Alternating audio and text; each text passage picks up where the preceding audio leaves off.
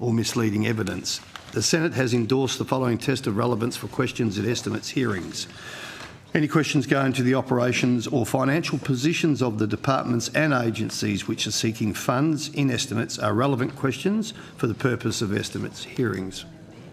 I remind officers that the Senate has resolved that there are no areas in connection with the expenditure of public funds where any person has a discretion to withhold details or explanations from the Parliament or its committees unless the Parliament has expressly provided otherwise. The Senate has resolved also that an officer of a department of the Commonwealth shall not be asked to give opinions on matters of policy and shall be given reasonable opportunity to refer questions asked of the officer to superior officers or to a minister. This resolution does not preclude questions asking for explanations of policies or factual questions about when and how policies were adopted. Witnesses are reminded of the Senate order specifying the process by which a claim of public interest immunity should be raised. I incorporate the public interest immunity statement into the Hansard. I remind all senators that as we continue our work implementing the Set the Standard report, as Chair, I will ensure that the proceedings are conducted in an orderly, respectful and courteous way. An officer called to answer a question for the first time should state their full name and the capacity in which they appear. I remind witnesses who are appearing via video conference and who are not speaking to please mute your microphones. I now welcome Senator the Honourable Anthony Chisholm, Assistant Minister for Regional Development, Mr Jim Betts, Secretary of the Department of Infrastructure, Transport, Regional Development, Communications and the Arts, and of course all the officers of the department. Now, Assistant Minister Chisholm, do you wish to make an opening statement? Morning, Chair. No, thanks. Mr Betts, do you wish to make an opening statement? Only very briefly, Chair, to say that Senator Canavan wrote to me in the usual way on the 10th of October on behalf of opposition senators requesting information which we are tabling this morning. And that includes the supplementary information that Senator Canavan requested in relation to the housing support program. Thank you, Mr Betts. Now, I will say we have a very busy schedule today, but the colleagues have assured me we're going to get through it by 11 o'clock tonight. So I'll now call officers in relation to corporate matters and invite questions. Senator Canavan. Thank you, Chair. I just I've checked. There's the media. I think the media is waiting for approval. Oh, sorry, didn't even see you there. No, that's fine. How are you, Cobber? Busy? Yeah, everyone. Yeah, all good. Everybody, I should go that way. All good with the media. All good to go. Thanks, Senator Kennedy. Thank you, Chair. Look, I just wanted to go to the annual report and the accounting elements of that to start with. The annual report does show a $48.1 million budget deficit, and that's before depreciation and some repayments of leased assets. This is, I think, I'm advised, the second year in a row there's been a deficit, but this deficit is 3 times the size of last year's. Can you take me through why there's seemingly such a large deficit in the accounts for the department?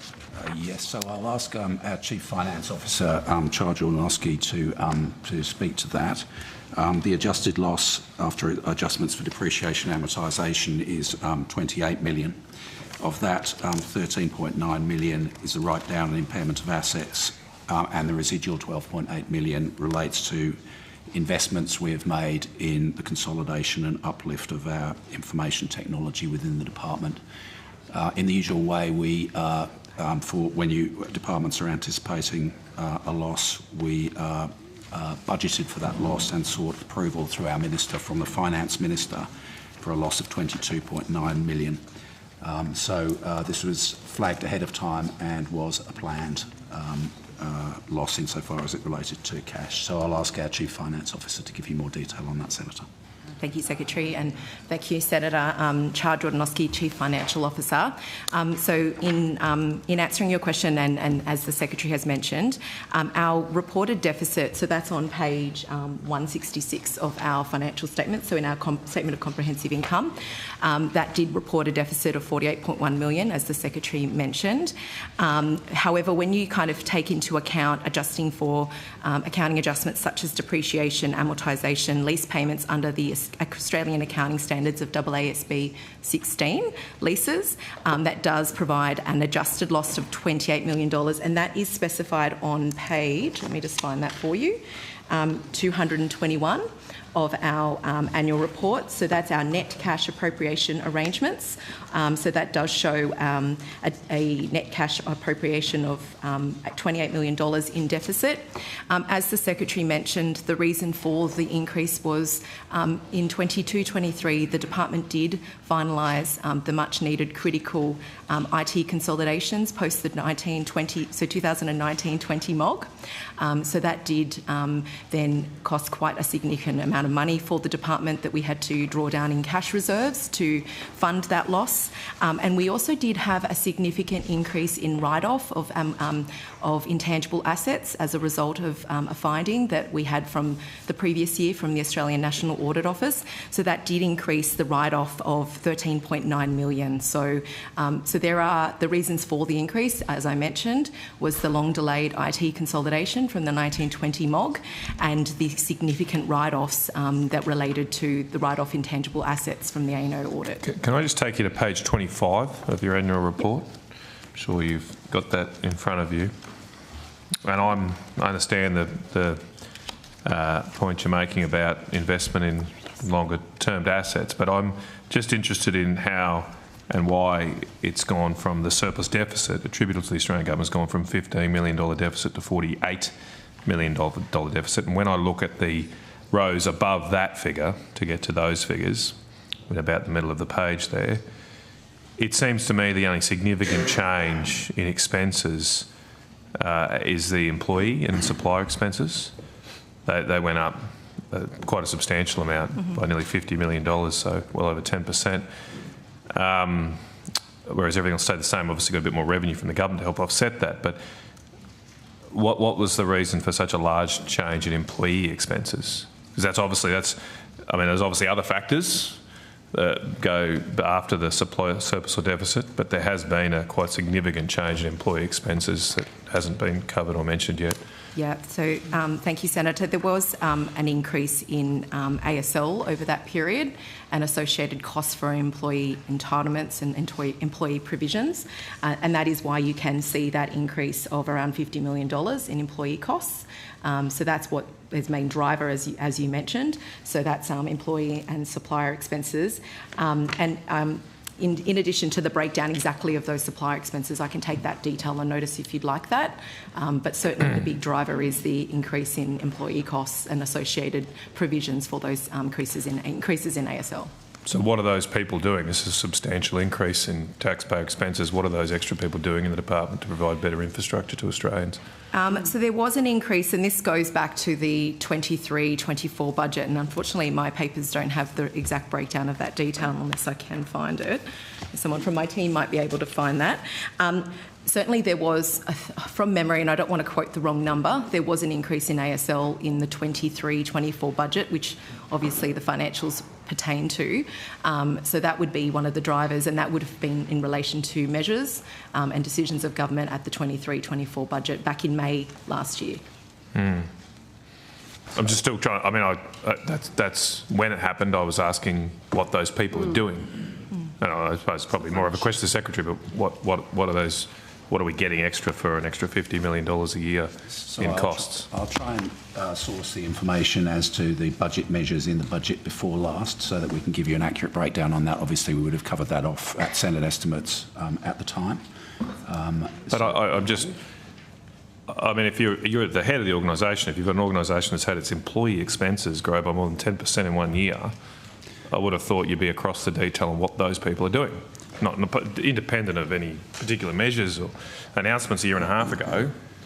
What are these extra people doing that's making life better for Australians? Okay, so I'll give you a description of some of the key activities which the department has undertaken over that 12-month period, some of which would have been subject to supplementary funding in the budget before last, which is the budget that you're currently asking me questions about. So that would include things like the aviation white paper, which is a major piece of policy generation which has been undertaken by the Australian government and was published earlier this year.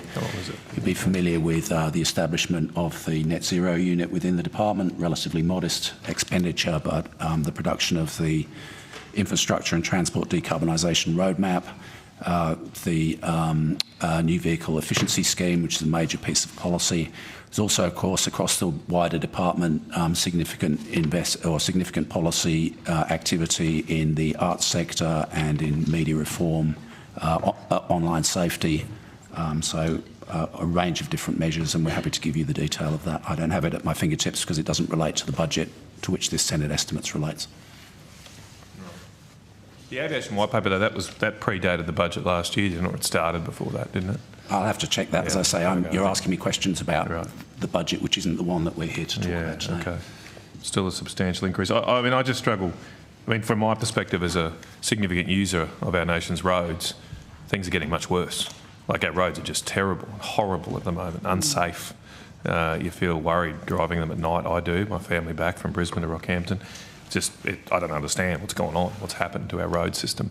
And we're spending $50 million more on the department. It's responsible for that, but our roads are getting worse. I mean, how do you measure the KPIs of these? Because, I mean, I don't know what a new vehicle efficiency scheme does for me or a net zero does for me. I just want to get my family home safe.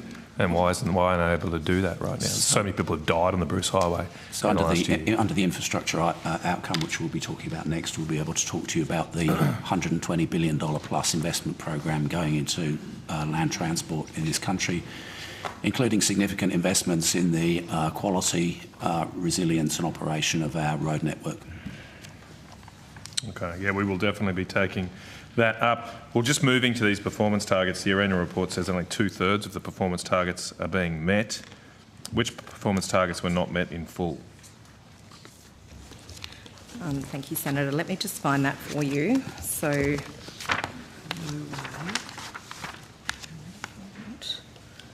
just give me 1 minute.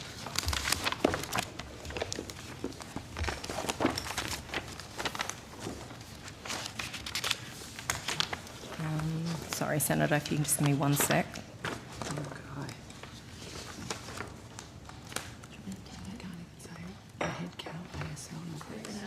This is Michelle Mann, Acting Assistant Secretary.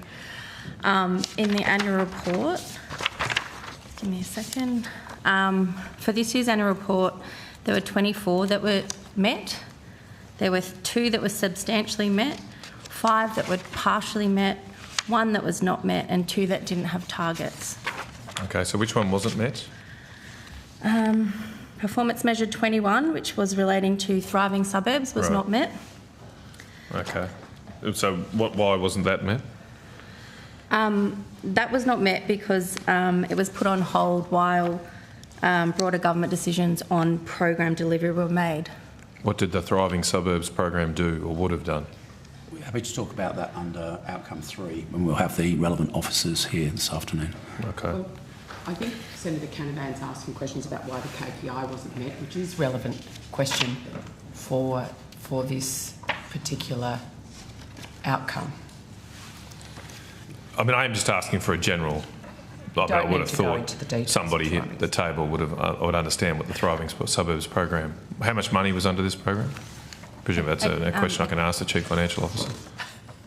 Thank you, Senator. In relation to those measures, as the Secretary mentioned, the detail and the delivery of that belongs to the relevant line area, so that's outcome 3. So I can just get you that information. How much money was I don't know if it's been put on hold, but how much money was allocated to the Thriving Suburbs program before it was put on hold?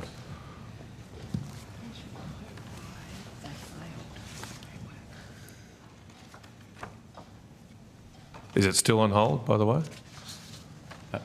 David McKay, Deputy Secretary. No, Senator, applications are being assessed at present. Thriving Suburbs program is a total $350 million appropriation. It provides community infrastructure in urban areas. It's the geographical counterpart to growing regions. The projects, individual projects, can be worth between $500,000 and $15 million each. And so how long was this funding put on hold for?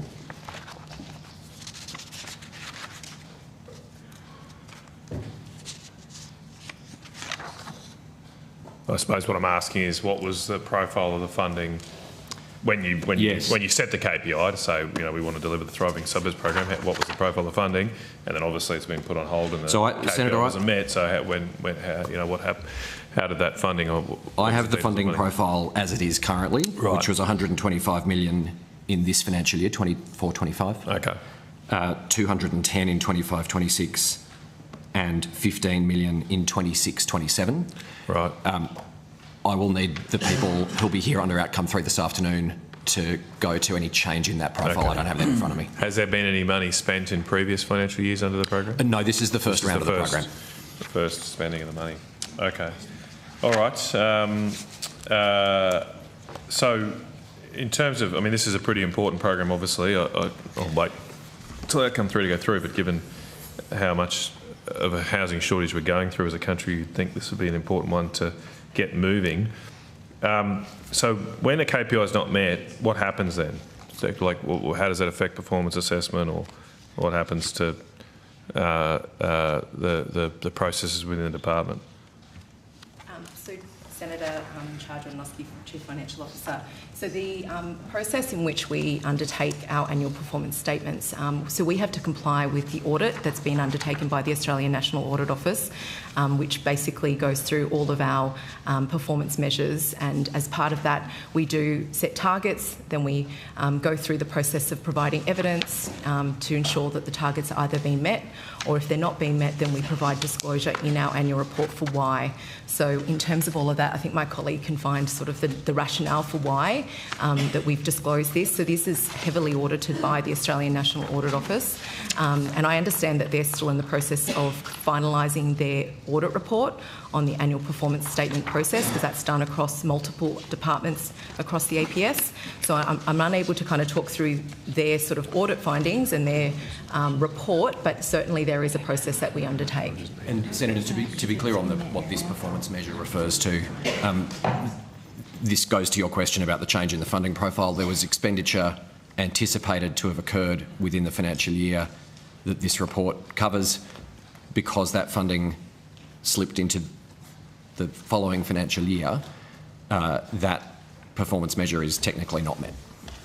Yeah, I'm just trying to find out, like when you set a KPI is not met, does that impact on people's bonuses, or what's happened because the KPI has not been met? No. So in the case of the Thriving Suburbs program, right, the performance measure related to the program being established within agreed timeframes. In order to launch within agreed timeframes, we're required to procure approvals through cabinet processes, including securing approval for the program guidelines. That took longer than anticipated. That was a function of government decision making. That is obviously easily rectified by the fact that the program is now open. However, it wasn't achieved within the time frame that was stipulated in the performance measure. So there's no consequence for anyone because the KPI is not met? Because the opening of that program is a choice for government, sure, rather than a function of the performance of public servants. Yeah, but out there in the real world, people that have to sell goods or finalise deals, they don't get paid. Like if they don't do the sale or don't finalise the deal, they don't get paid. Now quite often it can be for reasons totally out of their control. Yeah. Completely out of their control. And they just don't get it done, but they don't get their bonus. But so why is it different in the public service? Why? Because we're required to comply with the PGPA legislation stipulated by the Parliament, including that we need to get relevant approvals through government processes before we can start spending public money. That doesn't explain my question, because as I say, that you're saying that it's not the fault of I'm not saying it's not the fault of the public servants. Maybe it's not. Maybe there's other factors. I'm just saying everyone else out there has to suffer the swings and roundabouts of real life, and sometimes things don't come off. They don't get a bonus. That's the way it works. But here, I suppose I can ask a more general question. Has there ever been, in your experience, Mr. Betts, a few years in now, someone's bonus affected by the failure to meet a KPI? We don't have performance bonuses. You don't have anything at all. Why do we set these KPIs then? What's the point of them? For the purposes of having the conversation we're having, which is to hold government to account. Okay, all right. I'll leave it there, Chair, and we'll move on. Okay, thanks. Thank you. Senator McKenzie. Oh, sorry. Yes, sorry, Senator Chair. McKenzie. I thought you meant you lived that. Sorry. Yes, Senator McKenzie. The Prime Minister, these questions are for you. The Prime Minister made changes to the ministerial code when the Labor Party was elected, and his forward says that his ministers will be held to higher standards. Do you agree that the Prime Minister and all ministers are bound by both the code and his signed statement? Yes. Do you agree that ministers are required to be held to a higher standard due to their regulatory powers and collective decision-making? Yep. Yep. When we go to the Prime Minister's Ministerial Code, section 1.3, part 5, sorry, got my Roman numerals wrong, part 4, I'll quote, "Ministers must accept the full implications of the principle of ministerial responsibility. They will be required to answer for the consequences of their decisions and actions, and they must ensure that their conduct in office is in fact and in appearance in accordance with this code, and that their conduct in a private capacity upholds the laws of Australia and demonstrates appropriately high standards of personal integrity." Is it your belief that ministers are explicitly bound to uphold this code in both their public and private capacities? That's my understanding, Senator Mackenzie. I just want to turn to 3.18 under the heading of gifts, page 7 for anyone following along at home. And I'll read, "Ministers in their official capacity may therefore accept customary official gifts, hospitality, tokens of appreciation and similar formal gestures in accordance with the relevant guidelines, but must not seek or encourage any form of gift in their personal capacity." That's in Prime Minister's Code of Conduct for his ministers. Minister, have you ever sought or encouraged any gift from an entity that would be considered directly within the sector that this portfolio regulates? No, Senator Mackenzie. Sorry? No, Senator Mackenzie. Thank you. Has any other minister within this portfolio sought gifts? Not to my knowledge. Have you ever sought or encouraged a gift that benefited you in a personal capacity? No, Senator Mackenzie. Why not? Why not? It's just not the way I operate, Senator Mackenzie. Thank you. Just thought I'd ask. Has any other minister or assistant minister within this portfolio ever sought or encouraged a gift that benefited them in their personal capacity? Not to my knowledge. And do you accept that soliciting a gift in a personal capacity for a private benefit is explicitly prohibited under the Code of Conduct for Ministers? I don't have the Code of Conduct in front of me, sorry, Senator Mackenzie, but broadly that would be my understanding. I just read the relevant passages. Why do you think that the Prime Minister and the Ministerial Code of Conduct would make it so explicit that ministers shouldn't be accepting and soliciting gifts? Obviously, the Prime Minister's been a very experienced parliamentarian. He's been in this place for a long time. I think in coming to government, we saw what went on with our predecessors and the lack of integrity and accountability that applied. And the Australian people wanted to see a higher standard set.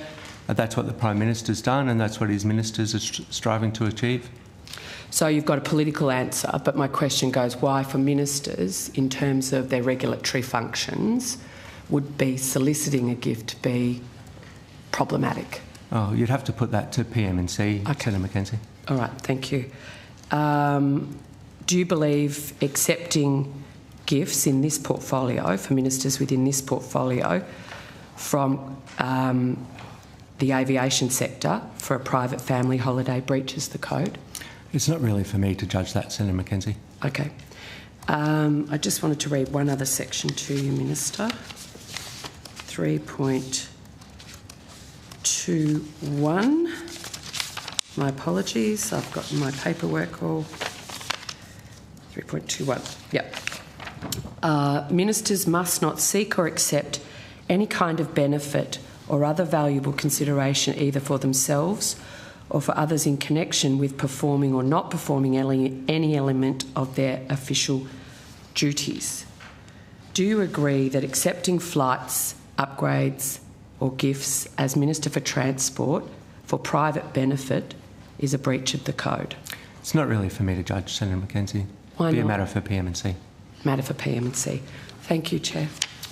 Okay. If there are any further questions in corporate matters? Some more. I just want to go to the staff survey results, or the census, I think it might be called. Is that right?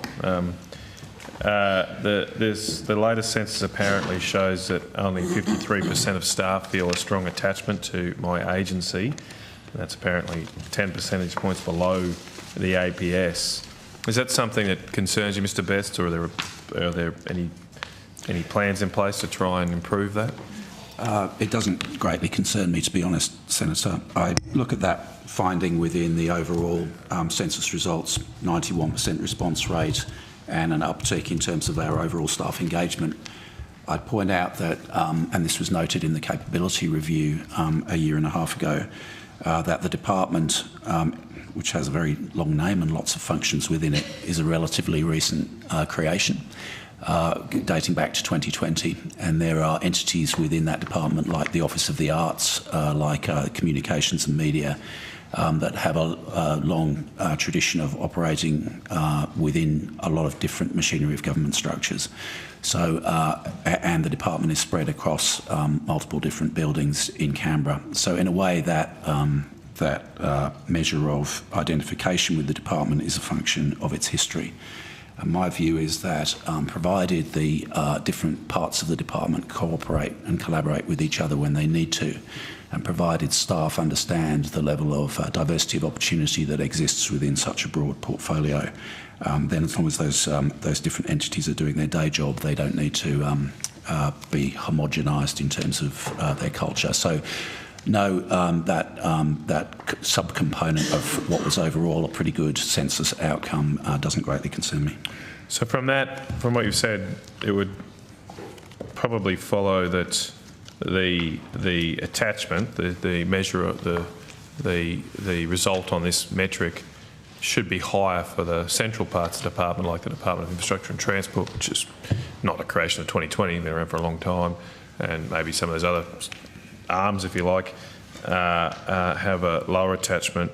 Do you have a breakdown then of that result for people from the different outcomes, or however way you divide the department? It's broken down across the different functional areas of the department, but I wouldn't necessarily say that infrastructure is any more central to the department than communications and media.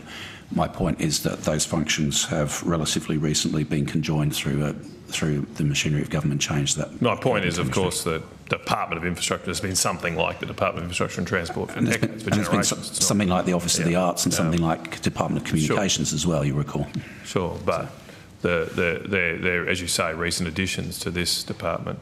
So I'm just wondering, do you have those? Can we get on notice the breakdown of those? Oh, sure. Okay. They're in the public domain anyway. Okay, thank you. What was the staff attrition rate for last financial year? I'll get that information for you. I think our attrition rate generally, which has traditionally been quite high, is now moderating. I'll ask Ms Houghton, our Chief People Officer, to answer that. Thank you. Rachel Houghton, Chief People Officer. I can give you two numbers, Senator. So for 23-24, it was 17.4%. However, as at the 31st of August, we're currently sitting at 15.3%. How much? Sorry, 7. For the last financial year, 17.4%. Right. As at the 31st of August, though, 15.3%. Is that over a 12-month period then, from like 12 months to the 31st of August? That's right. Right, okay. What was it the previous financial year? 22-23? 22-23, it was 19.6%. Right, okay. That's, I suppose, it's good to come in. It still seems relatively high. I don't know, what's the average across the public service? It differs by the different types of departments. So it is slightly higher than the APS average, but it is lower than many of our equivalent like policy agencies. Like what? So we look at, you could look at, for example, the Attorney General's Department, Prime Minister and Cabinet. You could look at... so they're higher? Those two are higher than yours? I couldn't comment on their numbers. Okay. I do think that they are publicly available, though. So I think the point is that when you look at the whole of the public service, you'll look at entities like, say, Services Australia or Defence, where people tend to stay put for long periods of time. They're highly specialised, whereas within microeconomic policy departments like ourselves, or climate change or industry, people move around more, they have more generalist skills, and so their attrition rates are generally higher. So I'm just trying to get a handle on, like, okay, so which ones do you compare yourselves to, and how do you rate compared to those, like specific quantitative data? We may need to take that on notice, Okay. but I would say the relevant comparators, as I've just mentioned, are industry, climate change, etc., and agriculture, etc. Okay, well, maybe if you take on notice what you compare it to and exactly what their staff retention rates are compared to yourselves. How many people are working from home in the department at the moment? I can give you the number of people who have both flexible work arrangements and equally those people who have home-based work arrangements. So we have 67.69% who have flexible work arrangements, which are much broader than just home-based work. That includes things like part-time work or remote working arrangements. And then we have 59.98% of the department who have a formal home-based work arrangement. Sorry, how much was that? I just missed that. 59.98%. Right. And they have varied days, so that doesn't mean that those people are working all the time from home. It could be 1 day up to 5 days, and it could also be an ad hoc arrangement. Right, okay. How does that compare to the wider public service? I don't have that data with me, Senator. Okay, maybe could you take that on notice? My sense would be that people are in the office 2 to 3 days a week, which is probably a little bit more frequently than the average, but we'll back that up with some proper data for you, Senator. Senator, actually, I think I might have some data from the APSC that I could provide.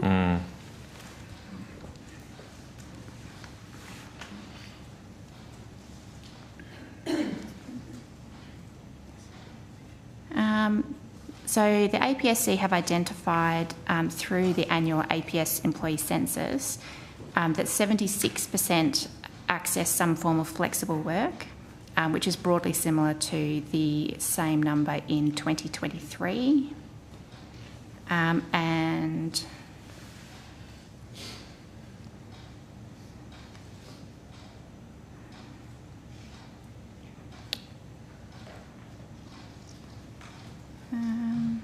No, I don't have anything. Come back to you if we can. Well, I mean, the numbers I have in the census, there was, in your staff census, 74% of your staff reported that they work from home or away from the office. Now, that's a bit higher than the formal arrangements you have, but do you not necessarily need a formal arrangement to do that? Sorry, Senator. The APS data was 61% Right. who have working away from the office or working from home at least part of the time. Okay, that accords with mine because I've got 74% for yours in the census. Yeah. And I know that's 13% higher than the average, so that checks out.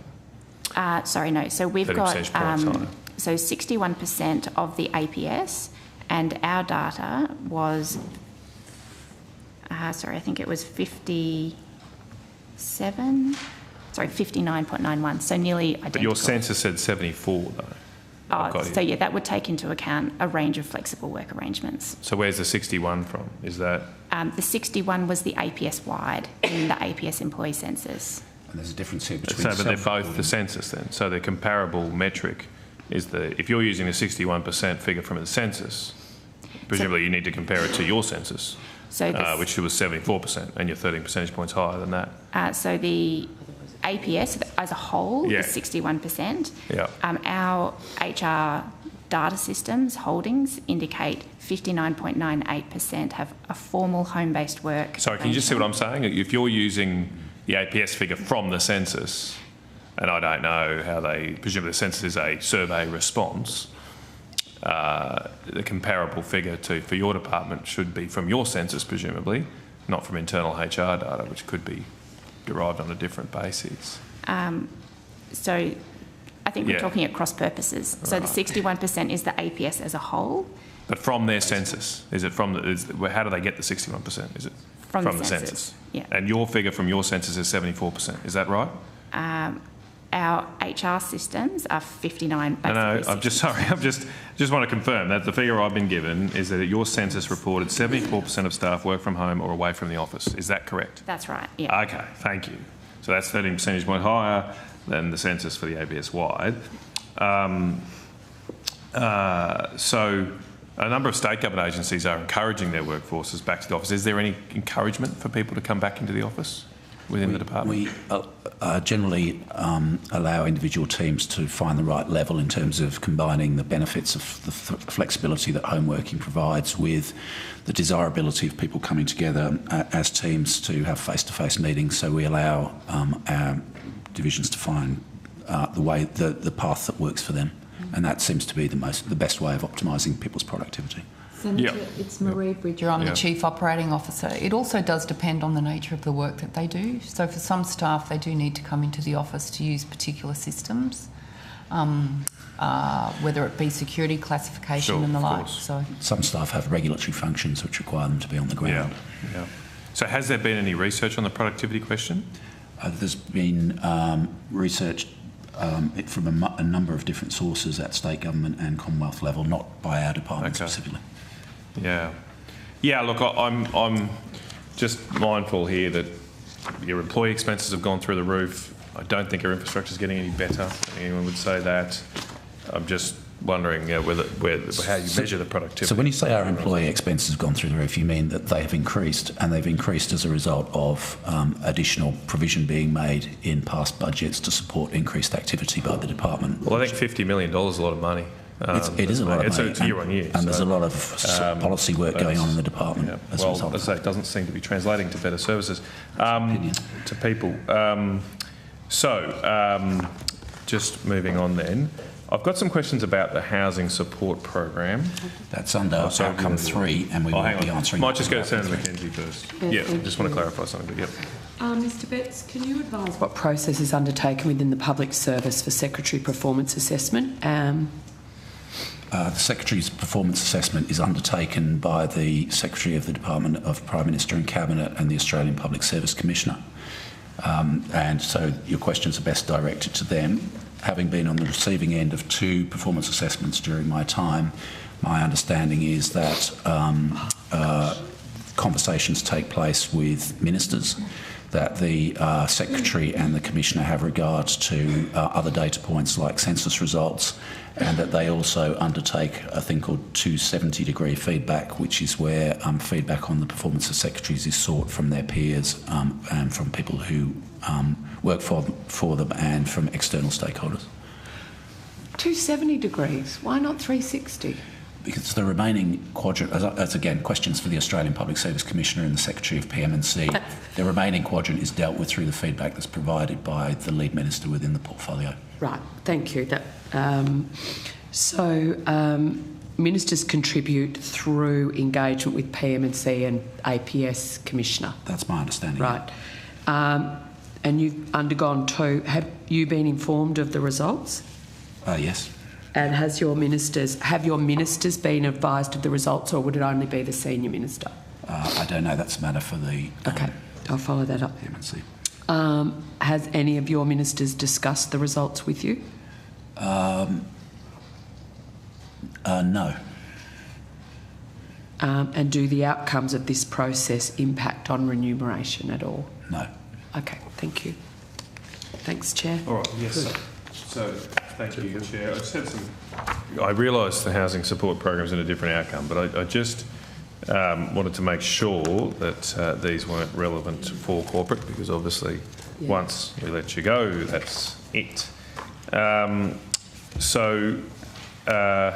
understanding is that $1 billion has been announced under this program. Is that correct? I think the total is $1.5 billion, including $1 billion supplementation in the most recent. Right. That's the supplementation is what I'm asking about. So, depending on what you mean by announced, Senator, that's the total value of the program is $1.5 billion.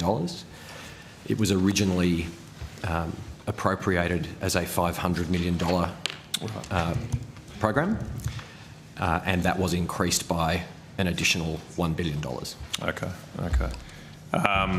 So how much of that $1 billion has been, the extra billion, has been provided to state and territory governments? All of it. So it's already been sent to them? That's correct. When did it get sent to them? I have that date with me. Just give me a moment to locate it, Senator.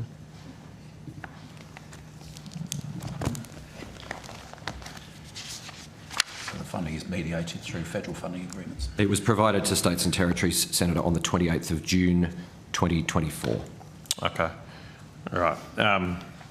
So what, like, did they have, was there specific projects they had to deliver from that $1 billion? So from the $1 billion that we're discussing, implementation plans are due to be agreed between the Commonwealth and jurisdictions by, in my notes I have by the 30th of September. That's obviously passed, as at the 14th of October 2024, South Australia, Western Australia, Victoria, Queensland and the ACT had submitted their implementation plans. Just missed one. South Australia, West Australia, Victoria, Queensland and the ACT. So just for completeness, Senator, $1.5 billion in total, 3 streams.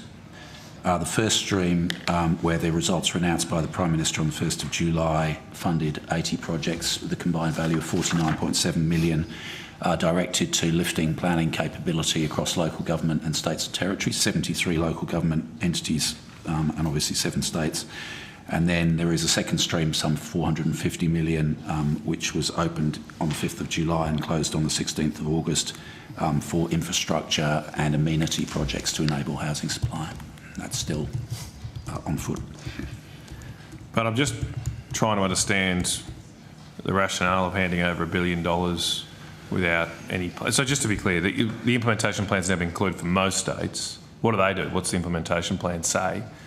Do they identify particular projects? Yes, Senator. Okay. I'll have the people who can take you through that in more I detail understand some of these might be for later, but I'm just trying to understand the rationale of giving $1 billion without any idea of what they're going to spend it on. So I don't think it's right to say we don't have any idea what they're going to spend it on. That's the purpose of the implementation plans. What do they need the money though? Like if there's not a specific project, they've obviously got nothing to spend the money on. Why did they need it on the 28th of June? Senator, I think we're moving outside the... Well, maybe the Minister can help. I mean, it's maybe more a question for the Minister. Why did the government decide, like borrowing this money, why are we putting this on our debt to give to state governments? Well, obviously... Like it's real cash, right? We've handed over the cash, just to be clear. But yes. They've got $1 billion extra in their bank accounts. Transfer between treasuries.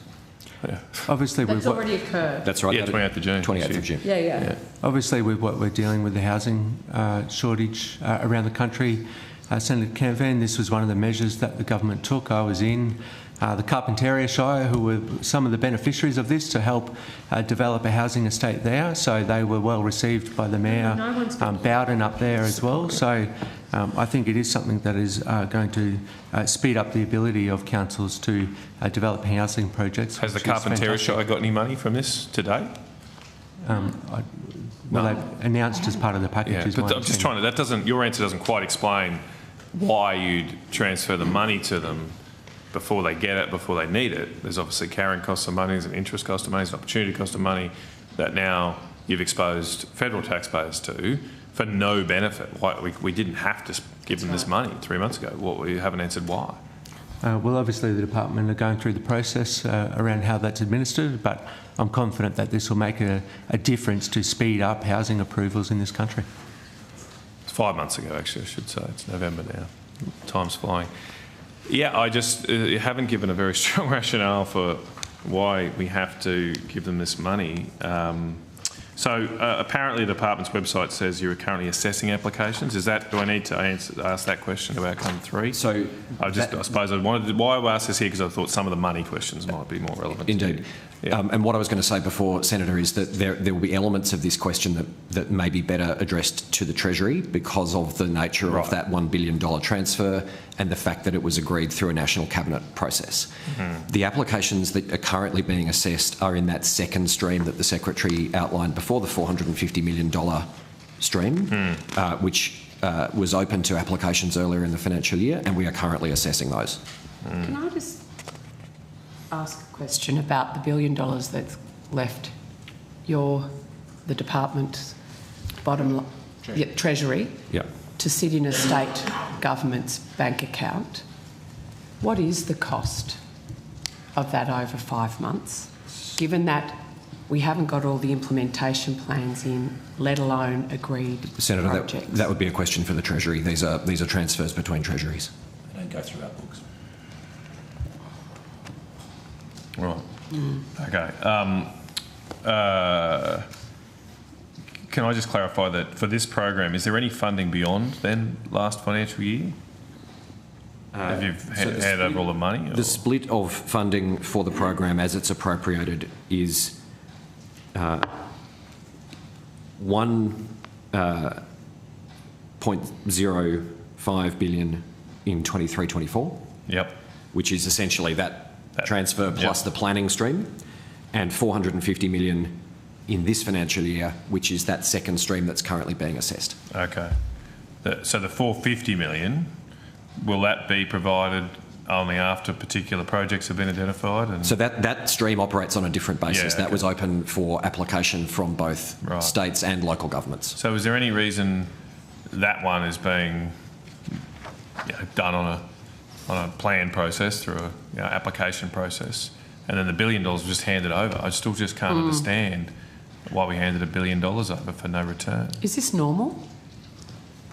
Is this just what your government does, Minister? Well, I think shovels money to states and gets their plans later?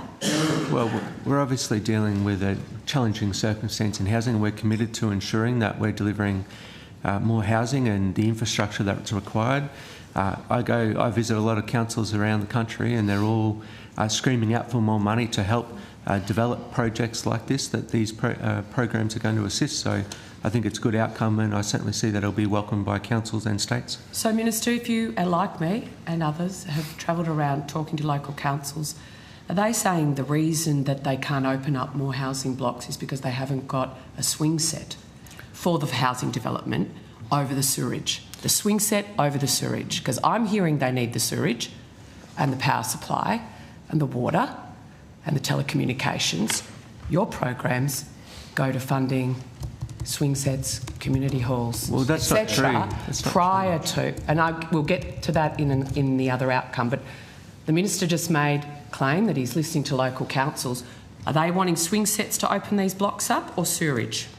Well, I'm sure they're wanting all sorts of support, and that's what the government's providing, Senator Mackenzie.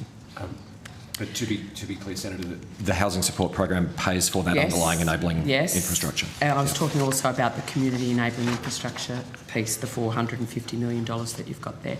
So just to confirm, South Australia, Victoria, Queensland, WA-ACT have signed up and have an implementation plan. Is that correct, Mr McKay? As at the 14th of October, those were the jurisdictions who had provided their implementation plans to the Commonwealth. And what's the next step of the process? So the implementation plan has been, is there any sort of milestones within that, or you've given over all the money? So the implementation plans need to be agreed by the Commonwealth Minister. Yeah. But they've already got the money. The money was transferred between treasuries. That's right. What I don't have is whether any others have been provided between the 14th of October and today. No, I appreciate that. But I'll have the people here this afternoon who can clarify that. That's fine. I'm wanting to understand the process, the point of an implementation plan needing to be agreed if the money's already sitting in the state government's bank account. Can't they just then... What mechanism does the Commonwealth have to ensure that $1 billion in a state government's bank account is only spent on implementation plan X? On the basis that the terms of the transfer require an implementation plan to be agreed between the relevant jurisdiction and the Commonwealth, and that's part of the funding schedules that have been signed. Does it also have milestone payments? It can't. I don't have that detail in front of me, Senator. No. So it's sort of a rhetorical question, Mr McKay, because you've told me the government's already given the states $1 billion. So milestone payments don't exist, do they? Mr McKay, milestone payments do not exist, do they? I don't have that level of detail in front of me. Secretary, do milestones payments exist given the $1 billion is sitting in state and territory government bank accounts? We'll get the detail on how all of that works this afternoon. Ms Bridger, no, this is a corporate question, Secretary. I'm not interested in the detail. It's a federal funding agreement entered into through our Commonwealth Treasury, not through our department. So, in terms of negotiating this, do milestone payments exist or not? Senator, it's not... And the fact that none of you can answer that question, like, it's quite a simple answer. Yeah, it's not my understanding that there are milestone payments in the way that we might for a grant, where a particular milestone is reported and then funds are transferred. Nonetheless, the implementation plans do need to be agreed between both governments. Yes. Can I just again, if these need to go out, come through, let me know. I just want to confirm what the administrative costs are. Do you have those? I do. Yep. Okay. So the total program cost, the total program appropriation of administered funding is 1.5 billion, as we discussed.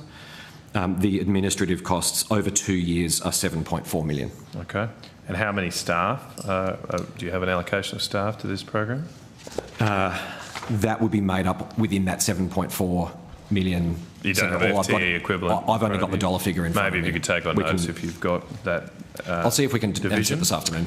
Great, thank you very much. Going back to where Senator Mackenzie was going, is there, under these implementation agreements or any other agreement you've got with the state in regard to this money, or a state or territory government, is there any way to claw back the funding if they don't meet the commitments under the plan? Senator, I think that is a question better handled under Outcome 3. I don't have a copy of the schedules with me. Okay. All right, we'll take it up later. It'll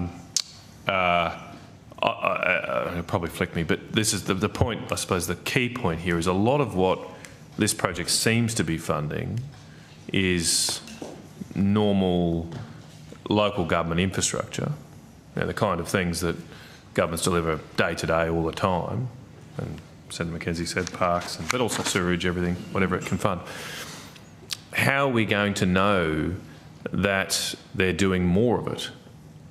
Do you see what I mean? How do we know that $1 billion is delivering additional infrastructure, apart from just the state government going, whoopee, here's $1 billion, now I can just offset the costs of what I was doing anyway?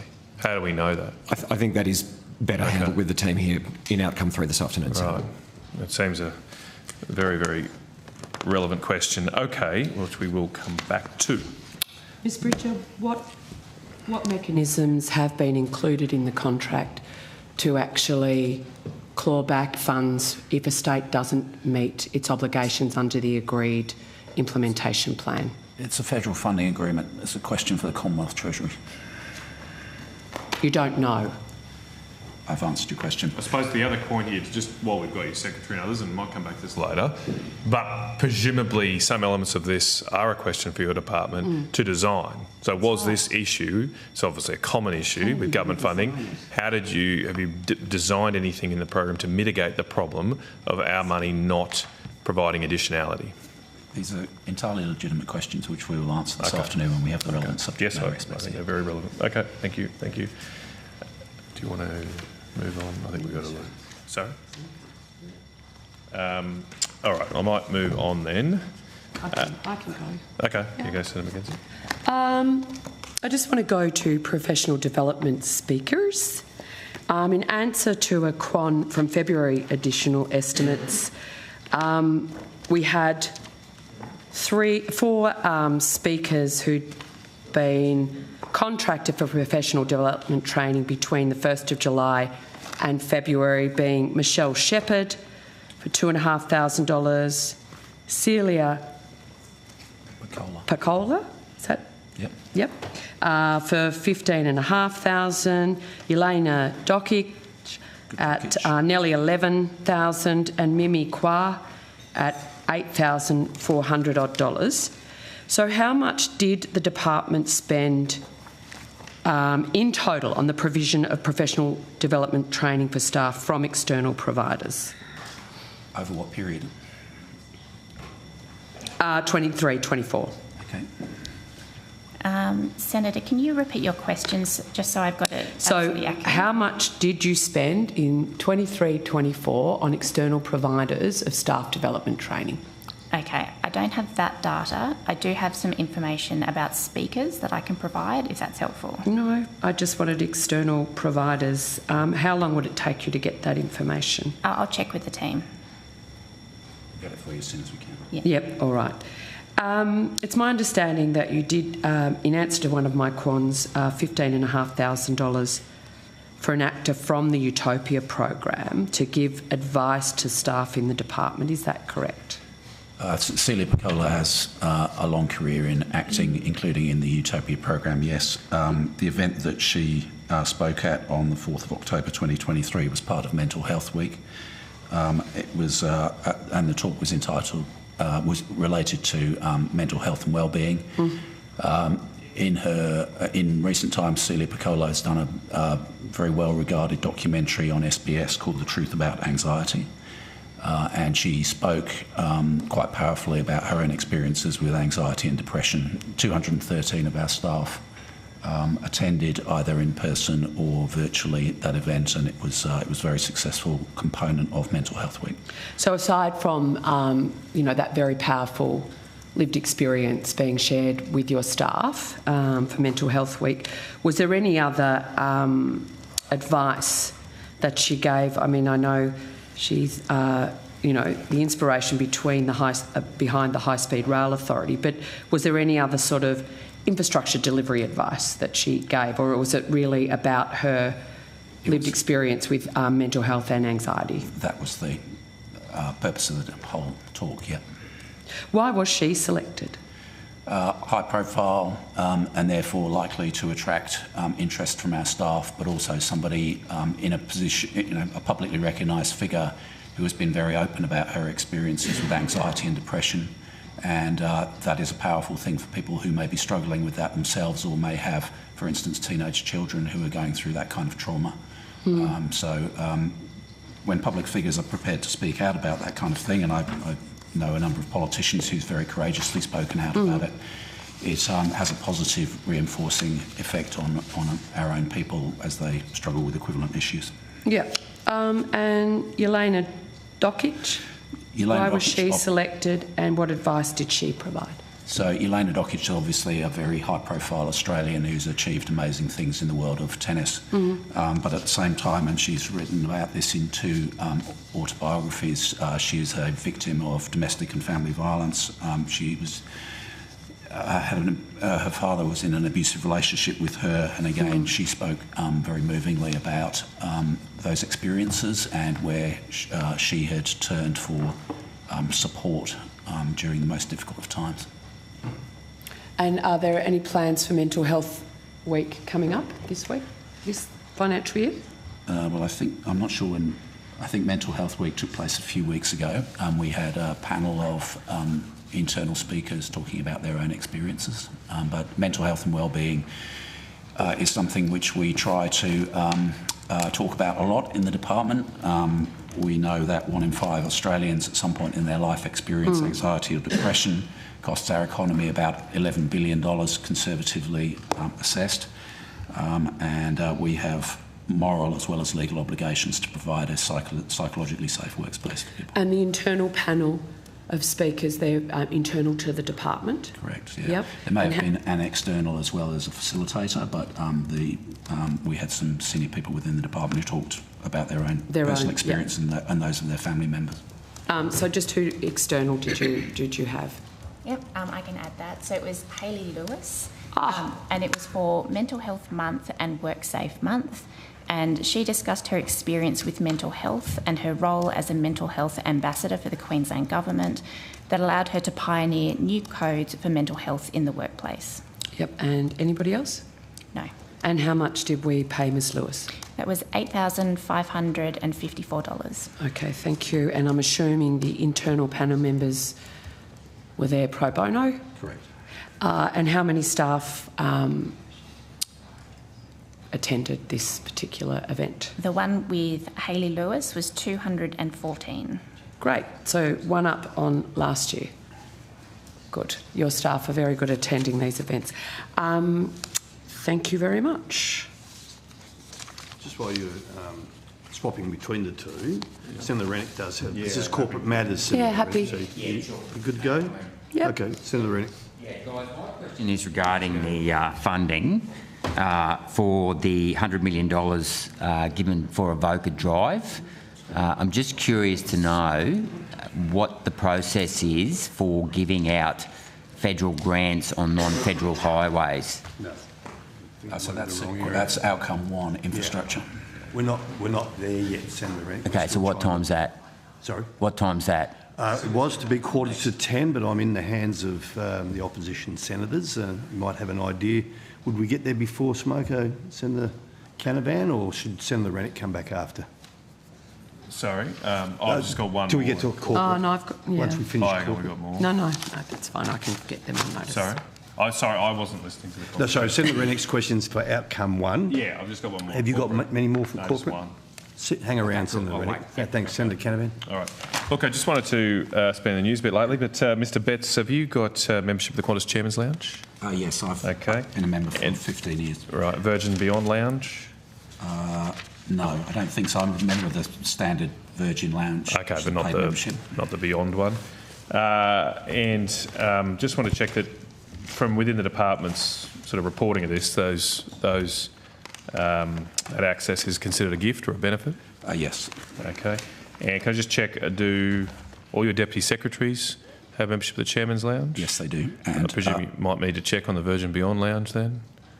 Yeah. I'll take them on notice, but they all have Chairman's Lounge access? Yes, and in a couple of cases, and including mine, partners have membership as well. Okay. I'm just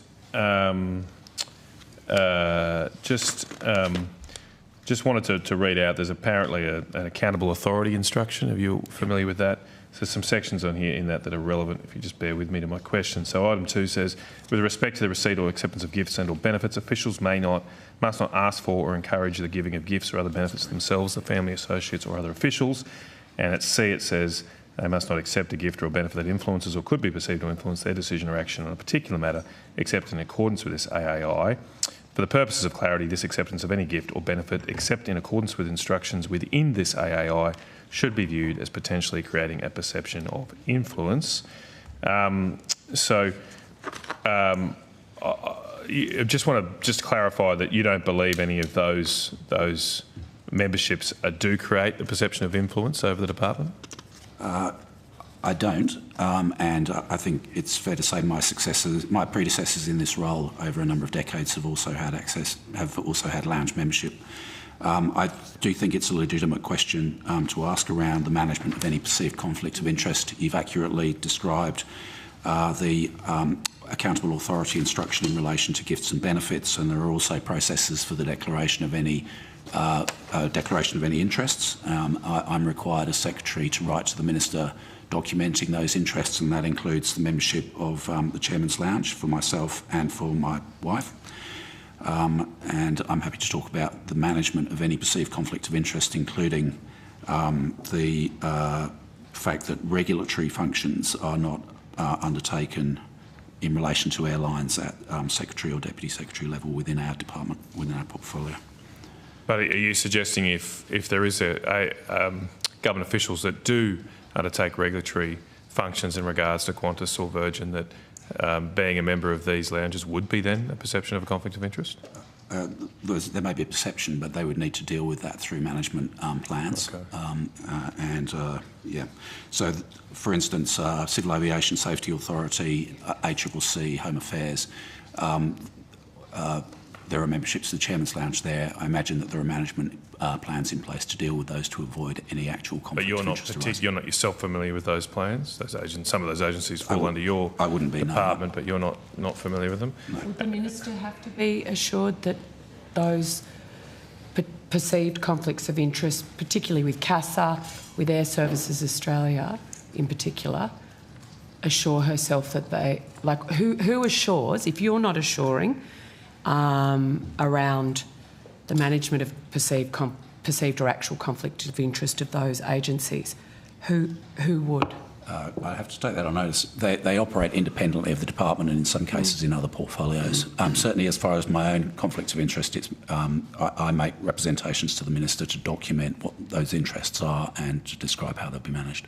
And do your staff who also hold Chairman's Lounge memberships have to report directly to the Minister, or are they through you? They all declare it in terms of gifts and hospitality, and where there is a risk of a perception of a conflict of interest, there are equivalent processes in place, but to me as accountable authority. Okay. Look, I want to table, Chair, if possible, an FOI document, 24112. In this document, it's an email chain that's titled Upgrade to Chairman's Lounge Membership for David Mackay.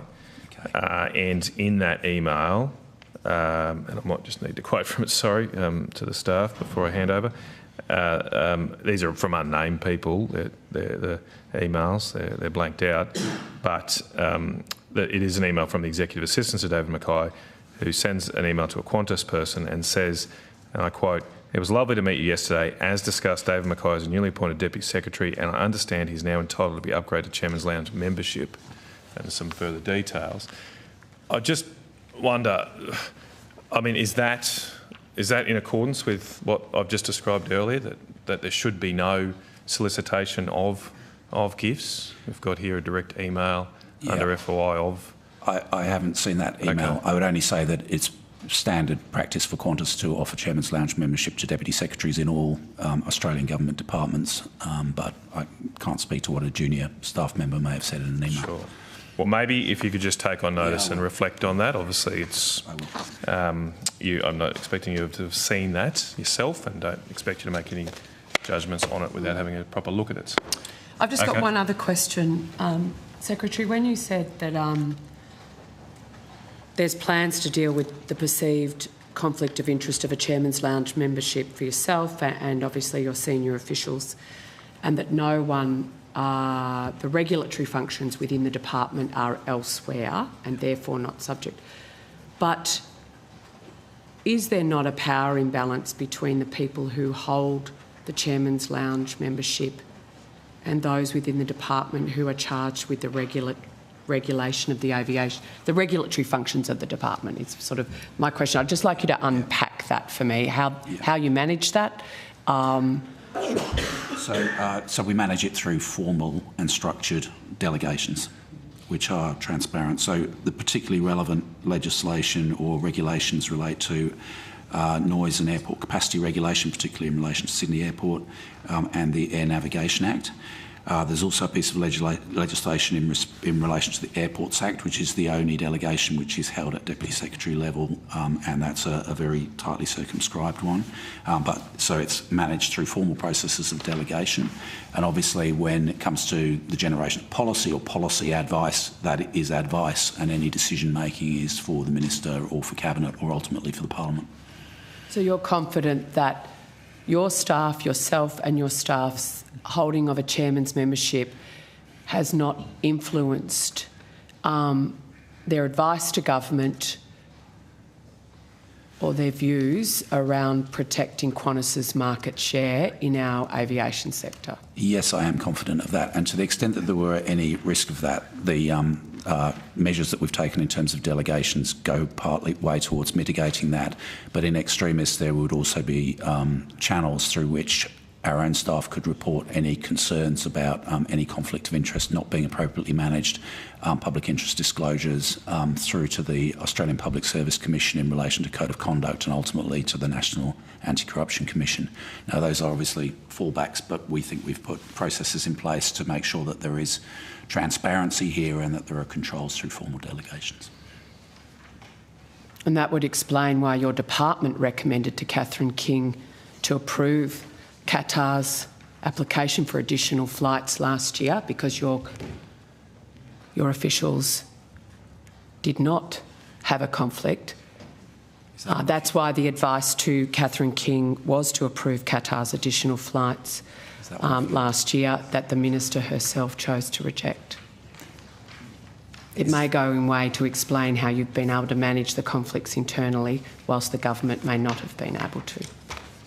I don't expect you to answer that. I was going to say, it sounds like one of your rhetorical questions. Yes, I'll consider that a comment. Sorry, Chair, just one other very quick element on this. Just going back to that issue involving Mr Mackay, I've also just like to table there is here the document that approves the gift from you, Mr Betts.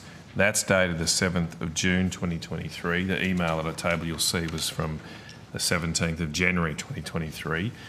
Do you have a particular time frame upon which gifts should be declared? And I'm not, that's the only correspondence I have, so I'm not sure when Mr Mackay sent it to you or exactly. Is there a particular time frame through which gifts must be? As a minimum, these things should be dealt with on an annual basis. Okay, annual. All right, okay. All right, thank you. If you're happy with that. Thanks, Chair. Thank you. Okay, we're done with corporate. Done. Thank you. All right, so Mr Betts, we'll let corporate matters people disappear, and we'll move on to outcome one. And while we're, I don't think there's much of a shuffle of the chairs here, but Senator Rennick.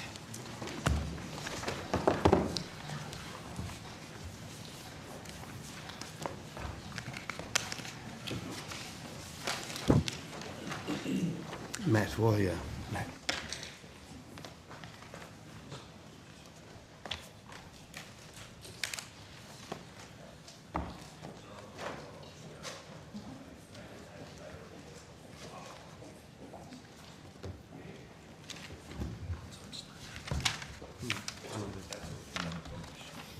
Yeah.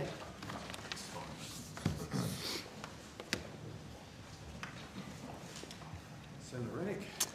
Yeah, hi, how are you going? My question is in regards to the Evoca Drive upgrade. I noticed that the federal government's putting in $100 million of the $130 million upgrade. What is the process for federal government funding of infrastructure? My understanding of it was federal highways were 80-20 funding split, and what goes beyond federal highways? How is that process? What rules and guidelines do you use to fund roads that aren't a part of a federal highway? And my understanding of it was, at best, it was always 50-50. So I'm just curious to know why the federal government would be putting in the bulk of money for a $130 million upgrade that isn't part of a federal highway. So, thank you, Senator. Jessica Hall, Deputy Secretary, Infrastructure Group. There is no policy per se around 80-20 or 50-50. That was a previous government policy. This government's policy and it was actually the same under the previous government as well, is always to negotiate with the jurisdictions on the funding splits. So that is a part of the normal negotiations with those jurisdictions and has been since the infrastructure investment program existed. So some projects may be at 80-20, some projects may be at 75-25, some projects may be at 50-50. Okay, so this was more like 75-25 federal funding. What was the guidelines? Why did you decide to fund this with the 75? An election commitment made in the lead up to the 2022 election. Okay, so that's good to know. Thanks, Senator Chisholm. But why this particular road? Because, I mean, I know plenty of roads in outback Queensland could do with upgrades as well. Why did this particular road get priority funding and such an over disproportionate amount of funding from the federal government rather than the New South Wales government? What was the criteria? Is there a set of standard criteria that determines how this money is given out? I understand. Well, because it was an election commitment, Senator Rennick, and all oppositions obviously go around the country providing election commitments, and normally the parties work through that in their normal process, as I'm sure they did with this one. Right, okay, so there was no favouritism or anything like that because this particular road was near Central Coast? It was an election commitment made prior to the last election. I realise that, but I'm trying to work out the criteria and who made that decision. Did the Prime Minister have any input into this? Well, it was an election commitment, so it was one that was made by the opposition in the lead up to the election that we would have done with whoever was our candidate or sitting MP in that area, who I don't actually know who that is. Okay, so, well, it's Gordon Reid, just so you know who the candidate was. But I guess my question is, because at the time the opposition leader in the last election was now the Prime Minister, Anthony Albanese, what I'm trying to get to is, did he have any direct involvement in making this decision? Well, I don't know the answer to that. I do know the process that we went through in terms of putting our policies together before the last election. We'd consult with local MPs or candidates about what their priorities were and obviously go through it in a responsible way to ensure that we're delivering projects that are going to make a significant difference for local communities. I'm sure Gordon Reid would have been influential in that decision, given he's a good local MP. And was that decision, was the commitment prior to the election $100 million out of 130, or was that decided after in government? I don't have the election commitments in front of me in terms of what we exactly promised, but I know that the upgrade to this road was what we promised. Whether I presume we had a dollar value associated to it before the election. Locke Potter Carey, Acting Assistant Secretary, New South Wales and ACT Infrastructure. So the commitment for the incoming government was a $30 million commitment, and then an additional $70 million was committed in January 2023. So who made the decision to commit an extra $70 million when you were in government? So the election promise was $30 million, that then got lifted to $100 million in government. How was that decision evaluated? It was a decision of government, Senator. So is it possible to get correspondence between the Minister's office and the department as to how that decision was calculated, was made? I mean, you know, you just gone and decided to add another $70 million over and above an election commitment. Don't you think that deserves some explanation? So I'm anticipating, Senator, that in what we find with election commitments from both sides of government or politics is that often when they make an election commitment, they make an election commitment for a certain type of upgrade, and often that upgrade or the dollar figure doesn't align with the upgrade that they would like to deliver. So we then need to make sure that we've got enough funding to deliver the upgrade as they've actually asked for. So it would have been in conversations with the New South Wales government to say something along the lines of to deliver that project, that isn't enough money, so we need an extra amount. So it would have been through negotiations with the jurisdiction, which is what we do with all of the jurisdictions, to make sure that we've actually got enough money to deliver what was actually expected. Because my experience with election commitments is normally they're broken and the money gets downgraded, not upgraded. And the question is, if more money was put in by the federal government, why didn't the state government put in more money as well? It seems to me as though, because there's my concern with this isn't an electorate, this is a road that now leads to the Prime Minister's new house and his partner. Well, no, this comes to conflict of interest. With all due respect, this was a decision made years ago. It's in 2023. It was under your government, an extra $70 million. I mean, this outshines any upgrades, which doesn't cost anywhere in terms of millions. We've just suddenly decided out of the blue to give another $70 million to a road that leads to the Prime Minister's new house. Well, it's ridiculous. I mean, I think this Senator deserves greater scrutiny, and I think it deserves an explanation. It was delivering on an election commitment that we made prior to the 2022 election. The department have talked through the process that often happens post an election in terms of assessing that. We were very determined to deliver on our election promises, which is what we've been doing around the country. Okay, so is it possible to take on notice? Can I get all the paperwork that was prepared to make this decision, please? And the justification for increasing the amount of taxpayers' dollars spent, federal taxpayer dollars spent, from $30 million to $100 million. We'll take that on notice, Senator. Okay, thank you. All right, Senator Canavan. Okay, yep, I'll kick off. Thank you. Look, I just wanted to go back to what I was saying before about the Bruce Highway. I don't understand what's happened.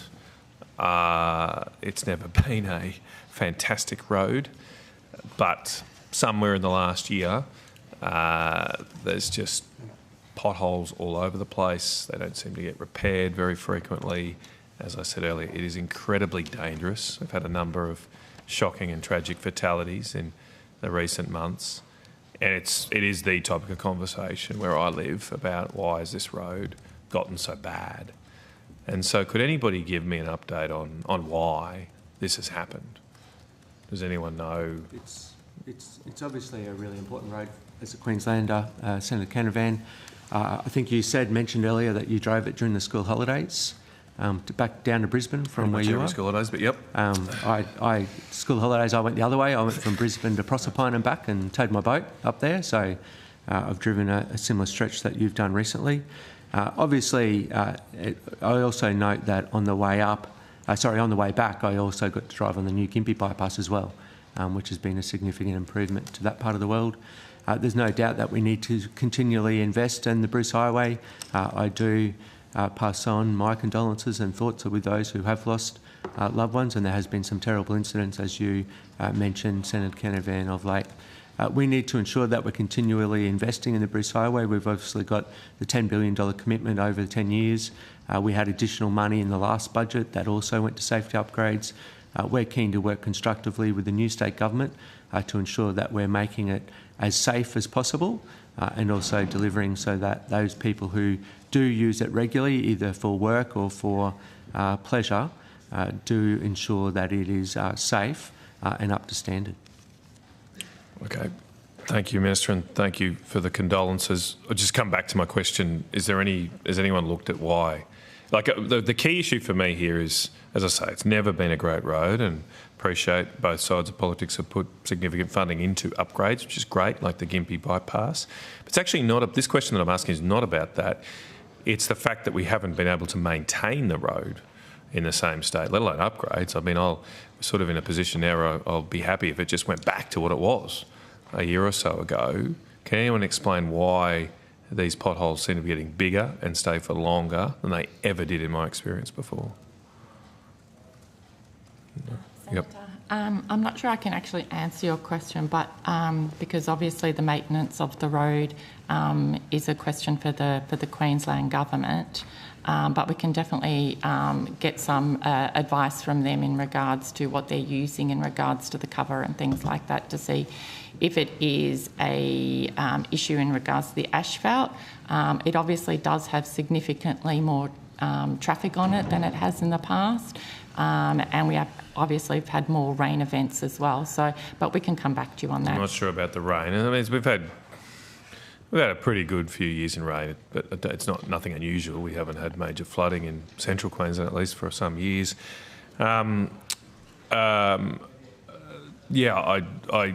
this is a national highway network. I realise it's managed by the state government, but it's part of the national highway network. Has anyone proactively sought to meet with the Queensland Government and Department about this? It's been a major topic of conversation, including in the media, that I'm sure you've seen. Has anyone proactively from the department gone and spoken to the Queensland Government about why there does seem to be these issues? We are regularly in consultation with the Queensland Government or the Transport for Main Roads on the Bruce Highway, and what we can do to ensure that it becomes a safer road. So has anyone actually asked this question about, like, why have there been more fatalities, and what's the answer you got from them when you asked? We have asked in regards to issues around fatalities. Some of them are in areas where it is been highly unusual, I suppose, as to those fatalities. It's not necessarily just the quality of the roads, as you know, from a road safety perspective. Some of it actually has to do with driver behaviour, and we can talk more about that when we talk about road safety, if you like. We do know that there is a priority of actions that are being rolled out. The government did recently give more maintenance funding to all of the jurisdictions, as you know, as part of the FFAS. So we're hoping that some of that will also go to the Bruce Highway. But we are working very, very closely on a program of works for on the Bruce, and I know that as the Assistant Minister has said, that the Minister is also talking closely with her counterparts in Queensland now as well. Well, Minister, have you got a briefing from the department officials or the Queensland government officials about the state of the Bruce, given you've driven on it and seen it firsthand? I haven't had a briefing, but I do know that the Minister wrote to the Queensland Minister to suggest that they come forward to prioritise safety upgrades. I'm assuming that was the previous Minister, but I'm sure that offer will extend, as Ms Hall suggested there, to ensure that we're prioritising safety upgrades that are going to make a difference and make the road safer. Well, just to put on the record, I have sought multiple briefings from Transport Main Roads in Queensland for the last few years, but since the last federal election, all of those requests have been refused by the Queensland government. They will not meet with myself, or to my knowledge, or at least I know the local LNP officials in central Queensland they won't meet with. I think it's an absolute disgrace. It's no reflection, I should say, on the officials in Central Queensland. I've always had a very productive and working relationship with them, but it seems like the Minister in Brisbane refused requests for parliamentarians to meet with officials to try and get to the bottom of what's going on. As I say, this is a constant thing that comes up when you talk to people at soccer games, at barbecues. People are very worried about that road, and it's just, I don't know, and people don't here seem to know, why has it gotten so much worse? Doesn't seem to make sense.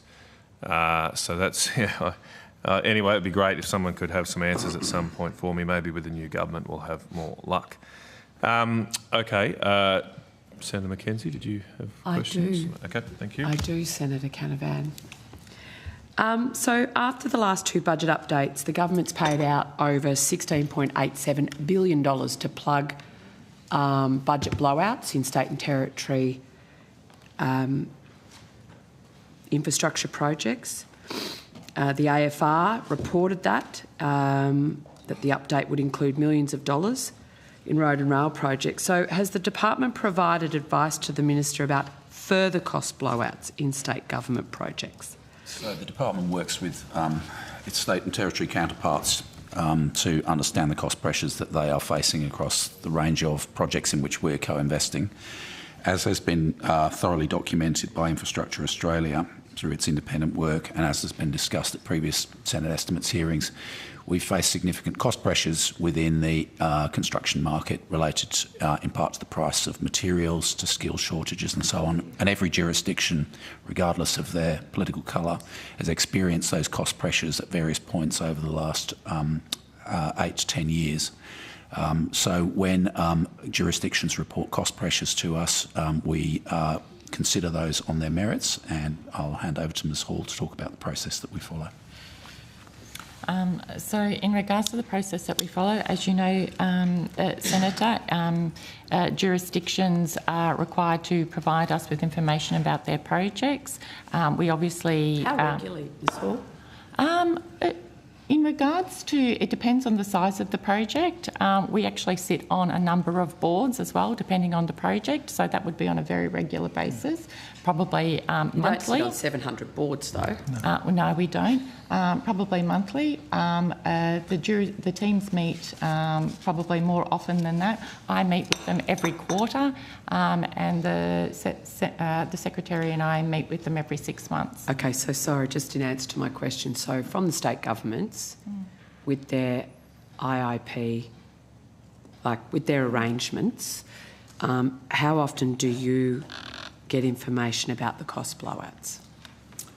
Senator Andrew Bourne, First Assistant Secretary, Land Transport Infrastructure Division. Senator, as soon as jurisdictions are seeing the potential for cost pressures, they are normally advising us in advance of that to give us some sense of what might be coming forward. My teams meet with their jurisdictions, weekly, depending on what the issues are. In terms of those cost pressures, though, once they give us a bit of a sense of those, they clearly need to go off and determine, the extent of those costs. Quantify it. Yep, that's right. To understand the basis behind them, to see what they can do to minimise the level of the cost pressure. And once they've done all those sorts of things, then they come forward with a formal request. So how often are you formally advised? Or there's no kind of requirement? Well, it depends. It's ad hoc? It depends on the project. Is it ad hoc? It's sounding more ad hoc than I thought it would be. I wouldn't say that it was ad hoc. I would say that the jurisdictions provide us in advance of information as they're required under the FFAS and the previous MPA to let us know if there are actually cost pressures emerging. In regards to how the government actually assesses cost pressures, as you know, Senator, this happens twice a year in regards to my EFO and budget. Right. So has the department provided Minister King with an update of any potential further cost blowouts other than the last two, the MyEFO 23 and the budget 24-25, where the federal government had to provide an additional $16.87 billion? Well, obviously, Senator, we're in the throes of MyEFO as we speak. So, yes, we have provided additional advice for this process. So sitting up there, that's fine. So has the Victorian Government provided advice to the department about further cost blowouts in state road and rail projects? Yes, Senator. Formally or just ad hoc? Formally through the process. Great.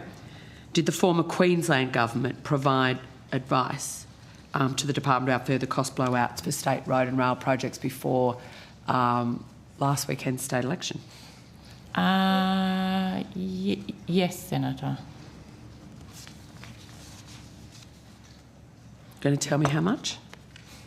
No, Sorry, I just thought I'd try. So it's too early in the day. You're too close to coffee. As Mr Bourne has attempted to describe, this is part of the regular process of engagement. No, I appreciate it. And so when cost pressures are notified to us, we don't just take those at face value. We actually go through a process to verify them, to confirm they're legitimate, and they don't represent, say, discretionary scope changes which states would like us to fund. So there is a process of analysis before we put advice to ministers, and as Ms Hall has said, that's a minimum of twice a year through the budget and MyEvo process. Thank you for clarifying that, Mr Betts.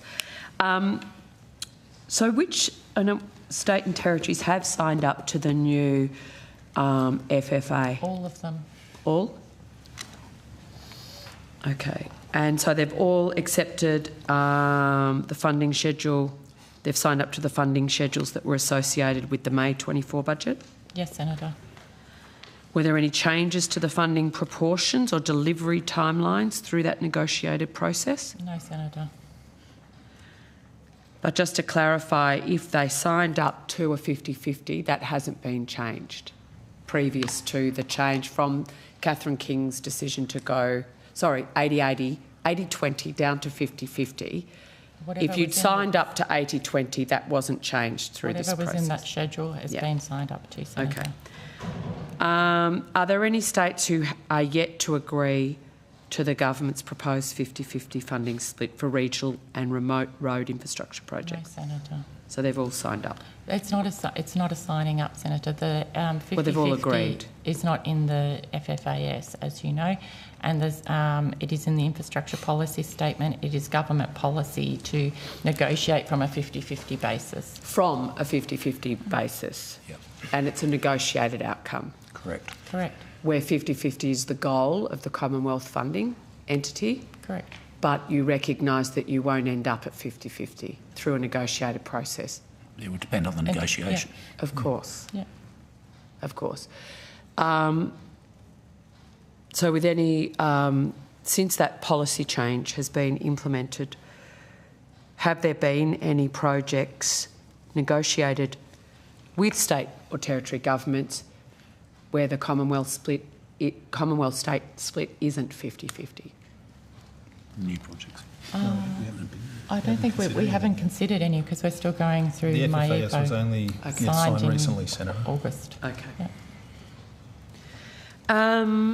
Minister King wrote to state and territory ministers requesting information in relation to the CFMEU influence on Commonwealth-funded construction projects. Which states have responded to the minister's letter?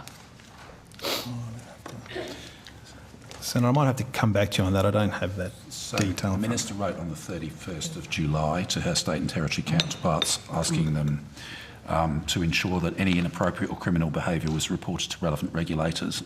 As at the 15th of October, so a couple of weeks ago, we've received no reports of such behaviour back from any of our state and territory counterparts.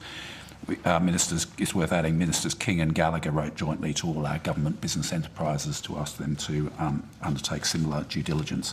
And the federal funding agreement, which we've just described, hardwires that compliance with relevant legislation and reporting of obligations into our agreement with the states. So as yet no state government has replied to Minister King's letter? No state government has responded to Minister King's letter by telling us that they are aware of any inappropriate or illegal behaviour by CFMEU or any other union. Yeah. Would you expect, isn't it just manners to respond? Well, they've executed a federal funding agreement in the meantime, which actually crystallises those obligations, and we talk to our state and territory counterparts, including as recently as last week, and they are working on how they operationalise those reporting obligations. So Minister King and Minister Gallagher jointly wrote to states and territories on 31st of Government July? business enterprises, so think Western Sydney Airport, think Inland Rail, and Minister King wrote to her state and territory counterparts on the 31st of July. Right, gotcha. So you got the... Yep. Yeah, so Minister King's and so letter- just asking for the impetus of that 30... I wrote to Minister King on the 17th of July requesting her to assure me about, and the coalition, about Commonwealth taxpayers' spend and whether projects were on CFMEU controlled projects and what the influence was and the cost drivers there. When did the draft of the 31st of July letter go up to Minister King's office? I think we're going to have to take that on notice. Yeah. But obviously there was widespread media reporting at that time around concerns around behaviour on site, and that was playing out in the political arena and in the media at the time, and the Minister responded accordingly. Perhaps when you're checking the Coro register, I'd like to know when my letter to Minister King was sent down to the department for response, or whether that response was generated within the Minister's office. And, sorry, Ms Hall, did you have some information? No, Senator, I was just looking at when your letter, when you sent your letter, but I can't tell you when it was actually received by my office. Yes. So I'll take my that on understanding notice. is that it was sent on the 17th of July, but whether it was sent down for response to the department or whether it was responded to within the Minister's office, and when the draft of the 31st of July letter from Minister King to states and territories was compiled. Was it something the department did? Yeah, I'd like the timelines on that correspondence, please. Right. Has the department undertaken any analysis of the impact of CFMEU negotiated deals, industrial action or other activities on the cost and timeliness of delivering Commonwealth-funded projects? Or do you rely on the reporting of the states? As we've explained, we do receive reports from the states and we do scrutinise those. As at 2 weeks ago, we'd received no reports of any illegal or inappropriate behaviour. So no CFMEU activity or outcomes don't feature in the information which has been provided to us by the states and territories about cost pressures. So they're very careful words, Secretary, inappropriate or illegal behaviour, but what about jacking up the price of publicly funded projects to the tune of 30%, which is, as it's been costed quite publicly and being quoted? So when you are assessing the veracity of the state's claim for budget blowouts on infrastructure projects, do you actually assess the impact of CFMEU or other unions, poor old AWU, trying to get a look in on construction projects in this country, on the influence that that has on budget blowouts? Well, to the extent... Or it's not something you consider? That's what I want to understand. No, so what we're attempting to address here is any inappropriate or illegal behaviour. There are a number of different factors which can lead to cost pressures on projects. That could include the cost of materials, could include the cost of labour, and obviously enterprise agreements entered into with a range of different unions can be a factor into labour costs, but provided that employers are and unions are legally complying with their obligations under those agreements, that's not something that we can second guess. So it's not, but is it something you specifically consider in your advice to the Minister on cost blowouts? Well, the enterprise agreements are entered into by contractors with, no, with their employees. I'm asking about your analysis. Who are operating in a competitive environment. The department's analysis of the advice given from state and territory governments, does it include, you're very au fait with the issue, do you provide advice to the Minister when you analyse the cost blowouts that have been reported by state and territories? Do you provide the Minister with advice around the impact of EBA agreements and other things, labour costs, when you provide your advice about cost blowouts? Is it as specific? No. No, thank you.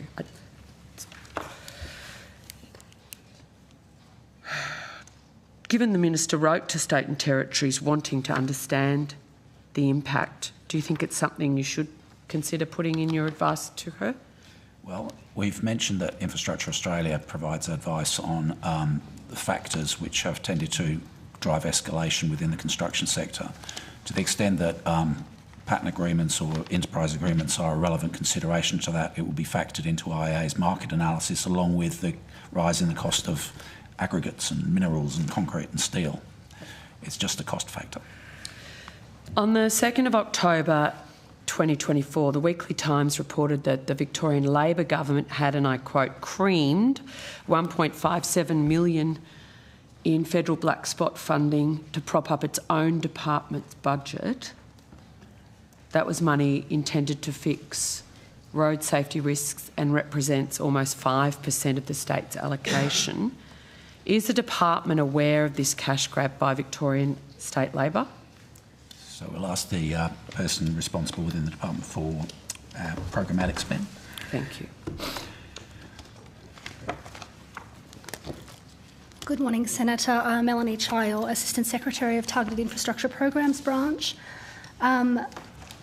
Was the question on the Victorian Government's administration costs on black spots? Sorry, just as I was walking through. It was on a public report, 2nd of October in the Weekly Times, saying that essentially 5% of the state's allocation to fix roads, and you don't need to go very far outside of Melbourne to realise not just the productivity risk but the safety risk of our road network in regional Victoria, particularly on black spots. That 5% of the state's allocation had gone to the state's department's budget. Yes. So yes, Senator, the department is aware of that. Under the Black Spot Program guidelines for a number of years now, program administration costs are eligible. And the reason for that is because when a black spot project, as you're probably aware, is nominated, it could be nominated by a member of the public or a local government, and then it's at the very concept stage. So the state government puts a lot of administrative work in to actually make it a project that can be delivered.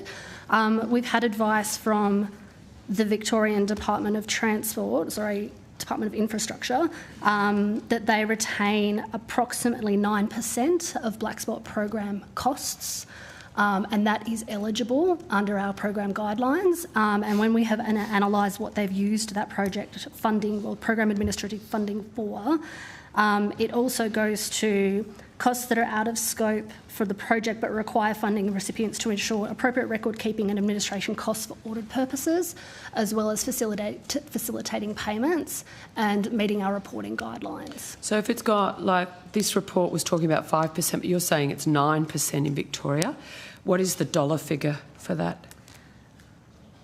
I don't have that. I've only got it pertaining to one project that was raised in a media request, so I don't have the total figure at the moment, but I could take that on notice for you, Senator. You don't have the do you have the administrative costs in other states? No. Who would have the administrative costs for each state and territory for the money expended by the Commonwealth? So it comes through with project budgets, Senator, but it's not something that we would ordinarily analyse unless it was above what our expectations would be. So what's your expectation then? 9%? We consider that anything under 10% is realistic. Is there a state that isn't up against that 10%? Not that we're aware of. So all the states maximise the generosity in administrative funding? I couldn't comment to that, Senator. We haven't done the analysis on it. Have you analysed, when was the last time that generous guideline was reviewed? So recently we've released the new Black Spot Program guidelines on... the 10%. Oh, the 10%? That would have been part of our analysis when we looked at updating the guidelines, Minister. So, Senator... Every time. That's okay. Hurts me more than it hurts you. So the 10%, what is that based on? Like, so you have reviewed it.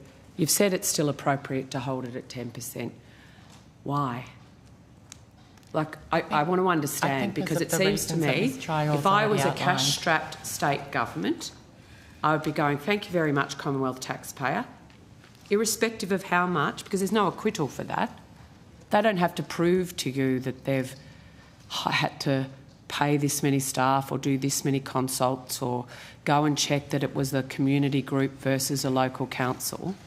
We do receive breakdowns of budget, Senator, for the projects, which include a breakdown of program administrative costs. Yes, that would say, and 9% administrative costs.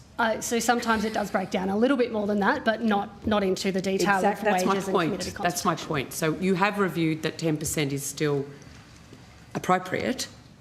I want to understand what you base that appropriateness on. What analysis did you do, Ms Hall? I think it goes to the point that Ms Chayor was already making, Senator, which is very much around it's on a project-by-project basis, and the detail that we actually have to go into depending on where that project is at.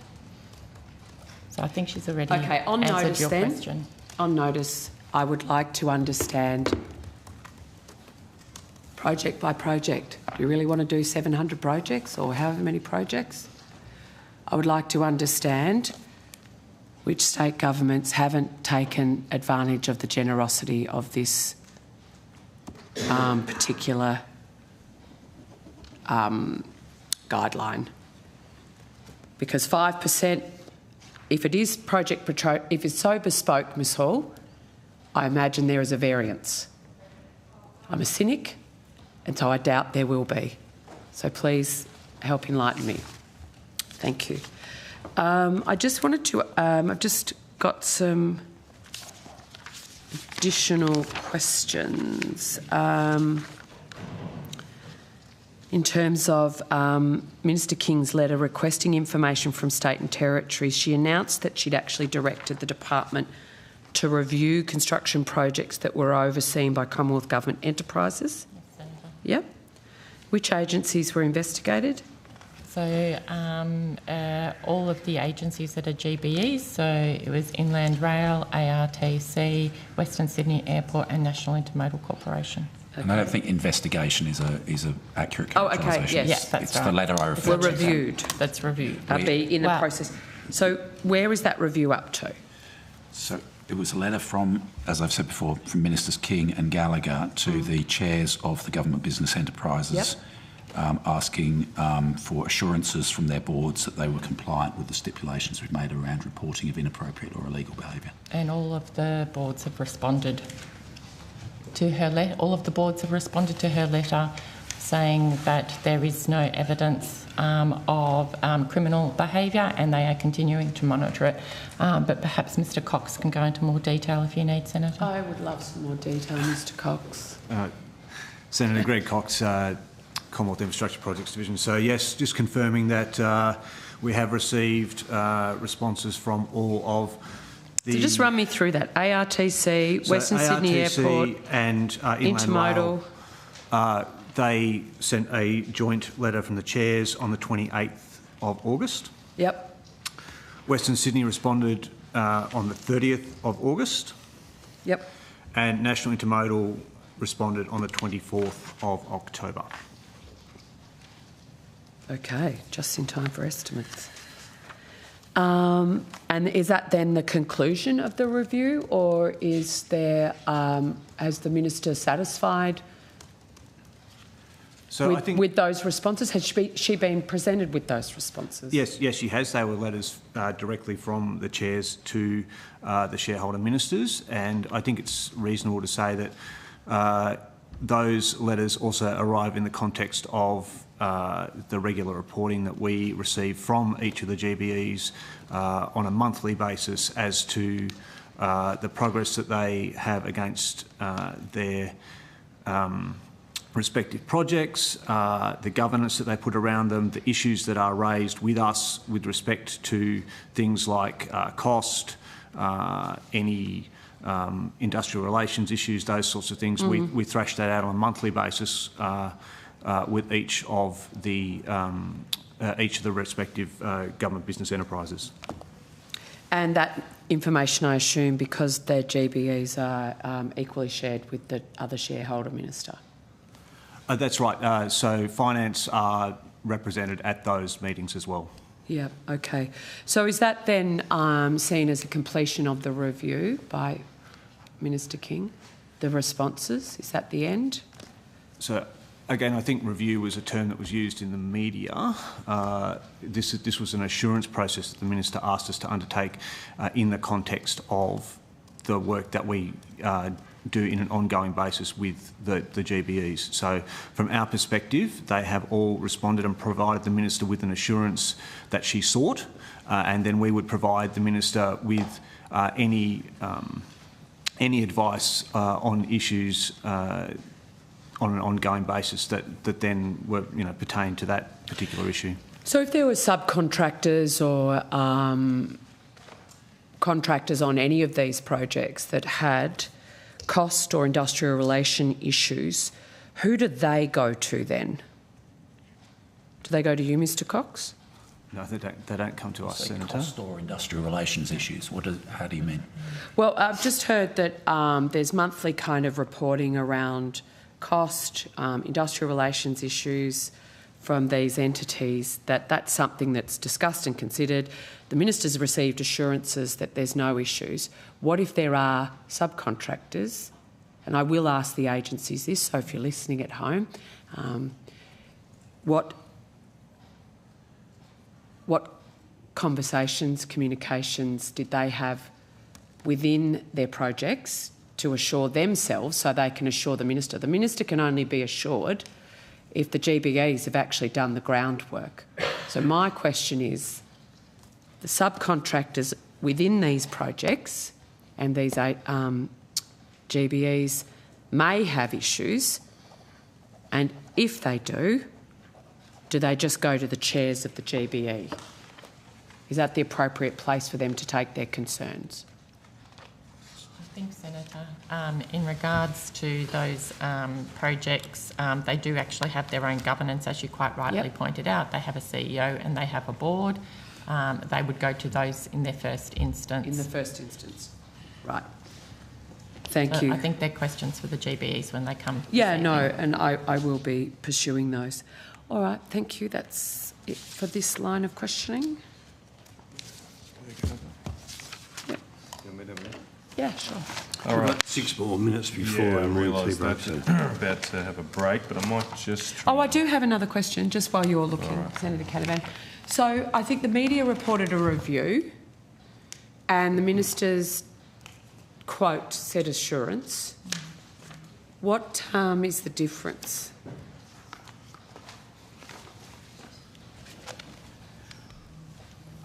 Why would the media say review if it wasn't a review?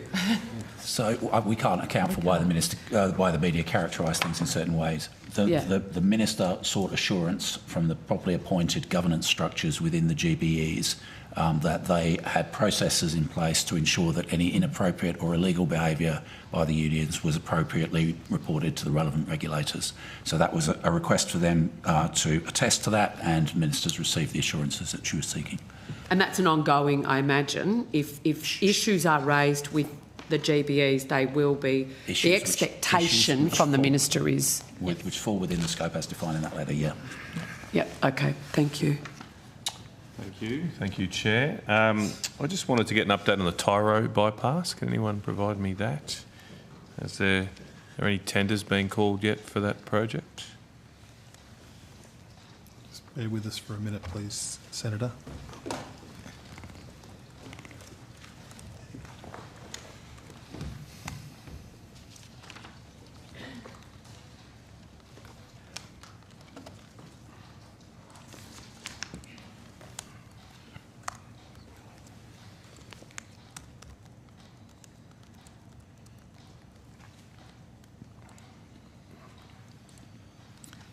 So, Senator, you will find that on page 19 of the information that we provided this morning. But I might just see if. Hang on, go through it. But does that? That's what I'm trying to help. I'm trying to help you, Senator, with the. That's some funding, isn't it? Though I'm asking just specifically just like a bit earlier about whether tenders have been. Just give me a second, sorry. Okay. I mean, I'm interested in the funding profile too. We love a good funding profile. start with. Would you like me to give you the funding profile? Maybe if you've got that ahead of you, why don't we start with that then? That was... Okay, so in 24-25, 21.75 million. 25-26, 43.52 million. 26-27, 75.61 million. 27-28, 50.52 million. 28-29, there's 10.81 million. In 20-30-31, there's 54.83 million. 31-32, 2.36 million. Is there a reason it goes down to 10 then back up to 50? That seemed a bit strange. Is that right? I thought I heard in... Yeah, well, that is what you heard, Senator. Yeah. But some of this obviously is us working with the jurisdictions on their delivery schedule. Okay. And those years are a fair way out, so there might be some further refinement that will need to happen going forward. Has there been any change in that funding profile in this update compared to the one you provided to us in the budget? So from budget to now, you mean? Yeah. No. Yep. No. No, it stayed the same. Yeah. Okay, well, thank you for that. Just returning to my question then about tenders. Have any tenders been released for the project? Bill Brummett, Assistant Secretary, Queensland and 2032 venues. So a detailed design contract was awarded in March 2023, with the detailed design expected to be complete in early 2025. And TMR will then provide further advice on delivery timelines for the project. Okay, so there won't be any tenders for construction until after the design is complete? Correct. Yep. Is the design on track to be completed by March 2025, sorry? That's my understanding from the latest briefing I've had, Senator. Okay. Have there been delays on this? It seems to be taking a little while. This was announced back in 2021, this funding. My understanding is cost escalations on the project have resulted in the Queensland Government exploring delivery options that will deliver the best value for money on the project. Okay. Have those cost escalations been discovered through the design process, or were they aware of those before they awarded that contract to design? I'm not sure, Senator. Okay. Could you take that on notice then? Yep. Is the cost escalation that they're aware of going to require additional funding from the federal government to complete the project? They haven't notified us of any requests. Okay. They are looking at options though of more efficiencies to deliver the project then within the funding envelope? They're looking at the best scope. Okay, but there's no change. I mean, I suppose there's not much you can do. The project has to bypass Tyro, presumably. Correct. It's not a particularly large town, Tyro, so yes. There's no real way of... Can't build half that road. You'll end up on the road to nowhere at the end of the dead end. Okay. So have you actually been in discussions with the Queensland Government about this project then, and why it's taking so long? I'm a member and my staff are represented on the steering committee for this project, and I also did have discussions when I was on my most recent trip up to northern Brisbane and the Bruce Highway. Okay, all right. And just to clarify, the cost pressures I think that Queensland are dealing with have been identified through the design process. Okay. Look, I'll come back to it. There's a few more, but realise we're over time already. Thank you, Chair. Well, thank you. We'll suspend till 11:15.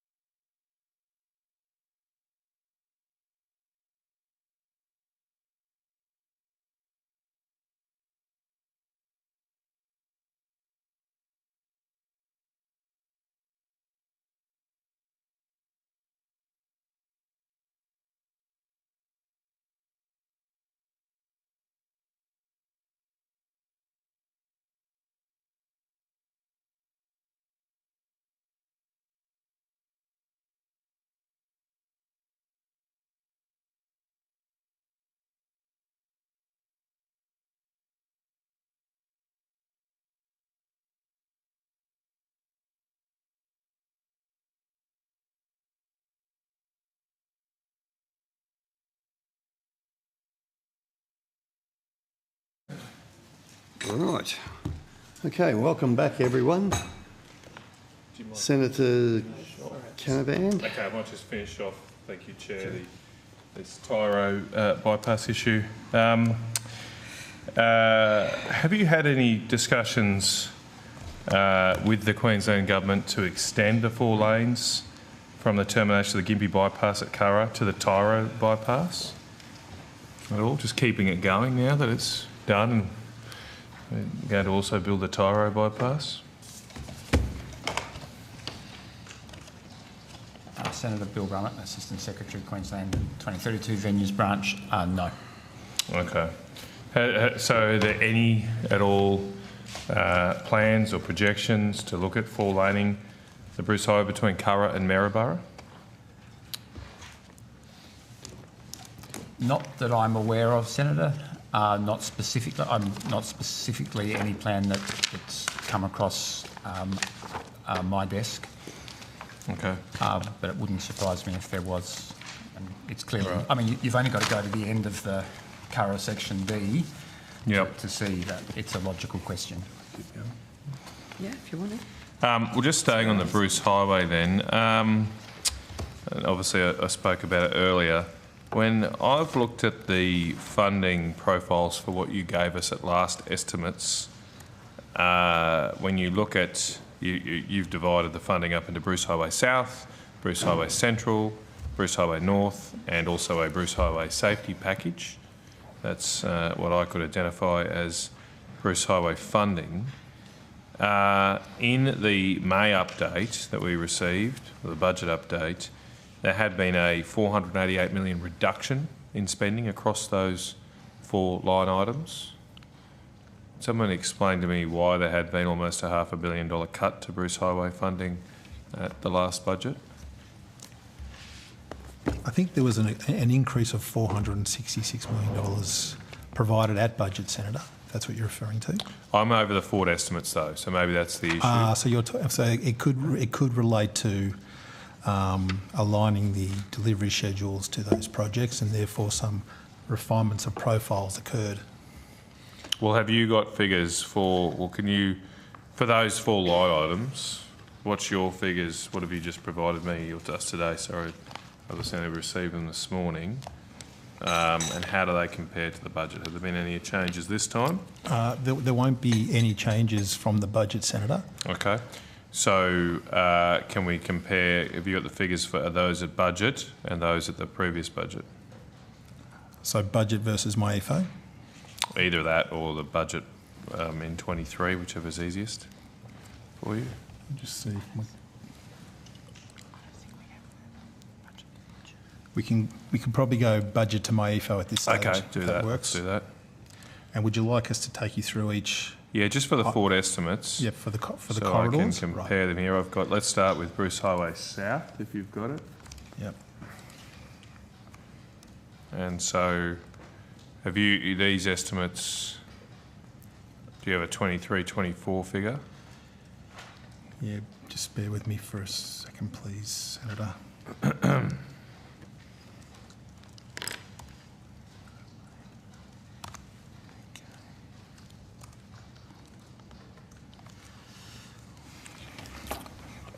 All right, so for Bruce Highway South, which I think if you are looking at the documents we sent you, it's on page 18. But there were 22 projects in the Bruce Highway South, and in terms of the funding for 24-25 budget, it was $234.8 million, and at MyEFO it was $241.9 million. For the forward estimates? Oh, sorry, that was for this finance. Sorry, for the forward estimates in total, it was $1.78 billion at budget and $1.8 billion.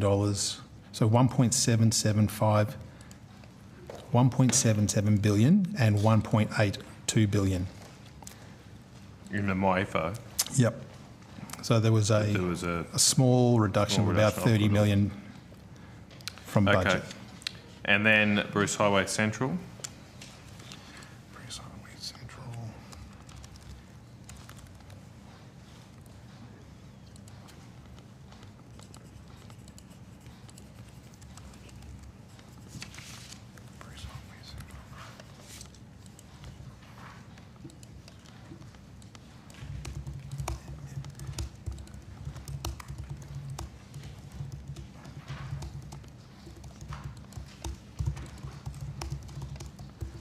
Sorry, Senator, if you just give me a moment. You've got it? Yeah.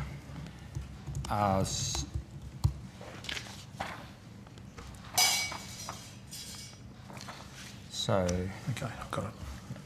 So, Senator, in terms of the forwards for budget, there was 355 million over the forwards, and on my EFO, there was 551 million, so there was a movement of around $200 million. What was that largely? Which projects were largely contributed to that reduction? Oh, I'd have to look.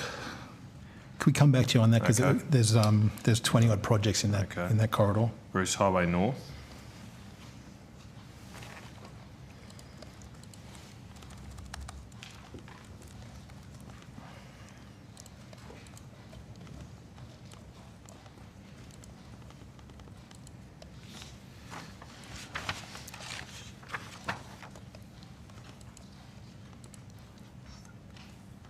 Okay, so for Bruce Highway North, it was 267.9 million at budget. How much was that? Sorry, I missed it. 267.9. 267, thanks. And 424.7 at my EFO.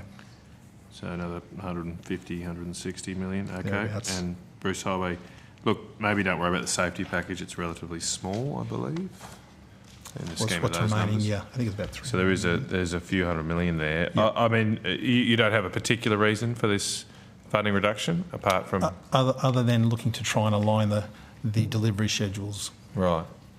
Okay, which is something that we do regularly with our jurisdictions. But given the Minister's comments earlier about how important the Bruce Highway is, why is there, that looks like here, at least it gets close to what I was saying, $500 million reduction in funding over the forward estimates for the Bruce Highway. It's a movement of funds to Well, it is a delivery. So there's nothing being... Well, it does mean that the projects aren't occurring at the same time as we expected. Well, I think a part of that, Senator, is also to align it with the capacity of the market to deliver it. Sure, but and there's a number of priorities. That means our road is less safe and more dangerous because we're not getting these projects done. Well, it's also not us deciding where we go spend this money, Senator Canavan. We obviously work with the state government of the day and it's profiled to ensure that it can be delivered with timeframes. You mentioned there's been no funding cuts in this update today? It stayed the same? No, there's been no funding cuts. The update, the supplementary budget estimates? The last budget had an increase of $467 million. But not over the forward estimates, obviously, as we've just been through. Is that about the Minister just mentioned that must be then in the out years for it to be true? It's over the 10-year pipeline. Yeah, so that's over 10 years. I mean, as I say, it's a desperate situation now. Promising to do something in 6, 7, 8 years is not much. Well, then the Minister not much saver for people. The Minister also wrote to her state counterpart, as we discussed earlier, about what we can do to improve safety, which I expect that offer will extend to the current state government, the new state government. Yep. Just on that then, are there, you mentioned earlier, Minister, the $10 billion program, that's been around for some years now. I mean, is there a plan for new projects on the Bruce, going beyond things like Gympie Bypass, Rocky Ring Road, done the Mackay Ring Roads now? Is there detailed discussions going with the Queensland Government about the next steps for the Bruce Highway? Yes, Senator, there are, but including Rocky Ring Road, the program is actually nearly $12 billion, so there has been an actual increase, so it's 11.6, including Rocky Ring Road. And there are over 40 projects currently on the Bruce, and we still have over $5 billion that we still need to expend, but we are in negotiations, as we said, with the current new government in regards to what we could also do. I'm conscious that the Bruce Highway Trust released a document in August that we're also going through and having a look through that as well. So yeah, there's lots of conversations going on in regards to the Bruce. So can I just confirm that the new government, the new Queensland government, has already had discussions with you about the Bruce Highway? My understanding is that there are negotiations with the new Queensland government as we head into my EFO on the entire Queensland program. Okay, they've only been in there for a week, so they've already reached out and had discussions with you. In fact, I don't think they've had a minister until Friday. So you spoke with officials last week about the Bruce Highway? We've spoken with officials, and I understand that the minister's spoken with the The new minister? With her counterpart, which might have been the Deputy Premier at the time. Oh, okay. It wasn't the... Because, Mr Blay. okay. The Minister for Transport was only, as I said, confirmed on Friday, but that's great to hear that there's action moving on that. Is there a list of projects that you are kind of discussing, or apart from the 40-odd that are in the program, I'm talking about additional ones. Are there other identified projects that are being discussed right now? We're going through, as I said, we're going through the trust. We're going documentation. We're going through a range of different information pieces that have been provided. So we're heading into my EFO. Well, could you on notice, if you could, come back to us with any projects that the Queensland Government has identified on the Bruce Highway, additional to what's already funded, is what I'm asking. Now, also going back to those figures we got in May, it appears to us that was $150 million moved from Northern Australian Roads Program to the Bruce Highway corridor? Yeah, that's correct, Senator. Okay. Did the Minister change the Northern Australian Roads Program guidelines to enable this transfer of funds? No, Senator. So why was this done? So the funding has been moved to the Northern Highway in unallocated, but the way that money needs to be expended needs to follow the guidelines that are under the Northern Australian Road Program. So even though the $150 million has been moved to the Bruce, the northern part of the Bruce Highway, yes. That $150 million still is subject to the Northern Australian Roads Program guidelines. What's that funding, that $150 million? I beg your pardon, Senator? What the $150 million that's been moved to the Bruce, what project, what specific project is that funding? Oh, it's still unallocated at the moment. Oh, okay. Right. So it hasn't been attributed to a project yet. Why was it moved then? Well, that was a decision of government, but it's a decision of government, Senator. Is that $150 million in the forward estimates?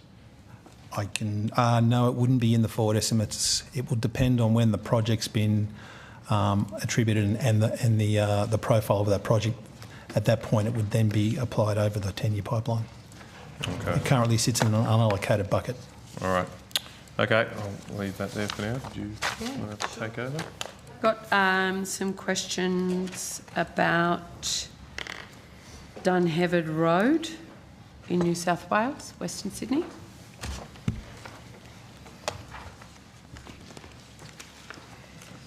Upper chair, man.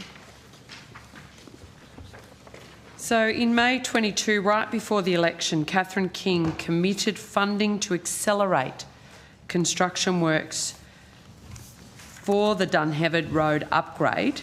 Has any money been allocated or spent on accelerating construction of the project? So you're asking how much money's been paid to the state against that project, Senator? No, I'm not asking that. I'm assuming it had a funding profile prior to the 22 election.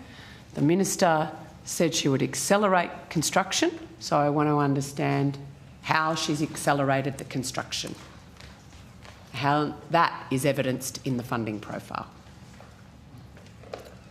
I don't have the details of the funding profile would have been like the 22-23 budget. I'd have to check that one, Senator, and come back to you.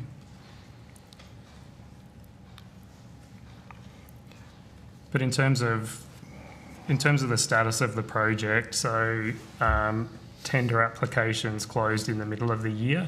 The tender's expected to be awarded. So tenders closed June 24? No, it was in August, late August. Okay, late August. And have you got a date? The 22nd of August. And the contract's expected to be awarded before the end of this year. And then the commencement of works is expected to start in the first quarter of next year, next calendar year. So accelerating, the announcement of acceleration in 22, prior to the 22 May election, nothing will be done till first quarter 25. Is that correct? No, Senator. I think in regards to the length of a project, in regards to it going through design, early works, all of those sorts of things to actually get to construction. I wouldn't say that nothing has been done.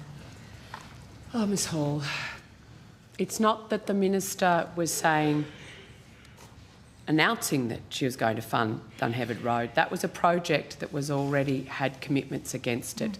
The Minister said she would accelerate it prior to May 22.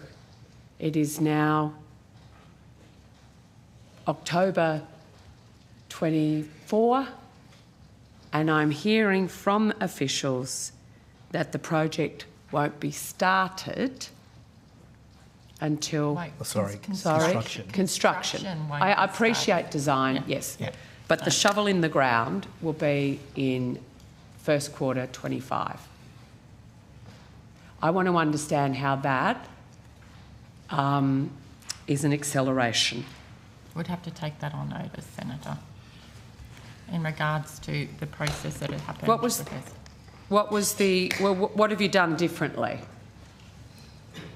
Well, Senator, I mean, these projects, as you are well aware, can be quite complex and takes quite some time to get through the relevant approval processes, planning processes, design work, to be able to deliver the project. So what was brought forward?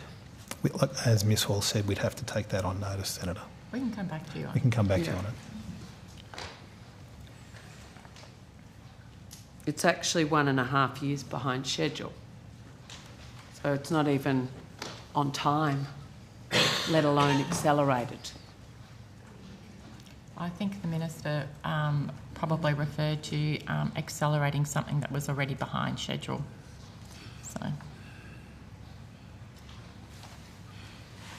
So when will I be able to understand? How long will it take? Am I going to be waiting for a written question on notice, or is this something we can get today? We'll try and get it to you today, Senator. I'm happy to pass my spread, please. Where did they go? The box over, if that would assist at all. Or I can get the boxes of previous estimates brought up. If someone could actually assist with that, because I want to understand the difference. Mulgoa Road, Stage 2. This was a project that was originally allocated $232.5 million. Funding was lost during the IIP review and then re-announced $115 million for the project, which actually on paper seems like a cut of 117.5. So can we just please walk me through why more than half of the Commonwealth contribution to Mulgoa Road Stage 2 project was taken away?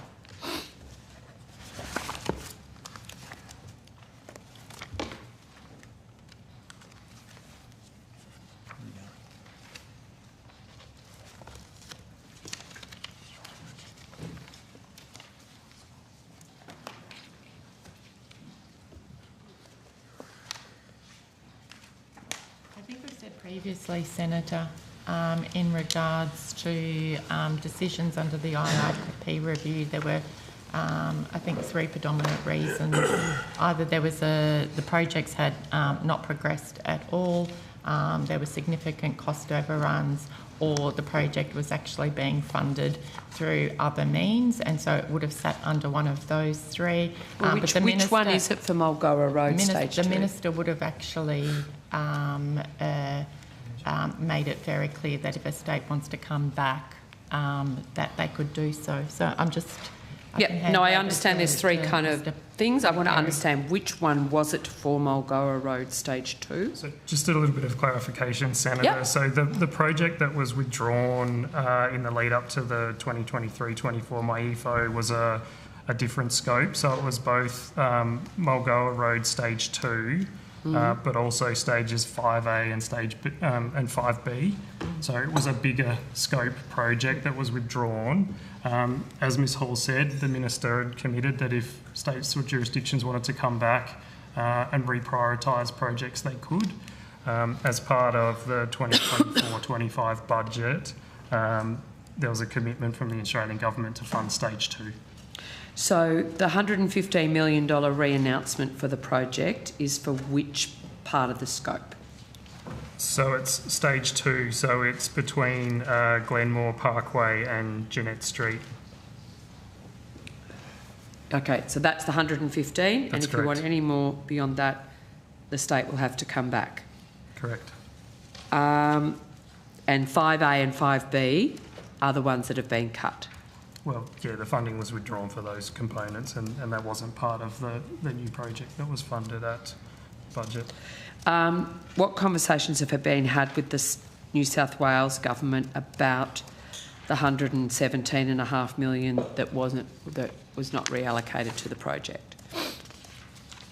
Well, at the time of the Australian government withdrawing its funding, that funding was maintained within the state, and then there were decisions made at the budget to reallocate some of that funding. The New South Wales budget? Yeah. Oh, sorry, no, as Or part ours. of the Commonwealth 2024 budget. Yep. The funding that was held against the state from the withdrawn projects was reallocated to new projects as part of that budget. Okay, thank you. I now have a series of questions on Western Sydney infrastructure more broadly. We just saw that the IIP review cancelled billions of dollars of funding for Western Sydney infrastructure, and the reallocation of $1.9 billion. The government reallocated 1.9 and completely cancelled funding for some project, and is now spending less, as we've just discussed with the Mulgoa Road project.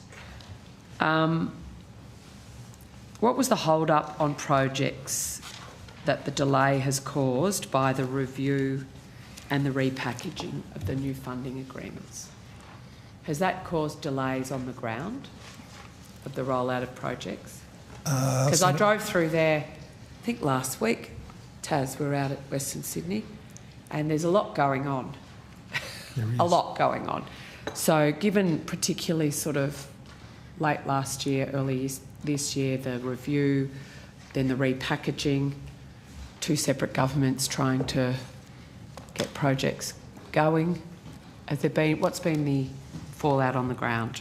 So, Senator, I don't think there have been any delays in relation to the projects, as we've previously mentioned as part of the IOP review, where if jurisdictions felt at any time that they needed to progress projects, they could write to the Minister accordingly and ask to do that. No, we had none of those. So in terms of the existing pipeline of projects, there were no delays. In terms of new projects, obviously they're coming on and they're moving forward. So I don't think that we would classify or categorise anything as being delayed. Okay.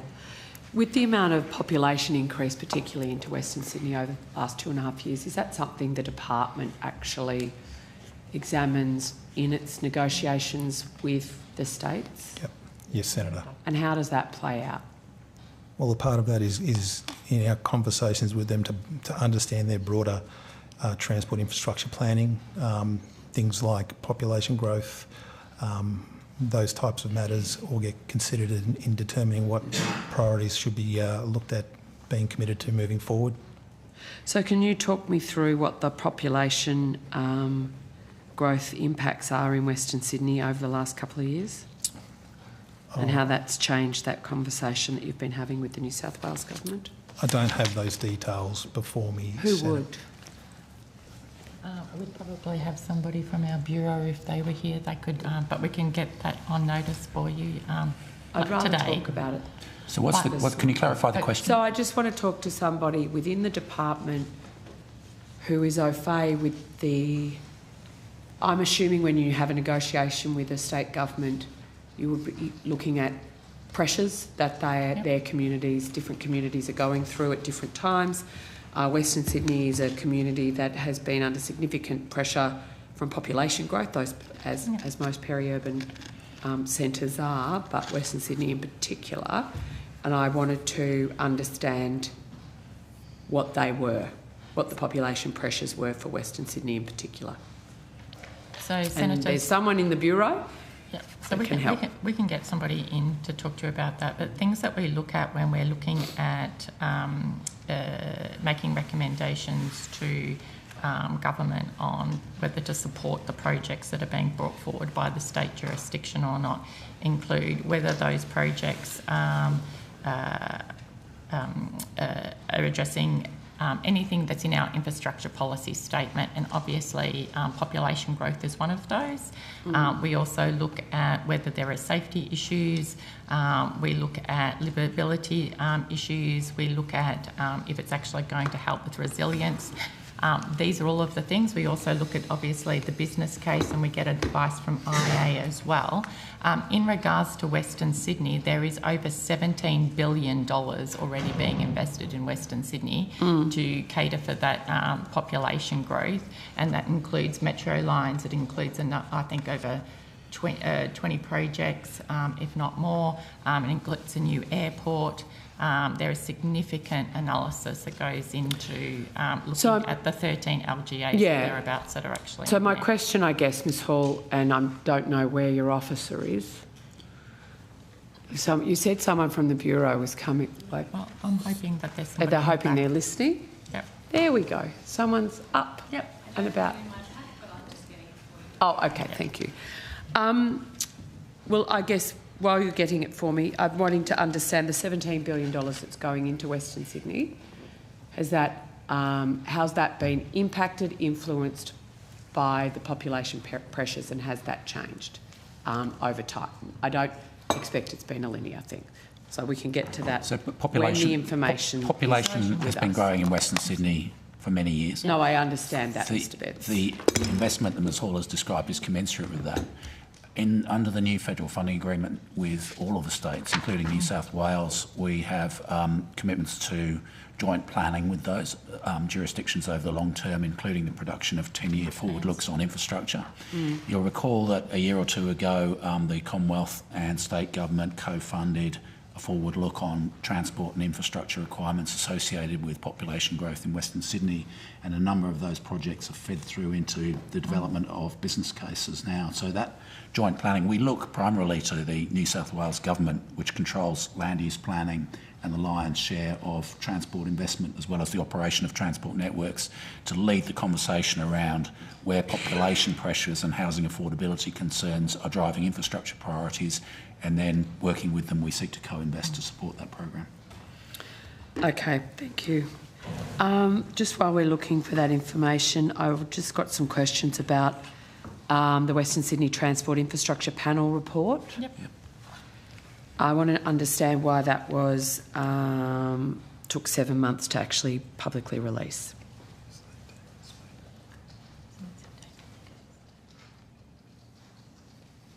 Well, see if we can get Mr McKay to the table to explain that. I'm happy to wait. I'll go to Senator Reynolds, can ask some questions. I'll wait for the appropriate officials. Thank you very much, and good morning. I've got a series of questions in relation to West Australian projects. None of them should be a surprise to you because we've discussed them all before. The first one I'd like to go to is AUKUS-related infrastructure projects. And in previous estimates, you were still waiting for a phone call from the WA State Government and/or Defence. I'm just wondering, have you now had any engagement with Defence or the WA Government on any AUKUS-related infrastructure in and around Garden Island, Rockingham and the southern Perth suburbs? No, I haven't, Senator. It's quite extraordinary given we've got the first of the US submarine going to be long-term located there with a lot of extra infrastructure. Okay, so could I then refer you... So the Garden Island Highway, which we have discussed a number of times, nothing has come to you yet at all about any infrastructure in relation to the City of Rockingham? Good morning, Senator. Good morning. I'm Maxine Ewan's Assistant Secretary for Western Australia and Northern Territory. The answer to that question is no. Okay, can I just highlight... so in somewhat desperation, the City of Rockingham and the southern city councils have just completed a transport needs survey and having a look at the AUKUS implications, which now are going to be active in less than 2 years. And something that we've talked about before is the Garden Island Highway. Now, without any road remediations, by 2030 there will be a 2.3 kilometre backlog of traffic to and from the island every day, going right through the heart of Rockingham, which not only will have Australian, US and UK personnel, but that is the surest way to lose social licence, having 2.3 kilometres, and by 2040 there will be 3.5 kilometre delays. Now, I find it unbelievable that the WA state government and Defence, who keep in other estimates, tell us we've got it all under control. Don't you worry your pretty little heads about all of these AUKUS-related projects. So, given that we've discussed it on multiple occasions now in these estimates, while they haven't come knocking at your door yet, have you, in any discussions that you've had in relation to West Australia, have you brought any of this up, given we have discussed it in these estimates? Not specifically in regards to that.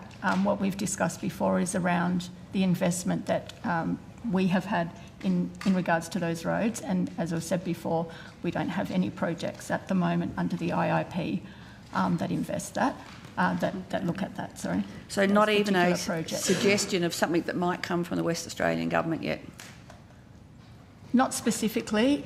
However, the Western Australia government, under the new FFAS, as you're aware, need to bring forward an annual infrastructure plan. Yes. So I would assume that as part of that, we could be having discussions in regard to that could future. Be. So if they do bring it forward, that they've brought forward.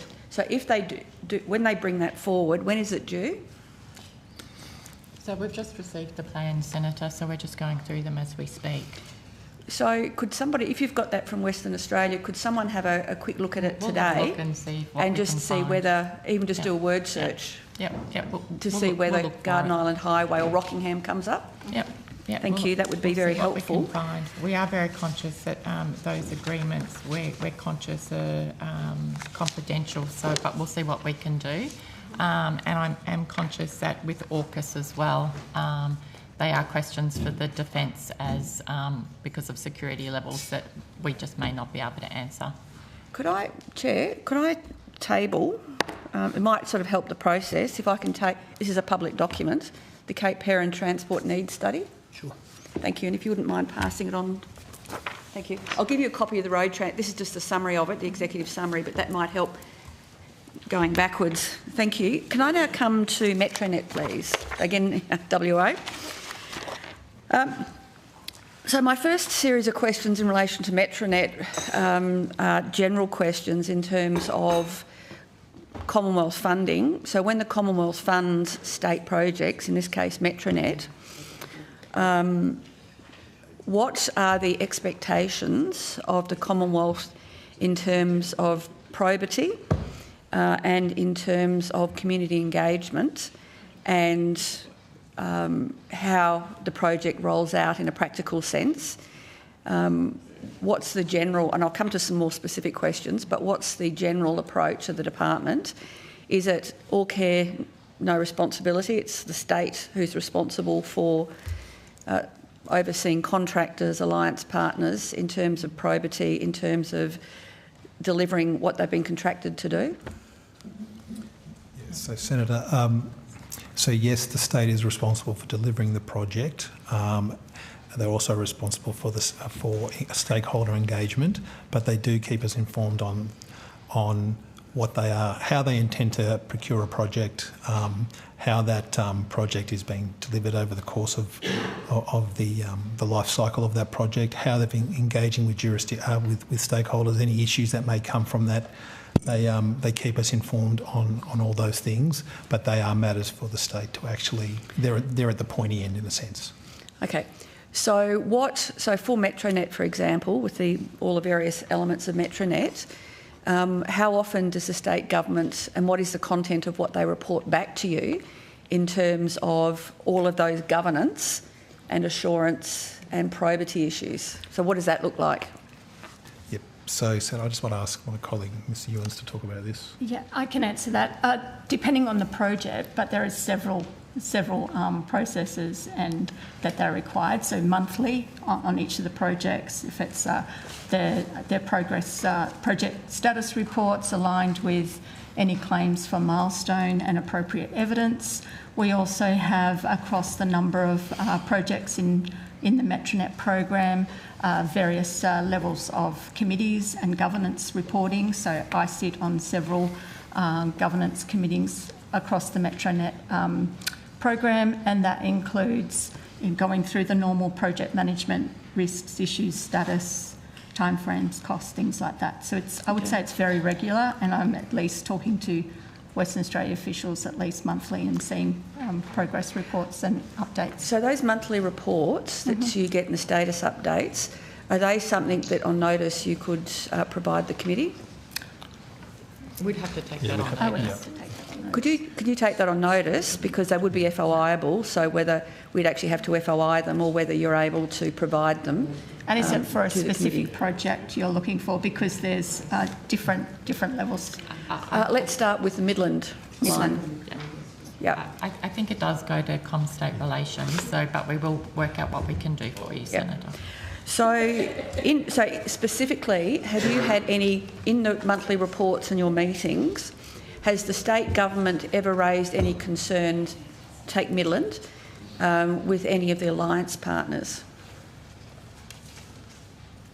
In regards to, so I'm definitely on the project board associated with the Midland project. Have they specifically raised an issue with their alliance partners? I would need to, I cannot recall off the top of my head. I would need to have a look at that. If you could, it's come to my attention, and it's also been widely reported in the West Australian press, that one of the alliance partners, Giorgio, has been getting incredibly favourable deals from the state government, particularly in relation to the Landgate building, where they got it something like $22 million cheaper than the valuation of the property. And I also understand that there's been other issues with the closeness of some of the state government officials and one, if not more, of the alliance partners. So if you could take that on notice. And so, okay, so you don't specifically recall that being raised. No. Do you recall being raised in any of these reports significant concerns by the Midland community in the conduct of the contractors and of the PTA over the last 12 months in terms of extreme interference and interruption with their business, operating throughout the night, keeping residents awake, having residents having to move? There's extensive reporting locally of this. Has that come to your attention at all? Yes, that has. I am aware of community concerns of some recent night works on the Midland. It's not just the night works. If you go back, there's well over 12 months in terms of, flooding the streets, getting rid of several hundred car parks, so the local businesses, people have got nowhere to park anymore.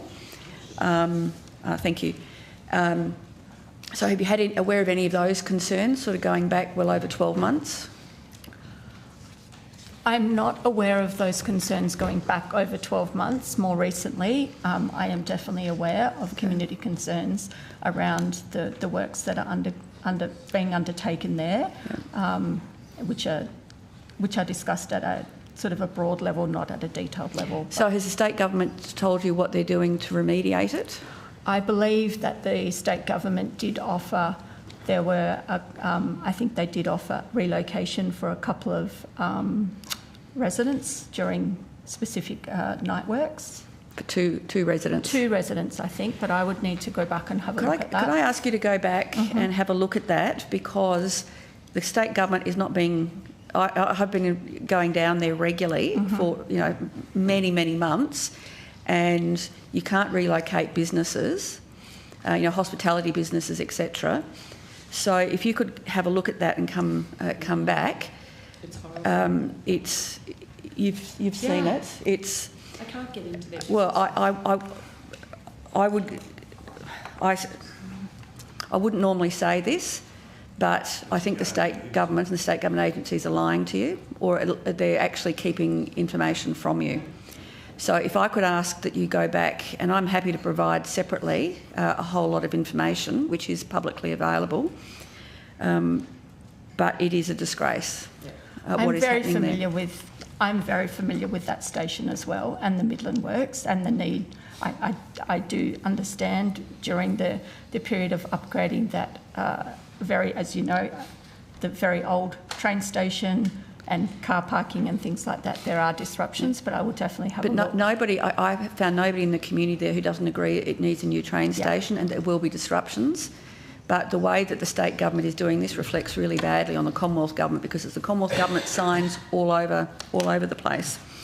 So if there's a case of, for example, hypothetically, you have somebody on behalf of the state government who is writing cheques but is also an alliance member, so is writing state government cheques effectively to the business, which I think on anything would smell a little bit of corruption, signing cheques to your own alliance.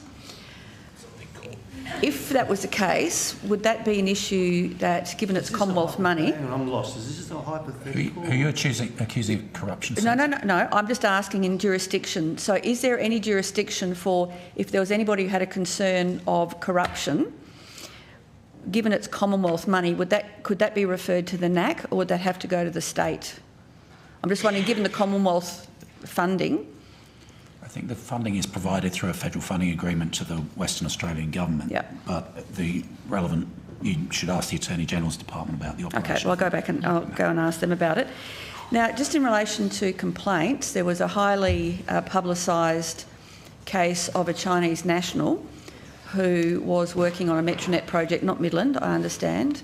I think it was Bayswater, who was in a category of workers where he was forced to be an independent contractor, so he could be paid less, which it's been widely reported in WA was also an issue he wasn't a lone case of where Metronet contractors had been doing this practice. Are you aware of this? No, I'm not, Senator. Could I ask also you take that on notice, because again it was widely reported, and it should have been something that the West Australian State Government reported through to you, because it was earlier this year. No problem. Okay. Could I now go, please, to... Or do you want a break, or do you want to come back to it, or are you... No, okay. Community infrastructure. Is that now, or is this just roads at the moment? Later. Later, thank you. Could I then go to the West Swan Road project, please? Where have I got it here? Reed Highway interchange with the West Swan Road.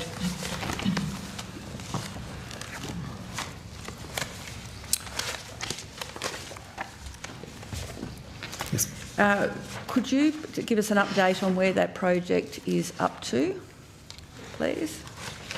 So, Senator, my understanding is for that project that the design and development is currently continuing, including undergoing environmental approvals, land acquisition and the procurement process. And I think construction is expected to be commenced in mid-2027. So it won't start until mid-2027? The construction part won't start until... And when is it... So if it starts mid-2027, when is it due to be completed? Its completion date is late 2028. Do you know if the state government, as I'm sure you're aware, that is a terrible choke point. It can take in the mornings an hour to get through the one interchange. Is there any? Do you know if the state government has any other mitigation arrangements in place before then to actually ease some of the traffic congestion there, or during construction, which will? Where's the traffic going to go when the intersection is being upgraded? I'm also very familiar with that road. I would need to take this. I would need to take that specifically on notice. Okay, if you could, thank you. And some of those things, sorry, Senator, some of those things will come out as part of the design works and the future procurement arrangements. And what is the current, what is the budget, estimated full budget for that? The total project, sorry. The total project cost is 175 million on a 50-50 arrangement. So Australian government funding on that project is 87.5 million. Thank you. And actually, if we could quickly go back to Metronet, just more generally, can you just remind us how much, when the project started and what the original project budget was and what it is what it is now? So I think in regards to the original business case was in 2019, the Australian government has committed over 5.65 billion across 18 Metronet projects. So it was a 5.65 in 2019? I think it's 5.65 in total up to now, crossing the entire program from the beginning. And how much did we commit in 2019? In 2019, I don't have that figure in front of me for 2019. If you could, give me an update on the specs. So how many kilometres of track? I think there's something like 20 odd stations now. And if you could just, as part of that, an update on how many of those are actually open and actually operating, and so that would be helpful, and what's still to be open. So could I just clarify, that's across the full 18 projects since its inception? By project, if you could, yes. And how just many so we are can get that currently journey open? from there to now and how it's expanded. Final question on Metronet is, we've had figures released in WA to say the state government, once Metronet is fully operational, it'll cost somewhere over $1 billion a year of subsidies for operational costs. Is that something that, while you're not paying, well, federal government's not paying for that, in terms of their business case, have they had calls ever to provide you with the information about the ongoing operational costs of Metronet?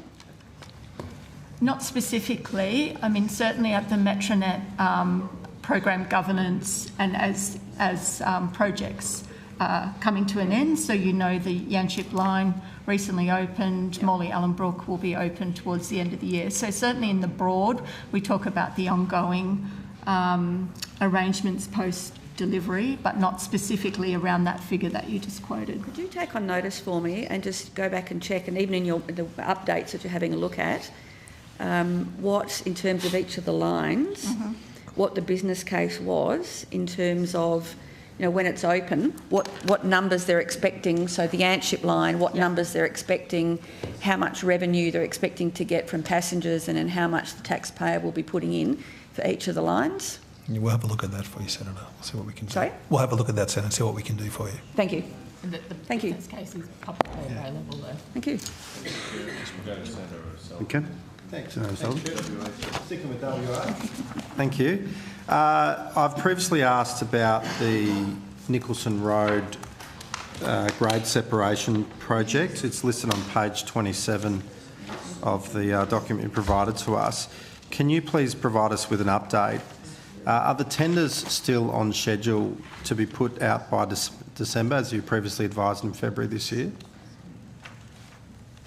So in regards to Nicholson Road, Garden Street separation, so the project development works have been completed, early designs, environmental and heritage assessments, and land acquisition works. So since we have been meeting regularly on that specific project, the design developments are ongoing, including we're looking, I think I reported to you before, extensive service relocations with Western Power and ATCO.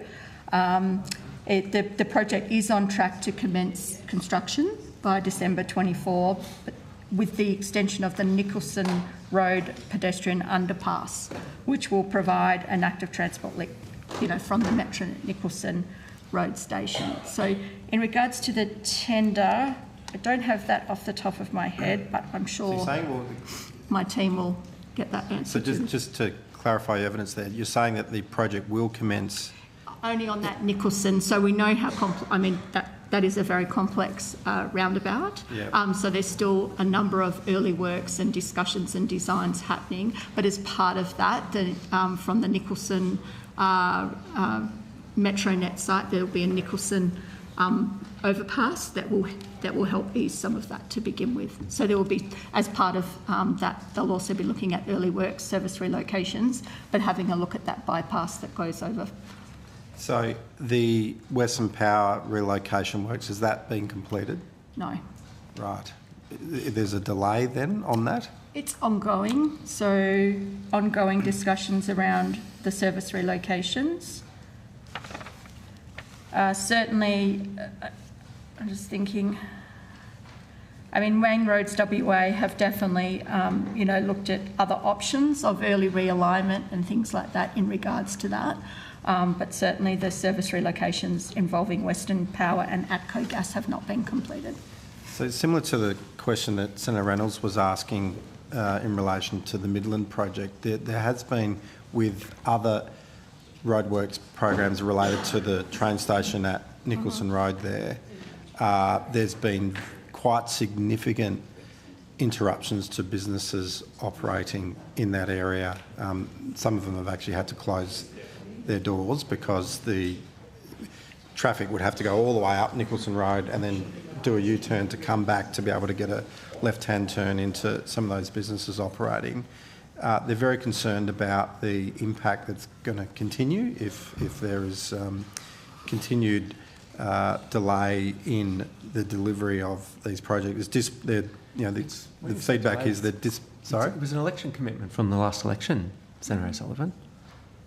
Sorry, why are you interrupting? Well, you're trying to suggest that there's some sort of delay. Like it was an election commitment that we made. No, you're wrong, Minister. This was a previous government commitment. But you didn't put any money into it. It was a commitment by the government. You didn't put any money into it, though. No, that's not true. Well, it is true. We're the ones who've actually made progress on it. You come in and complain about it, and you say we're the ones who've actually done it. There is no progress. That's the point that I'm making. Well, it is. The department there is no progress at all. The progress that's being made. Well, can you provide the evidence of that, You were part of a government Minister? that didn't do anything about it. Sorry, you're wrong. Well, I'm not, Senator O'Sullivan. There was this project's been sitting there for quite some time, and because the previous government did nothing about it is the point I'm making. That's exactly my point. Minister, the commitment was made about 6 months before the election. So, like, you're in government for 10 years. Anyway, I'll continue with my questions if that's all right, Chair. Might be a good idea to just quit while you're ahead and keep going then, Senator O'Sullivan. There's obviously a bit of defence being run here. So what we've got is a project that's delayed, presumably because of what seems to be the Western Power issue. Mm-hmm. Is that right? The relocation of those services? It's primarily to do with the service relocations across Western Power and ATCO Gas. Okay, so the simple question I've got is when will the project be able to commence? As in I'm talking about not the pedestrian overpasses. I get that. That's all part of the train station. When's the grade separation going to commence, and when will it be completed? Well, Senator, I think that, as Ms Ewan said, that will be subject to those very complex utility relocations that are currently undergoing, and we know that the WA government is focused on it because we discuss it with them often, but that process does and can take time. And what will the cost implications be for these delays? So we would need to, at the moment, I'm just thinking, sorry, just to go to your earlier question. So the main contract for the Nicholson Road commences early 2025, with award anticipated late 25 for construction to commence in early 2026. We would need to continue to work with our WA colleagues on any cost implications associated with that project for these delays. And okay. I think further to that, just in your comments around the disruptions to businesses, I think broadly, I'm definitely working closely with the WA colleagues as part of just making sure, and I know that the WA main roads are always looking to minimise disruption to any businesses. I appreciate they're two separate projects, but what the concern of those businesses is that this is just going to keep dragging on and on and on. They'd rather there be coordination and a more streamlined approach to it, to particularly addressing those concerns of those businesses.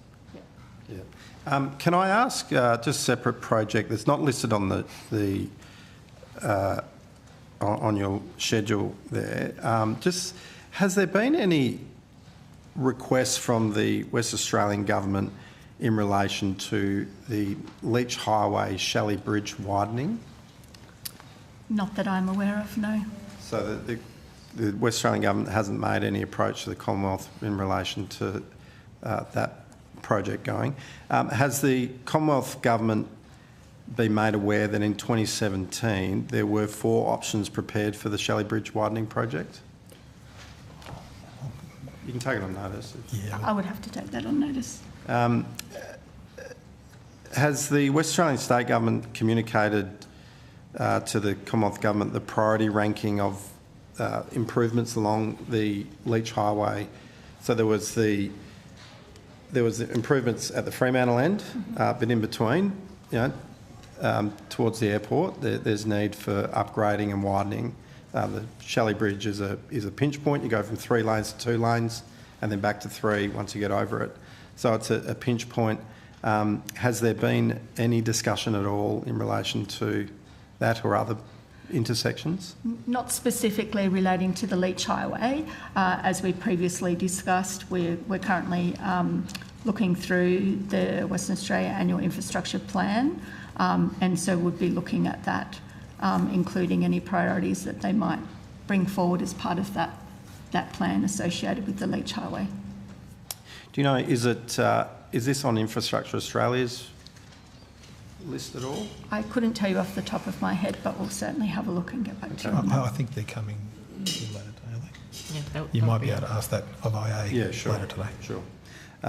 That's all for me. Thanks, Jeff. Okay. Senator Kennedy. That's okay, I've got these other ones first. Okay, thank you, Chair. I just wanted to ask about, there was an event to host an open day at the Gympie Bypass recently. There were apparently reports that the Queensland Government spent $311,000 on this event. Did the Australian Government provide any contribution to the open day? No, Senator, not that I'm aware. Okay. Were there any Australian Government representatives there? There certainly was.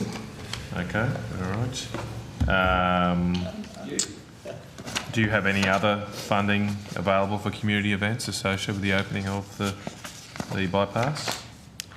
No. Okay, all right. I forgot to ask earlier because we sort of broke while I was asking about the Bruce Highway. Have you had any discussions with the Queensland Government about the 50-50, 80-20 discussion? The new Queensland With Government? the new Queensland Government. I haven't, Senator. Okay, so it hasn't been raised at this stage? So with this idea of new Bruce Highway projects we were mentioning, the current approach is to fund those 50-50. The current federal government proposal would be to fund any new projects 50-50 on the Bruce Highway. As we said before, Senator, that'd be the starting point for the negotiations. It's just a bit hard to hear. Yep, okay, sorry. As I said before, that's a government starting point for negotiations. We'll see what the new government would like to put on the table. So the 50-50 funding split is not set in stone then? It's not in the FFAS, it's in the infrastructure policy statement that it's the government's preferred, but we've also said that jurisdictions that, would find it difficult to do 50-50, such as Northern Territory, we would look at different funding options. Okay, so it's up for negotiation. Would that impact, if it went 80-20 on the Bruce, would that impact funding on other roads in Queensland? Would that be linked? Well, clearly, the more of our capital budget we're contributing to one project, the less available capital there is to contribute to others. It could be an impact then, depending on the funding, overall funding envelope. And you might recall we talked last time around 80-20, 50-50 and how it evens out in the end. It's just the number of projects you can fund is increased if you go to 50-50 rather than 80-20. It's just arithmetic. Okay. All right. Okay. Now moving. Yeah, sure. Project just in Tasmania. Is it the bridge thing? No, it's not the bridge. Bridgewater Bridge or something we've talked about for 20 years. Very quick. Bridge. Long bridge. Oh, it's not? It's going really well now. So,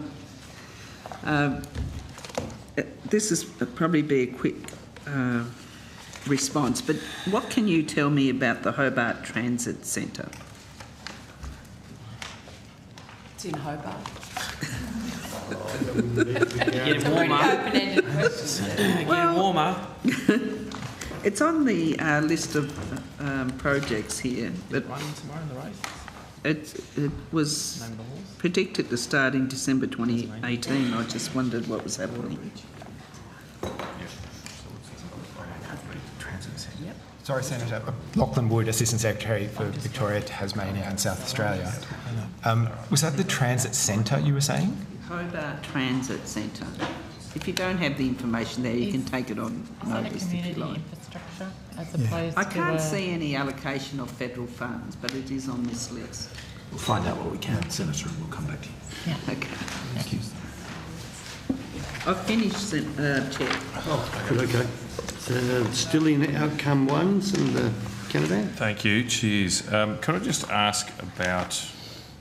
Sorry, the computer seems to have frozen here.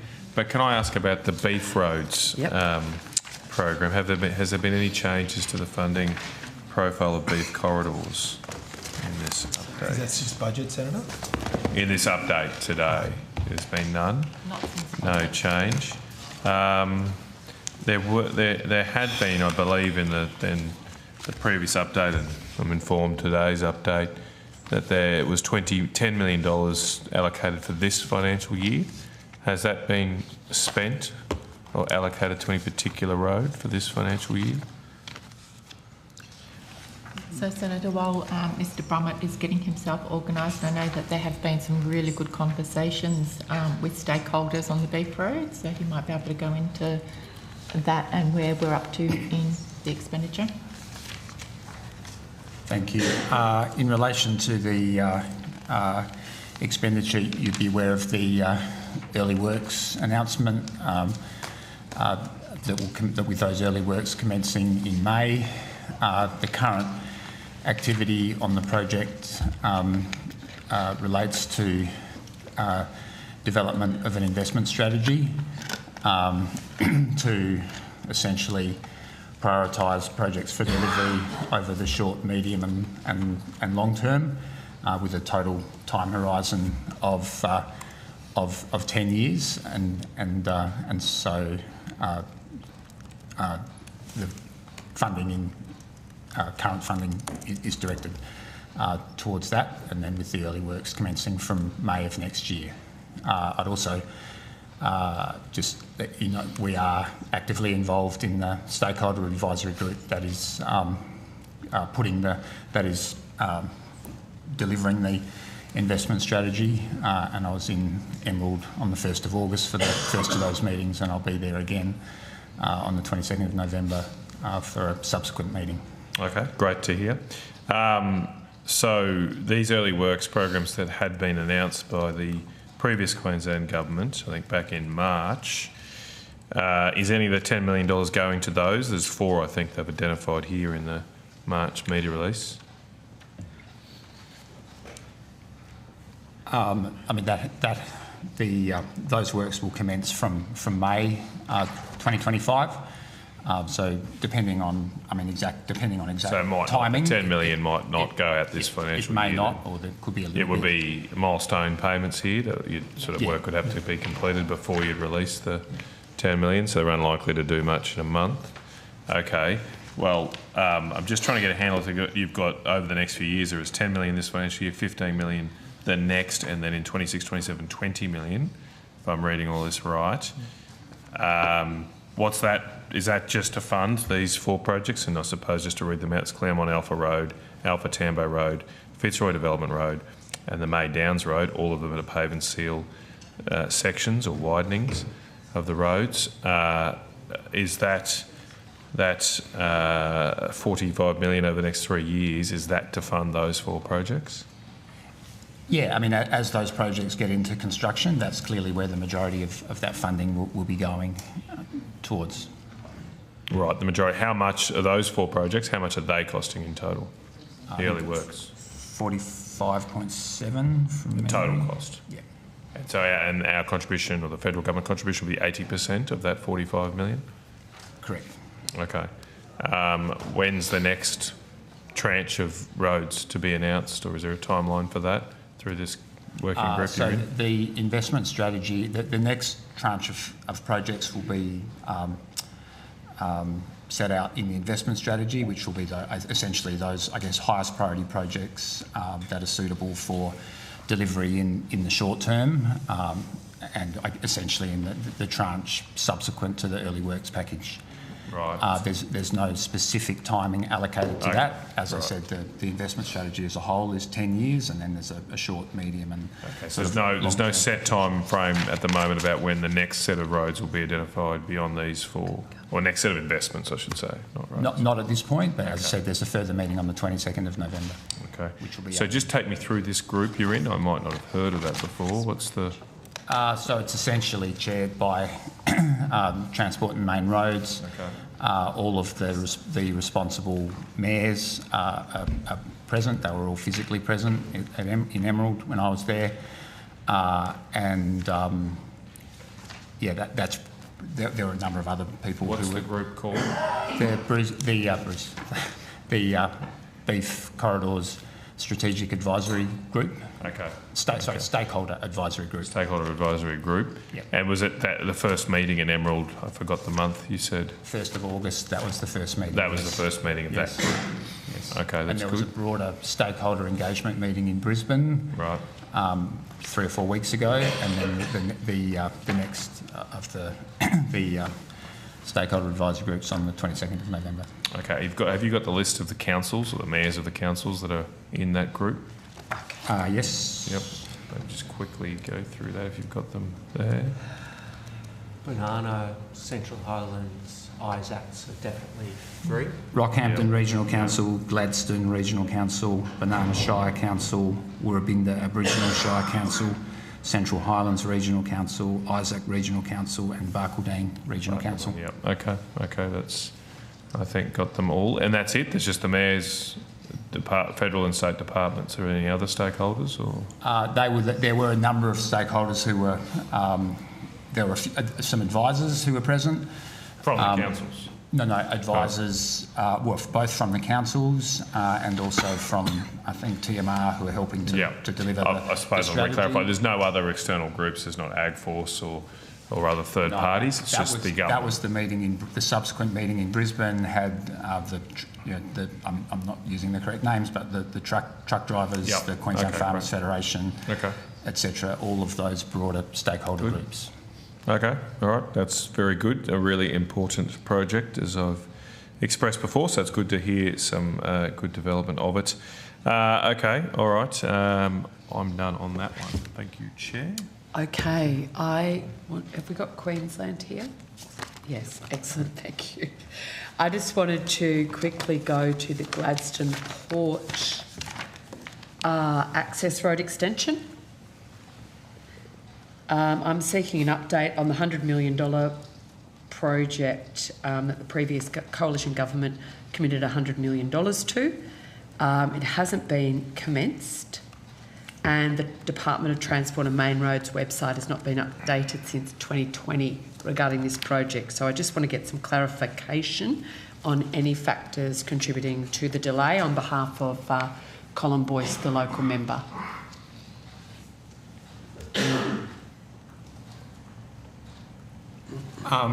So this is the Gladstone Port access? Yes. Yep. So I know there's been at the 24-25 budget, the Australian government accepted a request from the Queensland government to essentially rename the project and change the scope to essentially focus the funding on the bridge over the Calliope River. Yep.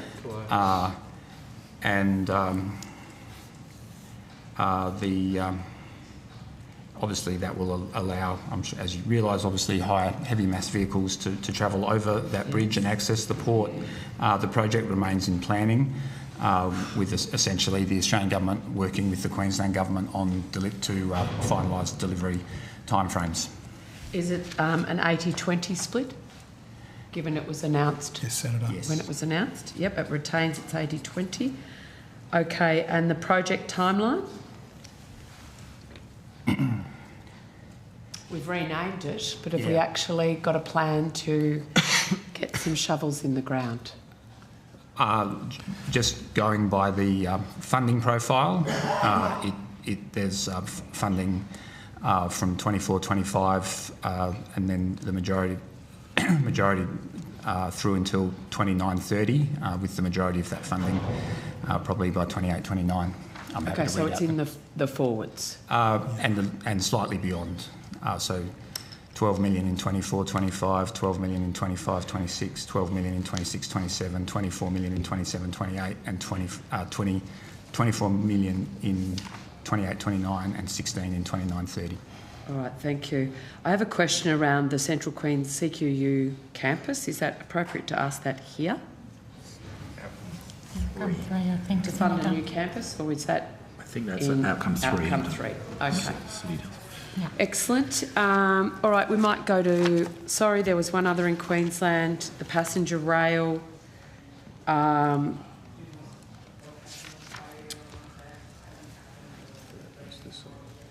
you already done this? Well, no, I haven't done it. Yeah, Do it? because it's the last Queensland, then we'll go to Victoria. Okay, all right, well, I'll finish off on Queensland, given my geography. Yes, I just wanted to ask about the business case for, I believe there was some promise to do a business case or funding allocated for passenger rail from Toowoomba to Brisbane. Yes, Senator. What's the status of that? Greg Cox will be able to help you with that. Yeah, thanks, Senator. We received the strategic assessment of service requirement from TMR in August 2021 and the preliminary evaluation report in May 2022. And both governments have agreed to close the business case work on this under the existing PPR and return the remaining funds to the IIP, and a project summary developed from that work is on the TMR website, and any further sort of release of findings would be subject to agreement from both governments.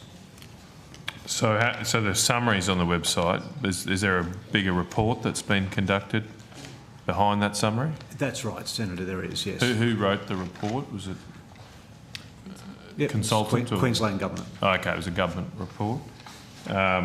Could we get a copy of that? We could certainly ask Queensland, because it's their IP, so we would have to ask them for permission. Right. How much funding did we provide for this? Senator David Muldoon, Assistant Secretary, Freight Terminals, $2.5 million. Okay. What did the Queensland Government contribute? There was no contribution from Queensland. Can I just... I don't know. So we paid for it. And we can't... And they have the... We paid for it. The federal government paid for it. And then the Queensland Government takes all the IP. How does that work? Who wrote that contract? Is that... So we wrote a... When you say they own the IP, we have is a that... shared interest in it, Senator, but we would have to get agreement from both parties. And I should say, Queensland contributed in-kind resources from their department to support the work. Sure. I don't know. I think, obviously what's done is done, but it seems strange that we don't negotiate a tougher line on this stuff if we're going to fund it. Absolutely. Maybe we should have the IP. And it also, it's frustrating for us as an exercise in a parliamentary accountability.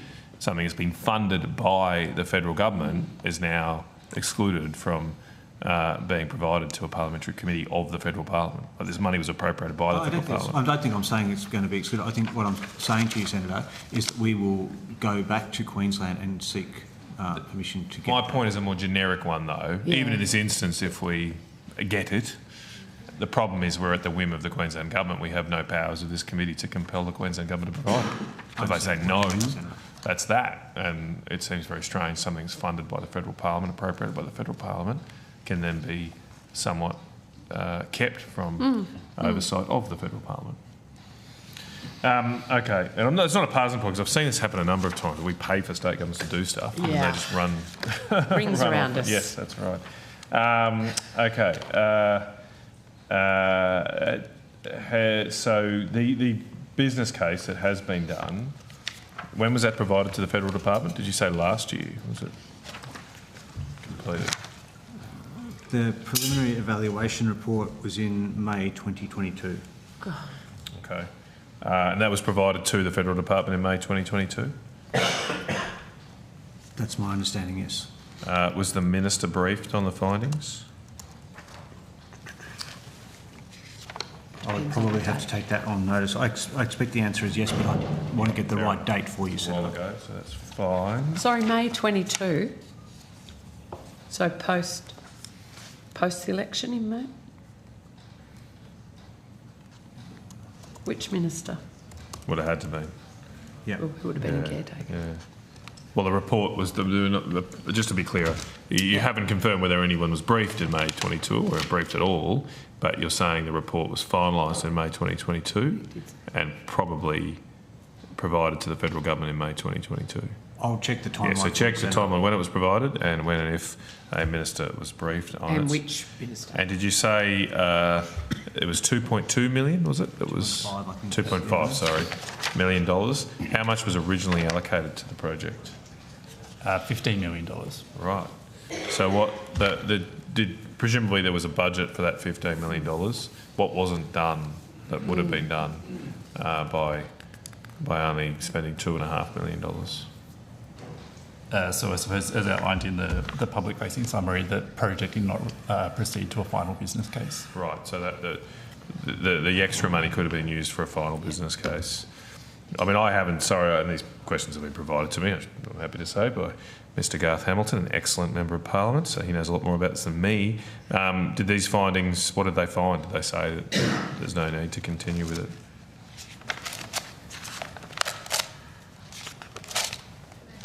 I suppose there's a number of findings out of there.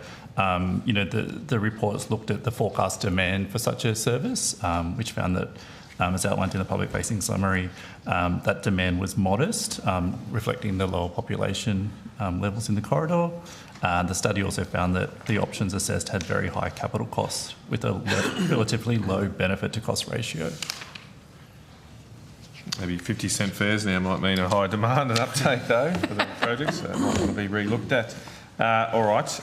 Did you say that's it for Queensland? I think that was it for Queensland. All right, well, happy to hand over to yourself. I stand correct. Happy for you to go through the pack. Olympics. The Olympics. Anyway, that's a whole nother line item. All right.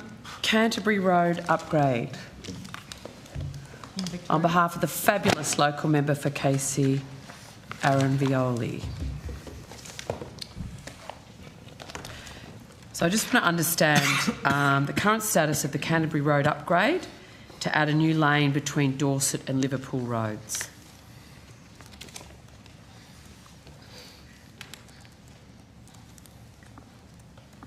Mr. Wood.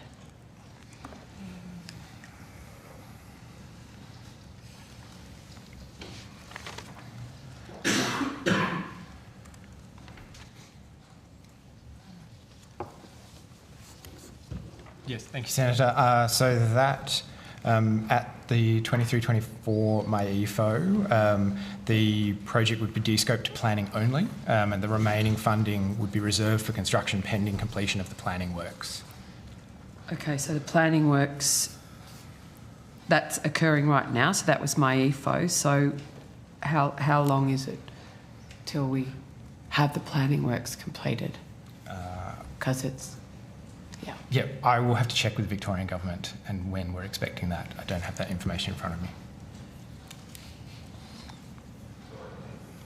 What's the amount of money that was put aside for planning? The budget is $4.76 million for planning. And how much is sitting waiting the outcome? So the funding before the previous commitment was $47.59 million. Yep. And the Victorian State Government is doing the planning? That's correct. Yep. So I want to understand if the State Government has raised any concerns with regards to the delivery of the project. Not that I'm aware of, but I will check and come back to you if there's anything. Ms Hall, is this one of these projects where you meet regularly with state governments around its delivery? No, this isn't one of the major projects. Senator. So Mr Wood and his team would be talking regularly on some of these smaller projects. I'm sure we can get the planning timeframe for you quite quickly in regards to... We'll have somebody out back that could be able to answer the question in regards to the planning timeframe. We'll come back to you. I'd really appreciate that. And so when was the last time you met with the Victorian Government on this, or had an update from the Victorian Government on the planning? So I haven't met with the Victorian Government on this. This is a smaller project and my team meets with them as part of general updates, so I will check with that and come back to you. Thank you so much. Yes, I want to know when that planning will be done, so when we can actually get started. Then we're heading out to Coldstream, beautiful part of the world. Yarra Ranges Council, we're wanting to ask about the Maroondah Highway and Killara Road upgrade. What's the expected commencement date of this project? The construction is expected to start in mid-2025. Okay. Has the state government raised any concerns to the department or the minister about the delivery of this project? Not that I'm aware of. Can you check? I will. Put this on your checklist. Now, is the cost still, what's sort of the cost? If we're starting construction in mid-2025, I'm assuming planning. Can you just walk me through the profiling of that? Sure. So Thank the you. profile for 24-25 is 12.17 million. Yep. And 25-26 is 4.99 million. Okay, so it's 16.17. There was it was announced as $20 million. There was also money in 23-24, which was Right. 1.26 million. Right. And the total including that is 17.16 million. 17.16. Correct. Which you're confident will get this project delivered as scoped and planned. I haven't heard otherwise, Senator. Okay. Thank you, and you will advise me if something comes up. Righto, Shepparton Rail Line upgrade. On behalf of the fabulous member for Nichols, Sam Birrell. Has the delivery partner, the Victorian Government, raised any further concerns with the delivery of the project or cost increases?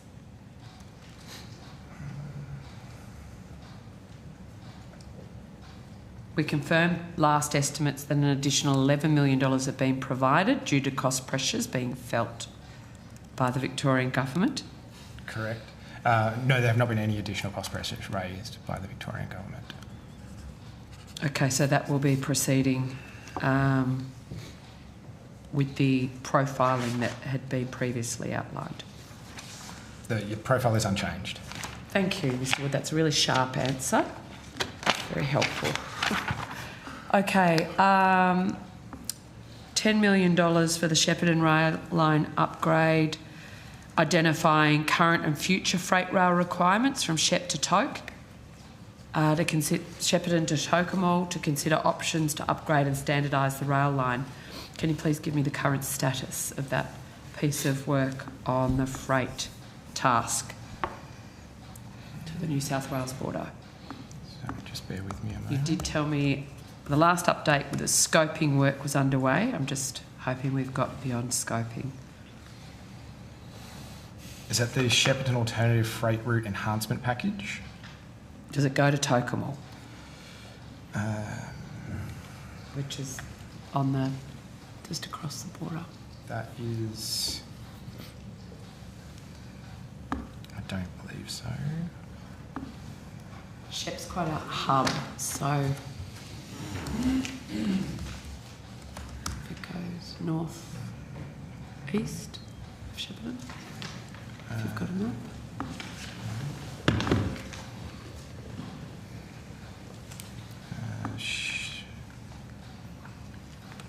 That's the Shepparton Rail Line upgrade. Just one moment.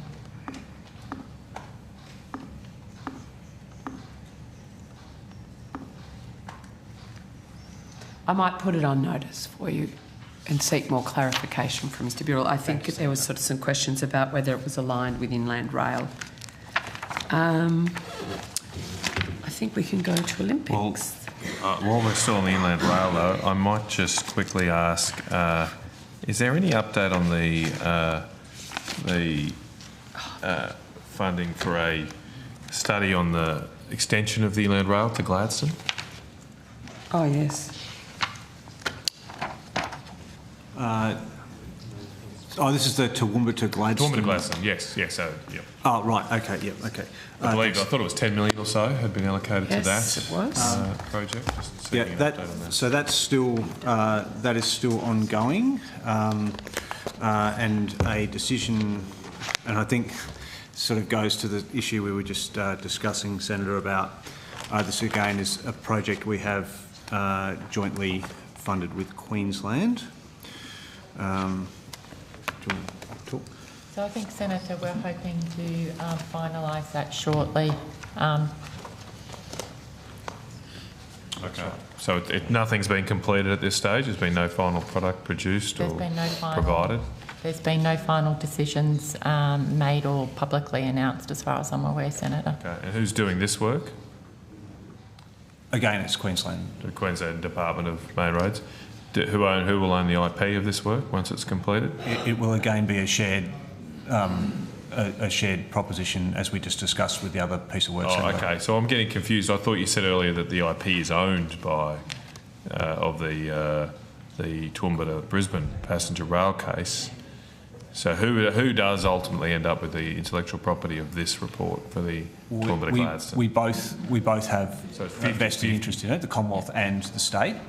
And it requires the agreement of both the Commonwealth and the state to release the report. Right. So we have a 50% share of the IP, in effect. I'd want to go and look at the Is there any? Okay, well maybe contract. Take on notice. Is there any contract that deals with the? I'll happily take that on notice, Senator. Yeah, and I suppose it does go to this issue of parliamentary accountability and providing of information and spending of taxpayer dollars. Okay, all right. So when you say soon, is there any, is there a deadline for it? We're hoping that it will be relatively imminent, but that will be up to governments given that there's a new Queensland Before the end of the year? That's our hope. Right. How long is this, when was it first started? I think it was a couple of years ago, Senator. I'm sure the team have the... So the strategic assessment of service requirements, so that was the part one of the gateway, it was January 2023. Yeah. Right, okay, all right. It'll be good to get it. And what will this be, the completion of that $10 million of funding once this report is done, or is there further work to do after it? It'll be a matter for governments to decide. Yeah. Oh, just particularly about the $10 million have been expended by the end of this report. So for the business cases, whatever the final costs come in, it won't be more than the 10 million, no. Just still trying to, so how much are you budgeting for it? Like, we've presumably got a budget for this. What's being put against the budget for this particular report that is to be finalised imminently? So the Commonwealth Government committed $10 million and then a project proposal report has been approved for $10 million. So are those two separate things? No. No? No, okay. No, the budget... Yeah. As you know, Senator, we get, because we pay on milestones, we do the project proposal reports. They will tell us what they think the estimated cost is within that budget. So in this case, they align. So the $10 million is allocated to this particular report that should be... Okay, that's all I want to know. I just want to check there's no hello log there.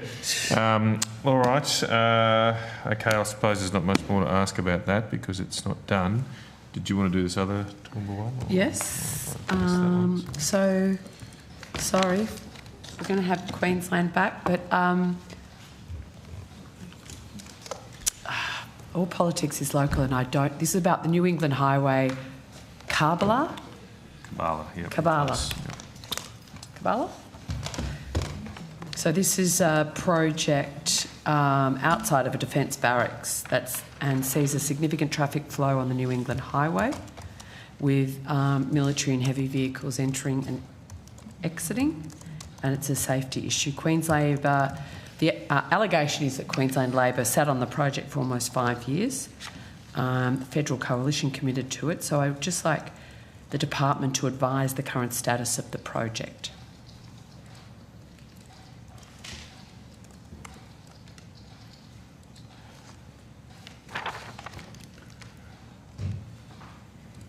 Senator, could you just repeat the name, please, Senator?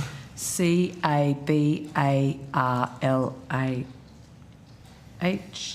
New England Highway. It's just north of Toowoomba. Kabbalah, yep. Always good to have a local, Senator Canavan.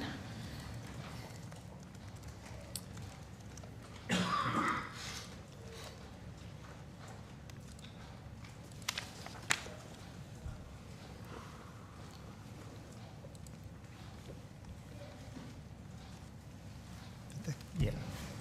Yep.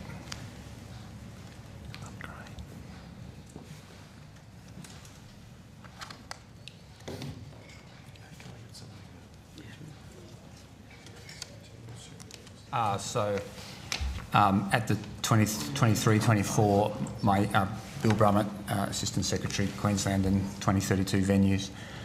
At the 23-24, my EFO, this project no longer received Australian Government funding.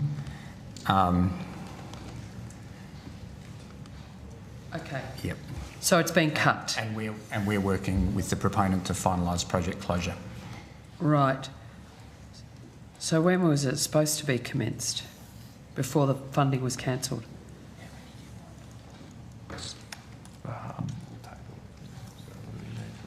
It was a 2019 election commitment, is my understanding, Senator. So it would have been...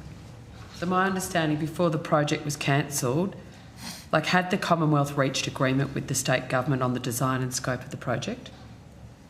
According to the TMR website, design was complete. We'll have to take we'll have to take them on notice, and we don't have Senator. that. That's one that is quite a small project, and the team will have to provide additional information to us. Given that this is now being cancelled, as per the official's evidence, has the department consulted with Defence, given the impact on the barracks? No, not that I'm aware of. I haven't consulted with Defence on this one, Senator. Has the delivery partner raised road safety concerns as a result of the project being cancelled? As in TMR, as in our Queensland officials? Not to my knowledge. And the delivery partner hasn't raised any concerns with the project being cancelled? Not to my knowledge, Senator. Well, could you check? Because my understanding is this is a huge safety concern, and to your knowledge these days, we just need to double check things. Thank you. I just had a question on the Inland Rail from its great champion, the Honourable Mark Colton. It's been a passion project of his for many, many decades, as I'm sure everyone in the department knows. I want to get clarification on previously unanswered questions on notice about the Inland Rail and get clarification on when construction for 2N2 of the Inland Rail will commence, and that's the Narromine to Narrabri section. So I'm just wanting to understand if the Quan SQ240000612 on land parcels has left the department and headed to the Minister's office.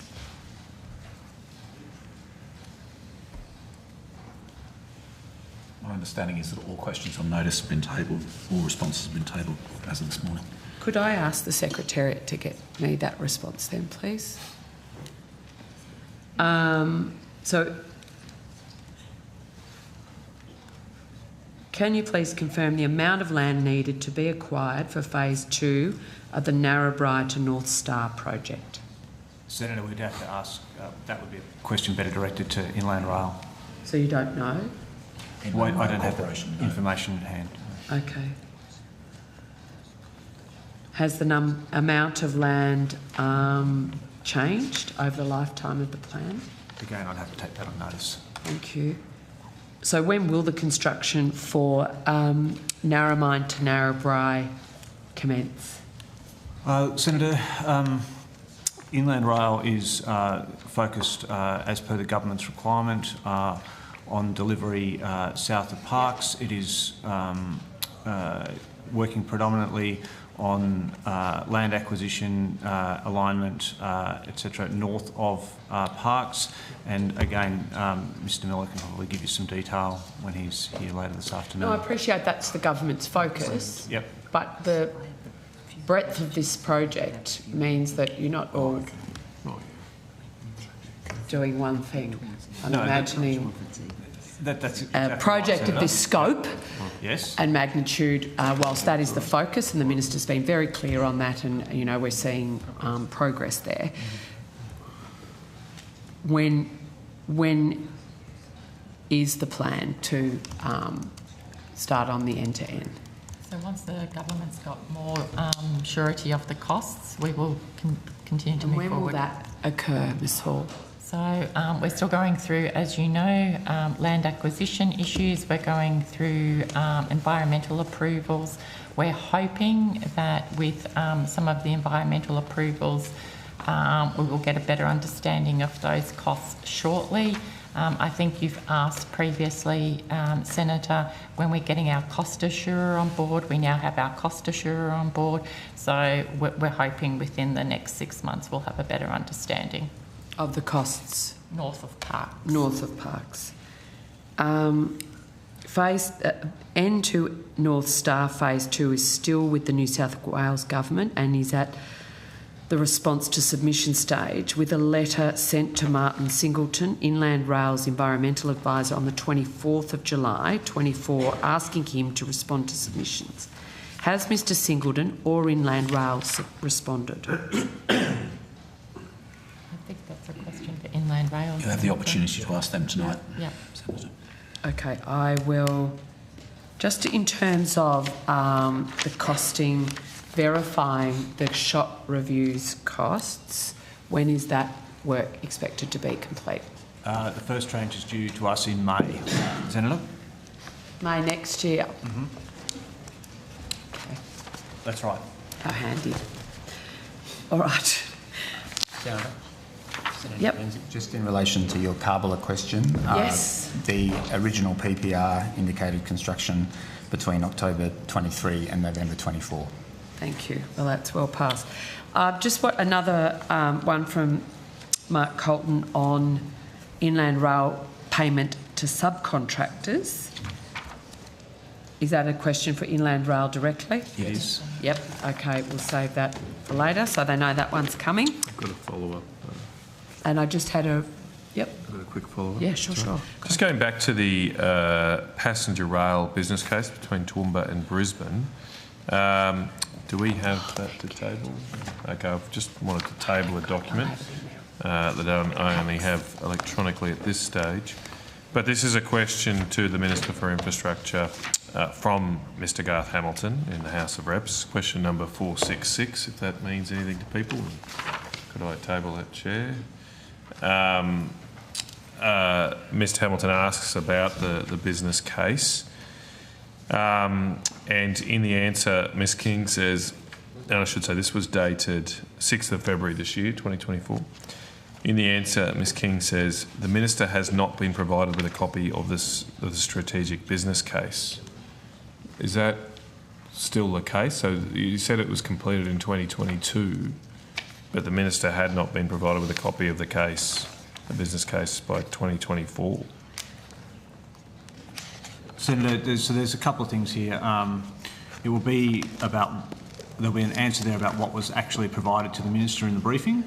And whether the briefing was a summary and it attached the strategic business case, which if the answer says no, then I expect we did not. So I'm also... There's no detail of that regard, in that you'll hopefully get it soon. Yep, there you go, there's a copy.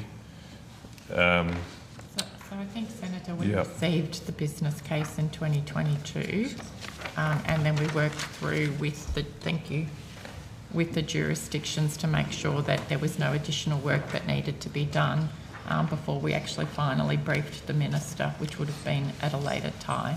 But we can come back to you on notice with that. Okay. But it sounds like, at least, presumably this answer is right. You'd stand behind this answer provided to the House of Reps, that at least as late as February this year, the Minister had not been provided a copy with that case. We don't know yet if the Minister was briefed on it.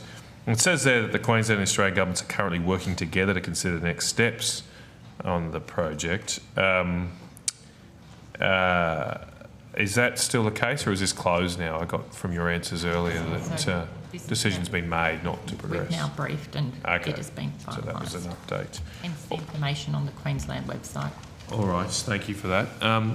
Now, Senator Brown has a few questions. I might get them out of the way very quick. And I've got some. Apparently. So, Chair, I'm happy to hand over to Senator Brown briefly. And we're going to try and get outcome one done before lunch if we can.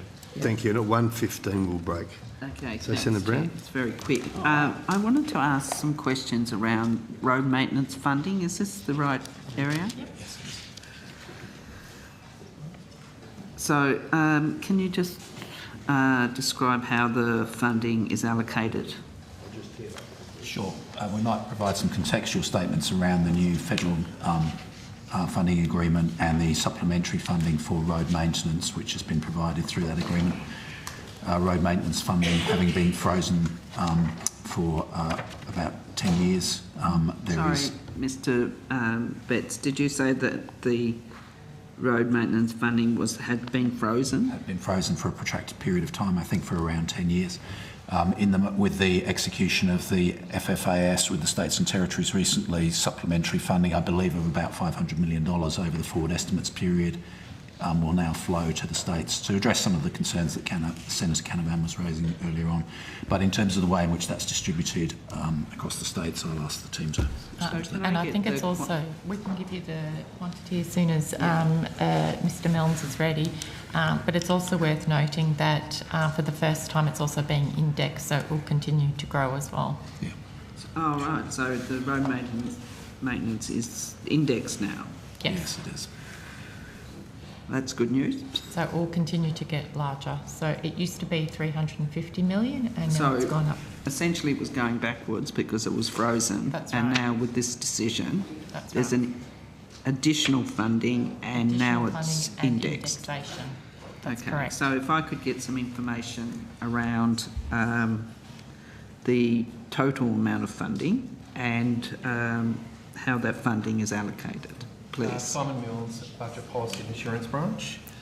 So the additional funding over the forward estimates is $510 million, and its allocation across the states and territories is ACT an additional $1.4 million, New South Wales an additional $168.8 million, Northern Territory an additional $24.1 million, Queensland an additional $98 million, South Australia an additional $46.8 million, Tasmania an additional $12.2 million, Victoria an additional $77.6 million, and Western Australia an additional $81.3 million.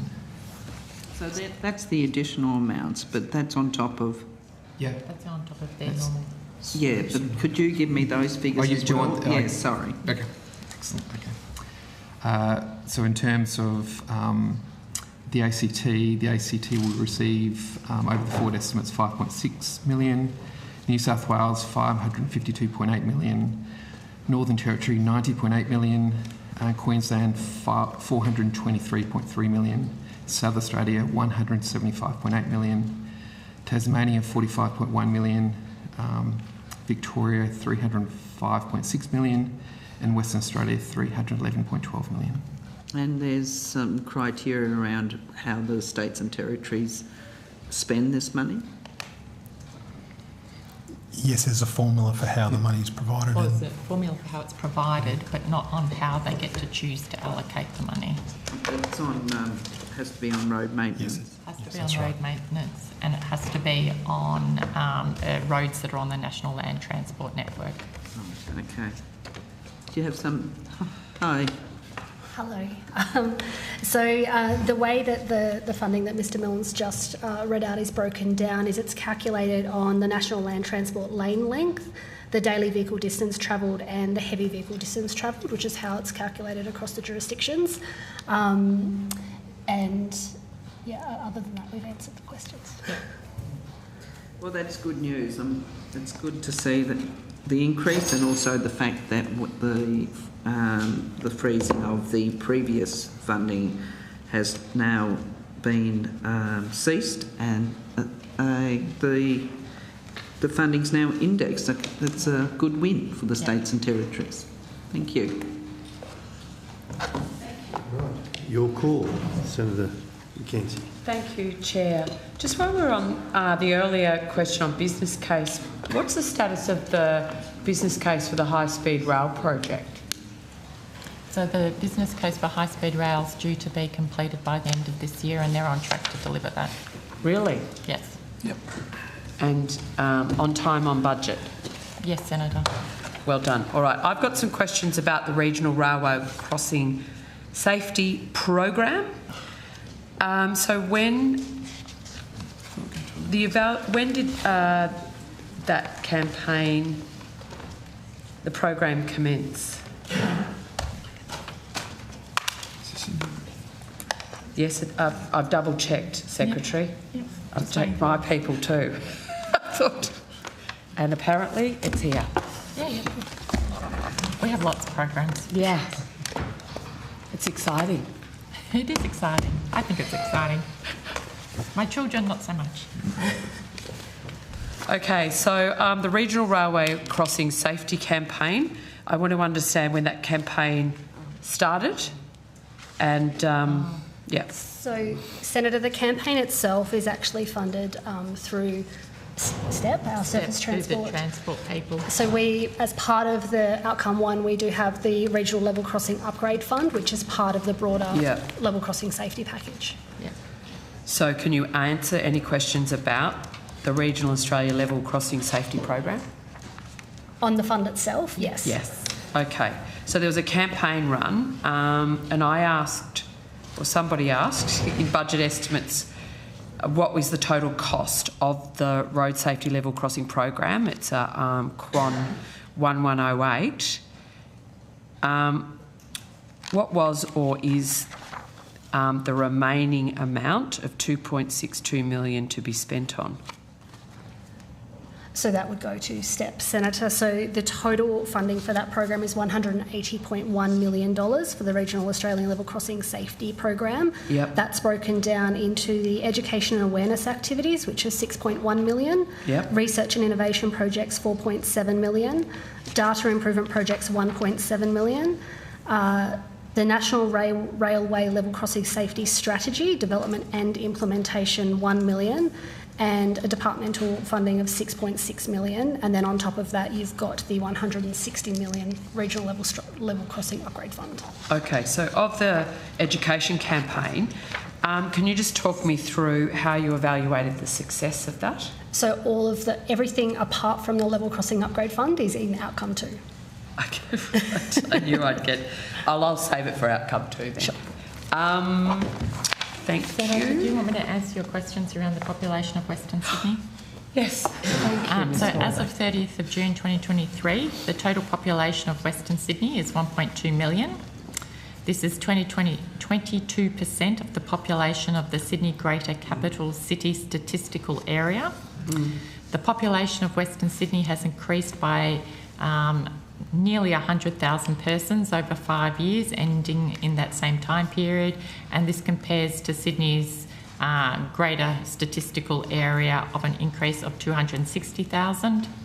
Western Sydney has grown at an average rate of 1.7 over the last 5 years, 1.7%, compared to 1% for Sydney and a whole of 1.3% nationally. So that it's a growing. That clearly shows that it is growing at a higher rate than other areas of Sydney, and indeed, and a lot of other areas in Australia. So my question then goes to the commensurate increase in infrastructure funding support at a higher rate.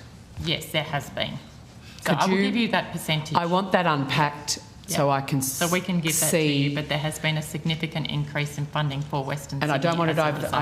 I know you want to give me 5 years, and I'd like it over the last 2. Okay. Thank you. I think we will go to Olympics.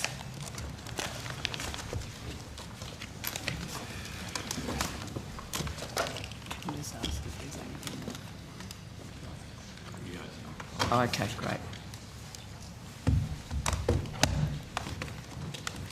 So can I have an understanding of the discussions? Have we... there's been a change with the Queensland Government. Has there been any discussions already started on the Olympic funding agreements, or is it all expected to proceed as planned?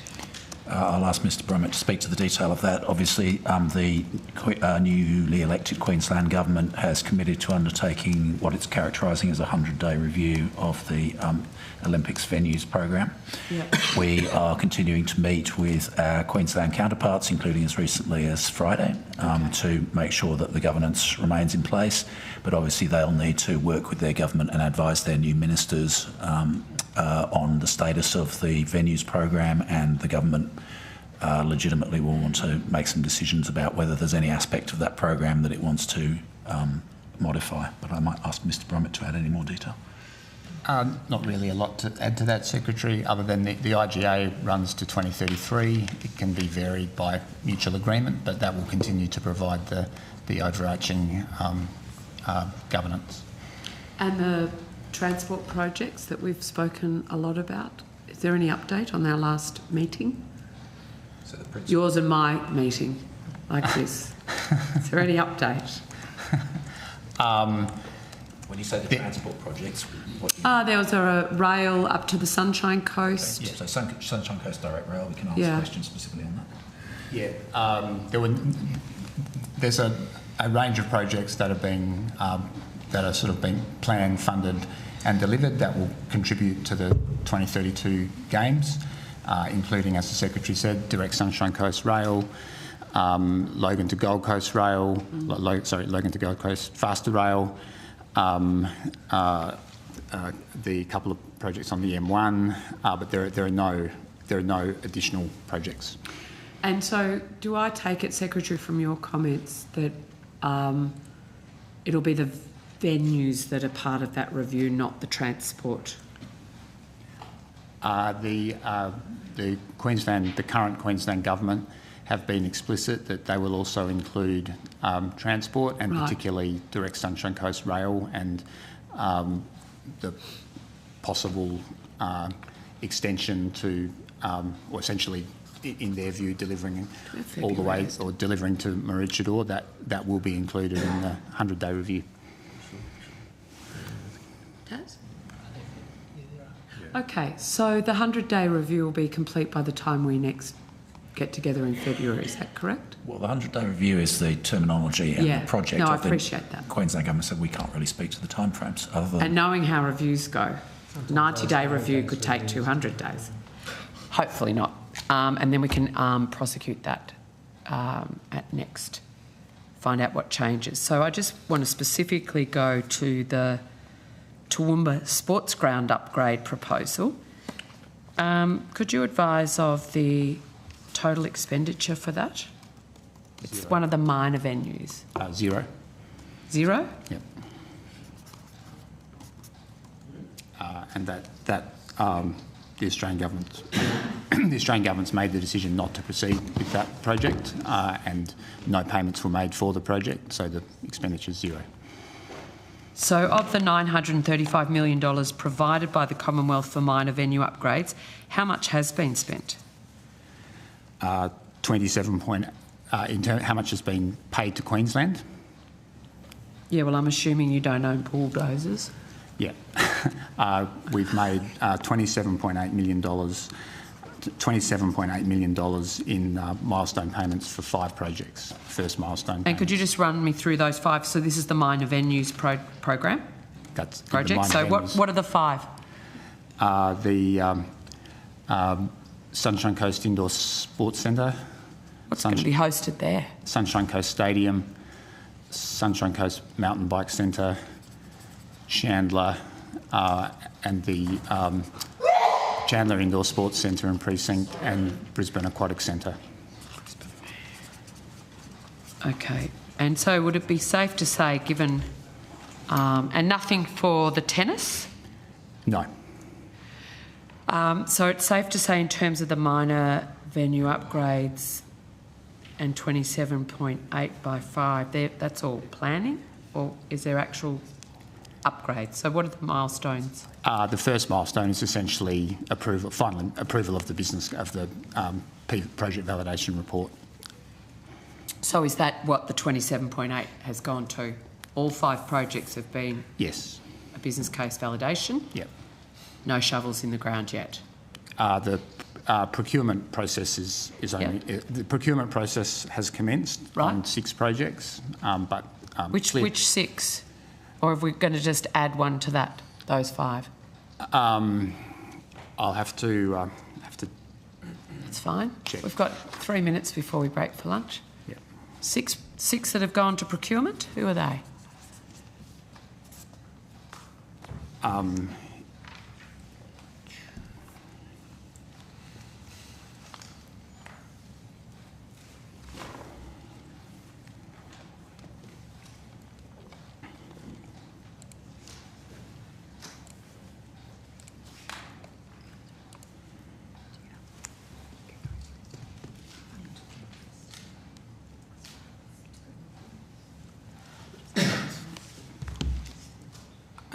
So I'll run through them. So Chandler Indoor Sports Centre is under procurement. Logan Indoor Sports Centre is under procurement. Moreton Bay Indoor Sports Centre is under procurement. Sunshine Coast Indoor Sports Centre is under procurement. And Barlow Park in Cairns Barlow Park and the Brisbane Aquatic Centre are both under procurement. Okay, just on notice, if you could let me know when each of those procurement processes is due to finish. And how is this going to work if the state government's going through a review process and you're in the middle of a procurement? It's not. We're not in the middle of a review of procurement. I know. Sorry, I mean Queensland, we as Team Australia for the Olympics. Queensland run the procurement process, and so they can halt it if they will manage that. Yeah. Yeah. All right. I've got a couple more. Great timing. Before we wrap up, Senator, is that okay? Did you want to... I reckon 5 minutes. And that's outcome 1 done? Yeah. You can, sure. If you can give me 5 minutes. Sure. We'll just extend the break for those listening because we can't unfinished. Done? Okay. Sorry. You got that? This one. Okay, I'll leave that one for you. I'll quickly knock off this one. Apparently in 2019 there was $5 million put towards a feasibility study of a level crossing at Taronga Road in Melbourne. Can I just get an update on whether the department's received a copy of that report? Taronga Road in Melbourne. $5 million feasibility study, apparently. It's on the Glen Waverley train line. If that This helps. is true.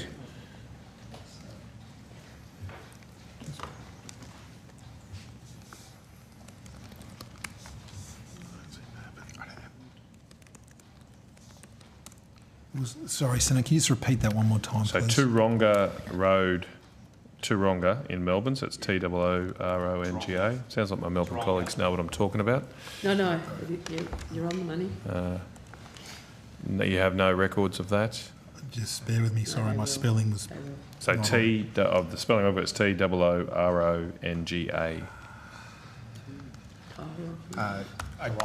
Taronga. Yes. Apologies, I was doing the zoo spelling in Sydney. Yes. Oh, Zooronga. Oh, okay. No, that's Taronga, the Taronga Zoo. Okay. Terrible. We got it? So, yeah, the feasibility study was provided to the department in May 2023. Okay, so you've got the report. Have you made that report public? I don't believe so. Okay. Well, can we get a copy of that again? Because you've got the same issue. Yep. We pay for things and then don't own them.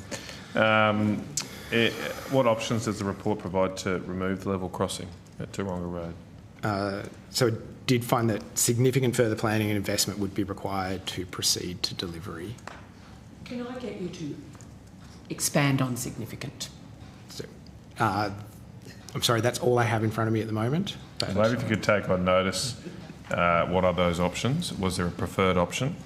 And if so, what was the cost of the preferred option? My understanding, Senator, it was extraordinarily expensive, but we'll come back to you. Right. Now, just moving to the Glen Ferry Road level crossing removal project. There was also, I believe, some funding allocated for that business case. So Glen Ferry, GLENFERRIE. It just flows, Matt. It's just Glen Ferry. Okay, Glen Ferry. Yeah. I should have asked this one. Well, you know the area, Bridget. Probably 40 years ago, yeah. No records of that one. It's nice. Just a moment. Yeah. Well, maybe we'll let these people search for it. I think my colleague, Senator Mackenzie, has one other line of questioning. I do. One other line of questioning and then we probably can... got exactly the same questions on that one, basically, when you find it, so we might have time to come back to it. Thank you. So I just wanted to ask about the Cunningham Highway upgrade, including the Amberley interchange. So someone might need to come over to this side to help with that so that Mr Wood can keep looking for Glenferrie. Oh, you're right to go? We've got it? Okay, so have you got that report? In Kooyong, just confirming. Yes. Glenferrie Road, yep. So at 22-23 October budget, the Australian Government announced this project would not be proceeding to delivery. The feasibility study was provided to the department in May 2023 and found that significant further planning and investment would be required to proceed to delivery. So it's too costly to proceed with. Okay, that's easy. Likewise, can we get a copy of that report on notice? And just to confirm then, going back to Ronga Road, no decision's been made, no similar decision's been made not to proceed with that? So I think any further decision would be a matter for the Australian Government. Right, but it sounds like on the Glen Ferry one there's been a definitive decision to not proceed. There were decisions on both of them, Senator. It's just the way that the teams... Could you just clarify that, Ms Hall? What did you just say? Sorry, I missed it. Decisions. So in regards to both of those projects were my understanding, and obviously before all of our time, but they were both quite costly, and so a decision has been made at this stage not to progress until the Victorian Government comes to us with alternatives. Right. Thank you. Thank you. If their suburban rail loop paperwork's anything to go by, that won't happen. All right. We've got Cunningham Highway upgrade, including Amberley interchange. Minister King announced $20 million on the 27th of September for the business case with the now former Labor Queensland Minister for Infrastructure. When was this funding first provisioned in the IIP?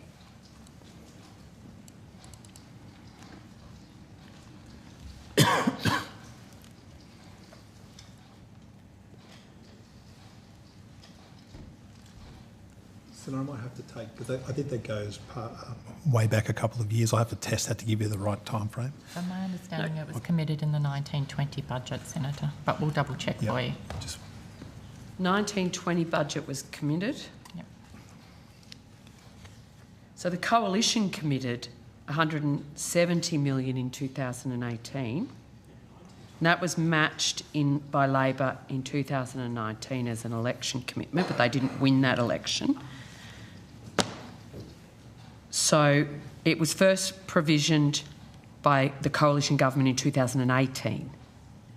Can someone clarify? We'll clarify. Because you just said 2019, but that's just Shane Newman release. I don't know when it actually got put into... We'll double check that for you. We'll have to go back thank through you, papers thank you. for that. So can you confirm that $20 million of funding was previously listed as a package of works for planning works along the entire Cunningham Highway corridor? We'll take that on Mr Brummett. No, Mr Brummett will... Like it's previously provisioned. Was $20 million previously provisioned for the Cunningham corridor? This is not hard. The project previously consisted of a package of 20 planning projects, and then due to cost pressures and community feedback in TMR's processes, it's been rescoped to the two business cases that focus on the highest priority upgrades, including the Cunningham Highway and Ipswich Rosewood Road intersection, the so-called Amberley interchange, and the Ripley Road and Swanbank interchanges. That context I can give you. Beyond that, the project is the so total project it's cost gone from 20 planning to 2 focused projects, is what I'm hearing. within the 20 million. Yep.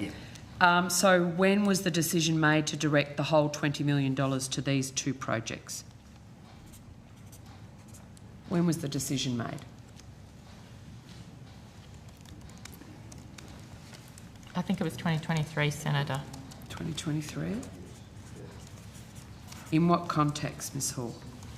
My understanding it was following community consultation and the delivery of the business case, which found that it was probably too difficult to do it, but we'll come back to you with So the if the detail. decision was made to go to the two, when was the funding profile updated? If it was 23, we decided it was too hard, the community feedback, etc. So there was a profile change from MyEFO to From budget. MyEFO? From MyEFO to Could you budget. just walk me through that? Sorry. I can. Thank you. So at budget, it was $5 million in 24-25, $5 million in 25-26, $4.68 million in 26-27, and in my EFO, it was for 24-25, 8.43 million. Yep. 25-26, 2.22 million. Mm-hmm. 26-27, 2.56 million. And sorry for the MyEFO run, there was also money in 28-29 of 0.94 million and 29-30 of 0.25 million and 20-30-31 of 0.28 million. Jeez. So money was brought When are you forward. Okay. All right. Now, just to clarify, that is still on an 80-20 split? That's correct. Right. So of the 16 million of Commonwealth funding, can you just, of the three, we've got the Ipswich Rosewood Road intersection, the Ripley Road interchange and the Swanbank Road interchange. Can you give me the breakdown for each of those three components? No, I think we'd have to look at that, Senator. Take a look at this. This is planning work, so we'd have to check that. You don't have that information at all, or We certainly don't have it available here. We do. We don't have it available here, or is it stuck in Definitely don't have it Queensland? available here, and we could take it on notice to see if we have it, but we don't have it available here. So, Senator, I would suspect that it's planning business case work, so I just suspect Yeah. it'll be together. As one package. Yeah, that's what I would suspect. Well, if I can find out sort of more detail, that would be great. Sure. Just the status case for the business case for the Amberley interchange upgrade. When did the business case commence? My understanding was is in 2020. Wow. And so what solutions is the business case investigating? Senator, my understanding is the business case is investigating, in response to the community feedback, it's investigating, I guess, the sort of desired end state. So it's sort of looking at desire, trying to find the right words, the sort of desired end state as opposed to short-term fixes. It's focused on the longer-term solution. Like how do we get to the... what's longer-term solution? A new objective? Yeah, I'm trying to find my words too. So that's not finalised, or that's being finalised? It's underway. It's underway but hasn't been provided to government yet? That's correct. Right. When do we expect that to be finalised? I don't have an answer to hand. Just on notice, if you could actually, from your conversations with your Queensland colleagues. So if the business case was announced in 2020, they've gone out, consulted, and in response, as I'm hearing it, to that consultation, you're changing the end destination. Is the September 2024 announcement from Minister King a new business case or a refocus of the old business case? I just need clarification.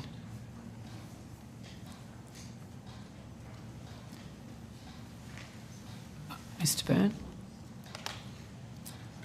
Senator, I don't have that here. I can't give you the detail on that We've right now. just talked about it. We've just talked our way through it. My understanding is that the new business case will, or the current business case is focusing squarely on these small number of projects that we've been discussing. The three. Yep. Okay, so it's a more focused business case than what was originally announced in 2020 as a response of public feedback. Am I reading this right? That's my understanding. Okay, I'm getting nods from the back, so I'll go with that. So it's not a new announcement of a business case.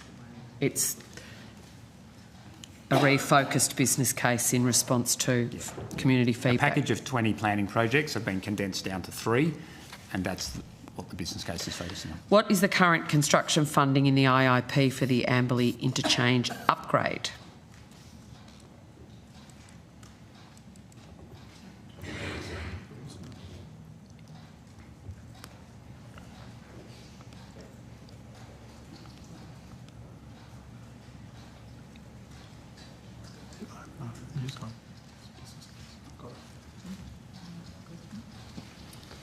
So, Senator, I think that's the purpose of the business case. I don't think we've got specific... So there's nothing in the IIP just, whacked off in year 7? Waiting for the business case? No, not that I can see. No, Senator. So there's no provision in the IIP for the Amberley interchange for the next 10 years, other than the business case? That's the purpose of the business case, to work through exactly what they need to do. All right. So there's no indicative time frame for the delivery? Again, that's the purpose of the business. That's right. Okay. There's just planning funding. Okay, thank you. I think I'm finished. Well done. Outcome 1. Thank you very much. You heard it, Mr Betts.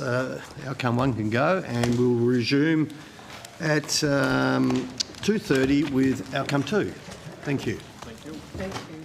Well done.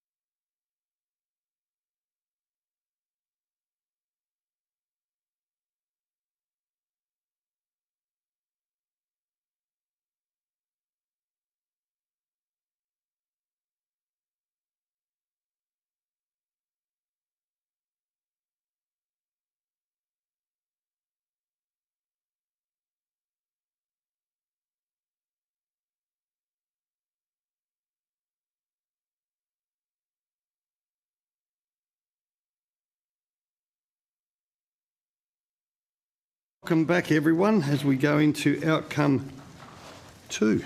3. 2. Where are we? 2. 2. Wishful thinking. Senator Mackenzie. Thank you very much. Just want to go to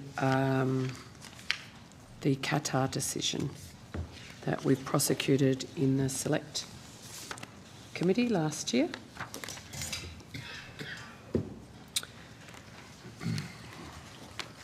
As we know, those following along at home who can't be bothered reading the Hansard, the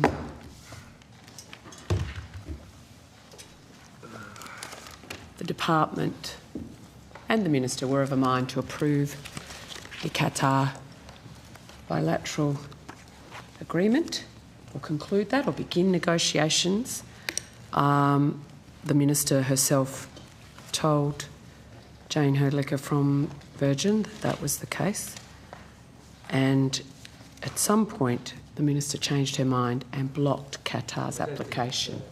The Minister also gave in excess of 10, the government gave in excess of 10 different excuses as to why they chose to protect Qantas's market share and not expand choice to Australia. Well, if you've got questions, you know what? You've been on this for a year without actually a political witch hunt, without actually uncovering anything. Senator Canavan, you have a point of order? Just a point of order. Senator Mackenzie was asking a lot of questions. He's only been going for about 30 seconds, and the Minister's obviously uncomfortable with it and trying to interrupt. So just ask that Senator Mackenzie begin. I'm sorry, I was responding to an SMS from someone in Perth. But anyway, Senator Mackenzie, you have the call. Thank you. Were you halfway through a question? I was trying to ask a question, yes. There's more and I was reiterating what this, many of these... comment? Okay. There was more comment. I didn't... Still doesn't. You get more time at question time. I was 30 seconds into asking my and question. Senator Mackenzie, you have the call. Thank you. So the Minister provided in excess of 10 different reasons as to why she changed her mind and blocked Qatar Airways' application. And obviously there are now a lot of questions around the Prime Minister's influence on this decision, given his close personal relationship with Qantas. So, Minister, did the Prime Minister speak to Minister King about the Qatar application prior to making the decision? My understanding, Senator Mackenzie, and I think this was borne out through questions that were put at the time, is that the Minister made her decision in the national interest and made the Prime Minister aware of that decision. So you're saying that Minister King, the Prime Minister wasn't aware of her decision until Minister King had signed the brief? I can only base it off the information that we've traversed previously, which was that the Minister made her decision in the national interest and then informed the Prime Minister of that decision prior to it becoming public. And so it's your evidence to this committee that the Prime Minister wasn't aware of Minister King's decision to block Qatar Airways prior to her signing the brief? Well, I don't know about signing the brief, but what I know prior to her making the decision. We'll call it making the decision. That's my understanding. Because that is the effect of making the decision, is the signing of the brief. That's my understanding, and that's been the evidence that I think Minister King has been consistent with. Well, that's the problem. Minister King's been very inconsistent I disagree with the that. reasons as to why she made the decision she did in the end. Did the Prime Minister speak to any departmental representative regarding the Qatar application prior to the Minister making the decision? And that might be one for you, Mr Betts. When you say departmental representative, you're presumably talking about people within my department, yes, as opposed to any other. Not that I'm aware of. Not that I'm aware of, Senator. Did anyone from the PMO, the Prime Minister's office, speak to the Minister or a member of the Minister's office regarding the Qatar application prior to the decision being made? I'm not aware of any discussions, Senator. Are you aware of any texts? I'm not aware of any texts. Or communication? I'm not aware, Senator. Mr Betts, are you aware? No, same answer. And Minister, are you aware of anyone in PMO, not the Prime Minister, anyone within the Prime Minister's office speaking to Minister King or someone from Minister King's office regarding the Qatar application prior to her decision being made? I'm not aware. You're not aware?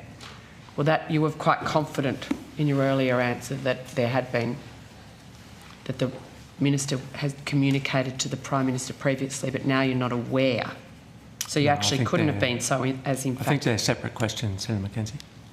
So, Minister, earlier you said that Minister King made her decision and then let the Prime Minister know what her decision was. That's my understanding. Yep. That's your understanding. And yet, and you're not aware, and you don't want to be more emphatic that there was no connection or conversations between the Prime Minister's office and Minister King's office prior to her making that decision? I don't know. I'm unaware of that. You're unaware. Okay. Given the amount of people that are no longer with us around this topic and when this decision was being made, could I please ask the department to take on notice to look through maybe diaries, maybe recollections, the date, the reason and who may have been involved in a discussion between the PMO and Minister King's office around the decision to block Qatar Airways. We can take that on notice, Senator, but we might not have anything. We're not necessarily privy to the discussions or the diaries of people in the Minister's office. Ms Smith, are you the one that would have been involved in briefing the Minister around making this decision? If I may, it's Ms Purvis Smith. Sorry, Ms Purvis Smith. Thank you, Senator. It was, I was the relevant Deputy Secretary, as was Mr Wood and Mr Wolfe, as you may recall from the Qatar inquiry last year. But Mr Wood and Mr Wolfe were the leads on on the information and assessment of the Qatar issue. So Mr Wolfe and Mr Wood did the technical work, shall we say? Who briefed the Minister? The brief was a written brief that was sent up to the Minister, Senator. I think we went through this last year at the inquiry, and we went through, and I don't have that information handy, I'm sorry, but we did go through at which point what written briefing was provided to the Minister at different points in time. Yes, we did go through that in great detail, and the written briefs was something of this magnitude would usually be also verbally briefed. Or but you're saying this wasn't, this was only a written brief? I from memory, and I'd have to go through my diary, I didn't brief the Minister verbally on this decision. Did Mr Wood or Mr Wolfe, would they be, or were they looking at the technicalities back on the home front, or were they up in the Minister's office? Mr Wood, you could probably answer for yourself. Yeah, certainly Senator Richard Wood, First Assistant Secretary, International Aviation Technology and Services. Typically mandates or briefs around bilateral air services arrangements are signed off by the relevant Assistant Secretary. In this case, I'm not aware of a briefing of the Minister, a verbal briefing of the Minister. Okay, and Secretary, it wasn't something that you would have raised in your weekly meeting, monthly meeting? No. At all? Okay. Who else would have that brief been sent to? Anybody, or only Minister King? Would it, Minister Wong as No, Senator. The ministerial brief is a brief to our Minister. Yep. It would have been copied to senior people within the department, the Secretary, Deputy Secretary, but no, our brief is to our Minister. Yep. Okay. Did anyone in the PMO speak to any department representative regarding the Qatar application prior to the decision being taken by the Minister? Mr Wood, did anyone speak? Not that I'm aware of. Not that I'm aware of, Senator. No. And Mr Wolfe, where's he? I don't want to be rude, but Wasn't there an inquiry into this? Yeah, and you cut it short. Are we so doing it we're all? going to visit Are we doing again. it all over again? Is this for theatrics, or is there some serious questions? Do you want to call Alan Joyce? Time? I'm very happy to if you want to set it up again, but you keep voting against it. Mr Wolf, did anyone from the Prime Minister's office contact you prior to the Minister making her decision to reject Qatar Airways application? Jim Wolf, Assistant Secretary, International Aviation, no. Right, thank you. What about anyone in PM&C? Ms Purvis-Smith? Again, this is going on memory. I don't recall having a discussion prior to the decision with PM&C. So in Senator? the timeline, as I recall, the department had been quite upfront, and it was sort of the December-January period. The minister was across the issue and was of a mind to approve as per the evidence given to the inquiry last year. And yet, fast forward 6 months, give or take, and she rejects the application. Trying to work out what happened in that period of time to change her mind. So in that 5 months, no one from PM&C spoke to Ms Purvis-Smith, Mr Wood, Mr Wolf around the Qatar Airways bilateral service agreement. Or Mr Betts. Oh, and Mr Betts. I will let Mr Wood and Mr Wolf speak for themselves, but as far as I recall, I didn't have any conversations with PM&C before the decision was made, as far as I can recall, Senator. Mr Wood? Not that I'm aware of, Senator. It's possible that we, in talking about the sorts of issues that we were considering, this would have been one of the issues of many that we raised, but I'm not aware of any discussion of substance around this issue. Yeah, it was more this is what's happening in the department, rather than... we have a lot... We typically catch up with PM&C on a roughly monthly basis to run through things that are on our desk, so it's possible it was listed in such a discussion, but it's not a discussion of substance I can recall.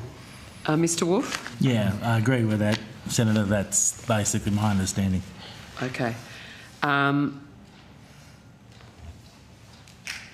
So this is a regular IDC or just a regular PM&C and infrastructure catch-up?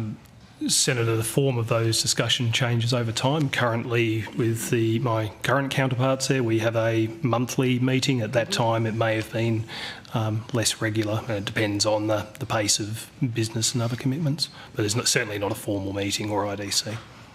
Okay, thank you.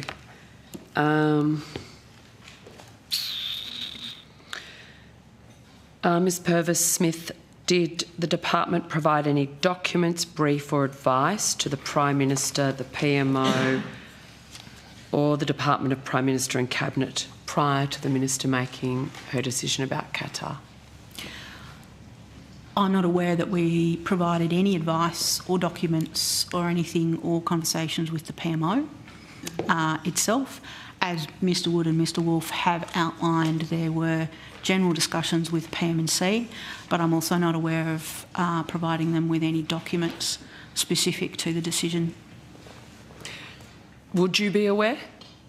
I would normally, given that we went through... You know, you're looking after a lot. I do. Given that we went through a Qatar inquiry last year, though, I would have expected that I would be aware if we had provided... and if we had provided documents to the Prime Minister's office, I would be aware of that. Mr Wood and Mr Wolf, do you agree with Ms Purvis-Smith's evidence? Yes, Senator. Yeah, that's right. Excellent, good lads. Minister, did PM&C make any recommendation or provide advice to Minister King prior to her making the decision? Not to my knowledge, but they'd be better put to PM&C, I would have thought. It is. So, would you like to take that on notice for the Minister? I'd love to. Excellent, thank you. And Mr Betts, did PM&C make any recommendation or provide advice to the department prior to the Minister making the decision? Not that I'm aware of. And I think you've just had the answer from the people who would work for me and be across the detail on this. Okay, thank you so much. Earlier this month, Anthony Galloway wrote an article in Capital Brief that made some quite shocking allegations around Minister Watt's staff leaving some cabinet documents on a plane in Doha. The cabinet documents were contained in a bag, have never actually been recovered. I understand from an article that the Australian Embassy in Doha was contacted but to no avail. And according to the sources in the article, and I quote, the timing of the incident raised suspicions amongst senior officials in DFAT. A week, and that's the end of the quote, but a week later the Minister King made the decision to refuse Qatar application for additional flights. Did Minister King or any member of her office speak to or receive advice from the Foreign Minister or DFAT regarding this incident or other issues prior to making the Qatar decision? I am not aware of that, of anything, Senator.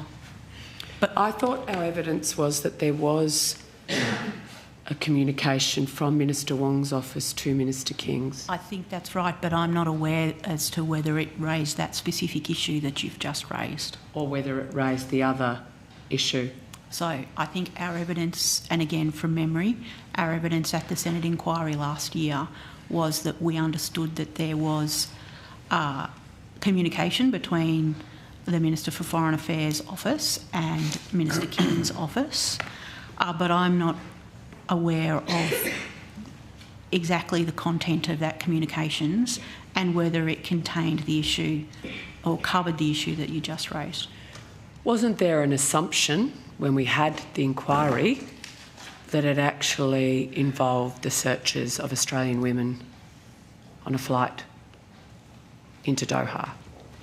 The assumption was that the communication from Minister Wong to Minister King surrounded that incident, not this incident with Minister Watt. Isn't that correct? I think there was an assumption that it was in relation to the Qatar decision and issues around the Qatar decision.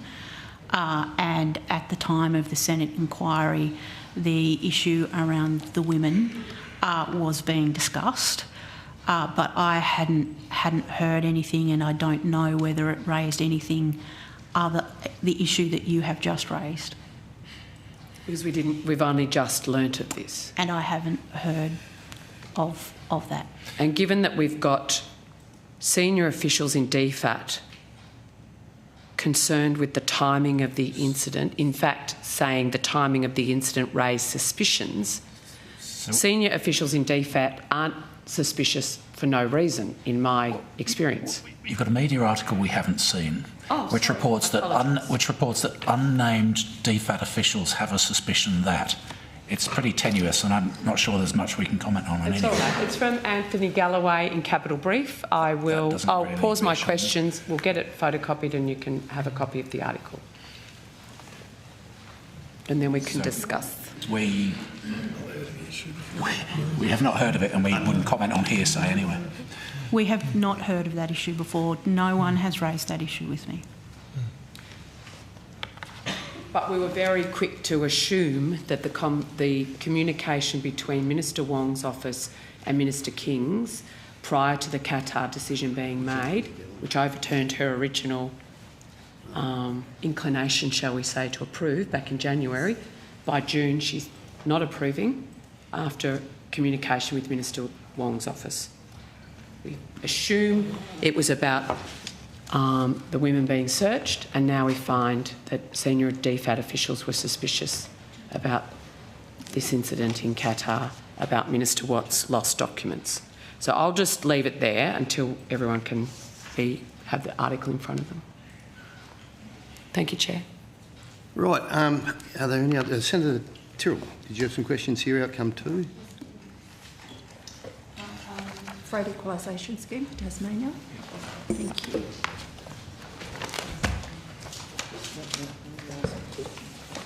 Freight equalisation scheme. Sorry. Speak up, she says. I've been told that I'm too loud sometimes. Oh, really? Not true. Come on, who's saying that?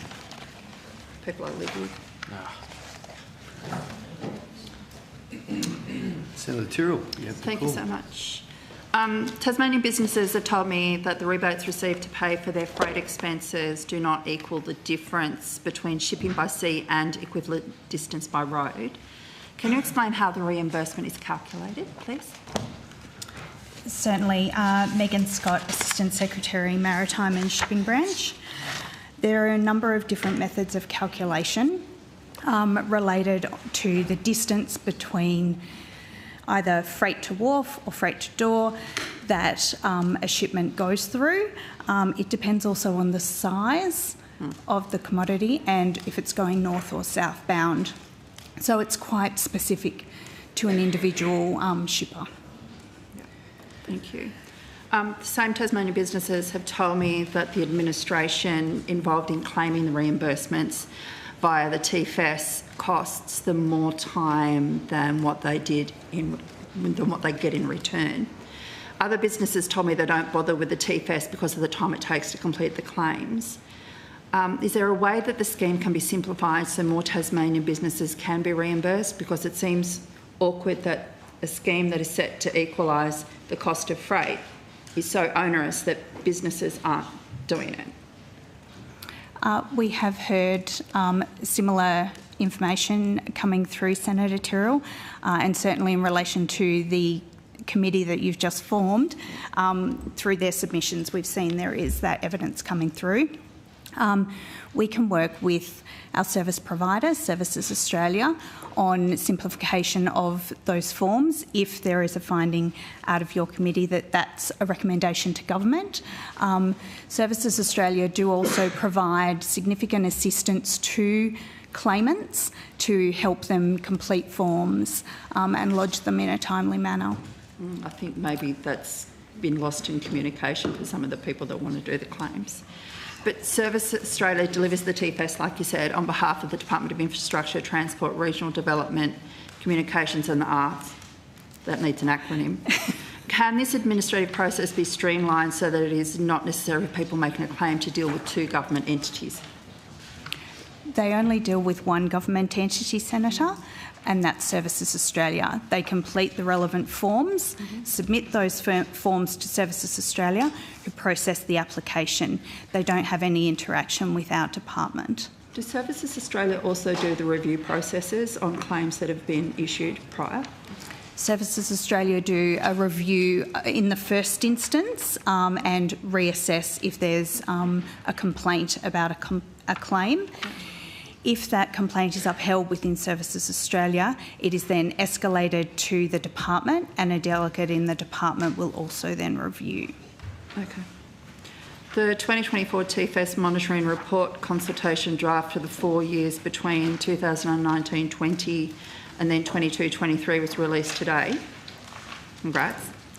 In 22-23, the average time between shipment and payment of the TFS assistance was 94 days, or around 3 months, but the Service Australia's average processing time was 10 days.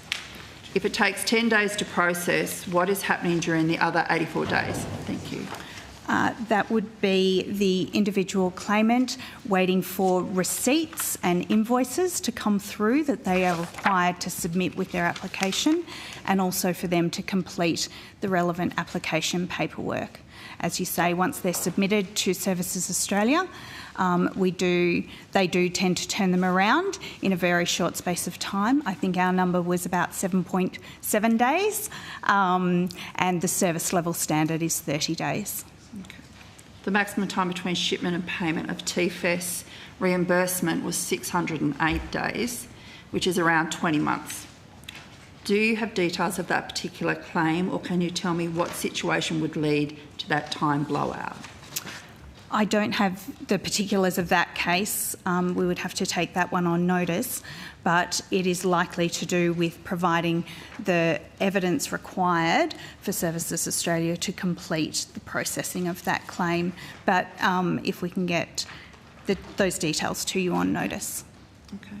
Would it make sense, though, if people are making similar claims over and over, it's the same kilometrage, they use the same providers, wouldn't it be better to average it out, do you think, rather than waiting on the same documentation for each claim that they're making over and over again? I know that's a hypothetical that question. That would be a speculatory answer. No, that's fine, thank you.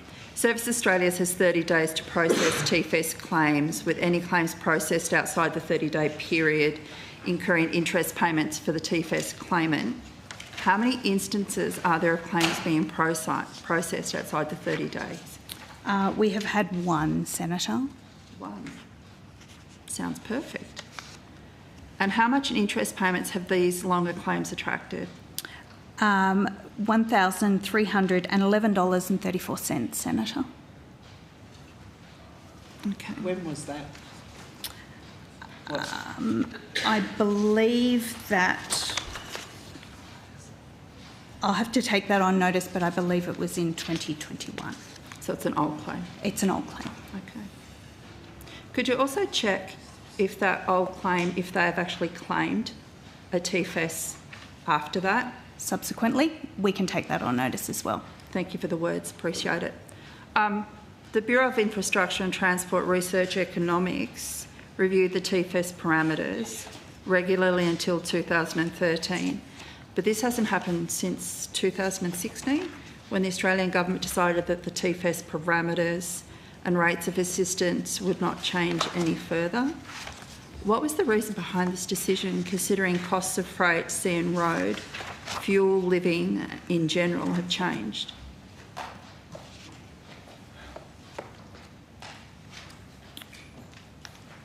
Just one moment, sorry, Senator. That's fine, thank you.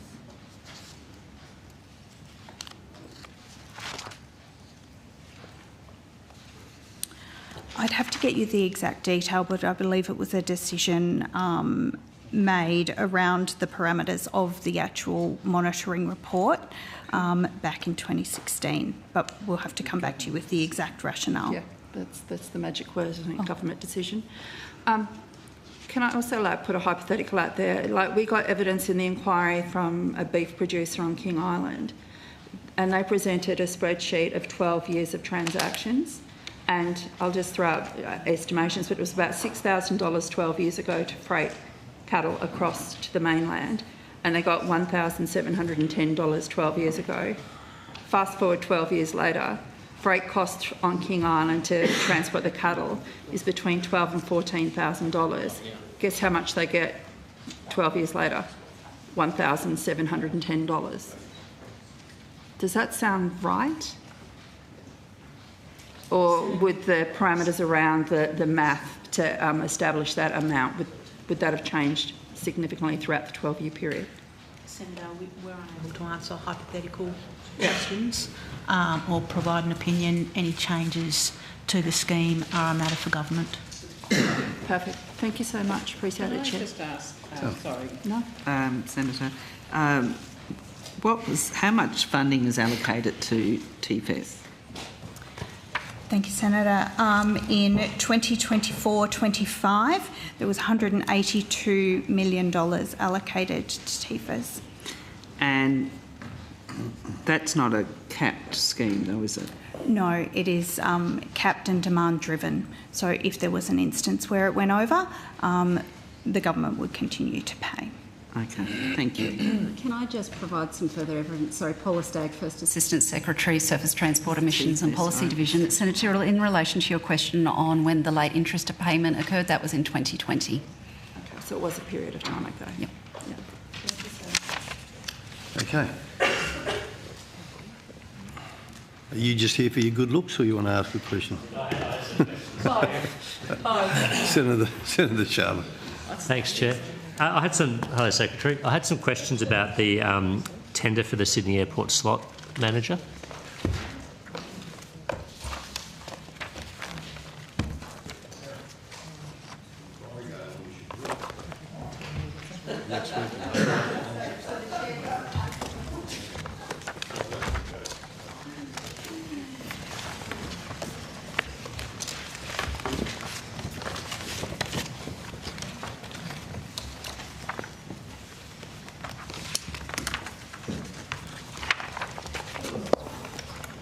Go ahead. Yes, please. Could I just get an update on the tender for the Sydney Airport slot manager? I understand the request for proposals closed on the 2nd of September, I think. Belinda Sash, Acting Assistant Secretary, Sydney Airport Slots and Consumer Aviation Reforms. Yes, that's correct. The responses closed on the 2nd of September and the department is still doing its assessment of those. How many applications were received? I don't think we can provide you with that information, sorry, as it's still kind of under assessment. Why not? Are you making a public interest immunity claim? I'm not asking for who the applicants were, I'm asking for how many applications were received. Can we take that on notice, Senator? I just wouldn't like to prejudice a process unnecessarily, accidentally, actually. But we'll see if we can get that to you. Usually, while we're in the middle of a process, we don't say. I know you're not asking who, but we also don't usually say how many there may be. So, if you wouldn't mind, I'd like to take that on notice. Take that on notice. And am I correct that no decision has been made yet regarding the successful tenderer? That's correct, Senator. No decision's yet been made.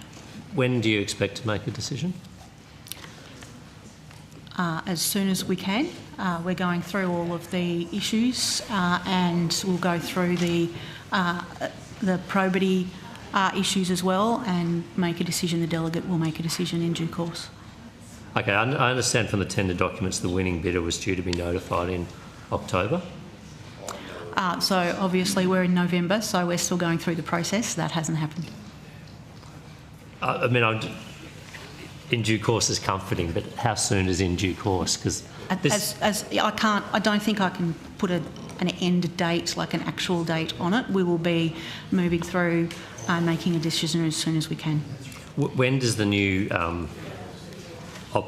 new slot manager, when are they due to, or the successful tender, when are they due to commence operations? That's the 1st of April 2025. 1st of April, okay. And I understand there's a transition arrangement in the tender documents. The new slot manager is meant to hand over with the existing slot manager? That will depend on the outcome of the tender. If there is a change in the documents, there is a transition period. And when does that transition period begin? We'll have to take that on notice. I don't have that with me, sorry. I think it says in the tender document it begins in November, so this is why I'm curious to know where this is up to, because obviously if there's a new slot manager, they should be starting the transition now. Has the department provided advice to the minister on who the successful tenderer should be? Are you waiting on a ministerial decision on this? Senator Sarah Natty, Acting First Assistant Secretary of Domestic Aviation Reform. As Ms Purvis-Smith said, we're still going through the process of evaluation of the tenders, and once we've concluded that evaluation, we'll provide information to the Minister for her to make her decision. Okay. Has there been contact with the various tenderers since the application process closed? Is that a normal part of the tender process? We'll have to take that on notice. None of us here are on the assessment panel. Okay, so you can't tell me if there's been any contact with, for instance, the existing slot manager, Airport Coordination Australia, since the application window ended, in regards to this process, not in regards to business as usual? We'll take that on notice, Senator. Okay. And has there been any communication with either of Qantas or Virgin regarding the new slot manager? We'll have to take that on notice, Senator. Okay. And just finally, how is it intended that any potential or actual conflicts of interest be managed under the new Senator, I'm happy to slot talk manager to that arrangements? and to go to my colleague, Ms Sash, if there's any further detail you required. So the request for proposals was published on AUSTender, and as a result of that publication, there are 3 references about managing conflicts of interest. The first goes to operational independence and managing conflicts, and I quote, "The respondent must demonstrate how operational independence and real or perceived conflicts of interest can be managed. The respondent will manage any perceived or real conflict of interest around ownership and control as it exercises its functions, including, as a minimum, outlining the framework and processes, including any code of conduct in the organisation to manage conflicts of interest, and the process for declaring and recording conflicts of interest. The respondent will manage any perceived or real conflict of interest around financial structure, financial management and financial reporting arrangements, including any potential conflicts of interest associated with the financial arrangements proposed that must be declared, and, if applicable, information on how finances for slot coordination at Sydney Airport will be ring-fenced from costs associated with slot coordination at any other domestic and international airports must be included. There are also obligations on the slot manager, and that it must provide an annual declaration outlining operational independence as set out in the best practice activities in Annex 12.6, as well as clear processes on handling real or perceived conflicts of interest. It must also maintain an audit trail, including email traffic, outlining the basis for which slots have been allocated, and provide written reasons to all affected operators and a copy to the department within 7 days of an allocation decision where more than one operator applied for a slot, and an operator which applied for the slot owns shares in the slot manager if applicable, and the slot series was not allocated on the basis of historical precedents. And thirdly, there is a statement of expectations for the slot manager at Sydney Airport, and it states that the slot manager is to take reasonable steps to address stakeholder concerns regarding potential perceived conflicts of interest in slot allocation, and this includes providing an annual declaration outlining our operational independence as set out in the best practice activities set out in Annex 12.6 of the WASG, as well as clear processes on handling real or perceived conflicts of interest, developing and publishing public materials which outline how slot allocation decisions are made and recorded operationally, developing and publishing a conflict of interest policy outlining how potential conflicts of interest and perceived conflicts of interest will be addressed or managed, including the process for declaring and recording conflicts of interest, and providing written reasons to all affected operators and a copy to the department within 7 days of an allocation decision where all of the following circumstances exist. Perhaps we could ask you to table the rest of that. There are only 3 more dot points, Senator. No, I think I've seen the tender documents. Did those requirements, do they exist? Is this a new addition to the tender documentation? Do these obligations exist on the current slot manager? I think we'll have to take that on notice as to what's in the current. I don't have a copy of what the current... I don't have a copy of the current information, Senator. I only have what we've put through to the market. Let me ask a general question then. Is there any requirement for the current slot manager to display operational independence and manage conflict of interest? Is there any requirements? I hope so. So the Minister did issue a statement of expectations to the slot manager. But I don't have a copy of that, so we'd have to take that on notice. To the current slot manager? Yes, to the current slot manager, correct. When was that issued? We might have to take that on notice. I don't have it off the top of my head quickly. We can come back to you through the session, Senator, with a date. If you could, and also just if you could advise on how, or to what extent obligations exist on the current slot manager to manage conflicts of interest and where that exists, because I'm curious to know whether this is a new addition to the tender documentation. We'll endeavour to come back through the session. Okay, thank you.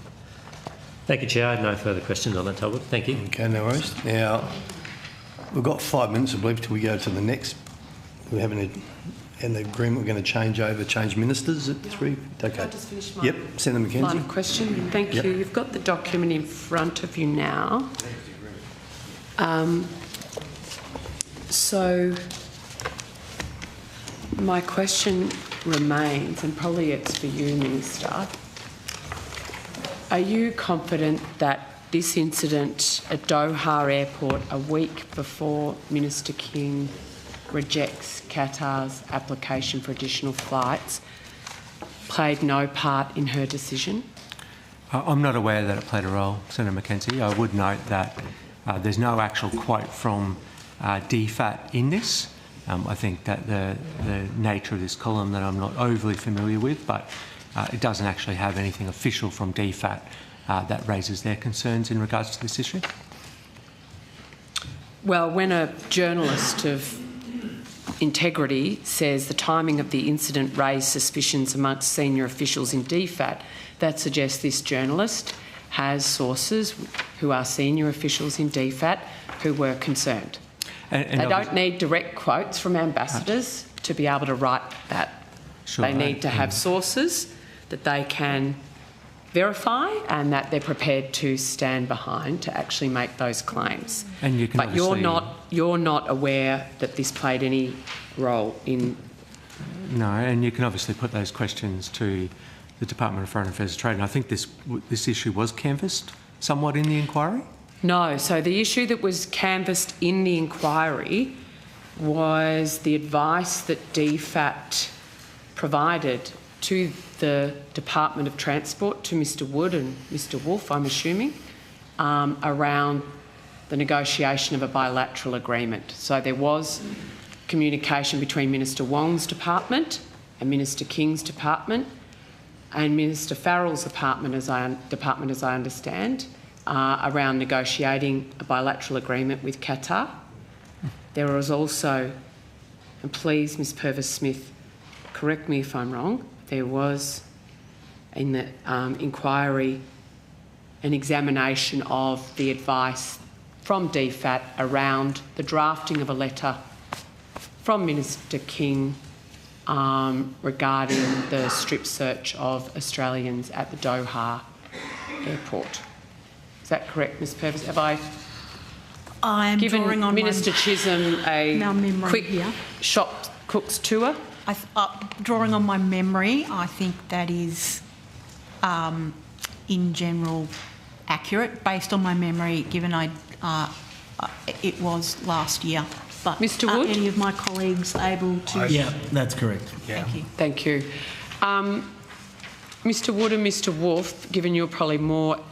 Were you two the ones actually involved in the discussions with DFAT at that time? I don't believe I was. I'm not sure. Mr Wolf? Yeah, to be honest, I don't think there were a lot of discussions with DFAT apart from that specific They're seeking the thing advice on that specific issue. Yeah. There was nothing around the issue for Minister Watt or concerns that DFAT officials had around an incident at Doha Airport. No, Senator. I understand a senior DFAT official gave evidence at the inquiry last year. I think we've got two incidents, and that's the issue, and this one's only just come to light. Okay, but as the Minister has indicated, DFAT would be the right people to ask about it's not even an unattributed quote, it's an unattributed sentiment in a second-hand report. So. Well, a lot of people could say that about Joe Aston's allegations too. So, true. Yeah, and yet here we are. All right, thank you, Chair. Okay. Now, pursuant to an agreement with the committee a couple of weeks ago, Minister Chisholm, you're now going to depart, and Minister McAllister is replacing you, and we're going to jump from outcome 2 to outcome 3 to just do cities, and when we've finished that part, then we'll come back to outcome 2. Okay. So unfortunately, outcome 2 you can't leave.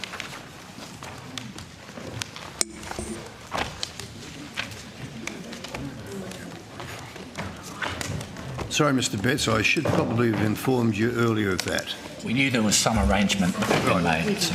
Oh, we did? Oh, we did. Okay. It's no drama. Thanks.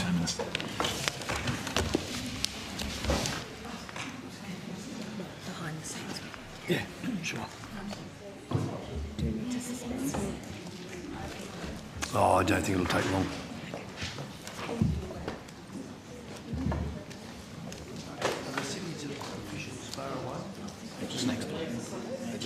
Are they already here? Oh, that's good. Yeah, they're here. They just need to wait. Tremendous. Okay.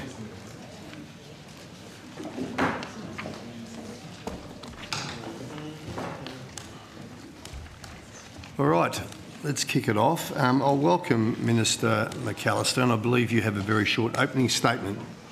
I do, Chair, and I thank the committee for allowing me to make a short statement. It's the first time I've appeared, and I think it might assist committee members in understanding my responsibilities and focus in the new role.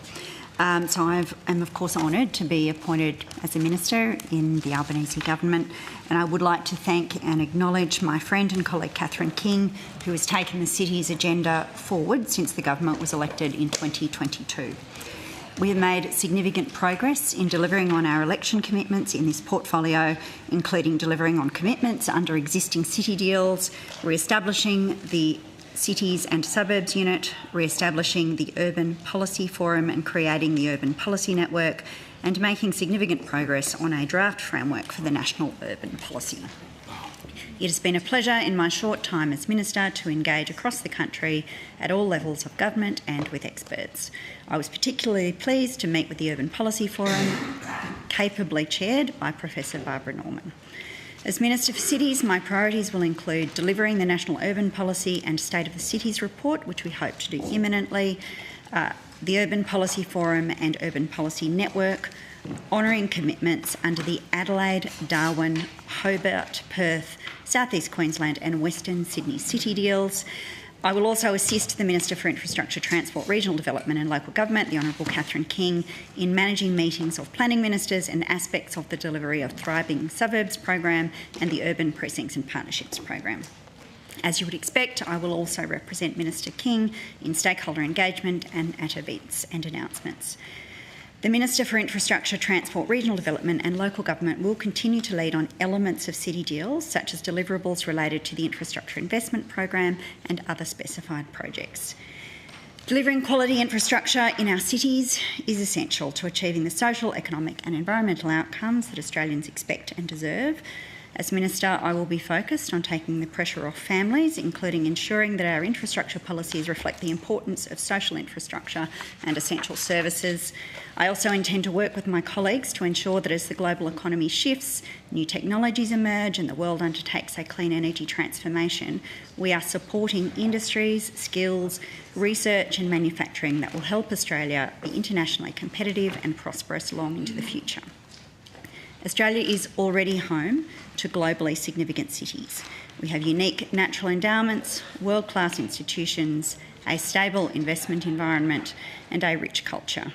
We can leverage these strengths to ensure our cities contribute to the national effort that sees Australia reach our potential as an open, prosperous, multicultural social democracy. Thank you, Minister. Questions? Senator McDonald. Thank you. Good afternoon. I, of course, have questions on growing a stronger Northern Australia economy. So, sorry, Minister.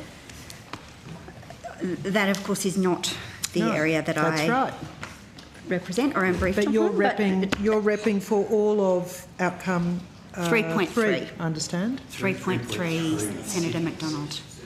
Only cities? Yes, only cities and then... I have nothing for cities. Sorry. Hang on. Can we just maybe... Sure. We want to suspend for... Okay, let's suspend. Yeah. Yep, let's suspend for a couple of seconds. All right. We've got Sorry,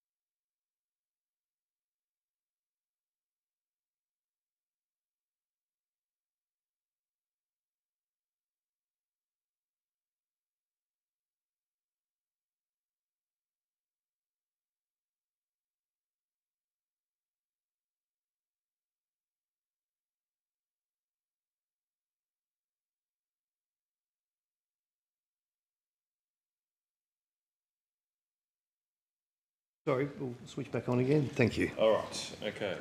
Thank you, Chair. I might just pick up then on the housing support program, which we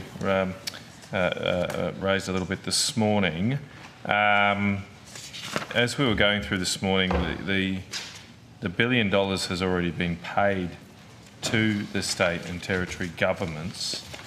Apparently there are implementation plans, I think, with 4 states and 1 territory. Can we get some details on what are in these implementation plans? Yes, I'll ask officials to talk you through that, program? Senator Yep. Canavan. Okay. Hi, Senator Canavan, thank you for your question. Erin Cassie, Assistant Secretary of the Cities and Suburbs Unit.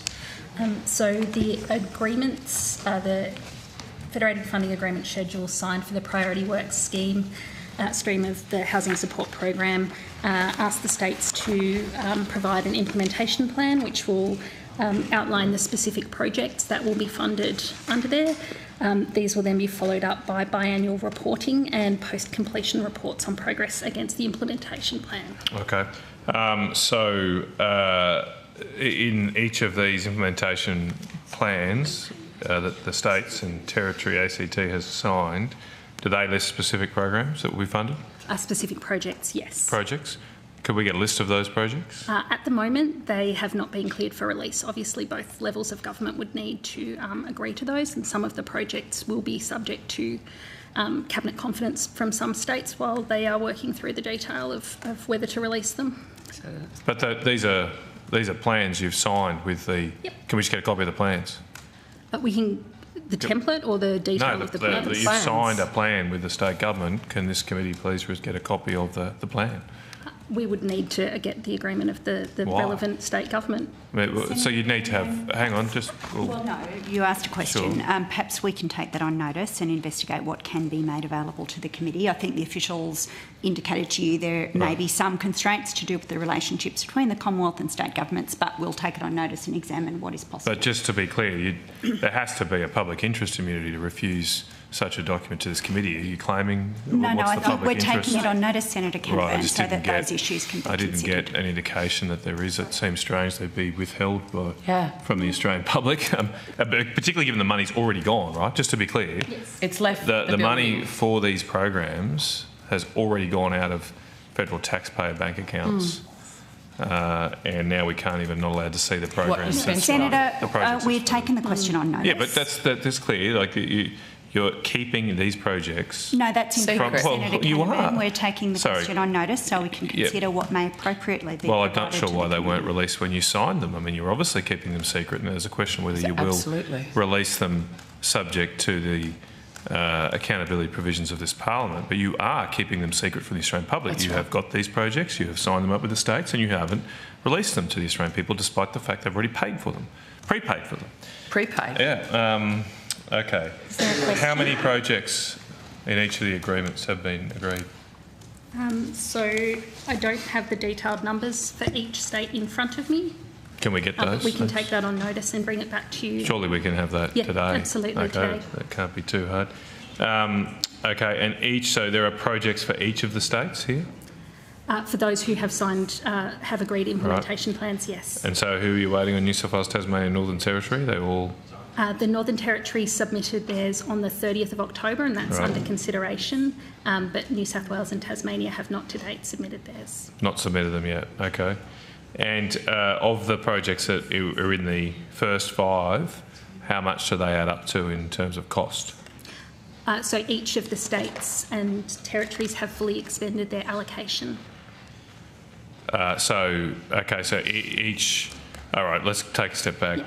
How much is allocated from the $1 billion to each jurisdiction? So the breakdown per jurisdiction is on a per capita basis. So all right, have you got those figures in front of you? I do. So New South Wales, 304.3 million. Victoria, 248.8 million. Queensland, 199.2 million. Western Australia, 105.3 million. South Australia, 67.4 million. Tasmania, the Australian Capital Territory and the Northern Territory, 25 million each. It was on a per capita basis with a minimum 25 million for the smaller jurisdictions. Okay.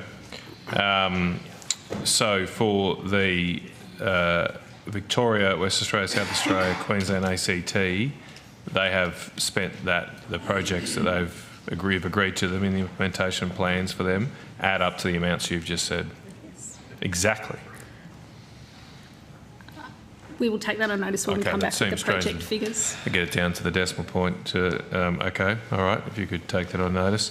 Has any of the jurisdictions that have signed an implementation plan announced projects under them? So some of the projects have been announced. Okay. We saw an announcement in Victoria last week and Queensland last month. Could we get the details of those? Yes. Have you got them in front of you? We'll have those in front of us.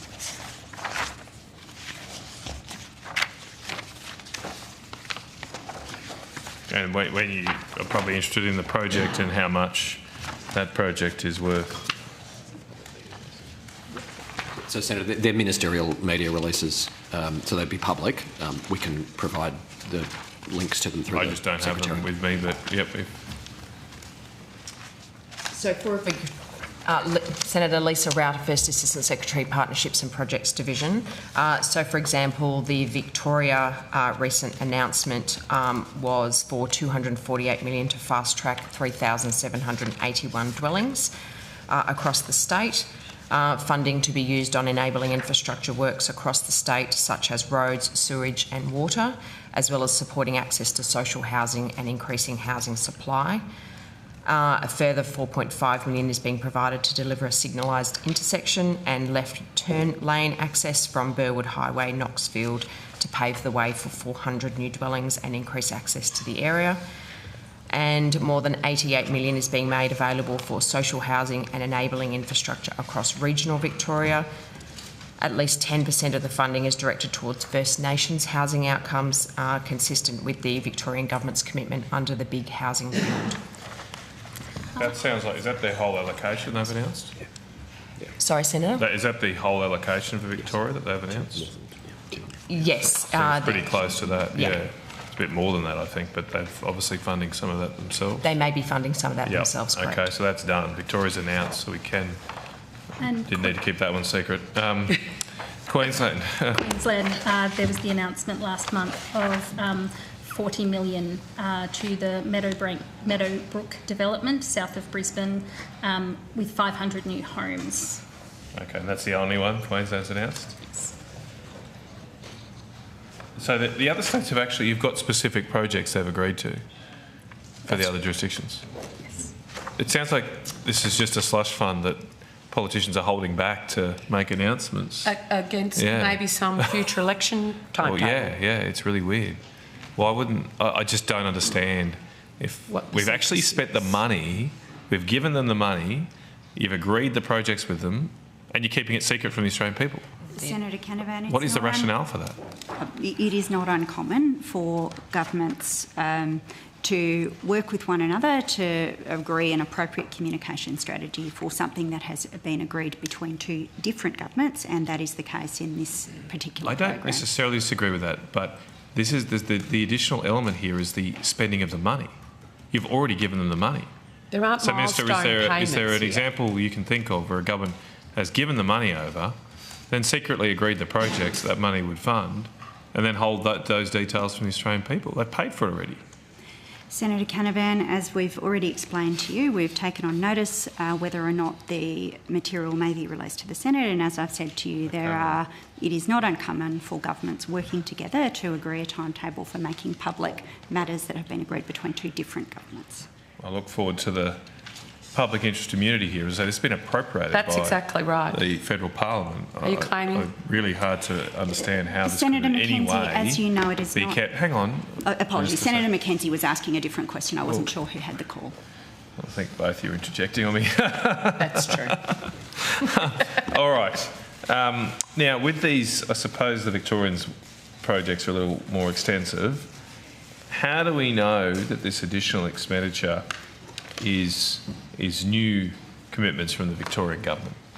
I think Senator Senator, the guidelines for the stream, which were published as part of the FFA schedules, detailed that already committed projects were outside of the scope of the program.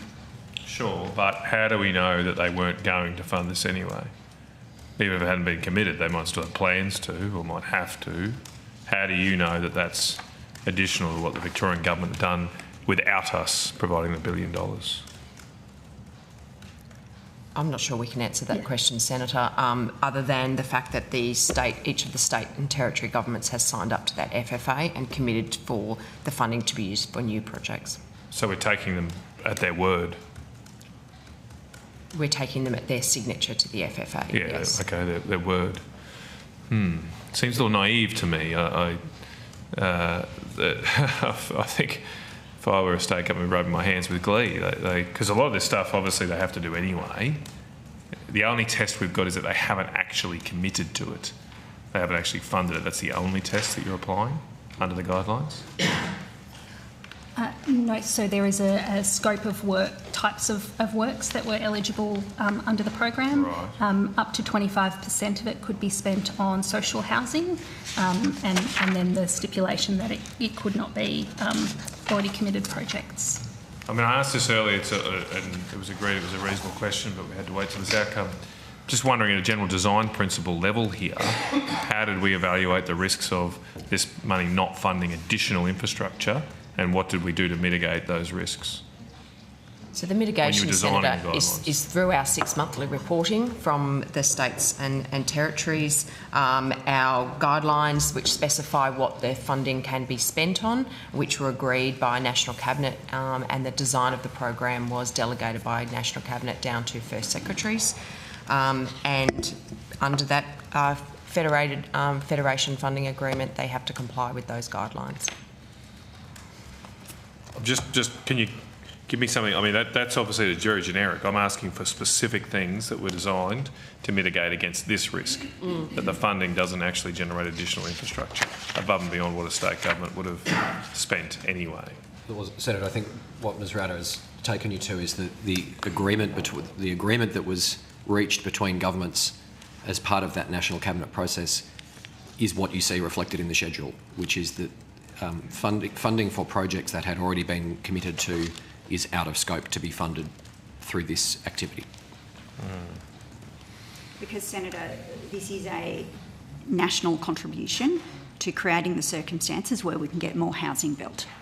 Our government is committed to dealing with a very long-standing challenge facing Australians, which is the supply of affordable housing in good locations, well-located housing, and we are working with the states and territories to enable that where we can. This is an outcome of the National Cabinet. Okay. Can I just check for both the Victorian and the Queensland program, is there a timeline for the delivery of the Yes, there is a timeline, projects? Senator. In the Federation funding agreement, it states that all funding must be committed by states by the 30th of June 2026. So it says states will work to deliver the maximum number of projects possible by 30 June 2026, with no less than 60% of projects to be delivered within 2 years, i.e. by 30 June 2026, and any remaining projects to be delivered within 3 years, so no later than 30 June 2027. And that would apply equally to all states and territories. Right. And what's the penalty? Is there any penalties if they don't meet those timeframes? There's not a penalty, but there is the flexibility within the agreement for them to come back and seek agreement if a project cannot proceed, to replace that with an alternative project that also meets those guidelines. Is there any way the money can be clawed back if they don't meet Under performance Federation standards? funding agreements, we generally cannot claw back the funding. But the aim of the project is to get the houses delivered. Therefore, the aim is to work with the states and territories to get those projects delivered. Just seems very strange to me. It comes back to this point, why did we give them the money up front? Why didn't we design this with normal milestone payments in mind? Who designed it? We presumably could have. Was that put forward as an option to the Minister? That you could have designed this with milestone payments and checking that they'd done what they said they would? The design was agreed by National Cabinet, Senator. So the states just said, give us the money and we'll agree. Right. soft touch. Yeah. Did you provide advice to the Minister about designing this with milestone payments in mind rather than an upfront transfer of cash? Yeah, it was designed by... So the National Cabinet delegated the design negotiations to First Secretaries, who made those design decisions through a negotiation process, and it was presented Did the back to Minister sign off on the guidelines? The Minister did sign off on the right. guidelines. So I'm just coming back to when you briefed the Minister and here are the guidelines. Sorry, First Secretary signed off on the design. So the Minister didn't sign off at all on it? I know, right? She signed the schedules, but the design was First Secretary's. Yeah, I'm shocked too, Carol. It's shocking. All right, okay. So we've given them $1 billion and then we let the officials state... I mean, this room that you're in to negotiate, who was our representative in this group?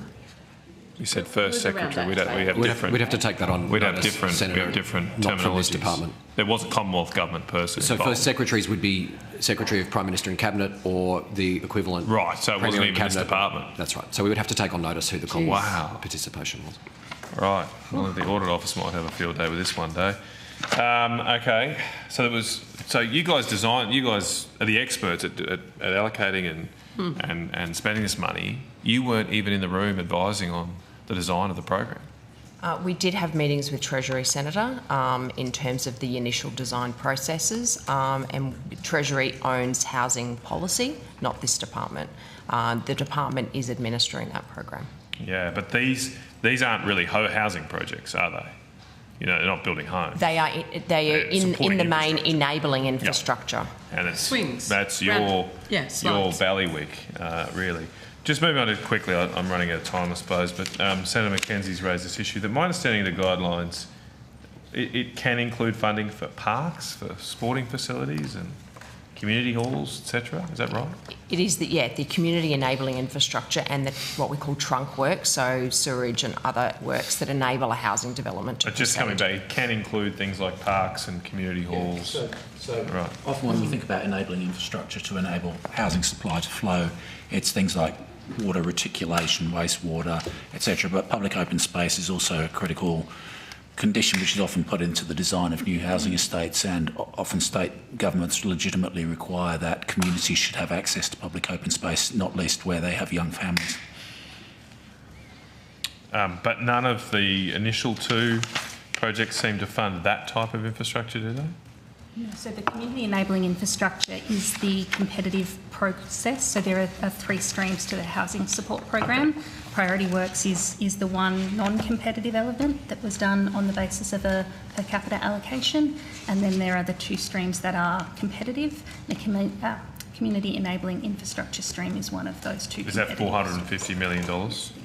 Will that can that go to sewerage and water as well as this other stuff? Yes. What's the time frame on that? It's under assessment at present, Senator. Right. Okay. When do you think you'll then finish the assessment? We work to finish them as soon as we can, Senator. Have you provided any? How's the decision-making framework? You're going to make recommendations to the Minister, or is there a panel? Yes, Senator. Just straight to the Minister. Minister determines. Yes, correct. Signs off. Have you provided a short list of projects at all to the Minister? Not at this point. And you don't know when you might do that. All right.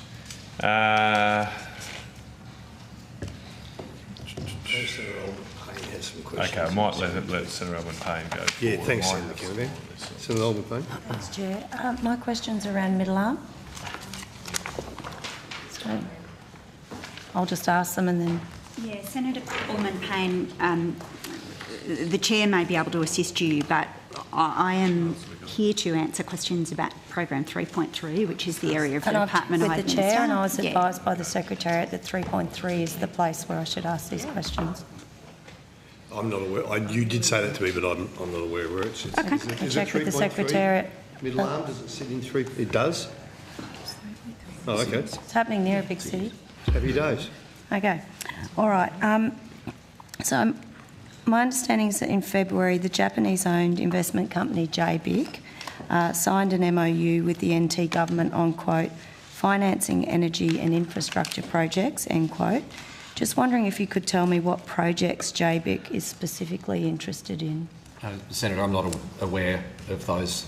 We're not a party to agreements that are signed by the Northern Territory Government. So, notwithstanding the investment that you're making in Middle Arm, you don't know whether they relate to Middle Arm specifically or it's broader? Couldn't comment, Senator. Okay. Do you know whether JBEC's met with the department or shared any of its LNG plans at Middle Arm with the department? With this department? Not to my knowledge, Senator. We would have to check on notice. All right, on notice, if you could let us know, please. I guess given that they're a state-owned entity with an intention to invest in infrastructure and they have an office in Sydney, surely they should be speaking to you? I'm not sure that that follows, Senator. Okay. We don't control investment flows, and if it is an agreement that an entity has with a state government, it doesn't immediately follow that we would be involved. All right, well, I look forward to you finding out on notice whether you have. Do you know whether JBEC's interests cover vanadium redox flow battery investment at Middle Arm too? Same answer, Senator. Okay. I've asked this question in previous sessions, but I am after an update. The government's election commitment for $1.5 billion for common use infrastructure is an equity investment. We talked about that before. Do you know what corporate vehicle is going to receive the $1.5 billion yet? No, Senator, we don't know that. The design of Middle Arm is still at an early stage. We are at the early stages of re-engaging with the Northern Territory Government post their election, and none of that detail has reached any level of design yet. Okay.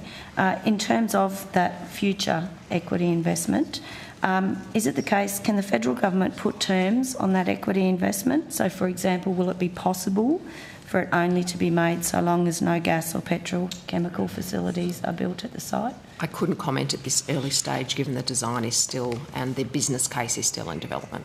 All right, I guess my question is in broader terms, if you have an equity investment vehicle, is it possible for the government to put terms around that for any type of equity investment? I'm conscious we're getting very close to a hypothetical discussion, which would be tricky. In general terms, yes, governments can put policy requirements around agreements by negotiation and by agreement with other parties to the agreement, but I think beyond that we would be speculating on decisions that the government is yet to take. All right, thank you. That's all I have. Thanks, Senator Payne. Senator McKenzie. Thank you so much. I want to go to the cities. Here we go. Minister, Thriving Suburbs Program. So why has the closing date extended from the 26th of August to the 2nd of September?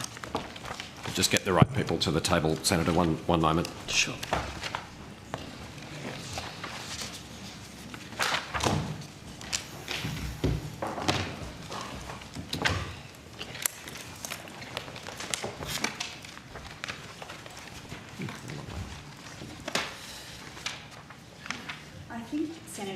That the short story is that the department provided recommendations for a short extension based on feedback they had received from stakeholders, but I will let the department provide further information about that. Dr Jenny Hood, Assistant Secretary, Regional Programs Branch. Yes, that is correct. We received feedback that applicants required some additional time to finalise their applications.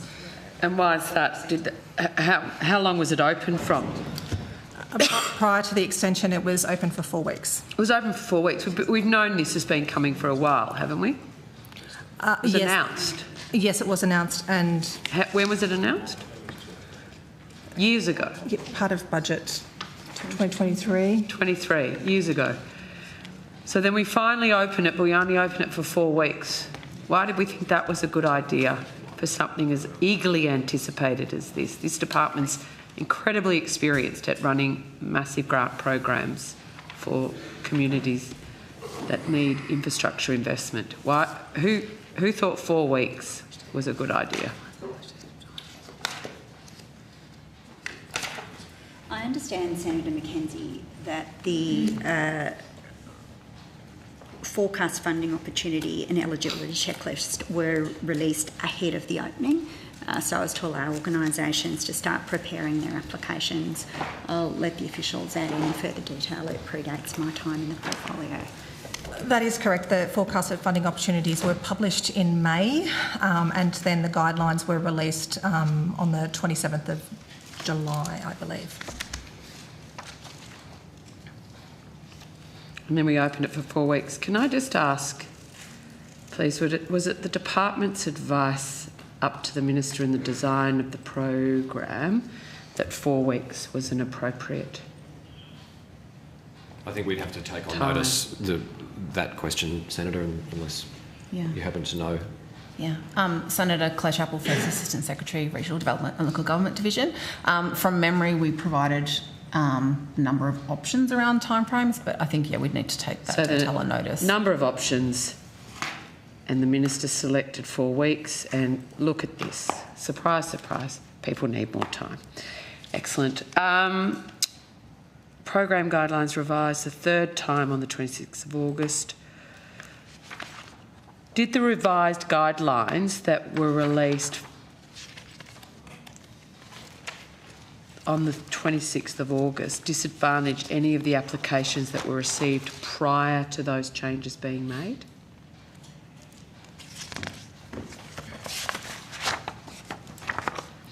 Just a second, please. Sorry. Thank you.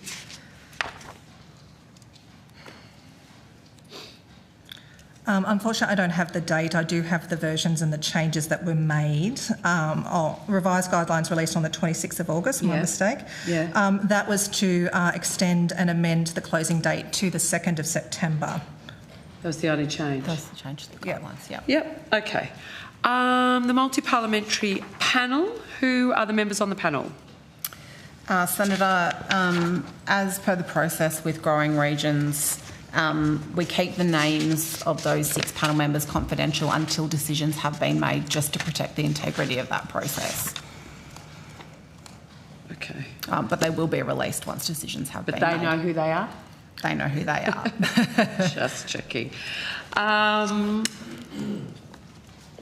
stated in guidelines, panel members will participate in probity briefings. How many probity briefings were held? There was one probity briefing before they received their applications, and then a refresher was also provided. This is to the parliamentary panel? Yes. Yes?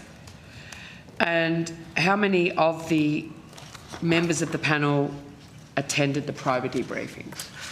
I will just need to check if I've got that detail, but the session was also recorded, and that recording was provided to all members and their staff as well.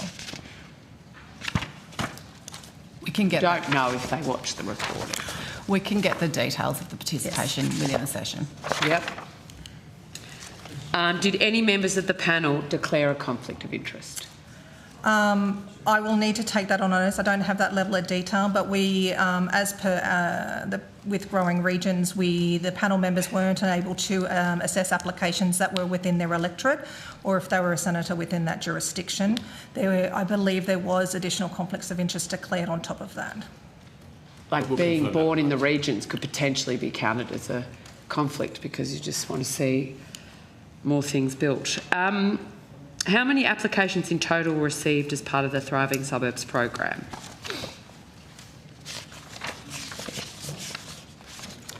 There were 235 applications received in total.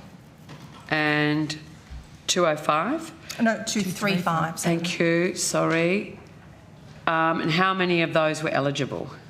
Of those, 80 applications were considered eligible. Only 80? That's correct. Okay. So we've let them know, so we've let everyone know in May what the guidelines are. So they've had months to prepare their application so it meets the guidelines. But only 80 out of 235 were eligible to be assessed by the parliamentary panel. Yes. Okay. Are they still announced to be on track? Are they still on track to be announced late 2024? Yes.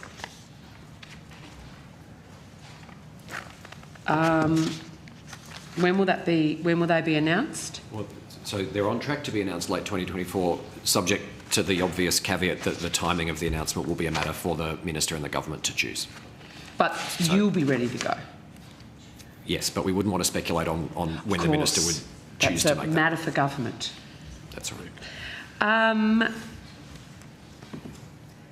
Just in terms of, there were certain sections amendments to 1.1, Section 10, Section 11 and Section 12 to define steps for successful applicants.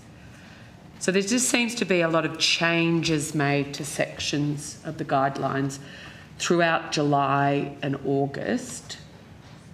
Between the forecast opportunity and the guidelines being released. Yes, there were some design changes. And so I guess my question around those changes impacting some of those 235 applicants, have you been able to, that might explain why 80 at the end of the process were only available or only eligible for funding?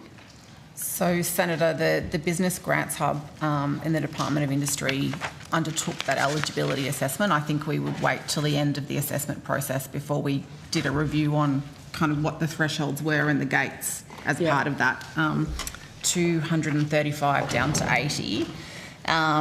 The changes that you refer to between the forecast opportunity and the guidelines proper being released, I think they were intended to, and I hope they really clarified for applicants what was eligible and what was ineligible. So we would hope that that made it easier for them. So you can't, at this point in time, despite 235 applications, and my quick maths would say like 155 were ineligible, and the amount of time that goes into developing these, as you will have had everyone on the phone, they've suddenly found out their whole application's ineligible because you've changed your guidelines 100 times or your advice.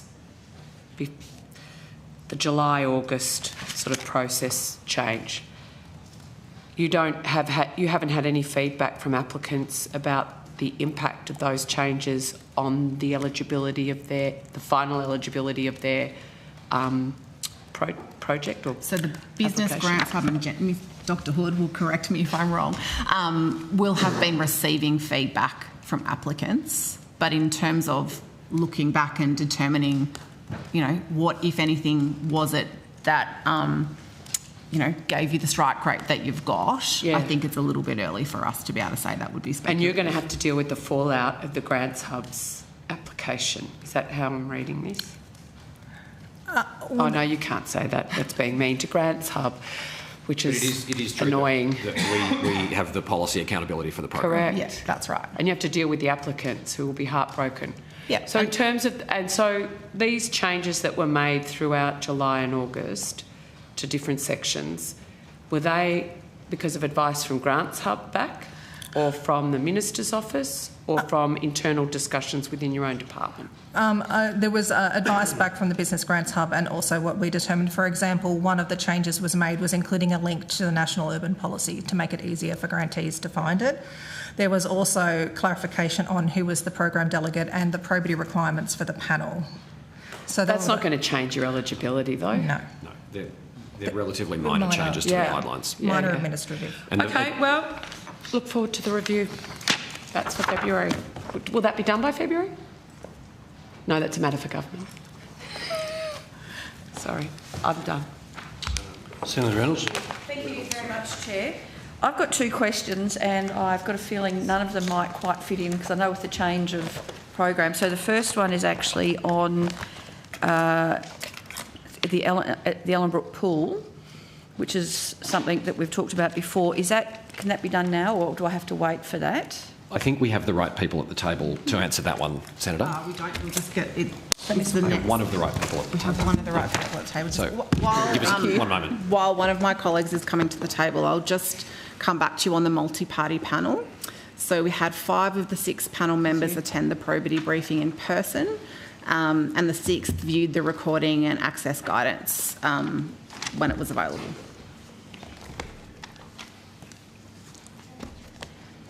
So, Senator, we're good to go for Ellenbrook.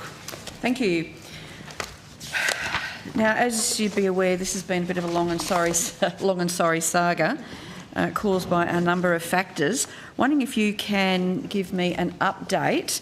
Now, my understanding is on the last information we got from the department that there was $5 million of federal funding allocated, which said delegate approved negotiating agreement.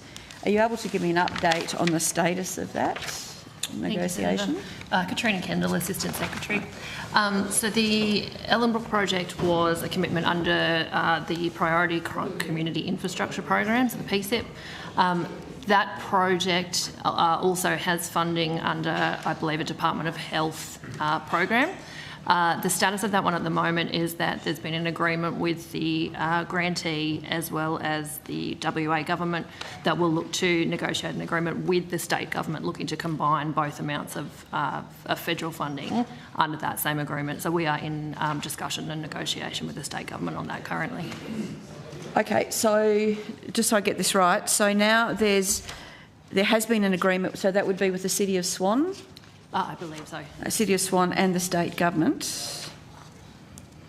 Well, that's new, thank you. And is it still $5 million from the Commonwealth under the PCIP program? Yep. Okay, yes. So it's $5 million. $5 million from this program, but as Ms Kendall said, we understand there's funding also from the federal health portfolio. Do you know how much that is, or do I need to ask Health, or have you got some visibility of that? I would have to take that on notice. If you could take that on notice, and what the total breakdown is, because I understand it's now a $105 million project. Does that sound right?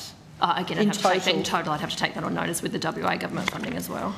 Okay, so if you could give me any more information, and I'm happy to take them on notice. So if you can give me the project breakdown, sort of who's under this agreement, who's funding what and how much. I will go into health as well and ask them.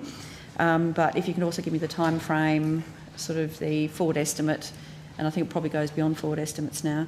So if you give me that breakdown, and also what's the project now comprises of, and what in the agreement, what are the phases now to come in terms of, or timeframes for all of the required activities. Certainly, Senator. If we could take all that on notice. Absolutely, that'd be fine. Thank you very much. Now, I've got one other question, and I suspect I may have missed the boat on this one, but Secretary, as you're still here, it's actually in relation to modern slavery reporting for the department. Does the department do annual modern slavery reporting? Yes, we do, but I need my corporate colleagues who I think have all...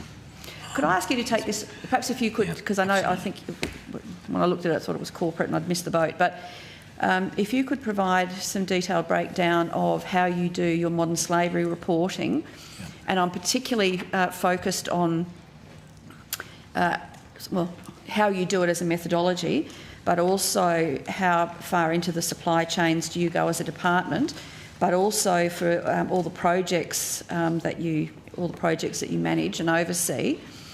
Do you have any requirements or expectations of the states and territories and also their contractors?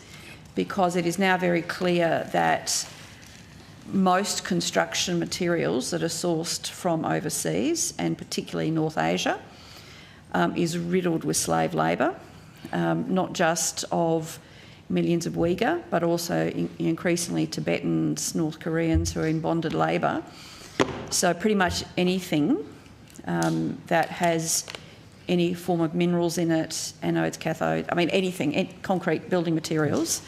So I'm wondering if you could take that on notice, and I'd be very interested in how far, if you don't, I wouldn't be surprised because I don't think too many do yet. But I'd be interested to know because of the billions of dollars that we purchase in these contracts from overseas. Yeah, absolutely, Senator. I mean, we'll be guided by whole of government policies stipulated by the Department of Finance, and I think we and other departments are rolling out the modern slavery provisions and increasingly embedding them in our processes. So it's a process which is underway, but we'll give you all the information we can. I'm just particularly interested because, I mean, in new energy technologies, I mean, you know, there's not a solar panel, wind turbine, electric vehicle, etc., that doesn't have many components that have been made with slave labour, but also in the construction industry, it is particularly rife.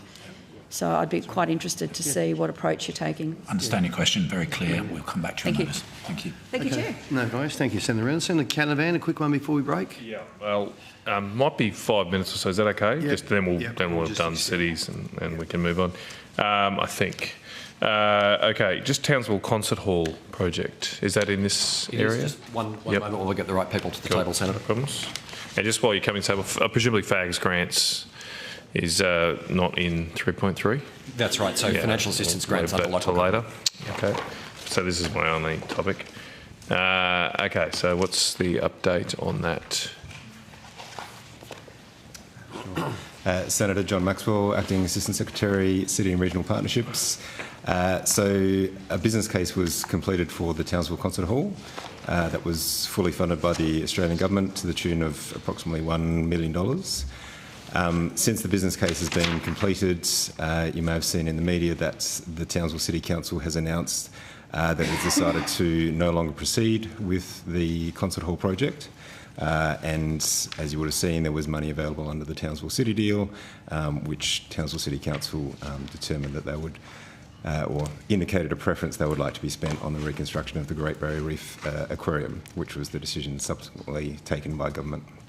So I thought $5 million was set aside for the business case. Is that correct, originally?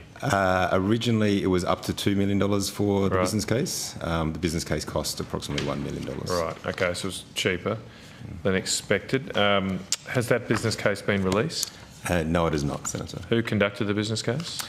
The department fully funded it. It was ACOM that's... Right, okay, you contracted ACOM to do it? Yes. Well, could we get a copy of the business case then? We would have to take that on notice, Senator. Right, okay, again, just so we're clear, there'd need to be a good reason to hold it back. It'd be hard to understand what that reason would be. We would need the agreement of each of the deal partners. Who were the deal partners?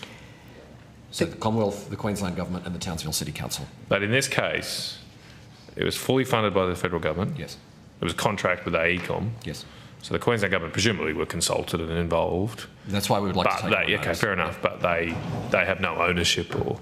It was fully funded by the Commonwealth. Yep, and not even... Under a government structure that's tripartite. All right, okay. Who owns the document then? Yeah. It was funded by the Commonwealth, No, so I exactly. imagine we own the document. We imagine? Well, under the city deal and regional deal governance, decisions are taken across the three levels of government that participate, and that's why we would like to take it on notice. So thank you for that, and as I say, it'd be hard to see how this could be kept secret from the Australian public, given they paid for it. Are there any plans to release the business case publicly? Again, we'd have to take that on notice, Senator. Well, surely... I mean, maybe the Minister could answer that. Are there plans? It's not a decision for the department. No, okay, that's a fair point. But the Minister, do you have a plan? Do you have any plans to release this business case funded by taxpayers? Senator, I will take it on notice. It's your decision, right? You're the Minister? Yep. You could release it now. Senator, I am not, in fact, the Minister who is handling the Townsville City deal. Who's doing that then? I believe, let me check so that I precise, but it's Minister King. Even though it is in this section, though, it's in 3.3. Yeah, that's right. And I am here to, on the matters where I am leading, I'm obviously briefed. On the matters where Minister King is leading, I have some of the information, but sometimes it is incomplete. I'll take it on notice. So obviously the city and regional deals were entered into under the previous government. We're merely saying that we want to comply with the terms of those deals, and so we'll take it on notice and we'll provide you with whatever information we can. That's right. Now, just going back to this decision about the Reef HQ, maybe we glossed over some details there. My understanding is that the timeline here was that the Reef HQ project blew out in costs. Is that correct? Senator, the exact details of that would be a matter for the environment portfolio. I can give you some high-level information about that project. Okay, well, don't worry about going through the details because I did promise 5 minutes. But my understanding of the situation is that when that blew out, if we take as a given it blew out in costs, the federal government basically told the council, you've got to choose between one or the other projects. I don't believe any such proposition was put to council. That's not what's been reported in the media. So you can categorically deny that the council was asked to say, hey, we can't fund both anymore. You have to choose between one or the other.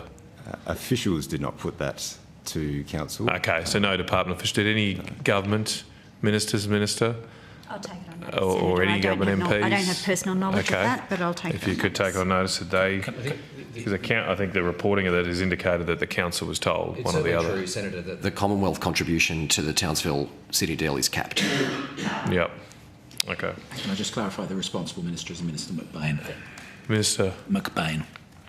Oh, so it's not Minister King, it's Minister McBain. Okay. All right. Is there, so this the deal partners you mentioned, was there a formal agreement around the concert hall? The concert hall business case would have been one of the projects committed to under the deal, yes. Okay. Is that deal public? Yes. The deal is public. Okay, right. So the department never contacted the Townsville City Council and asked it to make a decision on how the $100 million of federal funding that had been allocated to the concert hall be spent? I would have to take that on notice, Senator. I don't have that detail. So just to be clear, but anyone at the table, did anyone have a conversation with the Townsville City Council and say, hey, there's $100 million here, how do you want it to be spent? Senator, it's fair to say, as Mr McKay said, that the amount of available funding under the Townsville City deal is capped, and there was funding under the deal that was unallocated, and we had ongoing discussions with Council and with the Queensland Government about exactly what that money should be spent on. So it sounds like the answer to my question was yes, you did discuss with the Council how that $100 million would be used. What would it be used for? Yes, that's okay, correct. Thank you. But we just don't know. We didn't take on notice whether you were told, well, it's one of the other guys. Take your pick. All right. I might leave it there unless there are any other questions. I've got just some quick questions for... If you say FAG grants, it's like saying PIN number, isn't it? No, but fags are later. Fags are later. Describe them as financial assistance grants. So I think unless there's anything else for cities, I don't have anything more. That's good. Nothing else for cities. Okay. Beautiful, Right. thank you. Okay. All right, let's suspend and let's return at 15 minutes' time. Outcome 2? Back to outcome 2, yeah. Thank you.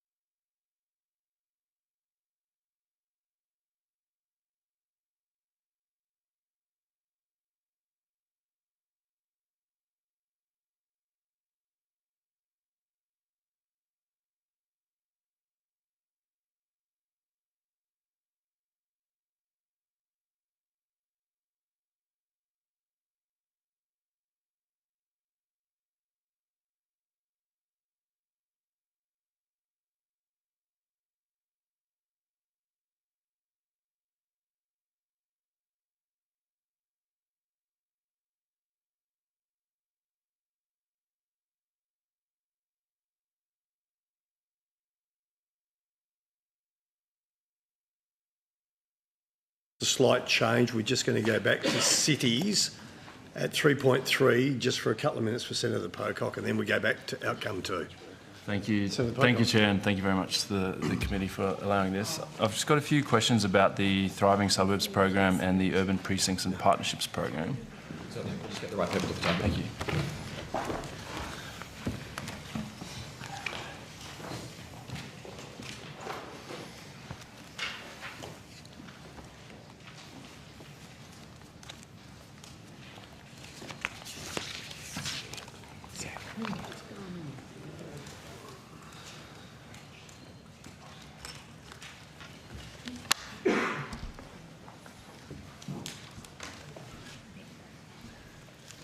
We're just getting... My apologies. Yeah. Yep. Sorry about this.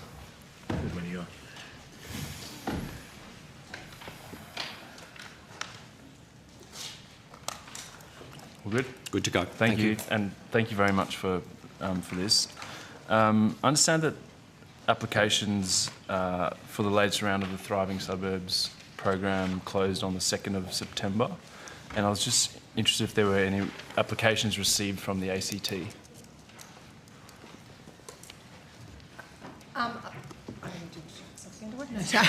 Sorry. I don't actually have the breakdown on who has applied for Thriving Suburbs, so I would need to take that one on notice. Sure. How long would that take to hopefully we can...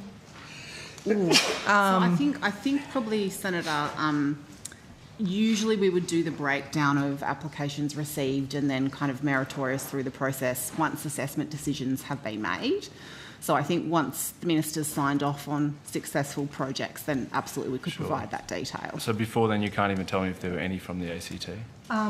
The Business Grants Hub and the Department of Industry, Science and Resource did the eligibility, so they would have the access to the full breakdown of the applications, and then we received the eligible applications to do the merit assessment. So ask DISA. That would be the place to start. Sure.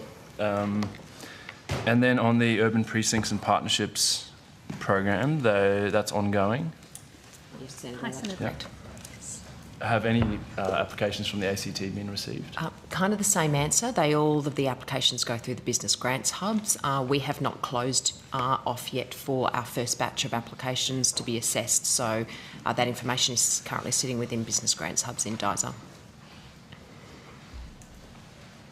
Thank you. We can take that on notice and find out. If you can take it on notice, but I'll also chase up the other department. Thank you very much. Thanks, Chair.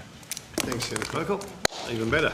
Okay, thank you, officers. And we will now revert back to outcome 2.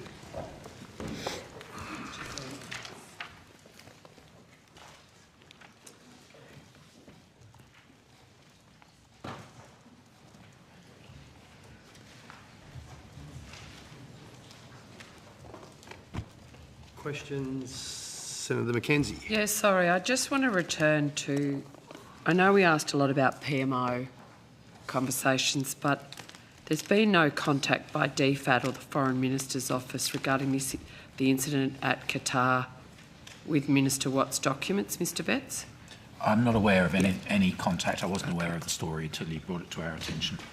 So, and just Ms Purvis-Smith on some of our earlier evidence, and forgive me if you've already given it a year ago or in October, but we know from previous investigations that DFAT did provide advice to your minister on the drafting of her letter to the government of Qatar that we spoke about in the bilateral services inquiry. What date did the minister request that advice? I would have to take that on notice, Senator, but I can take it on notice for you if you like. I don't have that with me. Okay. And when the advice was received back from DFAT? I'll take that on notice, Senator. And again, what date that letter from the minister was sent to the Qatari government? Yes, Senator. I think that might have been in our previous testimony. It might have been, but I year. just would like it. I was hoping you'd have it here with me, because I don't, but I can take that on notice. Given we've provided it at our previous testimony, it should be fairly easy. Thank you. I just have some questions about Rex Airlines. When did you When did the department first become aware of the financial circumstances surrounding Rex going into administration? Yes, Senator.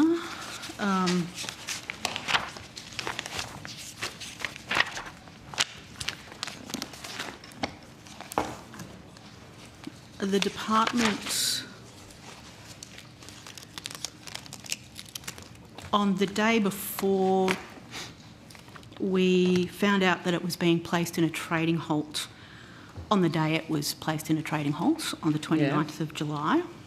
So when did you find out they were having difficulties with the books? On that day, I rang the Rex's non-executive chairman, Mr Sharp, to see whether there was anything he could tell me, noting that he was chair of a listed company.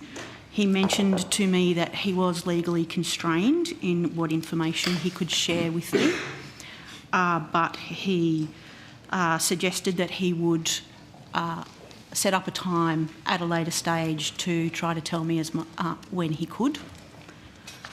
The next day, we had several briefings with Rex.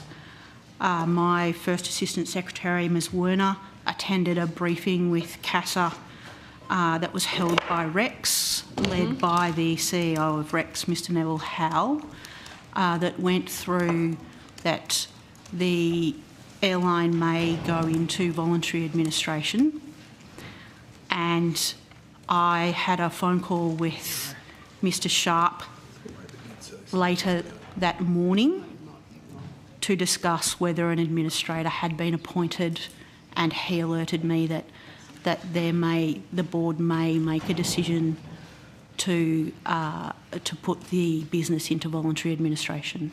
So just remind me of the date of that timeline. That's the 30th of July, Tuesday. So you had that conversation on the Tuesday? That's correct. My question was actually, when did you first become aware of the financial issues with Rex? That's the conversation you had with the non-executive chairman. When did the department I had a conversation aware? with the non-executive chairman the day before, So after the 29th? the 29th, after the company went into an ASX trading halt.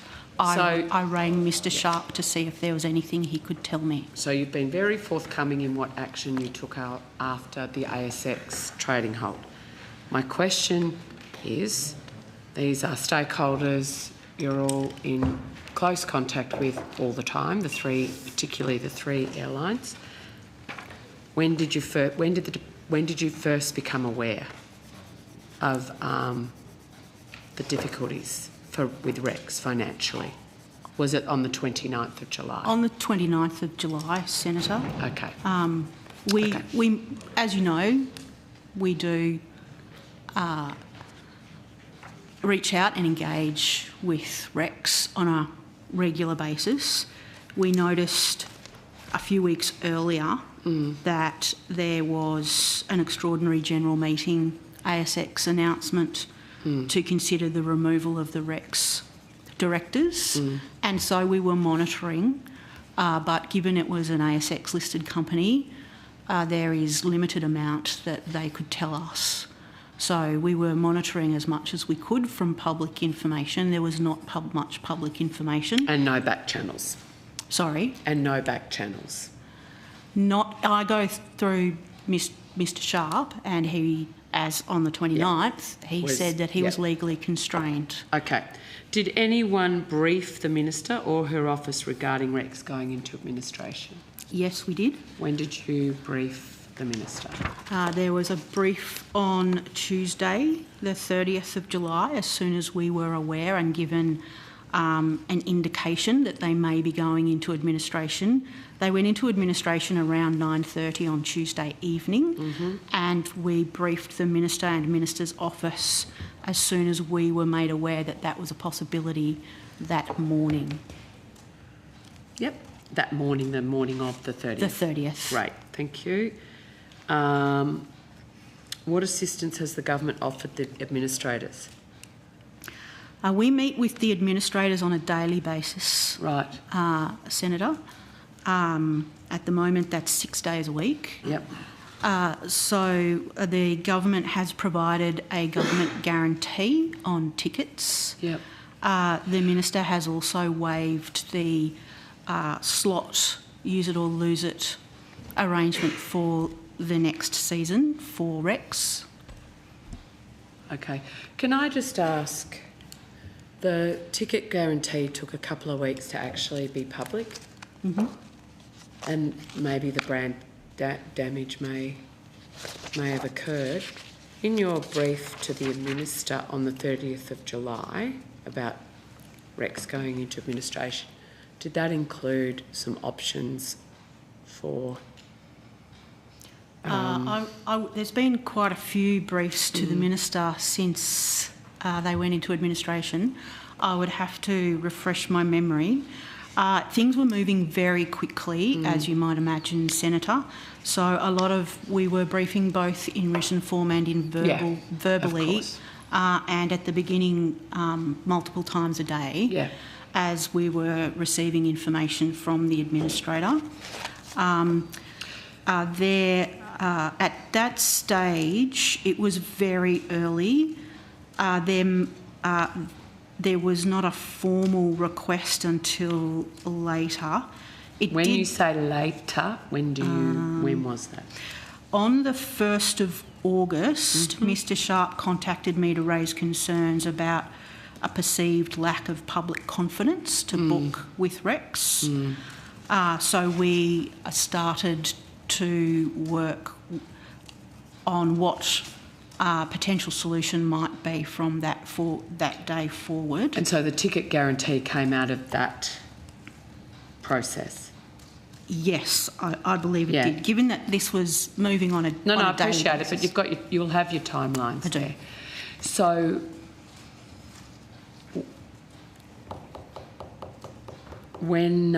so was it just the ticket guarantee that was one of the options? What about an equity stake? When was that floated with the Minister? I don't know that I can tell you what options have been floated with the Minister and with the government at this stage.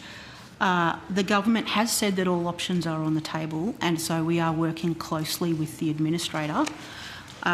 Something that we have to be mindful of, Senator, is the duties of the administrator throughout this process. The government, neither the government nor the department can take decisions of or for the administrator. So all decisions would go through normal cabinet processes of government, but also need to be made by and agreed to by the administrator so that they don't contravene their duties under the Corporations Act. Yep. So what was the timeline between the Minister being given the option of the ticket guarantee and the announcement? So Rex raises that on the 1st of August. Raised it... But when was it announced that the government would be... The announcement was on the 15th of August, Senator. Yep, so 2 weeks later. And I'm trying to ascertain when the decision was made.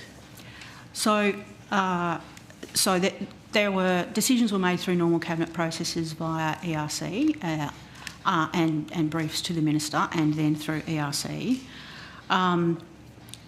One of the things that we needed to do, Senator, was work with the administrator because it needed to take into account the commercial arrangements between Rex and the administrator's relationship with their merchants, which we were not privy to.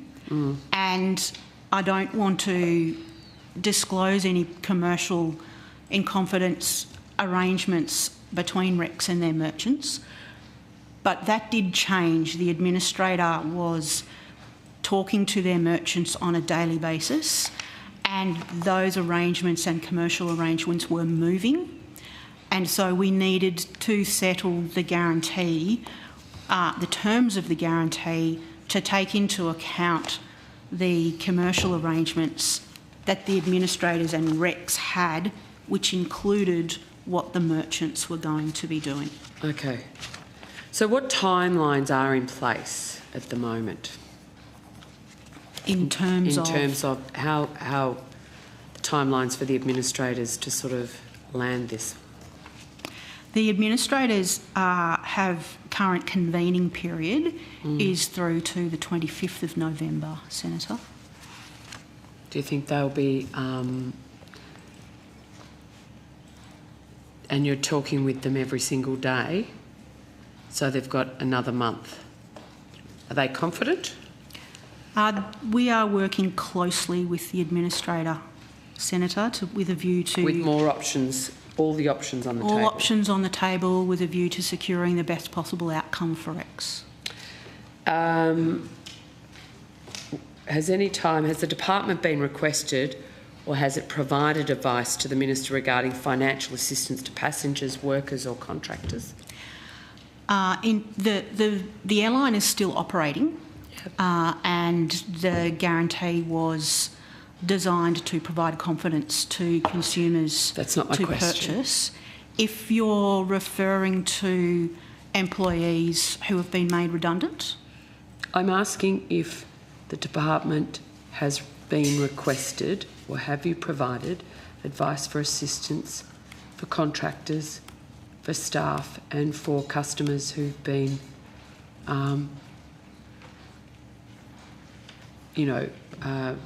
detrimentally affected? So it's a simple question about have you been requested to provide that advice, or I don't want to go to the details. Have you been requested to provide that advice, or have you provided advice around those three issues? I think I can say we've provided advice on impact on and the circumstances of employees.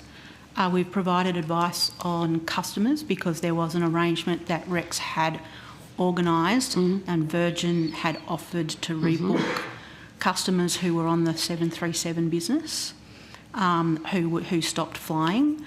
And in terms of customers, the government guarantee was designed in terms of customers to provide assurance to customers to be able, and consumers to continue to fly so that they would be able to get refunds in circumstances where they were eligible. And contractors? Only workers and... I'm not sure we went into that level of detail of working out employees versus contractors. But were you requested to look at that level of detail? Can you clarify what you mean by contractors in that context? Well, contractors that work for Rex, that are impacted by Rex going into administration. So individuals who are not employees but are directly under employees, yes. Yeah. So we work through... The traditional definition of a contractor. It could be a supply contractor, it could be an individual. Yeah. Well, that's true. So we work through DUA, who have responsibility for the Fair Entitlements Guarantee, and they also have their own relationship with the administrator to go through the impact on employees. But not contractors. I'm not sure. Could you clarify I can for me? clarify. And I want to know if you've been requested to look at contractors. Has there been any contemplation on providing direct financial assistance to keep regional services operating? As I mentioned, I can't go through exactly what the options are. In generality? Even in generality, Senator. And the reason is that it is not just the government's decision, because it is also the administrator's decision. But my question then, Ms Purvis-Smith, is there a contingency plan in place? And I respect and understand you can't go to the details of that, that's a matter for government. But is there a contingency plan in place for Rex for regional service provision? So what I can say is that we are working with the administrator to get to a point and to get the best possible outcome for Rex going forward. All options are on the table. We are working very closely with the administrator. So in terms of regional communities, I understand you're focused on Rex as an airline, but what comfort or consideration do regional communities have in this situation? We are focused on REX because regional connectivity is important in Australia, and REX is one of the largest airlines that provide regional connectivity. I appreciate that. What assurance can the department provide regional communities that they will maintain that connectivity if REX is sold? That's the priority of the government, is ensuring that those regional communities are continued to be served by airlines. I understand how important that is. I've travelled to many places around the country where REX are the only ones who fly there, in many states, and that remains the priority of the government. That's why the flights that have been guaranteed have been those regional routes. But it was a bit late. But anyway, what support's been given to regional airports who are also suffering as a result of this? So regional airports will be a creditor up until they go into the voluntary administration process. There is a voluntary administration process that they need to follow. The voluntary administration process, one of those things is to go through an adjudication process with all of the creditors. They are still going through that process. The administrator has said and has been paying bills throughout the administration process, but recognising that there are creditors for up until the day that they went into voluntary administration, and the councils with the airports are some of those creditors. So landing fees, etc., whilst they're in administration, are still being paid? That's correct. To regional airports? That's correct. Okay, and just finally, how much money to date has been spent to support REX through administration? In terms of the guarantee has not been drawn down, has not been required. That is a good thing. That means that confidence is holding up for people to book with REX and with REX Airlines, and that is the design of the guarantee. That's what the guarantee is for, as well as the slots which REX also asked for. Thank you. Thank you, Chair. Thank you, Senator Mackenzie. Senator Canavan. I've got some more questions on outcome 2, I think, if it's relevant. Just checking electric vehicle strategy. That's in this outcome, is that right? It is, Senator. In the new vehicle efficiency scheme. Yeah, we might get onto that. But just to start with, I'm referring to a report. Sorry, just bring it back up. National Vehicle Electric Strategy. Now, this is a Department of Climate Change report, but it is linked to on your website. And I'm just trying to get a handle on the projections for EV sales. Do you do that? Do you track those at all yourselves? Tristan Cathedge, Assistant Secretary, Reducing Surface Transport Emissions Branch. Sorry, Senator, just to check you, I don't think I quite heard your question. If you wouldn't mind repeating. Do you track the projections of or current data and projections for EV sales? We do. We have a research a group of people researching. Yeah. Okay. So we do keep tabs on those. Yeah. Okay. What's happening with them at the moment? One moment, Senator. So the information that I have at the moment is that in 2023, EVs represented 8.45% of new light vehicle sales in Australia, which was an increase from 3.8% in 2022. I'd have to check if we have any numbers that relate to 2024. Okay. In this report I mentioned there's a figure for April 2024. It seems to have just ticked over 9% share. But I suppose that your figures and these show somewhat of a plateauing perhaps, and they're still increasing but not surging. My understanding is that had your department, I'd read before, had your department predicted that EV sales would be 27% of Australian car sales by 2030? So we did have a projection, I believe, in our impact analysis for the new vehicle efficiency standard, Senator. Right. I believe, I can't confirm the 27% figure, but we can, hopefully we can provide you the reference. Oh, actually I have it here. If you're familiar with the impact assessment, it's figure 8 on page 31. It's been a while. What's the figure then, or what? I mean, it's a graph that shows what we think the BAU, the business as usual, EV uptake is with no. Is that as percentage of new car sales? Yes, that's correct. So roughly in 2030, what does it? I don't have numbers on this graph, Senator. But you so could probably estimate. It's between 20 and 30 on the graph that I have in front of me by 2030. So okay, so not perhaps around the range I mentioned. If I might add as well, you might be referring to a 2019 BITRA report that produced those figures. So we did have previous research released by BITRA that indicated Australia would reach 8% by 2025 and 27% by 2030. Right, okay. Obviously the new government they'd previously, in their Reputex modelling, forecast 89% of new car sales in 2030 would be through electric vehicles. Does the department expect we'll get to anywhere close to 89% by 2030? I haven't seen that modelling you're referring to, Senator. Oh, it's been widely reported. It was part of their carbon emissions reduction plan. Well, maybe I'll ask the Minister, do you still stand behind that Reputex modelling? I'm not aware of okay. I think the Minister has backed away from it. So it seems to me obviously the 90% is not going to happen, but even the 27 or somewhere between 20 and 30's starting to look a little hard to get to. Is there any more projections or updating given the new data showing this plateauing of sales? We wouldn't want to speculate, Senator, on what might happen in the future. So you're not going to update the projections at all? In the impact analysis, it wouldn't be normal for for the department to update its impact analysis on decisions that have already been made. Won't this have an impact, though, on the new vehicle efficiency scheme, the uptake of EVs?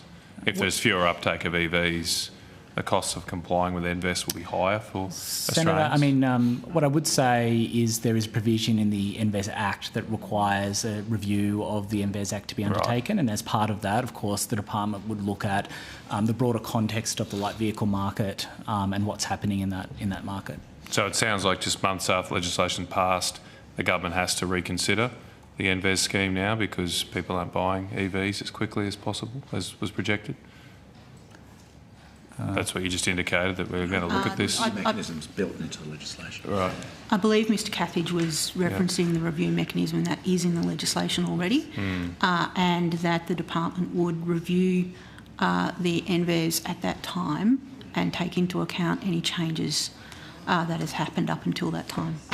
Just to confirm my point, though, under this scheme, given the sort of hard caps of emissions targets that are needed, the fewer Australians buying electric vehicles means that there will be a higher cost then for other vehicles to have to pay to get to an average baseline level. Is that right? I might add, Senator, that, and we've discussed this previously, that there are a range of ways... For those listening online, if the people don't provide a clear answer to a clear question, it means that the answer is yes. That's right. But go on, Ms Stagg. Yes, well, I mean, it'd be nice... You can add your commentary all you like. It'd be great for them to shut officials down while they're trying to answer your question. Okay, it'd be nice to get answers. Well, as we've discussed previously, there are a range of ways that the vehicle suppliers can meet their NVES obligations. So we don't set targets for particular engine types, so things like electric vehicles. Suppliers can adjust their vehicle mix using a range of different technologies, more efficient ICE engines, the uptake of hybrid vehicles as well as electric vehicles. So there are a range of ways they can adjust their vehicle fleet to meet their obligations. But not all of them can they? Because they don't have the range. So it will mean a reduction of choice available to Australians, won't it? Well, it's necessarily built into that answer that people have to adjust. We've been this before, but people have to adjust the cars they buy. If they adjust the cars they sell, that means that people are adjusting the cars they buy. Well, typically and Australians won't have free choice anymore in what car they drive. Typically we see a greater range of choice for consumers rather than a reduction, because there is an incentive to provide a greater range of efficient vehicles into the market, including variants of vehicles that are offered in other markets that are more efficient than the equivalent vehicle in Australia. So what about, offerings from vehicle manufacturers such as Isuzu or Mazda that do not have the breadth of range offerings to offset the government's tax will end up exiting the market because they can't actually do what you're saying they all can do, because only those with quite a broad range of offerings to the public can avail themselves of the mix and match. Senator, what we've seen occur in other markets is that vehicle suppliers please don't go to the European their, stuff that you were talking about last time. They adjust their lineup, and as Ms Stagg has indicated, they adjust their the vehicles that they provide to the public to make them more efficient, including, for example... This is because you based this on Europe, didn't you? Anyway, Senator, I'll butt out. You're going beautifully.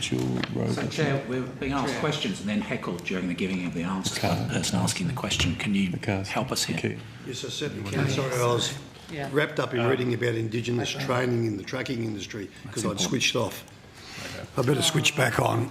So to take up the point, yes, if you are, we've said this many times, if you can ask the question, at least let the officers answer without the interjections. So who had the call? Well, look, I think I'm finished. I mean, the good news for Australians, they do have a choice. They'll have a choice in the next election, whether they want to have a government that restricts their car choice or not. Senator, I'm happy we've finished. No tax on our utes, SUVs or four-wheel drives. We'll see what happens. Well, okay, on that note... I know what they drive in regional Tasmania. Excuse me. Carol. On that, do I take that we finished outcome 2? No. On 15th of August 2024, the opposition wrote to Minister King seeking advice as to why the department had denied registration on the RAV, Register of Approved Vehicles, for a fuel-efficient key car, KEI, which had previously been granted with import approval. Why has the minister failed to respond to this correspondence? So we will get the relevant officials to the table. So sorry.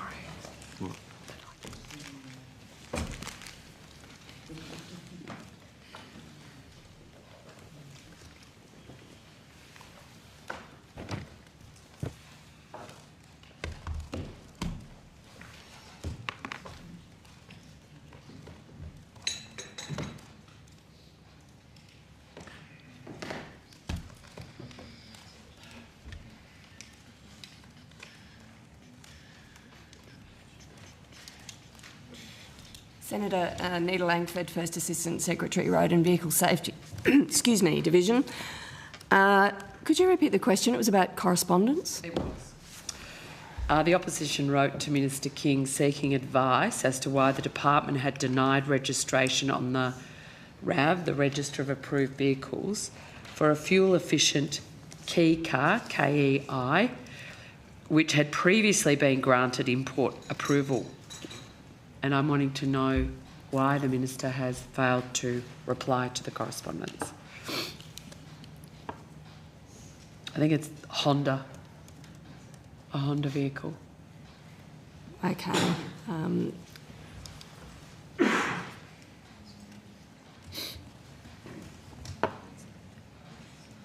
Senator Jessica Hall, Deputy Secretary.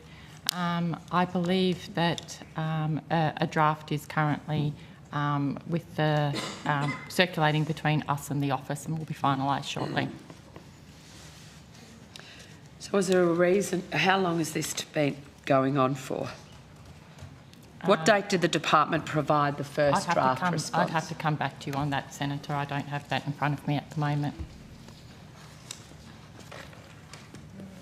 So my understanding is that the matter has been raised by representatives of the Australian Imported Motor Vehicle Industry Association. The vessel transporting the vehicle, the Honda N1 key car from Japan. The vehicle arrived in Australia in May 24, cleared customs in June 24 to be delivered to a registered automotive workshop.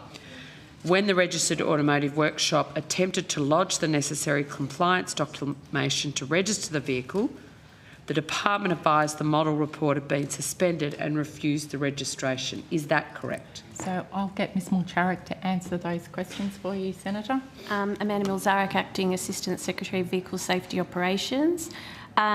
So the vehicle did receive an initial approval under the importation. Yep. When it arrived in Australia, the model reports were suspended. This was as a result of a tip-off that we received. The department did an investigation into a range of model reports related to these vehicles. When we asked the model tip-off. So someone has reported to us that they're non-compliant with Australian standards. Right. Yep. So as part of our investigation, we went back to the approval holders of these model reports, asking them to provide us evidence of compliance with the certain standard. These model report authors or approval holders were unable to provide this to us. So they receive, I guess, an intention of suspension notice where they're given time to respond to the department in writing.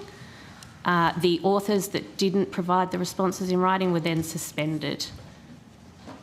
Okay, so when did the department first discover that vehicle under 1.5 metre width wouldn't comply with the Australian standard, as I understand it, is ADR 840? Yeah. So for that, I'm aware of the vehicle you're talking about. Yep. For that one, I would have to come back to you with the date. So when we're informed, the particular owner of the vehicle has lodged an appeal against the decision, and it's currently going through the Administrative Review Tribunal. So how long does the department's service charter allow for assessing a model report? Assessing a model report is 60 business days. And how long has this been going for? So the model report was already assessed and approved. Yeah. And it's now suspended. So because you got a tip-off? No, because the approval holders were unable to provide evidence when asked by the department. So when did you, and you don't know when you first discovered, when did you get the tip-off? When did you verify the tip-off? Or you're just... So in 30th of September, the department, as at the 30th of September, we've suspended 12 model reports in total that related to these K cars. Right, so you said they could come in and no one bothered checking about the standard that these cars weren't compliant with, according to the tip-off. So the regulatory framework, Senator, is a risk-led one where the applicants make declarations to us that they comply with the legislation. And Amanda's team assesses those declarations. And on this occasion, the tip-off led them to investigate those declarations, and they found that some of them had been made without the necessary evidence, and so they suspended the reports. Okay, so how many affected vehicles have been issued an import approval and were halfway through the importation process when their model reports were suspended? So of the 12 model reports suspended, 134 vehicles supplied under those model reports are on the register of approved vehicles. And, sorry, I don't have the... Have you got that number in front of you? Probably would have to take it on notice to get the exact numbers, but I am aware there is a couple of vehicles that were, like, if you're talking about, were in transit on their way here.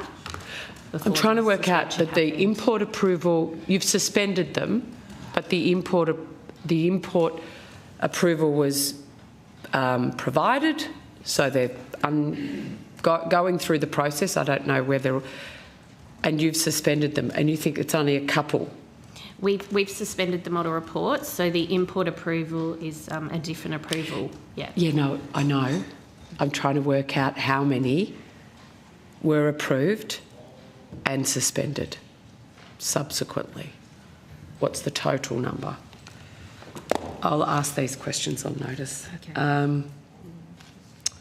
Affected constituents have argued the department should have made allowance for these vehicles that were halfway over on their way at the time of the decision, that these vehicles have been imported under initial approvals from the government only to find they were no longer valid. What steps are you taking to ensure that this doesn't happen again? Have you changed anything? So, as I mentioned before, Senator, the onus is on the model report author to ensure that what they declare to us is correct. We do work closely with them. This particular design rule is designed to reduce the risk of serious and fatal injury and side impact crashes. So that also affects how we treat them. Sometimes there are things that we call minor and inconsequentials where we can waive some requirements. But in this case, because it was to do with side impact protection, the safety imperative was such that we needed to treat it this way. But Amanda and her team has been working closely with the model report authors to bring some, and she was able with her team to bring some of them into compliance, and so that those vehicles were able to be supplied, but where they weren't able to bring it into compliance, we've had to take the action we have for safety reasons. Okay. I think that's...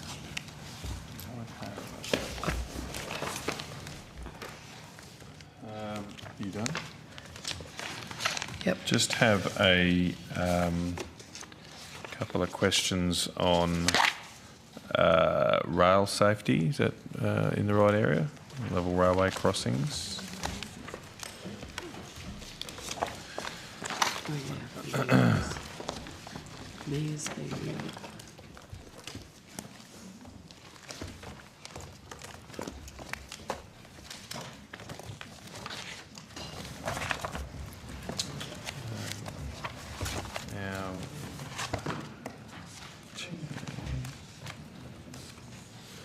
Now, I just wanted to ask some questions about a draft code of practice, level crossings and train visibility.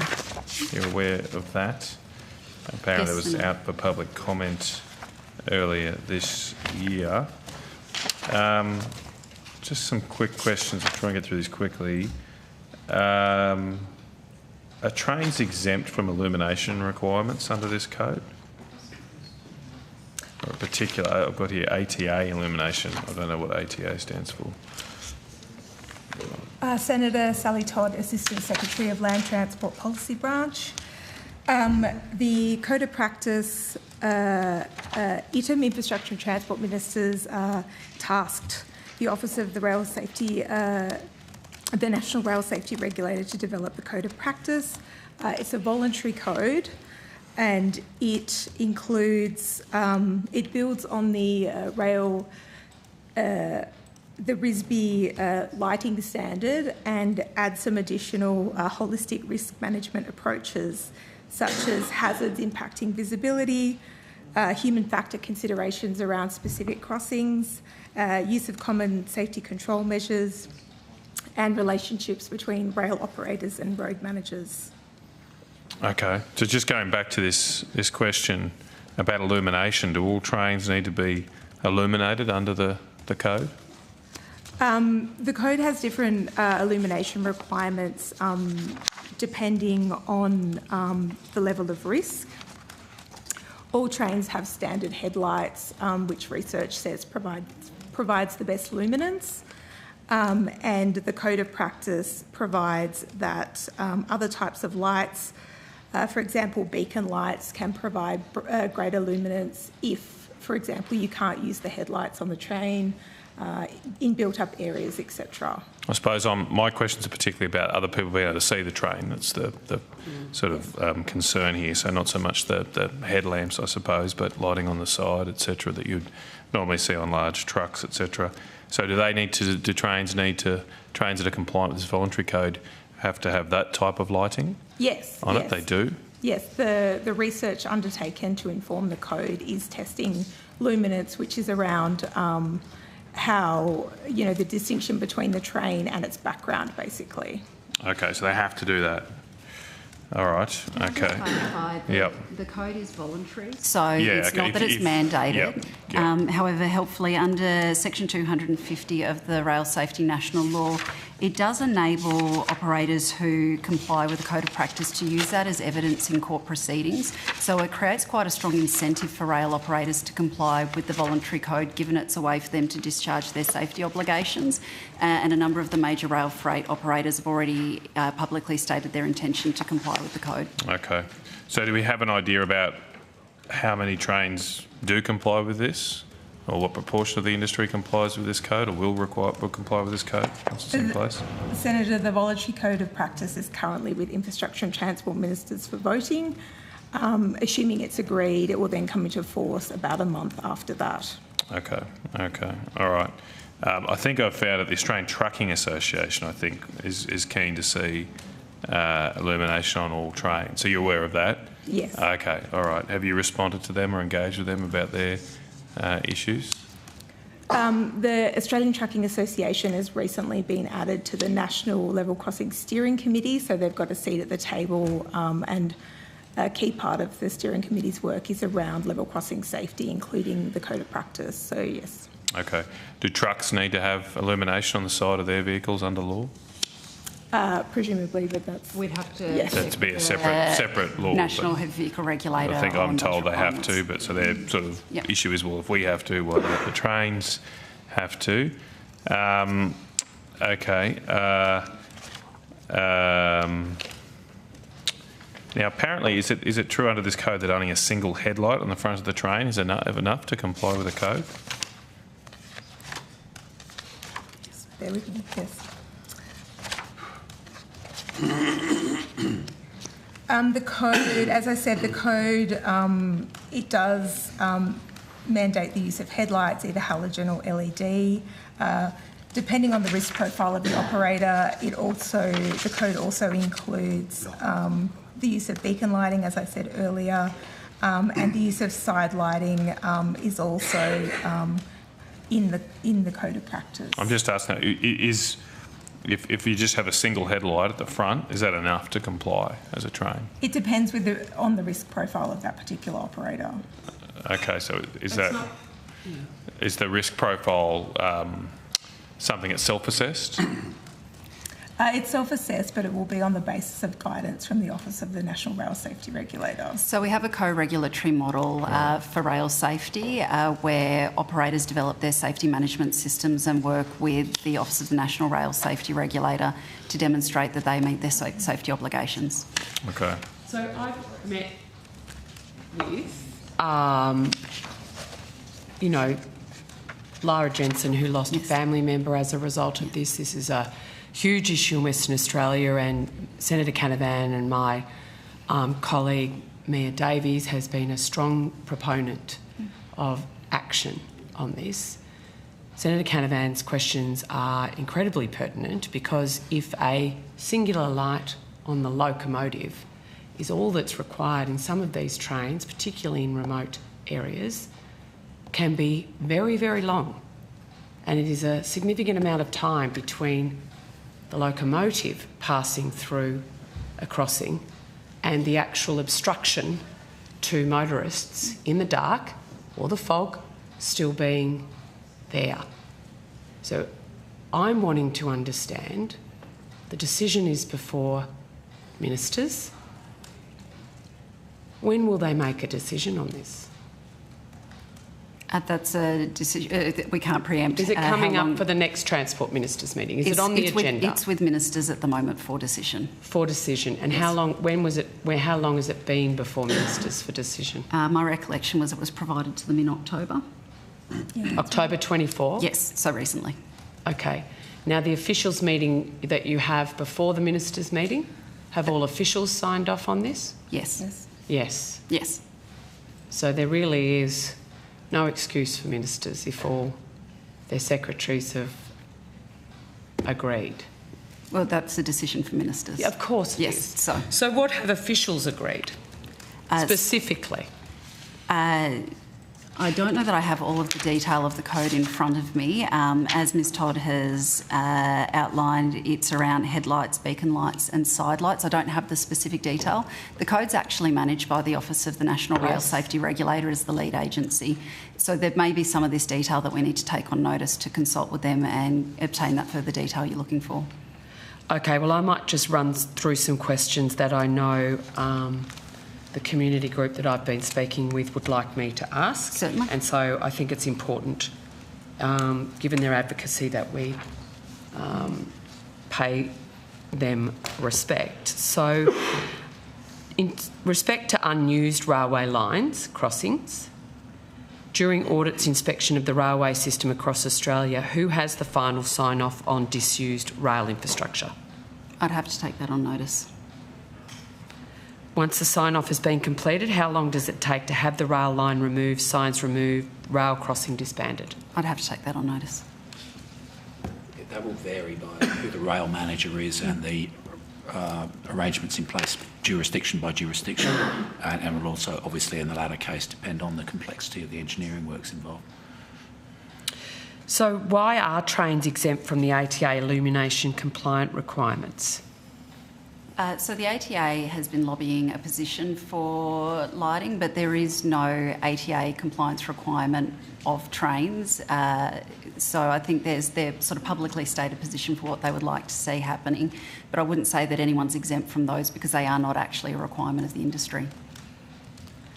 So the code of practice we're talking about has been developed by the Office of the National Office of the Rail Safety Regulator, whose job it is under rail safety legislation to make sure that risks of the kind that have been legitimately identified are mitigated so far as reasonably practicable. So we've got an independent statutory regulator that's been driving the consultation and the development of the code.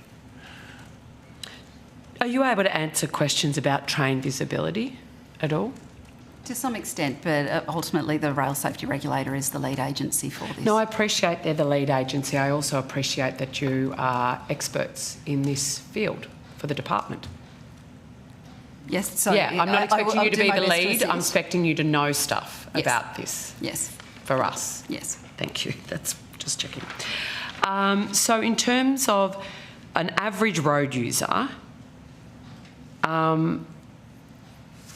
do we have data around how you can estimate the distance between to a train or estimate the speed of the train? Is there able to identify the objective as a train as opposed and distinguished from other objects? Is there sort of data available to the human eye's ability to do that? So I believe the regulator has that information and it's quite context dependent. So things like the availability of the sight line, it really depends site by site at level crossings. So there are sort of different data sets. So things like the National Level Crossing Safety Portal, where we're trying to collect data that is specific to each level crossing so that when we take risk mitigations at a level crossing, it is specific to that site. So it may be that in some cases it's about signage, the use of rumble strips and things to draw a driver's attention. In other cases, it may be that it's a very visible level crossing, but the issue is around the sight lines, the curvature of the road, the intersection with the level crossing. So it really is very dependent on each individual site. So given it is so contextualised, the need for an agreed visibility code on trains, other than just a light at the front, would seem a sensible way to ensure that motorists can see a train once the locomotive has gone past. Lighting is one aspect of it. I would note that the majority of accidents actually occur during the daytime, so 74%, I believe, of fatalities and 81%. And there's many countries around the world that make motorists drive during the day with their lights on. Like, that's not an excuse not to light the carriages. No, what I'm saying is there's a range of safety factors I know, that but I would hate to that to be interpreted that way. In terms of the WA Coroner's Report recommendation, are you able to explain why that WA Coroner's Report from 2001 has not been accepted, acted on, or changes made to prevent further fatalities? I mean, that's 2001. Here we are at 2024. Is there... I can't comment on why predecessors may not have taken action in relation to that. It has been information that has been relevant in things like the new National Level Crossing Safety Strategy and the current Regional Australia Level Crossing Safety Program. For example, we've taken lessons around the importance of conducting research and trials on prospective technologies that are applicable in regional contexts in particular, where it may be cost prohibitive to make a level crossing an active safety. So we're looking at alternative options that would be effective in remote and regional locations in particular. So we are taking the lessons from that, but I think the families are right to be frustrated that there was not action sooner. Yep. But from what you're telling me, officials have made an agreed position, which does or doesn't. Does it include lighting on carriages? It does include side lighting. I don't know that it goes as far at this stage to do the lighting down the carriages. There are still trials underway, for example, use of reflective paints rather than lighting. There are issues, for example, on some of these trains with the locations they operate in that dust becomes problematic and it reduces the effectiveness. So the idea of the research that's being undertaken in relation to these is to ensure that if we're going to recommend or require a change to lighting, that it is actually effective and that cost delivers a benefit to road users. So these initial steps that we've outlined are off the back of trials that showed they had some benefits in certain conditions. It's not across the board. It's not a silver bullet, essentially, but we are continuing to look at other options around lighting, and as those are proven, the intention is for RISB to continue to amend that standard to highlight those additional effective technologies. So the code of practice that's before ministers takes account of everything we have at the moment in terms of technology that's... Will it be mandatory for all rail operators, or is it a compulsory code? No, as I've outlined, it's a voluntary code of practice, but that can be used in proceedings within the court system, which creates an incentive, and Pacific National and Horizon have already announced that they intend to comply with the code. I'll have a lot of questions on notice. Thank you, Senator. That's outcome 2 done? Okay, great. Thanks, bye. Okay, and we'll go back to outcome 3, please. No, that's all right. Thank you. Yes, please.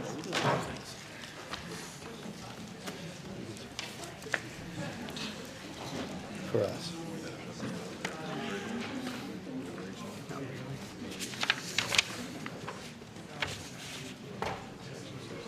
Yeah, that sounds like a good plan.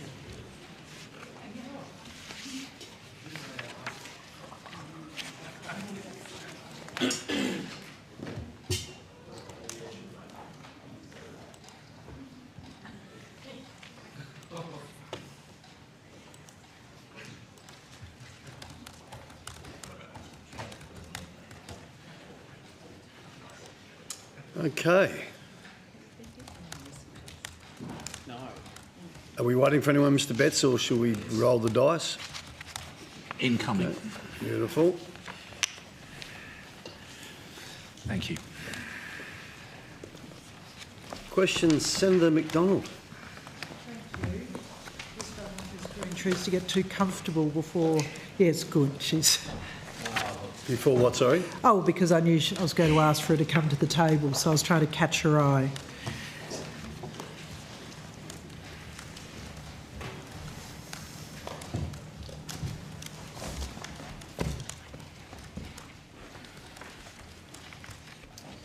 Thank you, Chair. Ms Greentrees, I wanted to ask you if you're still meeting fortnightly with the Minister's office, including the Minister. Yes, Senator. So Casey Greentree, Assistant Secretary for Office in Northern Australia.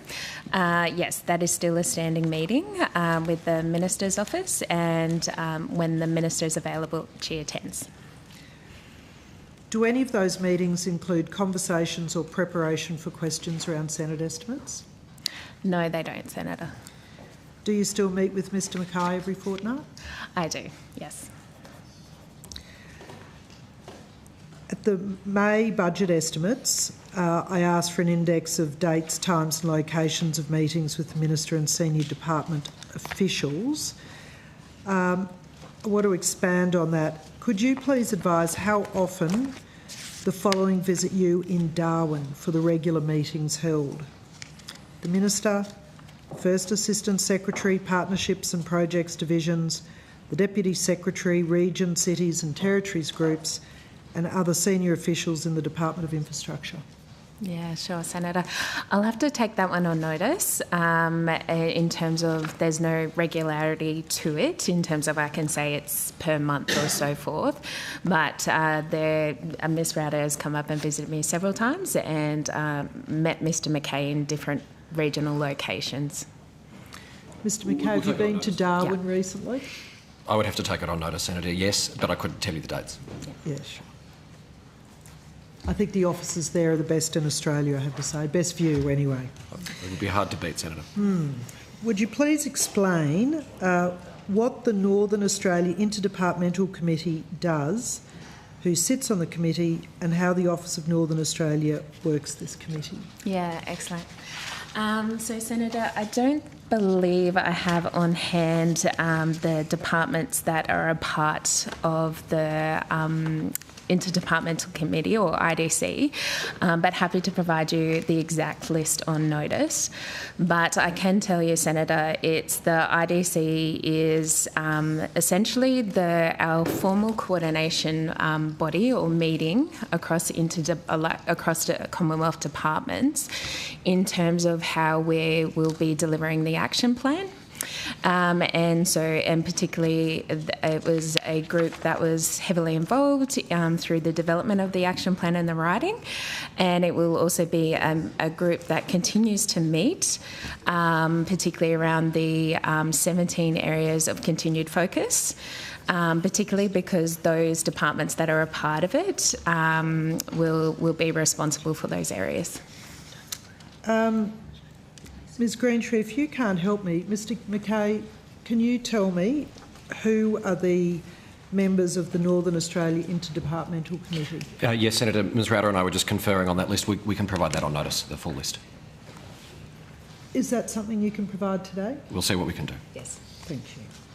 So, the Office of Northern Australia, how does it work with the committee? Does it sit on the committee? Yes. Yeah. Ms Rowder chairs the committee. Senator. Oh, well, perhaps could I ask you that, please, to provide some further detail? Yes, you can. So I chair the committee. We convened the committee multiple times in the lead up to the action plan, and that committee provided input in terms of the responsibilities under the action plan that sit in different portfolios across the Commonwealth, and so we have input from them on that action plan. We also liaise with them around our Northern Australia annual statement. Could you please provide an update on the status of the Northern Australia Ministerial Forum? Sure, certainly, Senator. So, Senator, the Northern Australian Ministerial Forum just recently held a meeting in Broome on the 4th of September. And at that meeting, it had a focus on housing needs, the responses learned from the WA government in the Kimberley flood response, trade and investment opportunities, the role of overseas migration in the north, and maximising local outcomes from the defence investment. Could you please provide me an update on the status of the Indigenous References Group on Northern Australia? With a lot of pleasure, Senator. Only because it's, I will say, a group that has achieved a lot. So they have met 12 times since their establishment in December 2021. We are currently planning for their next meeting the week of the 18th of November, which will be in Canberra. I can say during that time, and sorry, just to let you know, their last meeting was held in Karratha, adjunct to the Developing Northern Australia Conference. The Minister for Northern Australia met with them also at that time, and met with them at the previous meeting, which was held in Alice Springs, I believe in May. So the IRG has been sought, I guess, to take a step back. So IRG focus particular focus areas that they like to focus on for the year. This year they're focusing on local jobs, cost of living, and data sovereignty and protecting Indigenous knowledge. And they have made, with the support of ONA, 16 submissions to government across various government inquiries and processes, and plus also government consultation processes. Does Indigenous References Group meet with the Minister for Indigenous Australians? Yes, they do, Senator. So as I mentioned, the Minister has met with them a total of 7 times since they were established in December 2021. So the current Minister for Northern Australia, to correct myself. And as I mentioned, she met with them at their last meeting in Karratha. And she also met with them physically in Alice Springs as well in May. So that's Senator McCarthy. Sorry. Oh, Indigenous. My apologies, Senator. My apologies. I thought that sounded like a lot for such a new minister. Please start again. My apologies. So the group reports to the Minister for Indigenous Australians. Senator McCarthy is yet to meet with them. Will they be meeting with Senator McCarthy when they come to Canberra on the 8th of November? 8th or 18th, did you say? The week of the 18th of November. I will have to check in with the team and confirm that with you, but I understand it's being arranged. And Senator, I can advise you the members of our Northern Australia Interdepartmental Committee.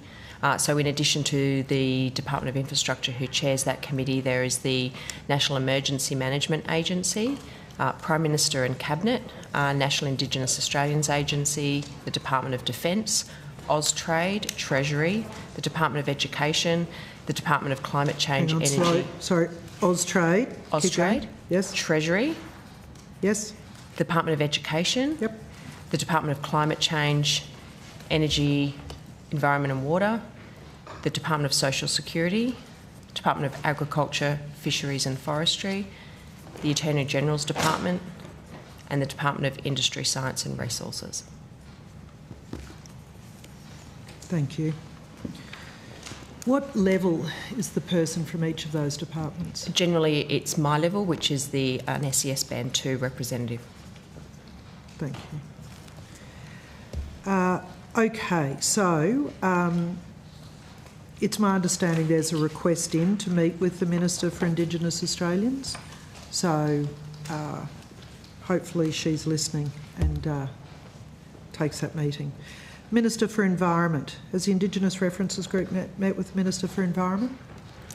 Not that I'm aware of, Senator, that I can think of, but it is also one that they were looking to schedule for their next meeting as well, so I'll have to come back to you with that one.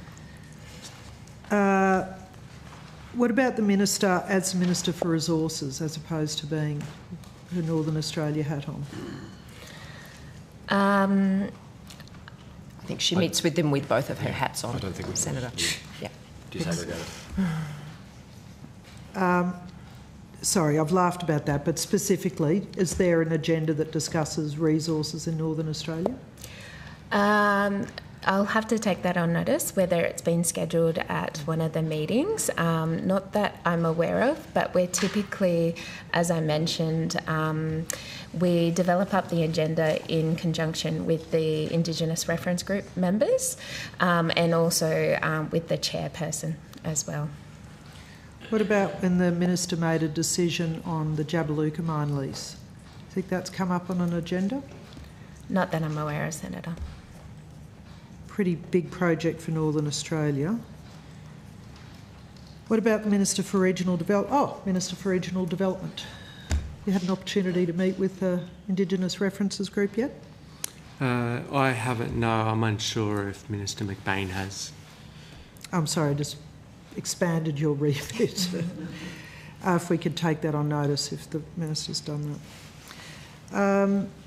With regard to the operating costs, can you confirm that the travel costs for 23-24, $360,000? Is that for the reference group, Senator?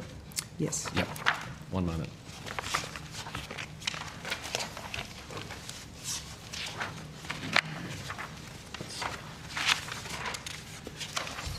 Sorry, Senator, could I just get you to repeat that number?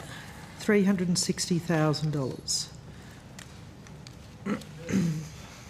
For the Indigenous Reference Group, is there any period of time? I've got for 2023 to 2024. So we have a cost for the calendar year for 2024 of $170,633.74 to be precise. So that's the only figure. So we'll take the financial year question on notice, if we may, Senator. Thank you. Sorry, Senator, I think that might be the cost for O&A. I'm sorry if I have not got that correct. All right, so not the Indigenous References Group, O&A. I apologise. It happens, Senator. Thank you. So could I go back to that travel budget and could you provide a list of travel expenses per individual? Happy for it to be by position or band level rather than individuals for those last 3 financial years, 24, 23, 22. We can take that on notice, Senator. I think broken down by classification would be probably the most sensible way to present it. Yeah. Okay. Can I just check in, how many questions on notice did you take from program 3.4 from the May budgeted estimates, and do you think you've answered all of them? I can answer the second part first, Senator. Yes, I'm confident that we've answered the questions that we took from the last estimates. I may need a minute to give you the number that we took. Okay, thank you. Sorry, just to come in, I believe there was 5 that were related to the Office of Northern Australia. I'm sorry, I didn't quite hear you. Oh, sorry, I think there were 5 that were related to the Office of Northern Australia. 5.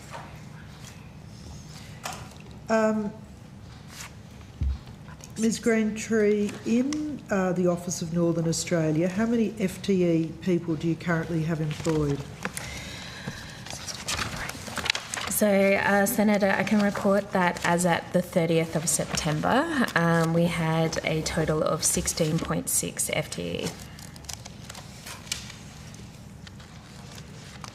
I asked a question in May that Mr Buckley took on notice. It was around workload, policy development and workload of the Office of Northern Australia staff.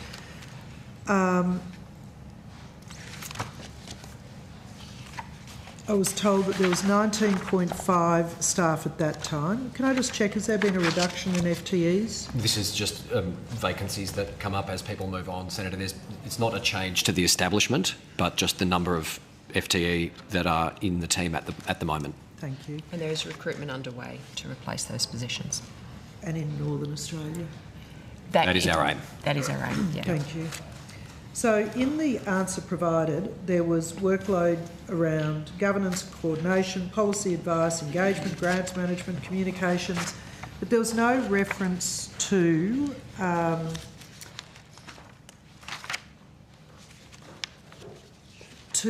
how many staff were engaged with policy development and the time and priority allocated to that. Can you split that out, or is that going to be too tricky? I'll tell you why I'm asking. Yeah. Because I'm looking for the work on the white paper refresh. Mm-hmm. So I think if we can take the question of the number of people who worked on the white paper, that will be a quicker way to get you the information that you're looking for, rather than trying to categorise. We don't measure people's hours against particular tasks in a centralised way, but we could take the question of the number of people who worked on the white paper refresh. All right. And Senator, sorry, the thing to add to that is different parts of the Office of Northern Australia worked on the white paper refresh process at different stages. So we had one team that was particularly focused on stakeholder engagement, another team who was particularly focused on First Nations stakeholder engagement, and other parts of the team who were actually involved in the policy elements and the drafting of the report. So we will cobble together what we can, but it's not a discrete team that did every part of that white paper refresh process. I mean, it as you'd expect, a significant priority for the O&A team, and so it did draw on resources from across the office. I'm just wondering, given that Northern Australia has a relatively small population, why do you split the comms for the stakeholder management for Indigenous Australians and other Australians? It's just to do with the specialty of staff, but you can go into that. Yeah, so Senator, the reason why we typically change it as well, so we've also restructured Office of Northern Australia since the release of the action plan, and that is so we can be better set up working across the different policies and themes across the action plan to do it. So therefore we no longer have a specific comms team. But we do have a dedicated team that looks after Indigenous policy that provide direct support to the Indigenous reference group, but they also work on, there are a couple of measures or sort of actions within the action plan that are Indigenous specific, such as the prescribed body corporates and the First Nations economic policy. And so their typical stakeholders that they might work with are typically around land councils or with Indigenous business councils. But we don't see that as separate to our other team that has a focus on economic development that would have very similar stakeholders as well. But it's more, now that we've structured it, it's more around the specific focuses within the action plan. So how many people are going to be specifically allocated to the tenure issues for the action plan? Yeah, so for example, around the prescribed body corporate, there's a reform that is currently underway that is led by the NIAA, so under the Indigenous Affairs Minister. But there is a number of working groups around that has Attorney Generals and DQ involved in that as well. And so our Indigenous engagement team takes a lead in terms of working with those different groups across the Australian government. So it's not them specifically working on land tenure issues, but being tapped into the things across the Australian government that is focused on that. So how many people are there? Yep, so in the Indigenous engagement team, it would be, I believe, I will have to take it on notice, but I believe it's 5 or 6 staff in that We'll see if we area. can confirm that during the hearing now, Senator. So you're taking on notice the number of staff or the proportion spent on the white paper refresh. I want to ask the same question on the Indigenous References Group. How many of the Office of Northern Australia staff are dedicated to developing and working with that group? I want to understand how much time is spent feeding into early policy development and providing advice across the department, please. Yes, certainly, Senator. We can take that on notice. I mean, I would add to within the department, I think that's a key role of the interdepartmental committee that Ms Rowder was speaking about before, that she chairs. That is also an opportunity, in addition to us seeking input from all of those portfolios, in that instance to the development of the action plan, also for us to push the Northern Australia priority back out to those agencies, specifically in early policy development. So I'd suggest perhaps we combine both within the department but also through the IDC. We heard earlier today that there was $150 million of Northern Australia roads budget that's been unallocated. How do you think that's going? Do you think departments are responding to the idea that Northern Australia needs to be prioritised? I was a bit surprised here that there'd be money allocated and not, allocated to Northern Australia roads but not allocated to projects when they're so desperately needed. So, Senator, I think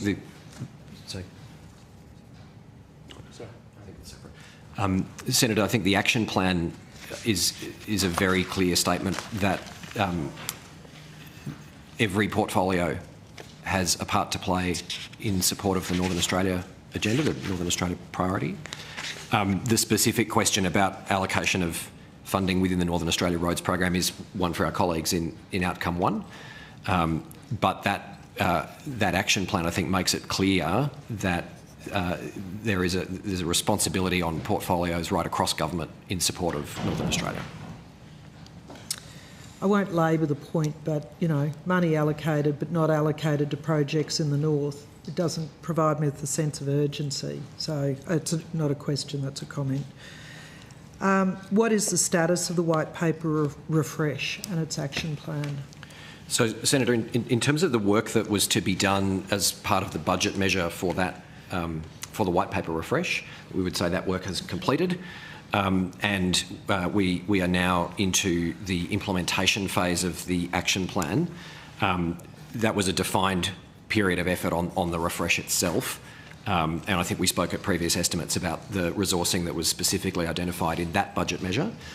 But Ms Rowden might want to just add in terms of the reporting structures and the monitoring that now is part of our role. I'm happy to take that on. And so in terms of implementing the action plan, there is a commitment within the action plan that talks about annual reporting, and I'm just pulling up. My apologies. Has the Northern Australia White Paper refresh been published? Yes, it has, Senator. So the outcome of the refresh was the action plan, Senator. I understand the outcome, but the paper itself, the White Paper refresh, was that published? No, so the process that was part of the refresh was doing stakeholder engagement to test whether the issues that were raised in the white paper, but also things that have happened since that period of time were still relevant, but also to collect, I guess, information in terms of what has happened since the release of the white paper. The culmination of that was the Northern Australia Action Plan. So in terms of the outcomes of the consultation or engagement for the white paper refresh, that has not been released. So that was a $1.7 million project, and the action plan's the only thing that's been published? The output of it is the action plan.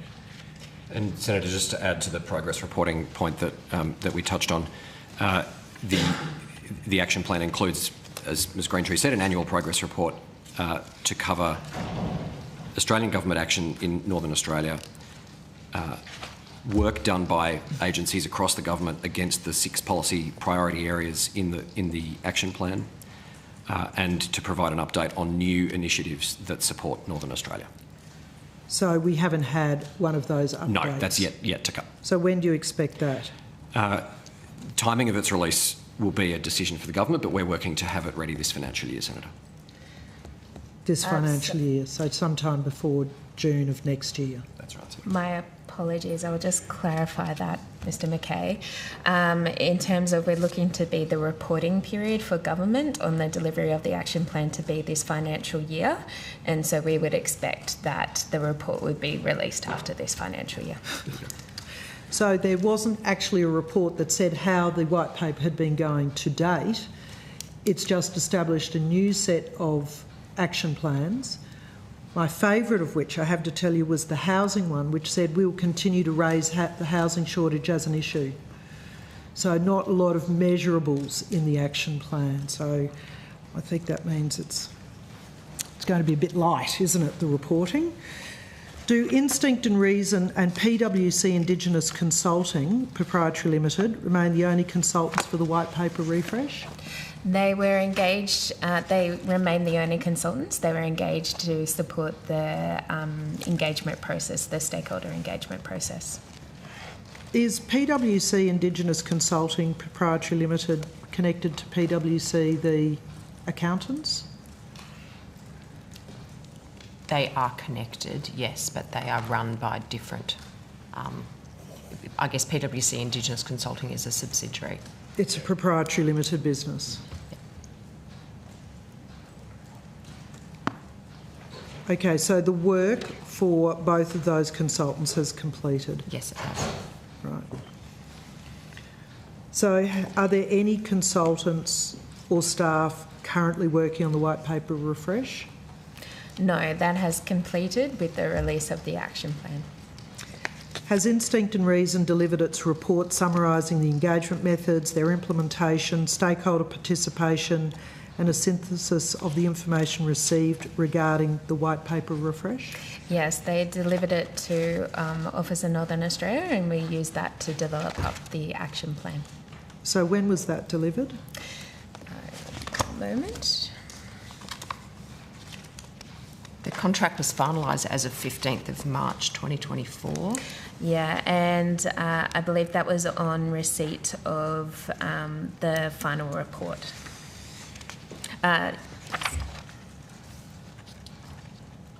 Sorry, just to confirm that, yes, it was on the receipt of the final report.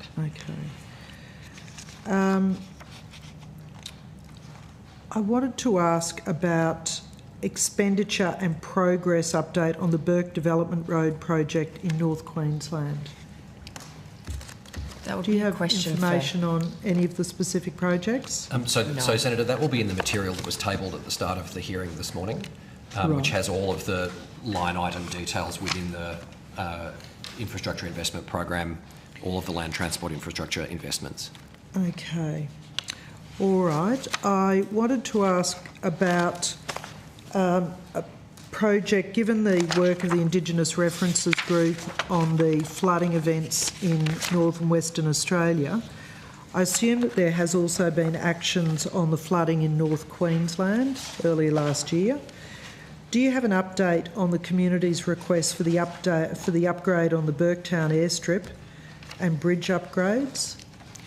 I don't have the specific details in terms of the response to those extreme weather events.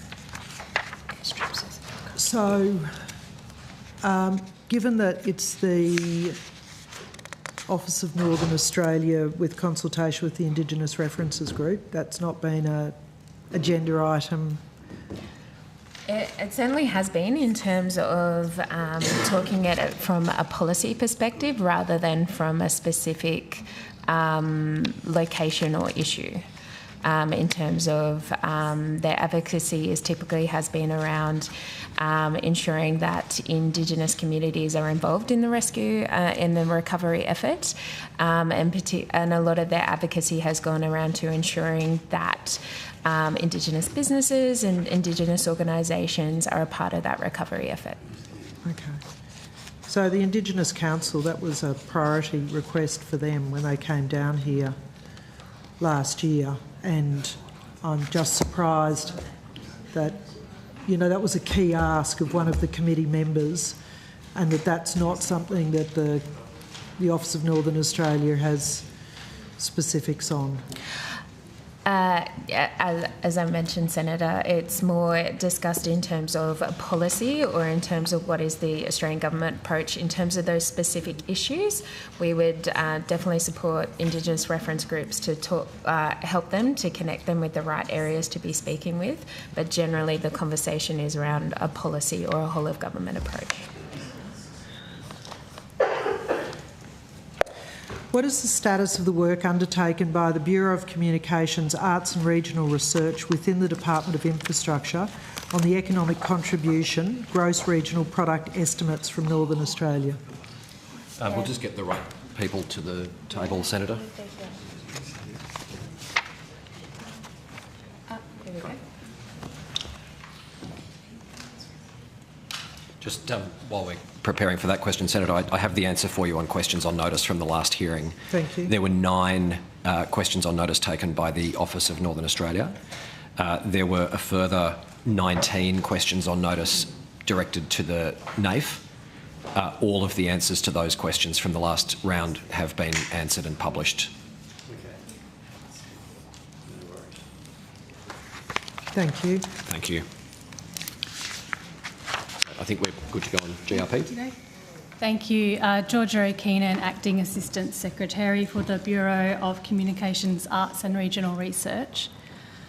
So the Bureau released the experimental gross regional product estimates on 7th of May. They covered years 2015-16 and 2020-21. So what years were they again? 2015-16 and 2020-21. 2020 to 21. Okay. Right, that's the 5 years of the white paper. I'm just wondering why those 2 years... Why those years were selected? Yes. It would have been more to do with how the data came from the census. Oh, right, I understand. Thank you. Okay. Good. What's the status of the work? Okay, so they were produced down to statistical area level 4. I can run you through the key insights if you'd like.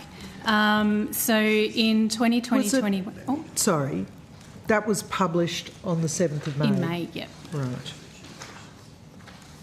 Yes, key insights?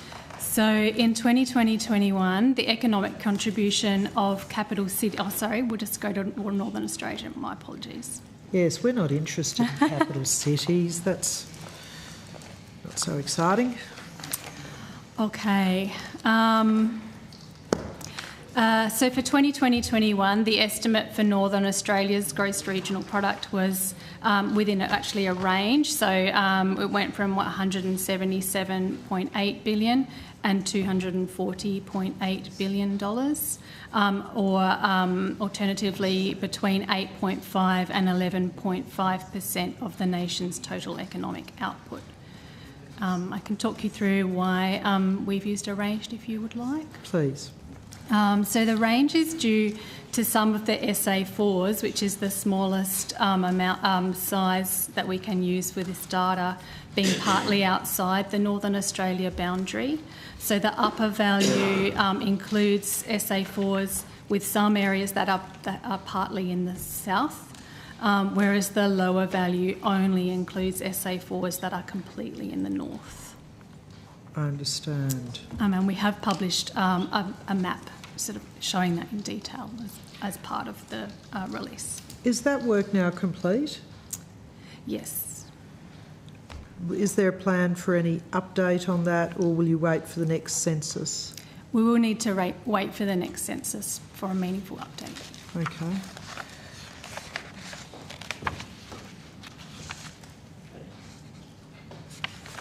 The Northern Australia Development Program,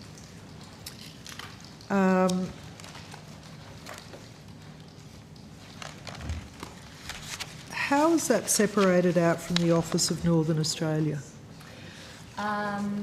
So it because the grant program has been established and been expanded, it is therefore managed by the Business Grants Unit in DISA, and we still retain program management of that.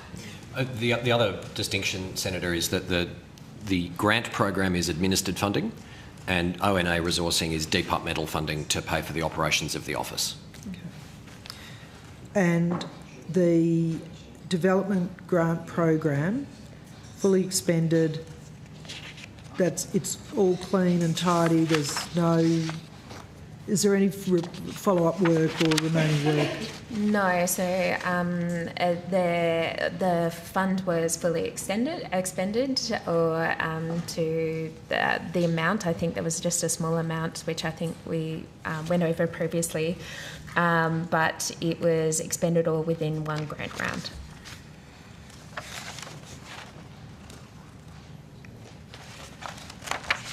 Does the Office of Northern Australia... the expenditure and progress status of the projects as listed in the fact sheet, the 23-24 fact sheet of budget initiatives benefiting Northern Australia, will you be able to provide me with any updates on those? So these are the ones, so from budget 2024-25, the highlights for Northern Australia. The $40.6 million for the continuation of the Indigenous Ranger Biosecurity Plan, $283.5 for the Enhanced High Frequency Communication System, 64, this one? I do believe that may have been from the 23-24 budget. Yes, I'm sorry, that is what I'd said. Yes. So we can provide you updates against that table on notice, Senator. Great. Yep. Given that you've moved on and you're up to the 24-25 budget, can you give me updates on the new list as well, please? Yes, we can do both of those, Senator. Thank you. That was actually provided on notice as well, Senator, in the May. It's from the May estimates, but we can provide you an update. So, yes, thank you. No worries. Oh, look, I really think I've got some on staff, but I'll put those on notice. It's my usual ones about where people are and how many, corporate overheads. And yes, thank you very much for that, Chair. No worries, thank you. Now, colleagues, do you have any questions this side? No. If you don't, then I know Senator Cox is out there somewhere. Maybe you can hear me at that end. Oh, hello. Yep. There she is. Yes, we can hear you perfectly. You've got the call, Senator Cox. It's a nice jacket. Thank you very much, Chair. Can I ask some questions in relation to the Northern Australian Action Plan? Yes, Senator, we have the right people at the table. Right. Great, thank you. In the Northern Australian Action Plan, your department talks about protecting heritage over the next 5 years as per the policy priority area number 6. Can you give us a brief overview of how the department is going to go about that? Certainly, Senator. So as we outlined, I think, to Senator McDonald a moment ago, the Office of Northern Australia plays a coordinating role across all of the elements of the action plan, but it does make clear that Northern Australia is a priority for all portfolios. So individual elements within the action plan will remain the responsibility of the relevant Commonwealth agency or department, and the Office of Northern Australia will coordinate all of that work and support the annual reporting process that we discussed earlier. So the specifics of this activity may be better directed to our colleagues in the Department of Climate Change, Energy, Environment and Water, but I will just see whether Ms Rowder or Ms Greentree have got anything that we can add at this point. Not to that. So I was just confirming just the actions around it. But yes, confirming that they still remain within the responsibility of those portfolio agencies. And the relevant ministers have signed off on the action plan as well. So it goes to that commitment.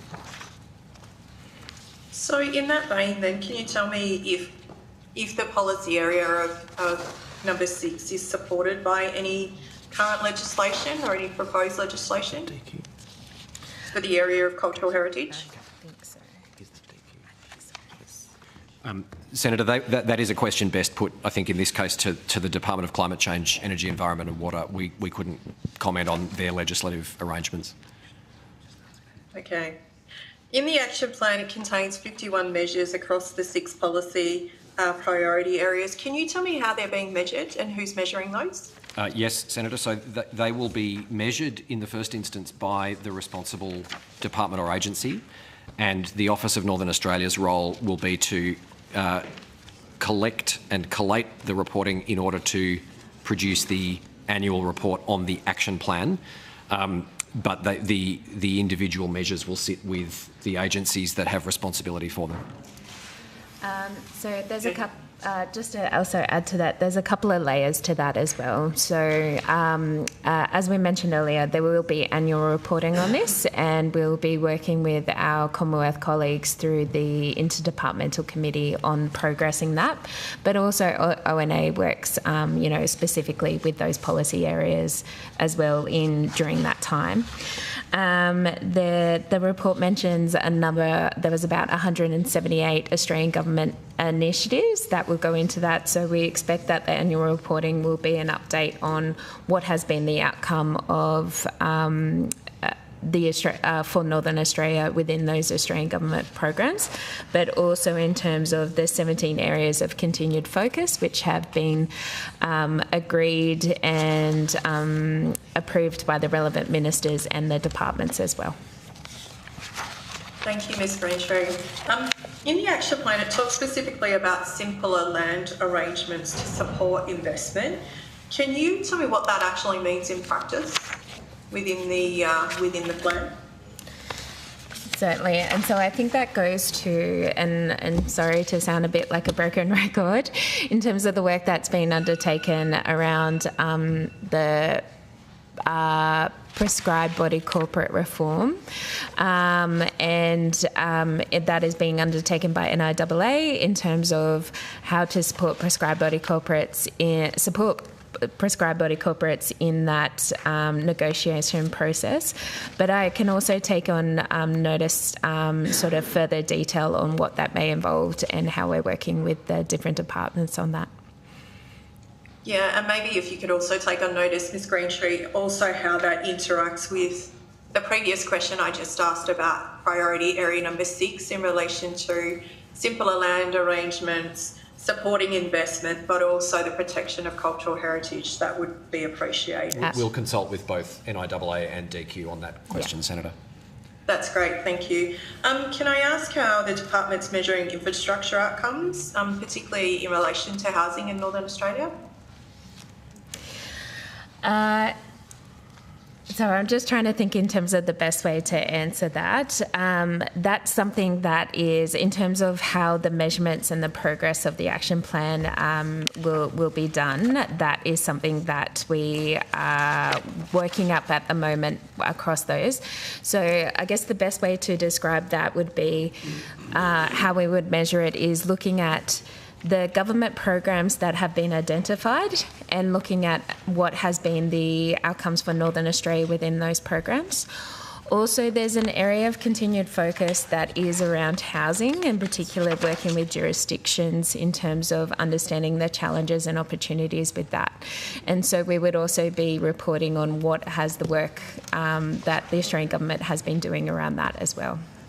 And Senator, if I can just add to that, so there are commitments that were outlined in the Northern Australia Action Plan that are the responsibility of Prime Minister and Cabinet and the National Indigenous Australians Agency in terms of their commitment of $2.1 billion over 10 years from this financial year to improve housing in Northern Territory communities and develop a sustainable community-controlled housing model, including up to 2,700 homes, new homes to be delivered with funding matched by the Northern Territory Government.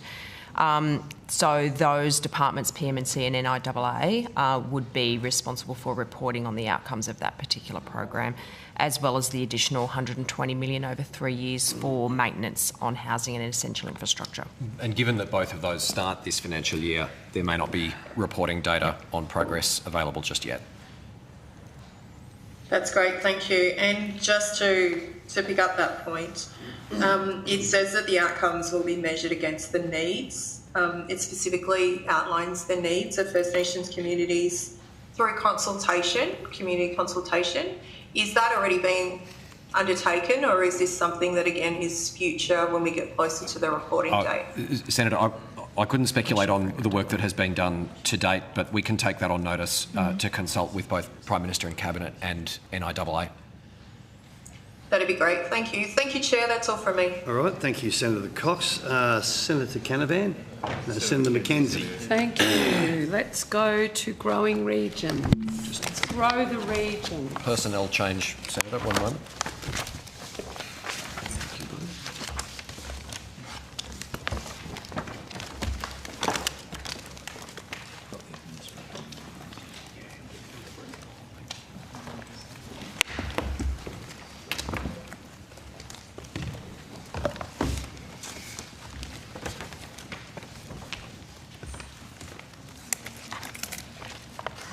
Ready to go? Yeah. Thank you. Thanks, Senator.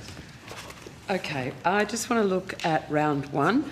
Of the 40 projects that were successful, how many contracts have been signed? So, Senator,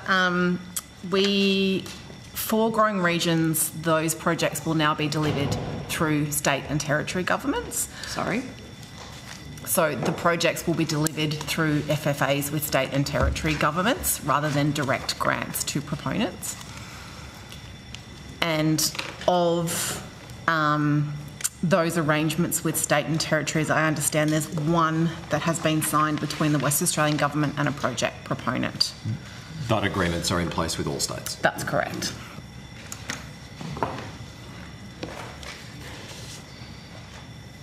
So given this is going back to Senator Canavan's line of questioning throughout the day, so the 40 projects have been approved at a Commonwealth level? Yes. But they will be, and the funding is Commonwealth? Commonwealth funding transferred through an FFA schedule to the relevant jurisdiction for each project, and they will be responsible for establishing funding agreements. A bit like the $1 billion for the housing.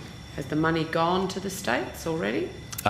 Senator, it's in the process of being transferred. We can talk about where it's up to with different jurisdictions. Well, you've all of the schedules. One on the hook, haven't you? No. All the schedules with the states are signed, and those schedules, they're on the Treasury website, and they include all of the projects that relate to each state.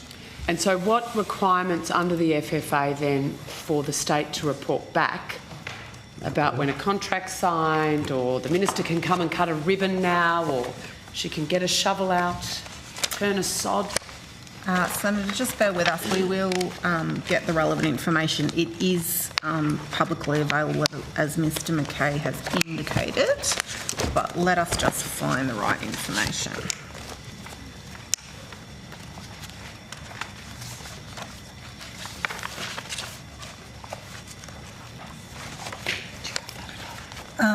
In the schedules that, as Ms Chappell noted, are publicly available on the Treasury website, they do note that we will work closely with the states and territories, and they will provide regular reports to us so that we can monitor the progress of those projects.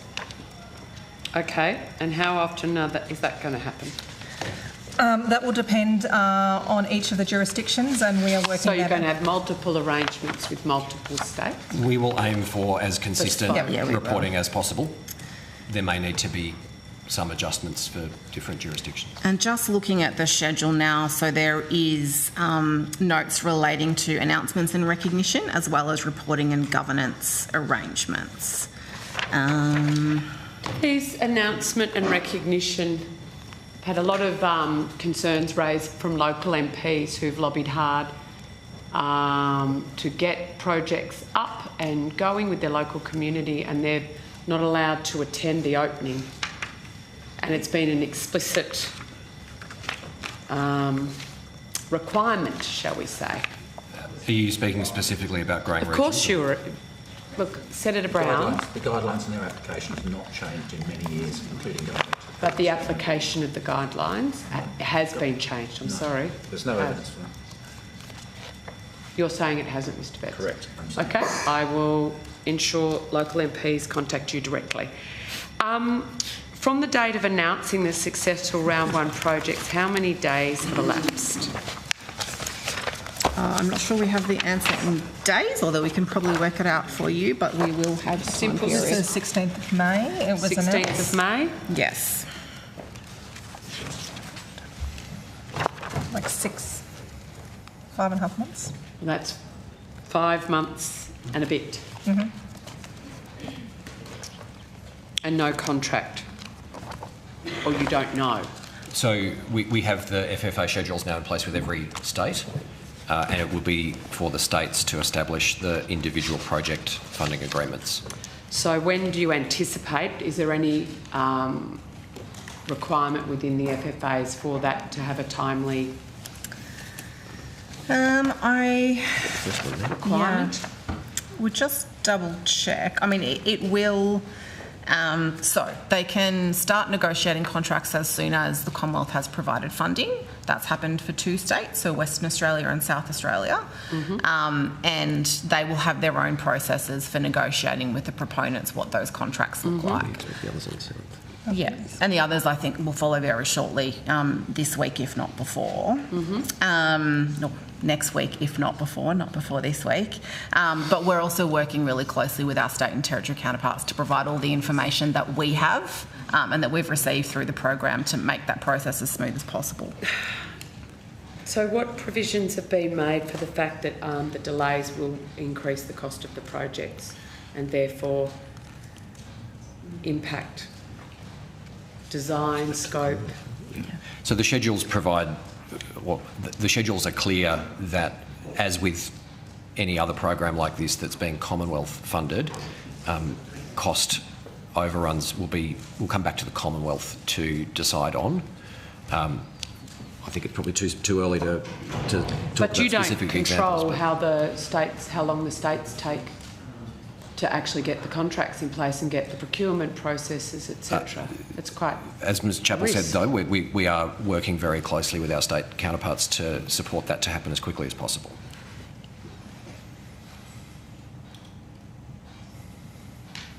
So there's no timelines in place for signing the contracts. That's up to the states. Have applicants been consulted with regard to the status of their Yes, they have. Projects? Yes, that's correct. We've communicated with all applicants to advise them of the change in delivery mechanism and also advising which state department would be negotiating the funding agreement with them. Okay, and when did that occur? Consultation. I do have that information. So I believe it's different for different states. I can take you through state by state if that's helpful. Sure. So for WA, the relevant proponents there were advised on the 11th of September that an agreement had been signed with WA and that it would be progressed through an FFA. For South Australia, it was the 30th of September. For Queensland, the 10th of October. For Tasmania, the 14th of October. For New South Wales, the 23rd of October. And my mistake, sorry, Ms Chappell, so we are meeting with Victoria this week, and while the proponents in Victoria have been advised that it's transferred to the states, we will advise them later this week about which department that is. I wouldn't be transferring anything down there until you've actually got something in place, but anyway.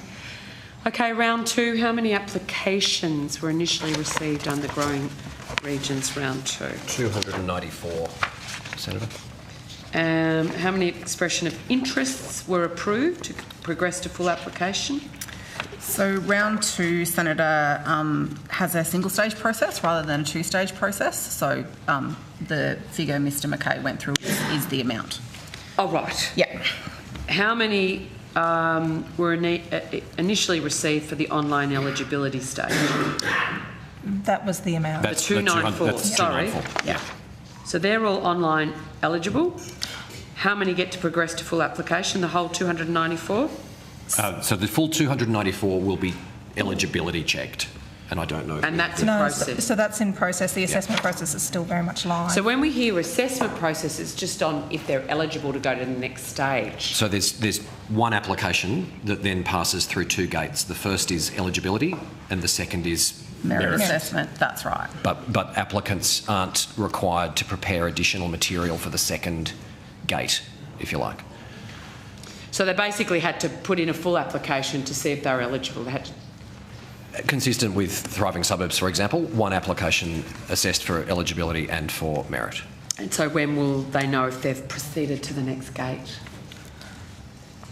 Hopefully shortly. It's still a live process, so the Business Grants Hub is currently conducting the eligibility assessments. Great.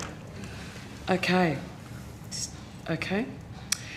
Just on Growing Regions round 1, and if the states are administering it, are they clipping the ticket to 10% as they were in other programs we discussed earlier today? What's their administrative cost? So, Senator, we are providing administrative costs, but not on a percentage basis. So how much is the administrative cost so to the states? There's two elements to it. So there's a funding formula that's provided to the states for their administration of these projects. The first element is a once-off base payment of $150,000, and then an addition per project. No, for administration of the program. So, for example, for Growing Regions. Righto, $150,000. Yep. And then an additional amount equal to 1% of the allocated program funding for each state. And do you know what that is for WA and South Australia? Yes. Go for it. Yes, for WA it's 385,475. Oh, hang on, say that again. Sorry. 385,475. For South Australia, it's $380,020. $20. Okay.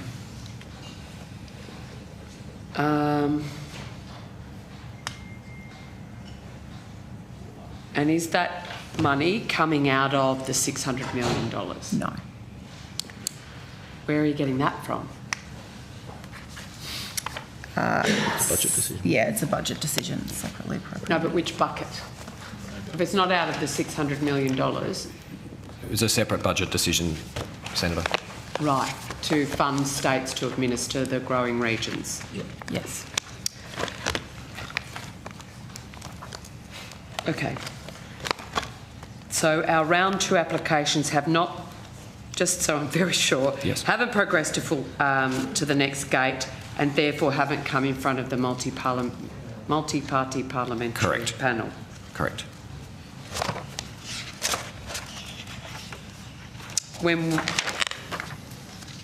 And do we know who's on the multi-party parliamentary panel for this particular program? Senator, it'd be the same answer that we covered with you earlier on today. So they'll be doing everything? The same people? The same panel for Growing Regions Round 2, yes, with the same caveats around not seeing projects within their own electorates or jurisdiction. Just noting that it's a different panel to Thriving Suburbs. Thank you. Mr McKay. Yes, good, thank you. So different set of parliamentarians? Yes. Yes, that's true. We want people from Thriving Suburbs assessing Thriving Suburbs projects and people from the regions assessing regional projects. Excellent. Just wanting to understand, in terms of this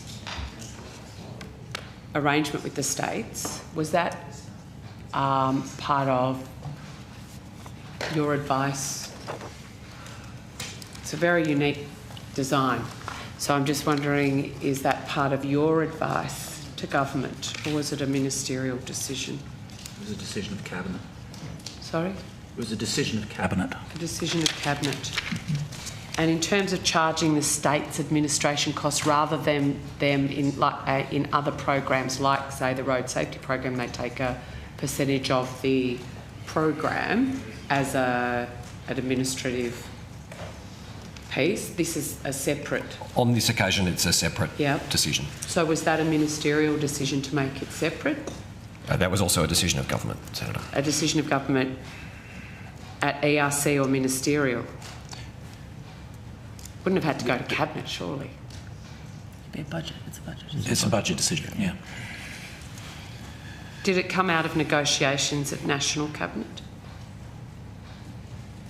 That this is how the states would prefer it? The approach was, I believe, discussed at National Cabinet, yeah. Okay.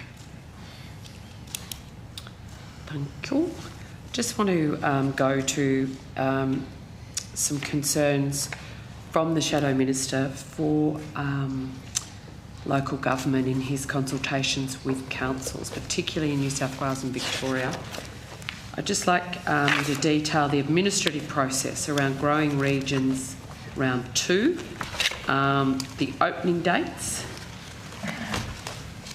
Yes, so Growing Regions Round 2 opened for applications on the 5th of September. 5th of September. And did the department prepare a brief for the Minister with proposed opening dates? Yes, Yes, I think, I mean, as part of approving the design, it would have included timeframes. Did the Minister change the department's proposed opening dates? I would have to check that on notice, Senator.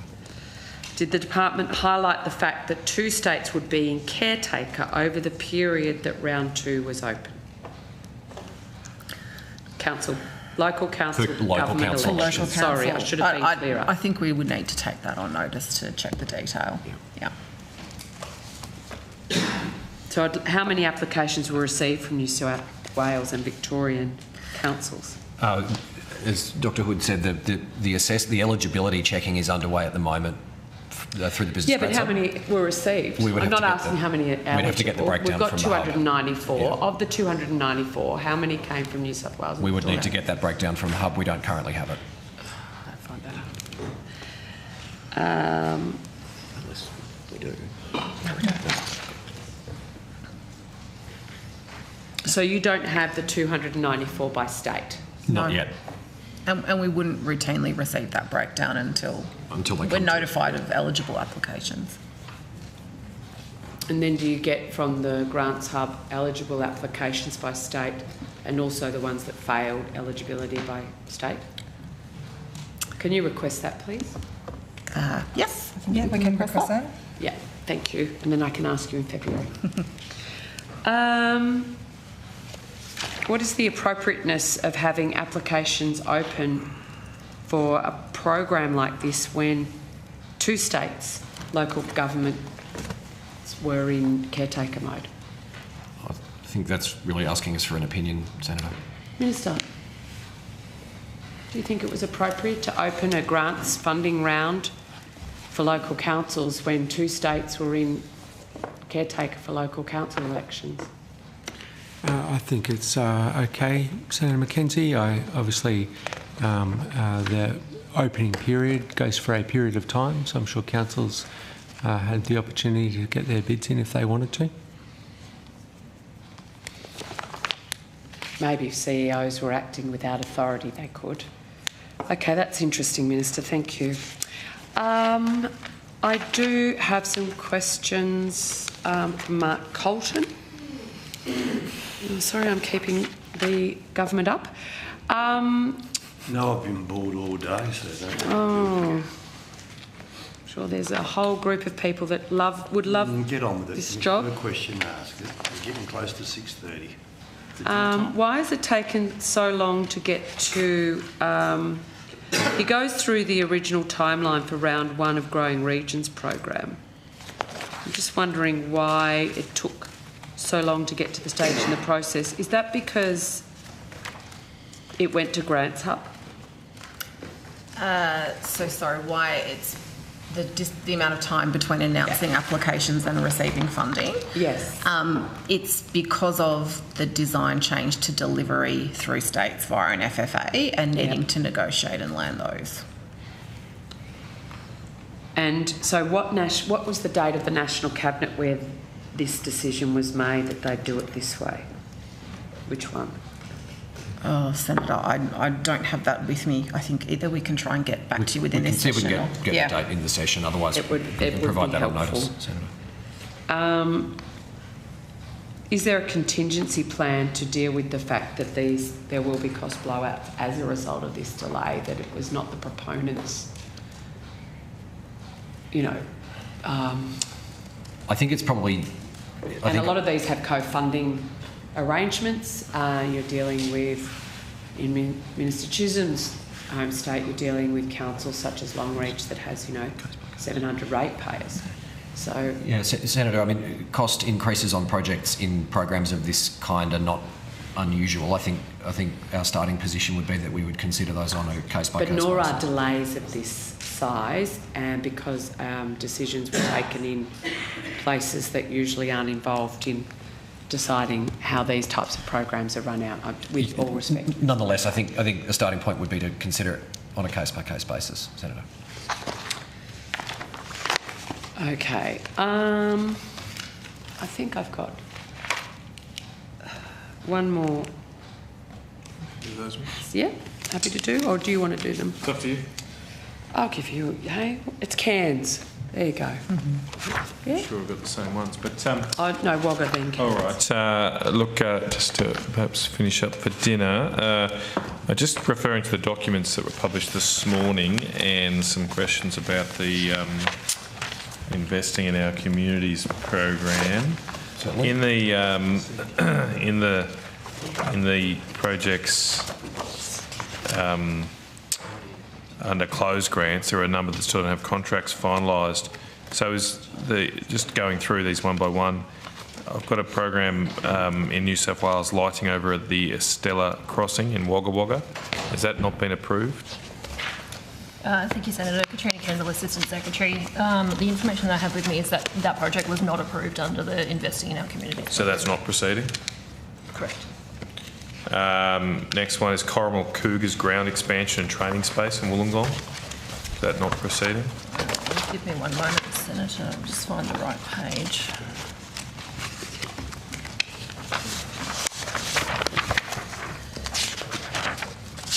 Correct, that was also not approved under the program. The Phoenix netball upgrades at the Ferny Grove facility in Brisbane. Also not approved, Senator. Water Play Park in Brisbane. The Water Play Park in Brisbane was approved, is not yet contracted. Right, okay. The Brothers Rugby Club facilities upgrade, project stage 3A.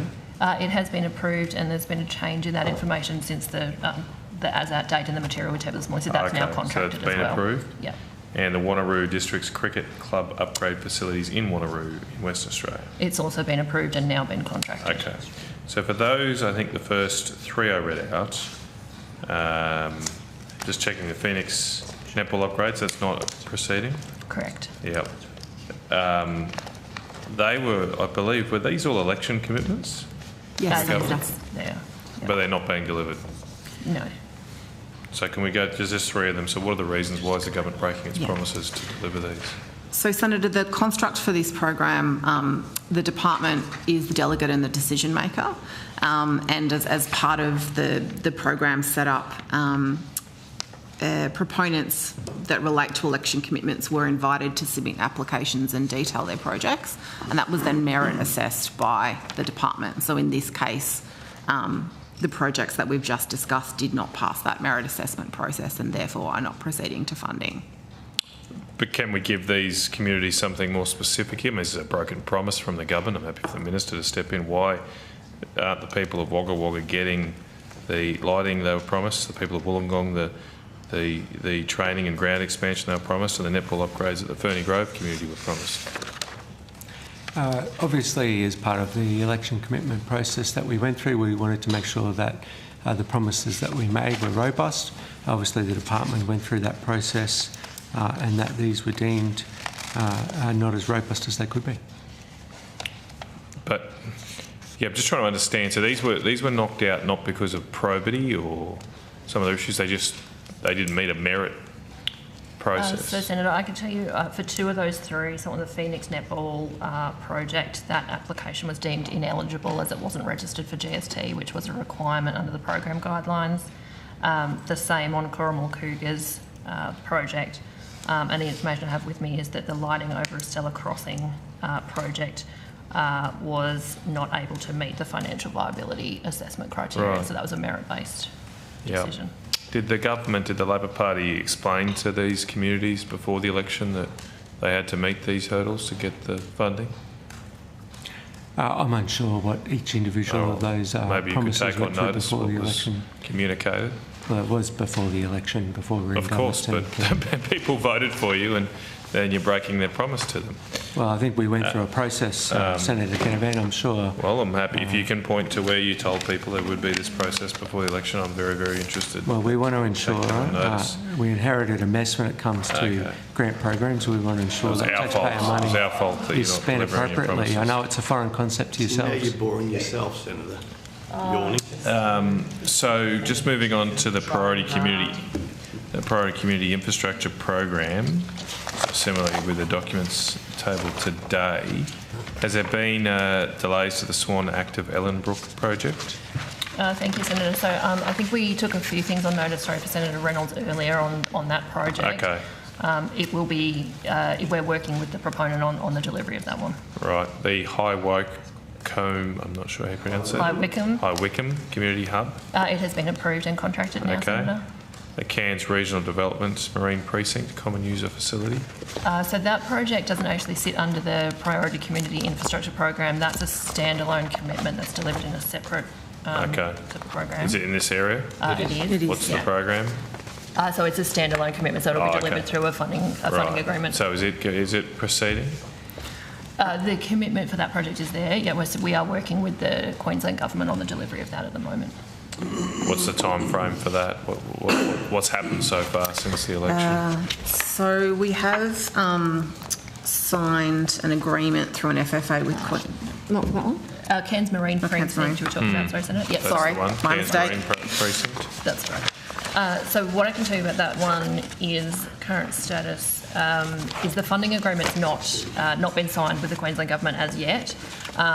There are site works underway at the site currently, so it's a joint investment from the Queensland Government and the Australian Government. The Queensland Government is in the process of transferring the governance and responsibility for that project from the department to Ports North.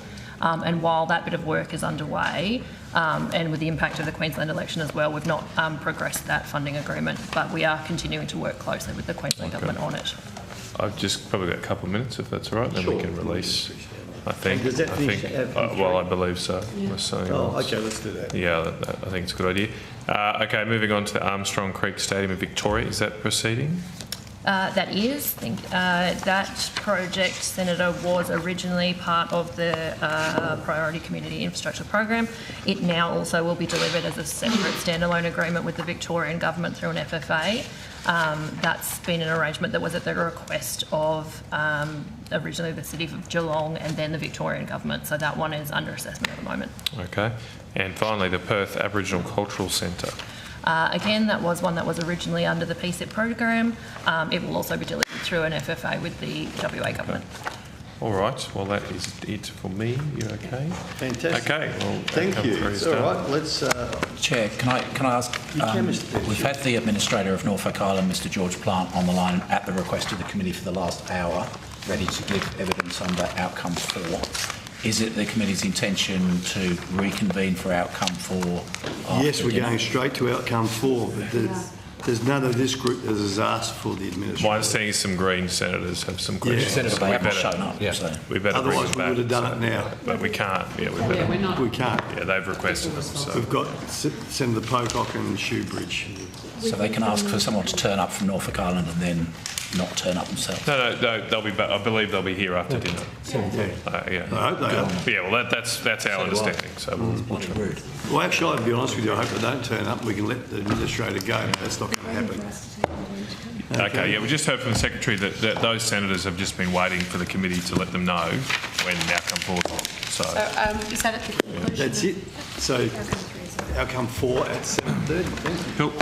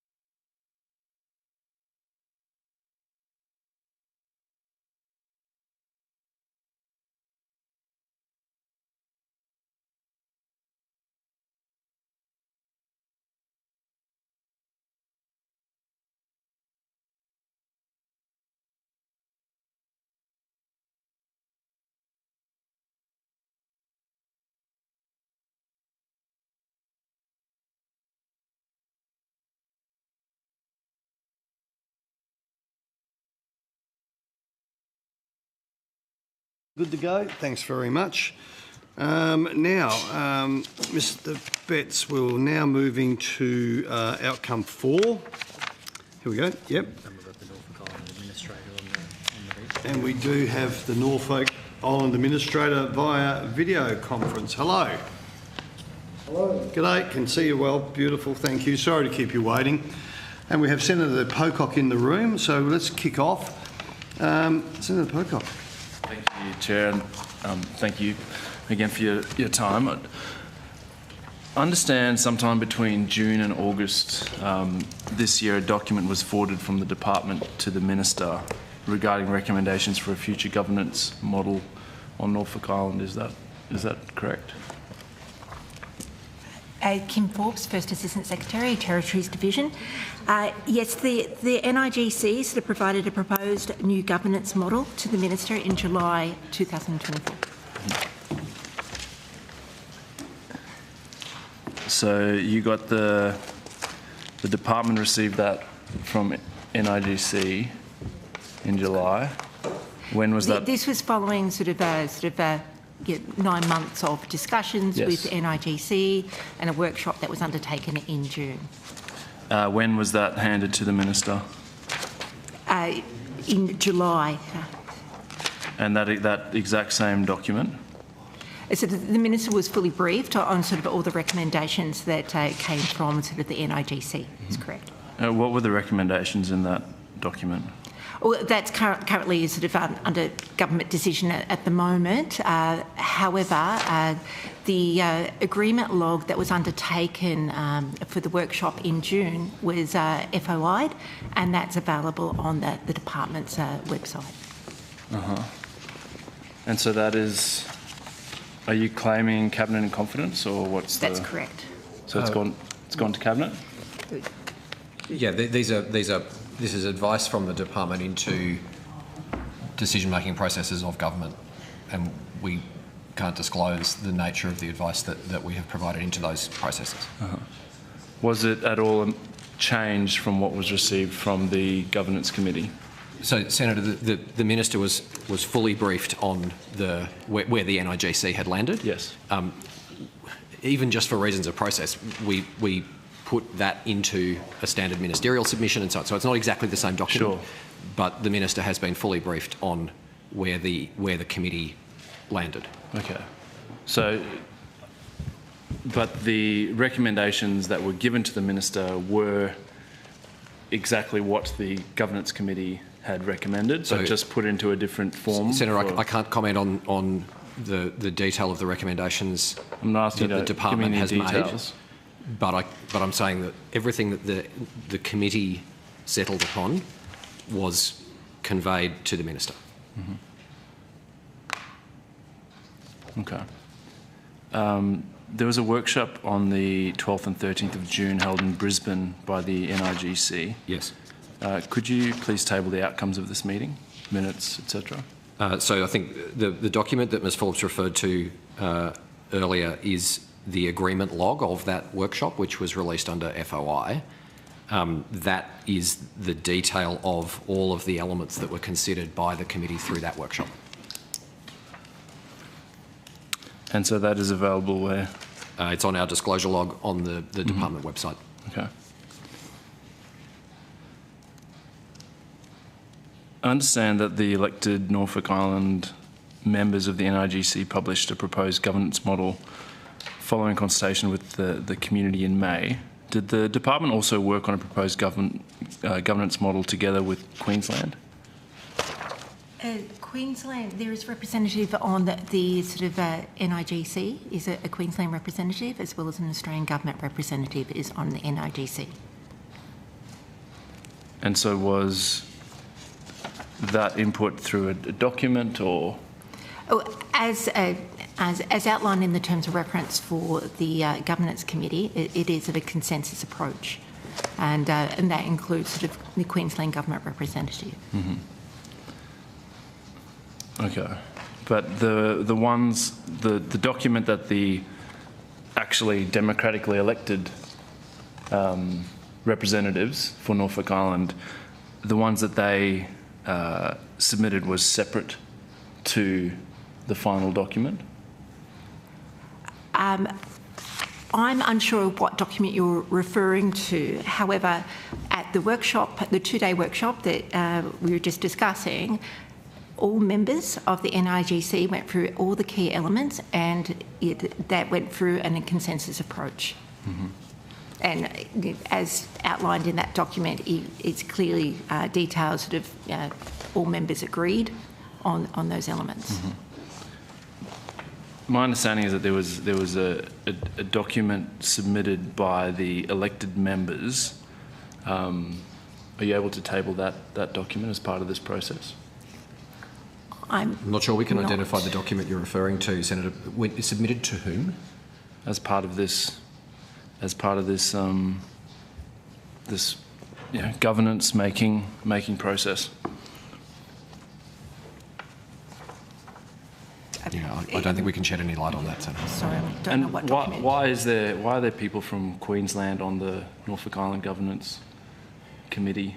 Queensland Government is a I know they're the service deliverer, but that's correct. Yeah. They provide service delivery to sort of Norfolk Island, and a very sort of insightful understanding of how those services can be delivered to Norfolk Island, and they're a key partner. And so, when will Norfolk Islanders know about what the restoration of the democratic rights look like? So the announcement of any decision taken by government is a matter for government. We can't speculate on what the timing of that might be. Minister, can you say anything to people in Norfolk Island that have been waiting years for some sort of democratic process to be able to elect people on their island? No, obviously it's an important issue, Senator Pocock, and I understand why you'd be asking questions about it. I know that we're going through the process and the government is considering those options. I know the Minister is thankful for the elected Norfolk Island Governance Committee representatives and the community for the feedback they've provided, and that'll be all part of the government consideration. Mm-hmm. My understanding is that Michael Corrivi's term as Administrator of Norfolk Island Regional Council expires in early December. That's correct. Then what happens? The Minister is currently sort of looking at sort of options in respect of what transitional sort of steps pending sort of the outcome of the governance model coming through from government decision. So that will then sort of outline what the next steps are. When did that process start? We're waiting on the government decision to come through. We're 30 days away. We wouldn't how much time are you going to give people on Norfolk Island notice of a transition? Couldn't speculate on the timing of an announcement by government, Senator. I mean, I know they're a long way away, but this seems, Minister, pretty outrageous, the way we're treating people on Norfolk Island. They've had their democracy sort of stripped away from them. They've engaged in good faith in a process and get very little in the way of information, and from what I'm hearing, feel pretty I don't know, disrespected in this process. Well, we've gone through the consultation process, Senator Pocock, and people from the local community have had the opportunity to have their say. The government's now considering its options for its model, and I am confident that will be announced shortly. Mm-hmm. Can you give any timeframes for people there? It's obviously not my call, Senator Pocock, but I'm sure the government. I understand the government announcement will be soon. Mm-hmm. And okay. When will the community be informed about the transitional arrangements after Mr. Colreevy's term as Administrator end? That will sort of be dependent on sort of when the Minister sort of and government makes an announcement post the model that's I think it's all part of the same set of decisions, Senator. So this is all just sitting with the Minister? It's under consideration by the government at the moment, that's right. Okay.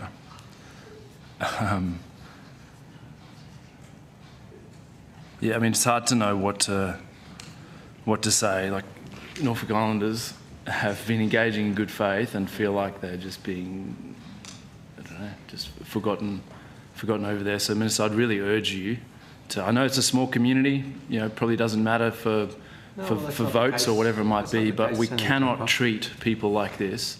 Well, I disagree with your assessment of it. We've gone through a process. The community's provided feedback. We've said the Minister will make a decision, and that is imminent. So, this is the steps that's required to ensure that there is local representation, which is exactly what the community want. Okay. I mean, I guess I just want to convey the frustration of people in Norfolk Island. Time and time again, they've trusted in the Australian government and have been disappointed. I'm just hoping that this is not setting them up for another disappointment. You know, this is a culturally and linguistically distinct group of people who have a very strong identity, and some of them disagree with even being part of Australia. Many may disagree with that, but to have Australians with no local representation for so long just seems so unfair. Well, that's what we're trying to fix, Senator Pocock. Well, I'd urge you to fix it soon, because it seems like election mode is here and I don't want the people of Norfolk Island to be forgotten. Thank you, Chair. Okay, thank you. Now, are there any further questions? Is there any questions to the Administrator? Because Senator Shoebridge is on his way. Oh, Senator Shoebridge is on his way. Okay. For the Administrator, Sorry? I've got a couple for the Administrator. Oh, you go now, because we'll get moving as soon as we're finished. Thanks, Senator Pocock. Mr. Plant, thank you very much for your time. I appreciate it's getting late there. I was interested if when your last update from the department or the Minister was about the process that we've been hearing about.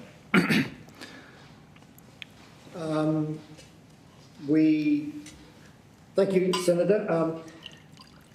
Yes, we are always waiting to hear what the outcomes of the work that we've been doing is, and I understand exactly if we've been told that's under consideration by government now. So, we are waiting to hear. Thank you. And when was the last update you received from the department or the Minister's office? In the last, I'd have to check my notes, but when I meet with the Minister's office, I raise it every time, and that would have been within the last 2 weeks. Okay. Thank you. I don't know where Shoebridge is, but... I'm happy to move on to air services and come back I tell you, there's been plenty of notice, so we will move on to air services. I think he's in another committee, but... As long as we can go back to... Do we know how far away? Because once we go... It's not fair. Once we move... hang on, I'll make a ruling here, people. I've been sitting on this committee for 19 years, and I'm happy for everyone to come in here and ask a question. But this committee will not be bowing to those that aren't permanent members if they can't get their act together. I'll give a little bit of leeway, but I'm not sitting here for the next 10 minutes waiting. We've got a full program to get through tonight.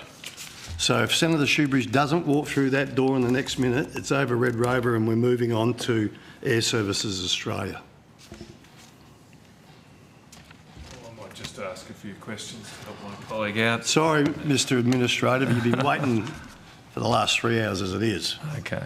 So just leading on from Senator Pocock's questioning, if and when the people of Norfolk Island have this representation, what powers will they have in terms of government services, tax rates? What will they be able to decide on the island for themselves? Senator, I think you're asking us to get ahead of the decisions that the government will make on the model. So everything's on the table, potentially? So the decision log that Ms Forbes referred to before sets out all of the elements that the committee has worked through. Right. And we can take you to some of those, at least headings, if that's helpful, but ultimately it will be forward. Well, I suppose the one that comes to mind is my understanding previously is that they weren't subject to federal income tax. Is that right? Until the last few years? Certainly, there were a range of arrangements that changed in 2016. When self-government that felt long ago. ceased. Time flies. Yeah. Okay. But then at that point, they also didn't have access to some federal welfare programs like Medicare and this and the like. Is that right? That's correct. Yeah. So there was but that decision was imposed on them, so to speak, is my understanding. There was no vote or anything like that to decide whether they wanted income tax. And my recollection, Senator, is it was a decision of the federal parliament. So is that potentially on the table? They could go back to the pre-2016 model under these new arrangements? No, Senator. The primary role of the NIGC is to design a new bespoke model of local governance, so within the local government frame. Okay, so that's why I'm glad I've got some specifics here. So not everything is on the table. They won't be able to go back to a model where they're not subject to federal income tax, access to the same social services Australians do. That's not something under consideration? That's correct. Okay, so we're more in the world of deciding in the local government sphere what services they're responsible for, and presumably what revenue, own source revenue they can. Revenue model is an important part of it, Senator. Okay, and I suppose in between your local government and federal, there's some, like the ACT has, I suppose, a bit of a mixed model where it has responsibility for schools and hospitals, as well as the normal local government responsibility for roads and rubbish, etc. Is that something that Norfolk Island potentially could get? So those elements will remain the responsibility ultimately of the Commonwealth, and as Ms Forbes touched on before, we work with the Queensland Government as a service delivery partner. Okay, so there's nothing on the table that would allow Norfolk Island to run its own school system, for example. That's not on the table either. No. Or hospital? No. I don't understand the health services there. There's presumably a hospital on the island? There's a health and residential aged care service, Senator. Okay, all right. So that will remain under... Is that Commonwealth? That's Commonwealth run? We partner with the Metro North Health and Hospital Service in the Queensland government. Through Queensland as well. Okay. I think Senator Pocock might have some follow-ups, which I'm happy to let him. It's your time we're cutting into too. I'm just letting you know. I'm trying to work with you. Have you seen the proposed model that was sent to the minister? I guess so. Mr. Plant, I don't know if you have you seen have you seen the proposed governance model that was sent to the minister? No, I haven't. Do you know if the elected members of the governance committee have seen it? Yes, I know they haven't seen it either. Does that concern you? It's not a decision of mine. It's a decision that was made. I know there is concerns in the committee about it, but that is as it is. Maybe to the department. So the administrator hasn't seen the recommended governance model? That's unsurprising, Senator. Ultimately, what about the elected members on the Governance Council? So the briefing that we described earlier on is input to a cabinet process, and we're not in a position to share that out. I don't want to ask about that. All I want to ask is, you have 3 people elected by people on Norfolk Island to help develop a future governance model. What is then decided by the department to go to the minister, those 3 people don't even get to see. So it's consult, we'll do our own thing and give it to the minister. So, Senator, I'd go back to our earlier conversation to say that where the NIGC landed out of the workshop that Ms Forbes has described, all of that work has been fully conveyed to the minister. What I'm hearing, though, is that the people elected to help develop a governance model have absolutely no idea what was actually recommended as the governance model that they were meant to come up with. And that was the understanding. So that's what's in the decision log that has been released under FOI, is where the committee's recommendations landed out of the workshop. But that doesn't actually show them what the model is going to be proposed. That's the point at which it turns into advice to government for cabinet deliberation. But you can surely see how they feel a bit misled. We'll elect 3 people, help develop a governance model. They now don't get to see the governance model that gets recommended. Well, they provided advice about it, though, Senator Pocock, to government. Yeah, but that's not the same as actually knowing that that advice is going to government. Well, ultimately, it's a decision for government. No one's disputing that. What I'm asking is, it seems very unusual to go through the process of having an election to elect people to give advice on a governance model, and for them to not know what governance model is actually being recommended. That's right. Well, it's a decision for government, but they provided advice on the model, as the department have said.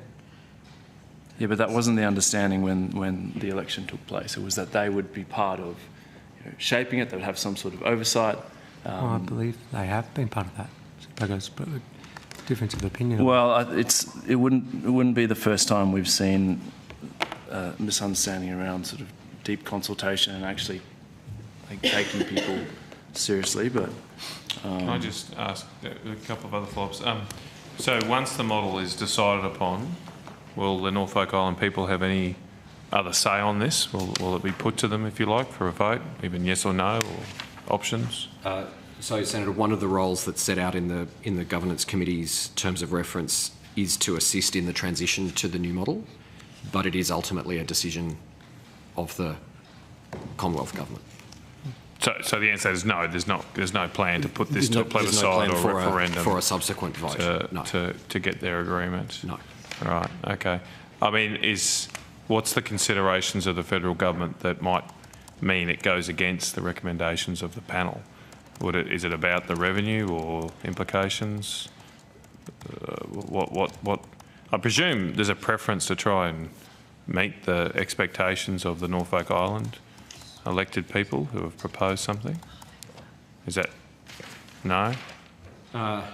It's a difficult question to answer without speculating on what's in the advice. I'm just trying to get an impression of what the countervailing. Like, I understand.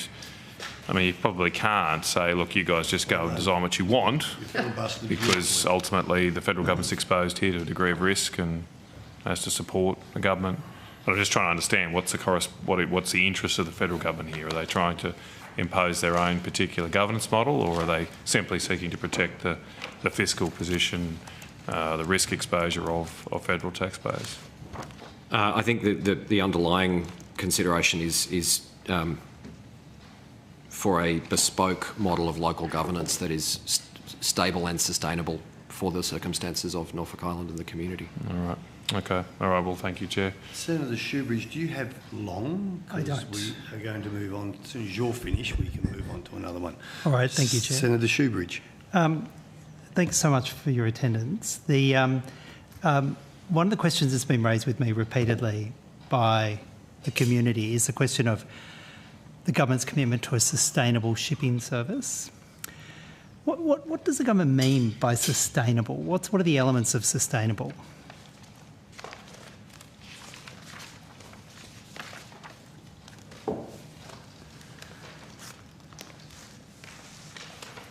So, Senator, I guess the first thing to say is a sustainable freight service would be one that operates commercially and doesn't require ongoing Commonwealth subsidy.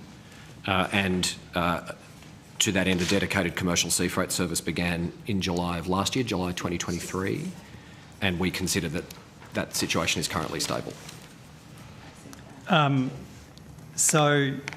So no government subsidy is sustainable just code for commercial? I don't know, I'd agree with the word code, Senator, but there have been subsidies in the past and there aren't currently. But the Norfolk Island community is very confused about the term sustainable, and they're concerned that it is just code for purely a for-profit freight service. But their concerns are valid, because actually that's the government's view. It has to be a for-profit freight service, despite the difficulties they have with a small population, distance, difficulty with the port facility. So I guess the difference, particularly from the middle of last year, is the acquisition by Neptune Pacific Direct Line, NPDL, of a dedicated vessel, MV Norfolk. One of the issues that was affecting the ability of the service to meet demand was both weather, as you would expect, but also vessel commitments elsewhere. But then if for some reason that commercial provider decides it's not profitable and they cease providing that, what's the government's answer for Norfolk Island? They just get cut off? So we would, I think, consider that on a case-by-case basis. As I say, there have been subsidies provided in the past, Senator, so that there aren't currently, but there have been in the past. But that's hardly a plan from the government, is it, for Norfolk Island, to simply say, we'll just leave it to the market? That's not a plan. That's just an abdication of Commonwealth responsibility, isn't it? Just leave it to the market. That's not what I said, Senator. Subsidies have been provided in the past where the service has not met the demand on island, but at present, with the acquisition of a dedicated vessel, the MV Norfolk, a regular shipping has been provided by NPDL since June 2023. Have you had meetings on Norfolk Island with the community and explained to them what you mean by this term sustainable, that you actually just mean commercial?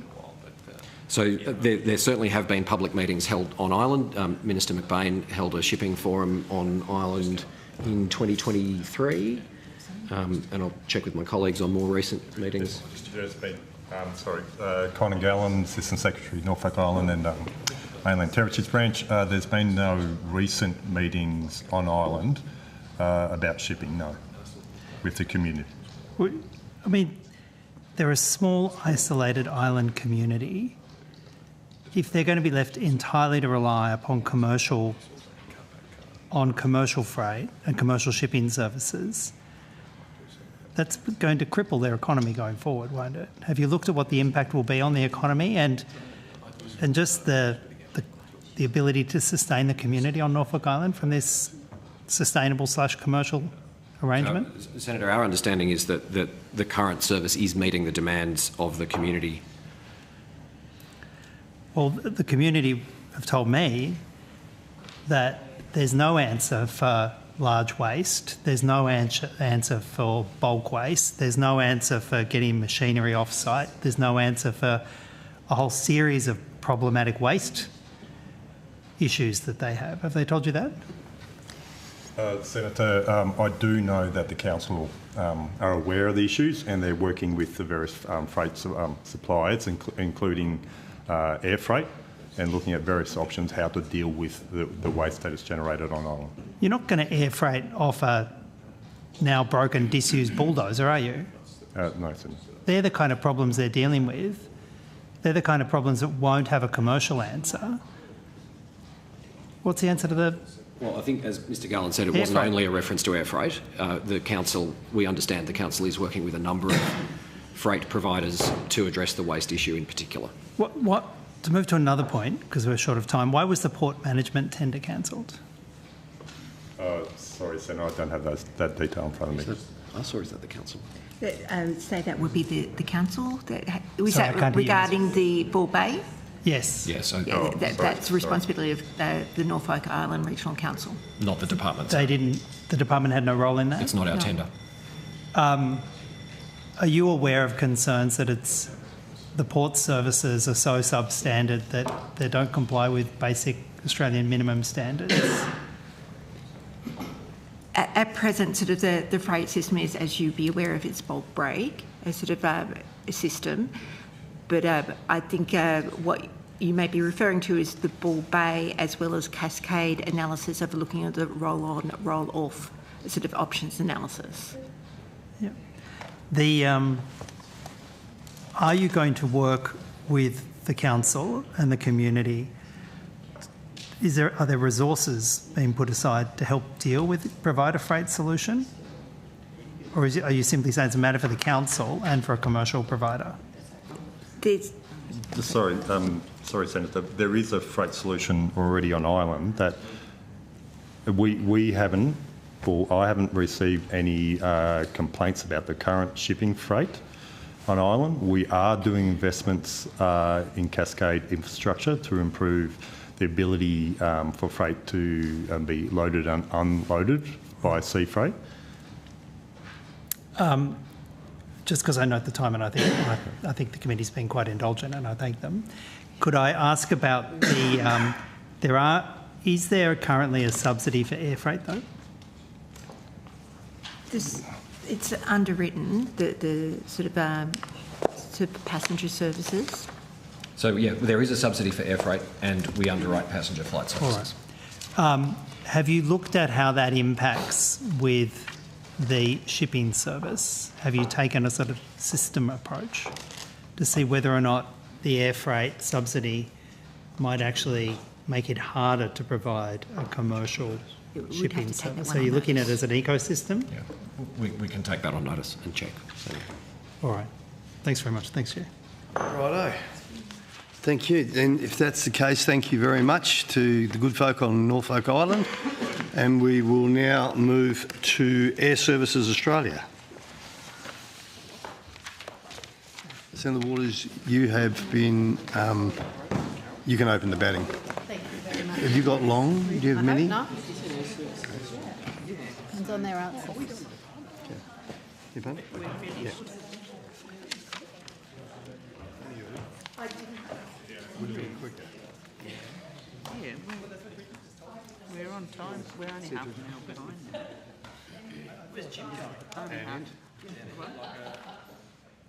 Only half an hour behind. And you... I'm waiting for the punchline.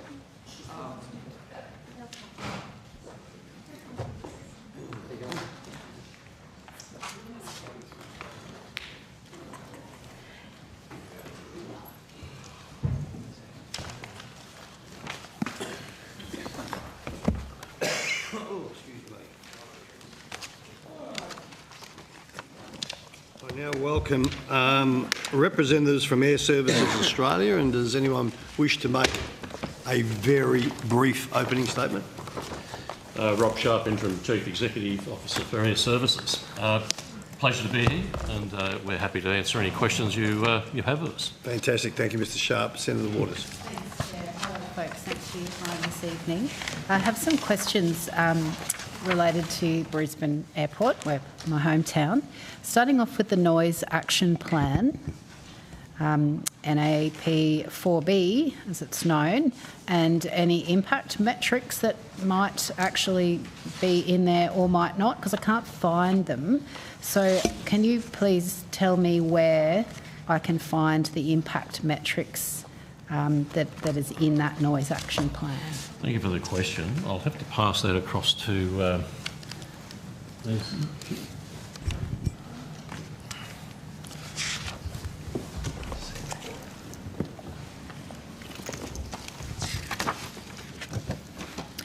Senators, Donna Marshall, Head of Community Engagement, Air Services Australia. So you're looking at the actual Noise Action Plan for Brisbane document that outlines our recommendations. That document doesn't have any specific metrics, so to speak, because what the Noise Action Plan is, it's a range of different measures that we can investigate to see if we can find some improvement. As part of that investigation, we need to engage with communities to understand what resonates and what doesn't. And as we go through that process, we refine those options down, and that's then when we can determine what those metrics might be.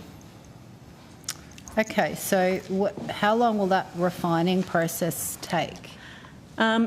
Depending on the packages, we've got 4 packages of work. Package 2 is around increasing over water operations.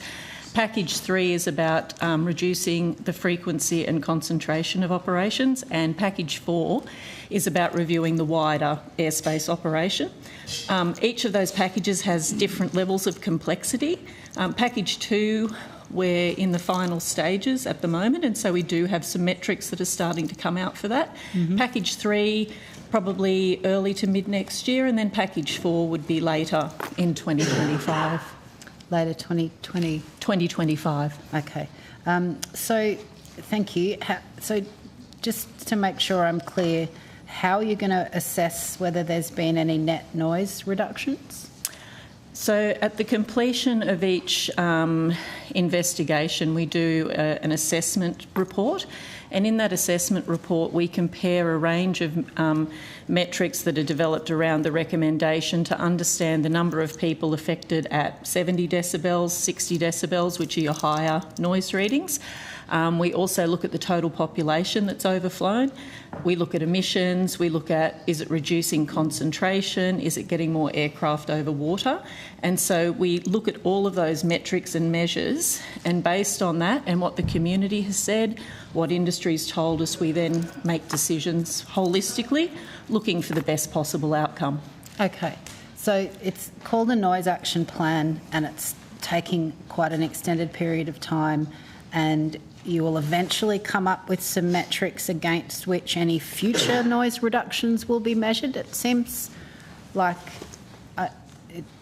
they just want noise reduction now, and they've made that abundantly clear through multiple community fora and multiple different organisations and a Senate inquiry that addressed this issue. So I'm at a bit of a loss to understand why there's not already some KPIs against which any reduction in noise can be measured, or an increase for that matter. Senator Peter Curran, Air Services Deputy Chief Executive Officer. If I may just add to what Ms Marshall said, as we've gone through each of the different stages and proposed possible changes to the community, we've published data that shows what we expect the change would result in. As Ms Marshall said, that's related to population overflown, change in decibels, but also in relation to flights over water using particular operating mode. And we've been able to explain what the current experience is in terms of what percentage of flights are operating over water today, and once we implement a new mode, what the percentage we think will be in 2025 or is forecast to be. And then we'll report back against how did we go against that forecast improvement. So we are, as we go, explaining to the community what we think the benefits and trade-offs will be for each of these options, and making that clear as part of each package. Okay. So are they published somewhere? Can the community go and check that? Senator, yes, they are. And when will your SOD Props 1 go up? Sorry, I missed the second When will your part. SOD Props 1 go up? So the SOD Props is the one I was just referring to on over water. So that we expect to increase from November this year, following execution of a ministerial direction, and we're forecasting that we'll go from about 2.3% of flights in SOD Props, which was the experience in 2023, and we're forecasting that in 2025 that should increase to about 5.3%, so a more than doubling in terms of flights. Another metric we produce is the number of hours that we will operate in that mode for. Typically that's sensitive times of day, night time and weekends. And we expect a substantial increase from in 2023. 8.7% of hours of the year we were in the SOD Props mode, and we believe that will increase to 12.3% in 2025. Okay. So that's your aspiration, and then you'll measure it and put a report on your website about whether that aspiration was met. Correct, and we communicate that via our community engagement website today in a range of material that we publish there, and then we engage communities, as Ms Marshall has said, and we talk exactly through those options and the sorts of benefits and trade-offs we anticipate each option will necessitate. Okay. Can I just ask in relation to the noise action plan, my understanding, and please correct me if I'm wrong because I'd love to be wrong, is that there's actually no net noise reductions planned. It's more noise sharing.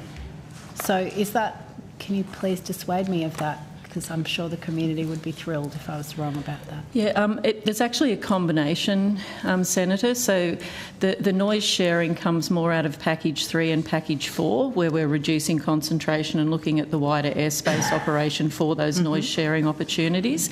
The net noise reduction is really, it's around our Package 2 work in terms of that SOD Props mode that Mr Curran was just speaking to. For every flight that we can operate in SOD Props, between 300 and 500,000 less people are overflown, and that is a net noise reduction in terms of the number of people affected by aircraft noise. Okay, but that's not a target as such? it's not in the noise action plan as a KPI because you're still completing package 2, you told me before. No, as I said, there's no KPIs actually contained within the noise action plan. The noise action plan is a plan, a series of recommendations and actions that we'll investigate to the fullest extent to understand what opportunity they have in terms of improving noise outcomes for the residents of Brisbane, and then we work through those with the community, sharing the data that Mr Curran was talking about so that they can give us informed feedback, and from that we then make a decision on what should be implemented and what won't actually be supported by the community. Okay. Just coming to that segmentation, you've mentioned that the packages 2, 3 and 4. My understanding is that the TRACS report recommended a holistic reorganisation and a redesign of the airspace back in 2022, which I thought those recs had been accepted in full, but you haven't put that bit in any of the package 2 and 3. That's in package 4, which you said was coming later in 2025. That seems a bit odd to do the comprehensive bit at the end and not at the start. So why did you not do the comprehensive reorganisation and redesign of airspace first? So the work on package 4 has been progressed in parallel with the other packages. So it's been progressed in parallel. The reason that we're not implementing it first is that the nature of the work is quite complex. For every thing that you undo, it undoes something else, and so it has a much longer lead time to carry through to fruition. But it has it did commence at the same time as the other work. It will take longer to deliver because it's a bigger piece of work. Okay. In relation to how big that piece of work genuinely is, I note that in the Canberra hearings of the Senate inquiry that was into aircraft noise, Mr Curran, you were asked, I think, by Senator Colbeck, I've got the Hansard here, on the package 4 and the extent of changes, and you've said the thought of doing blah, blah, blah, blah, we'd look to make the changes necessary to get benefits for the community and to balance that with industry. I think the plain answer is we'd make as much change as we have to get outcomes, but as little as possible. I understand that statement got around Brisbane families and communities who've been suffering from flight noise for some time, and they feel somewhat underwhelmed by the aspirations to fix the problem that they're living under. Would you like to explain what you meant by doing as little as possible to change the airspace usage? Yes, and to thank you. I think the full context of the answer that I gave is clear insofar as we are very much aware and get the feedback from communities that the amount of consultation and engagement that we've been undertaking over the last number of years can be fatiguing, and so it's important that we identify all the changes that we can and should make, and that's what I was referring to. Okay, I think it's more the flight waking them up that's causing the fatigue, not the consultation on how to fix the flight noise. Just if you want to, would you like to rephrase we what have you've had just feedback said? from communities that they are experiencing a level of consultation that they find frustrating and fatiguing at times. That's the feedback we've had. Yes. I don't for a moment. But they still want their issue fixed. Yeah, They're just doubt, sick Senator. of being asked how to do it because that's your job to do it. Yes, but it's important that we consult with regards to the potential impacts for any changes that we make, and that's what the engagement's been about. Okay. Are you receiving good feedback? Or Senator, are you receiving feedback that people are sick of being asked, they just want you to fix it? Senator, it's mixed. There's definitely been some criticism, and we've tried to learn from that. But certainly, some of the feedback we've had has been that communities are experiencing serious impacts from aircraft noise. We are very mindful of that. Okay. How many people have you got working on those various packages? Is there anything that you can do to speed up some of those timeframes, particularly the package 4 timeframe that you mentioned? So we actually have a consultant that's working on package 3 and package 4, so TRACS International, who supported our post-implementation review and were the independent reviewers through that process. They're delivering package 3 and 4. They are working through it as quickly as they can, but again, just due to the complexity, and there's a number of steps. While you look up in the sky and it's a fairly big blue expanse up there, there's a lot of things that need to be considered in changing a flight path. There's safety assessments, environmental assessments. You've got to make sure you've got separation and so forth. And then importantly, as Mr Curran was saying, that the engagement is absolutely critical, because while we might move a flight path to reduce the impact on one community, that impact could then shift to another. And we need to make sure that we're engaging fully and properly with all affected parties, both those that will benefit and those that may have an impact. Yes, and you did mention that there was some small reduction plan, but it was a focus on noise sharing. Can you quantify how much net noise reduction is being planned, or are you just moving the flight paths about to spread the noise? So at the moment, Senator, we've released concepts for some of the most frequently overflown locations in the city. So tracks have identified through a heat map where those locations are that are most frequently overflown and subject to the greatest number of operations. And they then develop concepts on how to reduce the concentration over those communities by sharing it with others.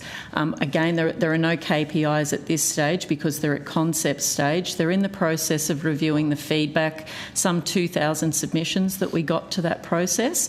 They're reviewing those at the moment, and then they'll be coming back with preferred designs, and that's when we'll be able to have some more tangible measures around what we believe the preferred options can and can't achieve for the community. Okay, and will those options include reduction rather than just sharing? Those options are around sharing as opposed to removing aircraft operations. Will there ever be a consideration for net noise reduction? Senator, the short-term benefit is the sod props. That is a reduction. We've also been working with the airport and some of the larger carriers that generate noise at night. The community feedback I heard was some of those larger aircraft coming over the city at night troublesome for some of the residents.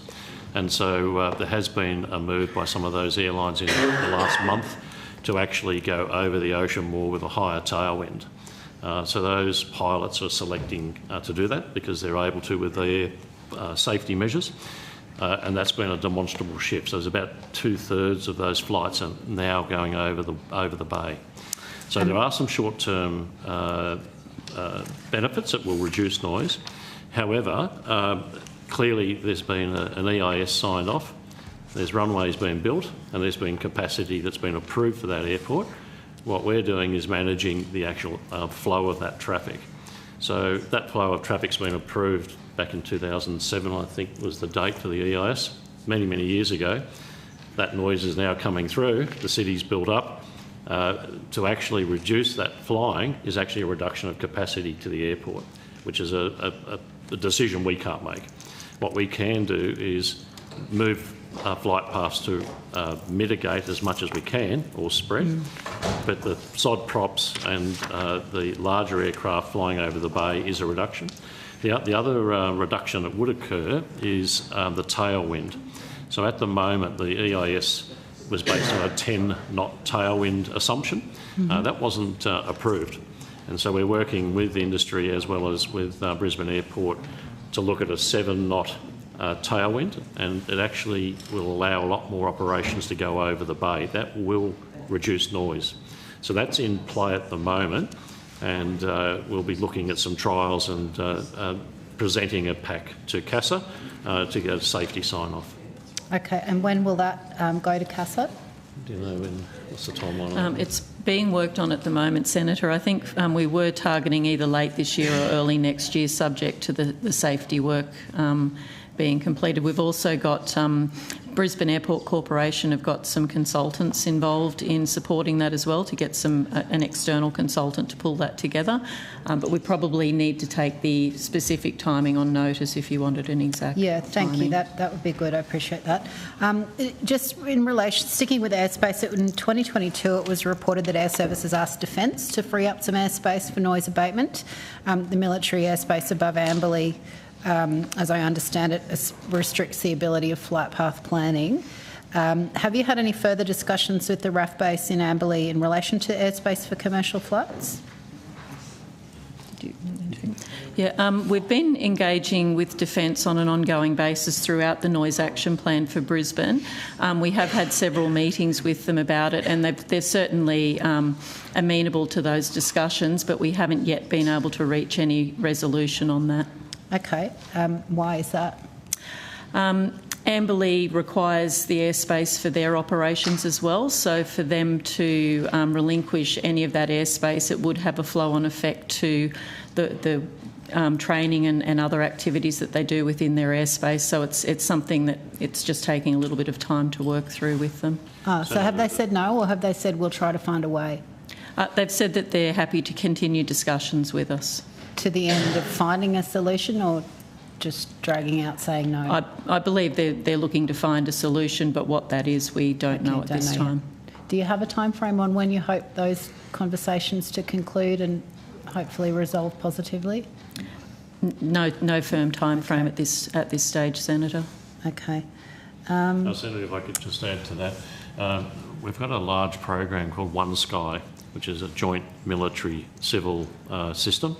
The reason that that's really critical is to address issues like this, because the capability of the Defence Force means that they're travelling further and they need more airspace to carve out to actually do their operations. That then puts more pressure back onto the commercial airspace. Yes. So ultimately that tool will enable more flexibility in managing that airspace. However, that's a good 2 years away before that's operational. So in the meantime, we're relying on conversations with the local Defence Force in Amberley. Okay, thank you. Just a little more specificity about the specific work that's been done about that airspace planning. Have you proposed an amount of reduction to Defence in any of those conversations? Senator, the main thing that we've been speaking with the Department of Defence about at Amberley is they've got the boundary of their airspace, the easternmost boundary, is we have to maintain a 3 nautical mile clearance from it. And so if we can, I guess, get that boundary to move further west, it means we can shift some of the flight paths that are affecting suburbs to the northwest of the airport. So we've been discussing that.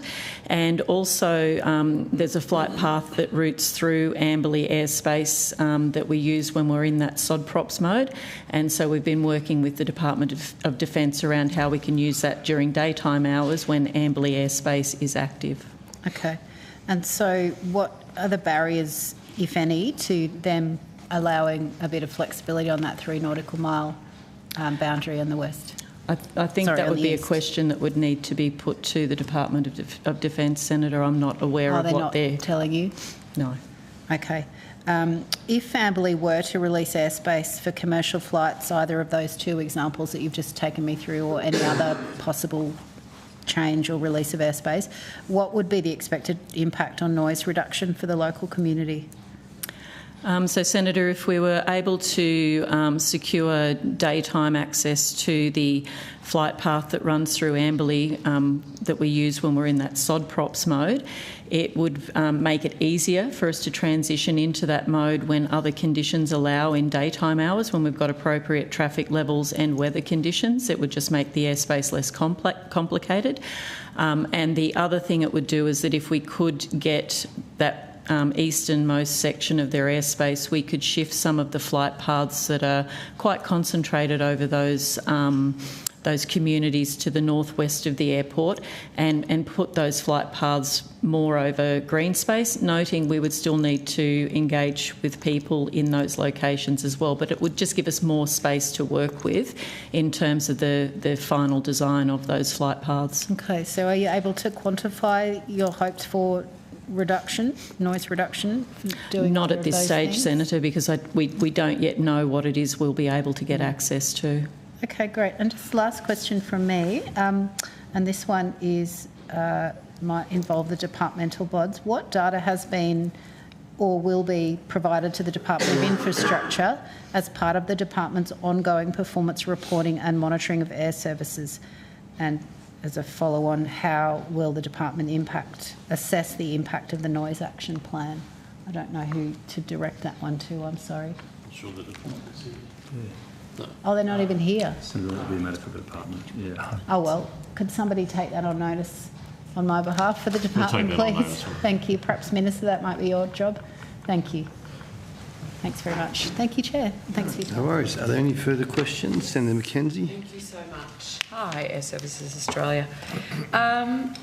Just on that, TRACS consultant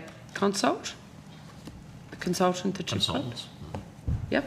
How much is that contract, that consultation contract for?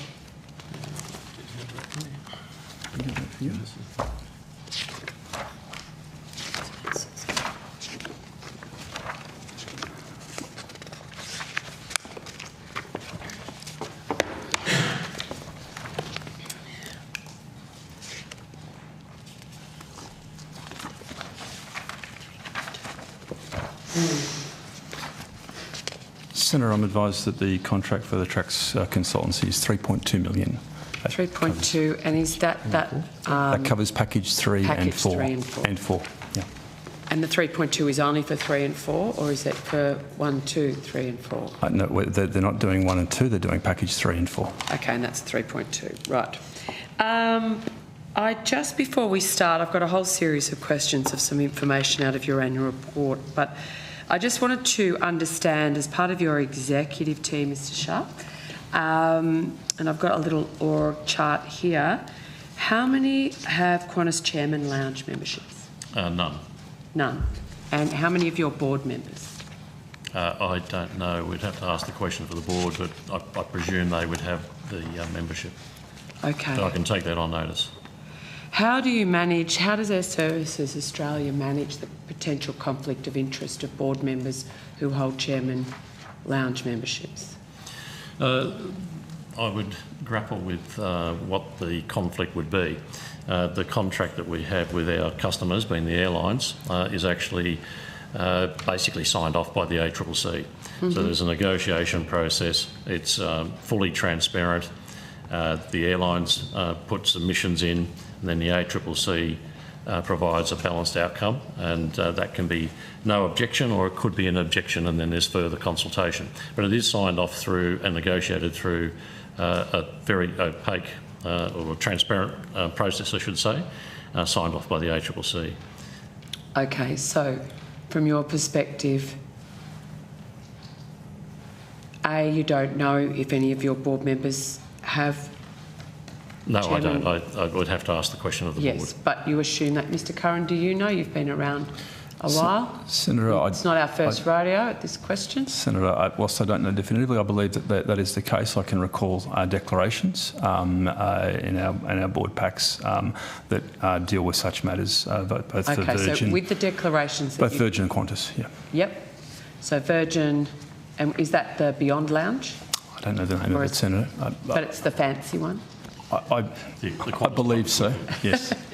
If rumours are correct. And then the Qantas Chairman's Lounge. Of the board members, is it only your chair, or is it a number of them? Senator, I don't know definitively. We'd be better to take it on notice. I'm certain that some do, but I just couldn't say definitively. Yep, thank you. So, Mr Sharp, I know you say there potentially wouldn't be a conflict because of the relationship between Air Services Australia and the contractual arrangement with airlines. In terms of I might ask you on reflection to actually reflect on that evidence once you find out how many of your board members are members of the Chairman Lounge. Yes. And just on notice, actually, with your executive team, do you know how many are ex-Virgin or Qantas employees? I'm an ex-Virgin and Qantas employee. Right, it's a small world, isn't it? It is. Aviation in Australia. I don't think there's anyone else on your executive team. No, I don't believe so. I work at the International Air Transport Association, so representing. I'm not asking for personal declarations of everyone at the table. Sure. It's just checking.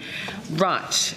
Thank you. Now, lots happened since we were last here. Everyone's got their correct titles today. Excellent. Since we were last here, how many additional fully qualified air traffic controllers have been recruited to Sydney and Brisbane Tower? Sydney and Brisbane. Mr Curran. Senator, thank you. I'm going to get the numbers for Sydney and Brisbane specifically. I can give you the overall national story. It's where the problem is. And it's where I'm exploring today. So if you could get this specific. I'd also like to know any redundancies this year. Who's getting you those numbers? Someone behind you? Can I have someone actually has heard Mr Curran's call? Thank you. Mr Charker is going to come up. Excellent.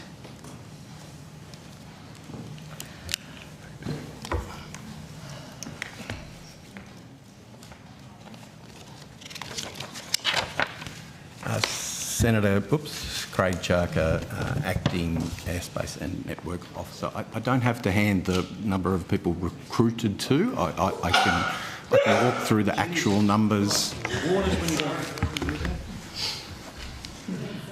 My apologies. Officials. Pollen is high. The pollen count is high tonight. Sorry about that. It's okay. Senator, I think Mr. Thanks. All right. I think what we're proposing to be able to provide you now, if it's acceptable, is the number that we require in each of those, the number of air traffic controllers operational that we require in each of those towers, and the number that we currently have. So you can't tell me, and we do this every estimates, talk about staffing and the problem with staffing and the need to improve. So I've asked, the first question is like, how have you gone since the last time you spoke, we've been here, and you can't tell me? Senator, we have had 53 endorsements of air traffic controllers nationally in the last financial year, and we are forecasting to deliver an additional 35 by the end of this calendar year. Great. As it relates, that's nationally. As it relates to the specifics of Brisbane and Sydney Tower, what we can provide now is information that says here's how many we need and here's how many we've got.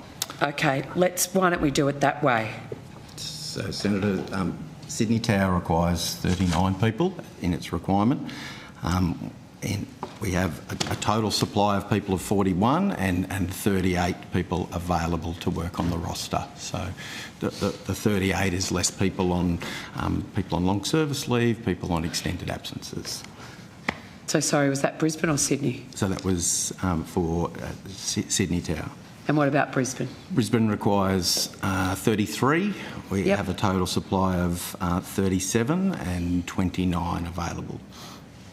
Right, so of the 53, the new ones, yes, where are they going? Senator, the 53 are the ones that we've had endorsed, so that's operationally join the organisation, go to a location and become operationally proficient to work there. That's already been deployed. The 35 new that are coming in by the end of this calendar year goes to our workforce planning, and we would be sending those on a prioritised basis across our 29 towers and the 2 major centres that we have nationally. Okay, so of the 35, and you've got 29 towers, where in your priority list are Brisbane and Sydney for the 35? Top 5 towers? Yes, Senator, they are always right on the top couple of towers. 2? They are in the top 2 or 3. We got there. But of course, Senator, it depends where the need is at the time also, and so there is a balance, but they are absolutely priorities. On notice, please provide me the locations of air traffic controllers in each of your 29 locations. And I would like to understand the exits and recruitments for each posting. Are you able to run me through those figures, Mr Chakra? No, sorry, Senator. What, you know? 29, and you haven't got how many you have and how many you need? Yes. You can run me through that? Yes. And do you have the exits? How many have left? No, Senator. Can you get me that on notice? Yes, Senator. Thank you. So McKinsey's been engaged to advise on your restructure, is that correct? Correct. How much are we paying McKinsey? I'd need to ask Ms. Messer. In terms of Senator. Danielle Messer, Chief People and Culture Officer. In relation to the value of McKinsey, I will defer to Mr Logan. Senator Paul Logan, Chief Finance and Performance Officer. To date, we have a contract with McKinsey for about $1.8 million. And that's to help you restructure the organisation? Yes, Senator. Has any staff surveys been done by McKinsey? Senator, we have recently completed the Organisational Health Index with McKinsey. That is a very comprehensive survey that covers something in the order of 43 management practices. We've recently completed that. Okay. How many executives have you recruited this year?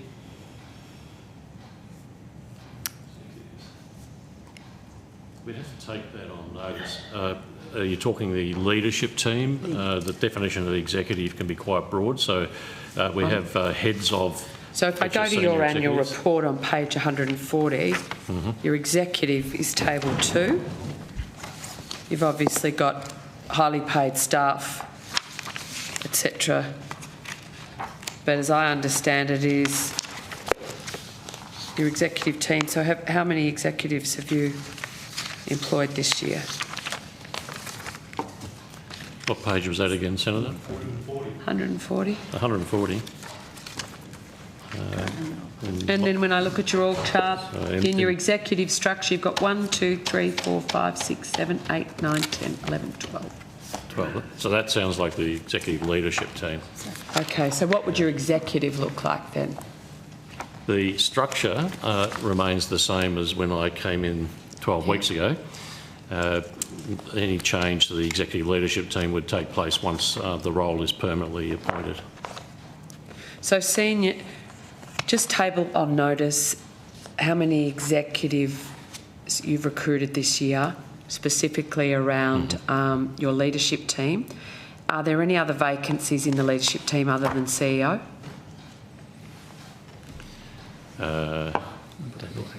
There's a number of people acting at the moment, Senator. Why don't you run me through? If people are acting, does that mean there's vacancies? Thank you, Mr Curran. Run me through the acting roles. Why don't we run me through the vacancies in which people are acting? Senator, yes. Mr Charker is acting in the Chief of Airspace and Network Officer role. We have another member of the team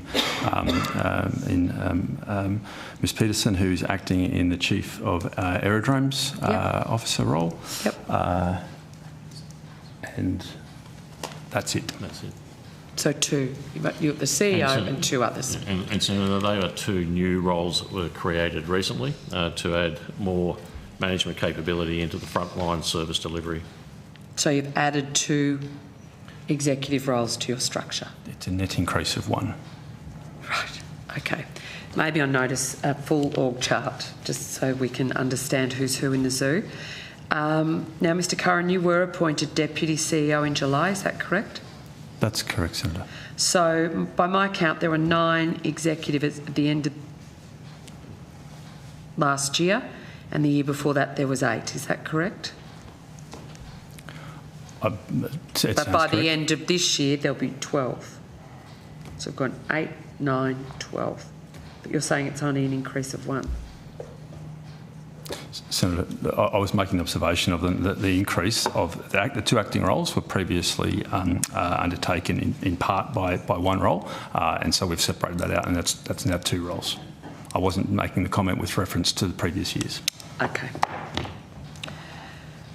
Right, so executive remuneration in 22-23 was $5 million, and in the last annual report shows that it's ballooned out to 6.6. That's a 32% increase in executive salaries. What actual changes can we point to in the organisation, other than extra people, that this 32% increase in executive salaries has delivered?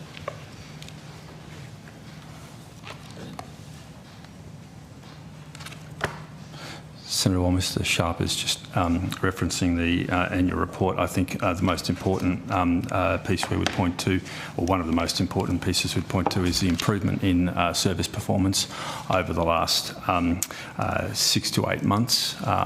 There's been a marked improvement in our contribution to delay. It's to September is the most recent report. It's now 0.1% of all delay is attributable to our services. It's still not where we want it to be, but it's much improved. The executives aren't on the tools for the delays. Senator, I think we're driving a performance culture into the organisation. Senator, just on my document here, page 156, the base salary average for last year was 4.9 million. Sorry, for financial year 23, and for financial year 24 it was 5 million and 50. So if you're looking at the base salary, it's gone up about 4%. So my understanding is that in 2018-19 senior executive salary was 3.7 million. So I mean, we can. Sorry, going back. 2017. No, 18-19, and I'm saying 22-23. Anyway, 22-23 was 5. Yes. Yeah, so in the last 12 months... And your last annual report was 6.6, is a 32% increase. The last annual report, this one has the 2023 numbers, which is 4.9. Okay. So does Air Services Australia operate as a for-profit or a cost recovery model?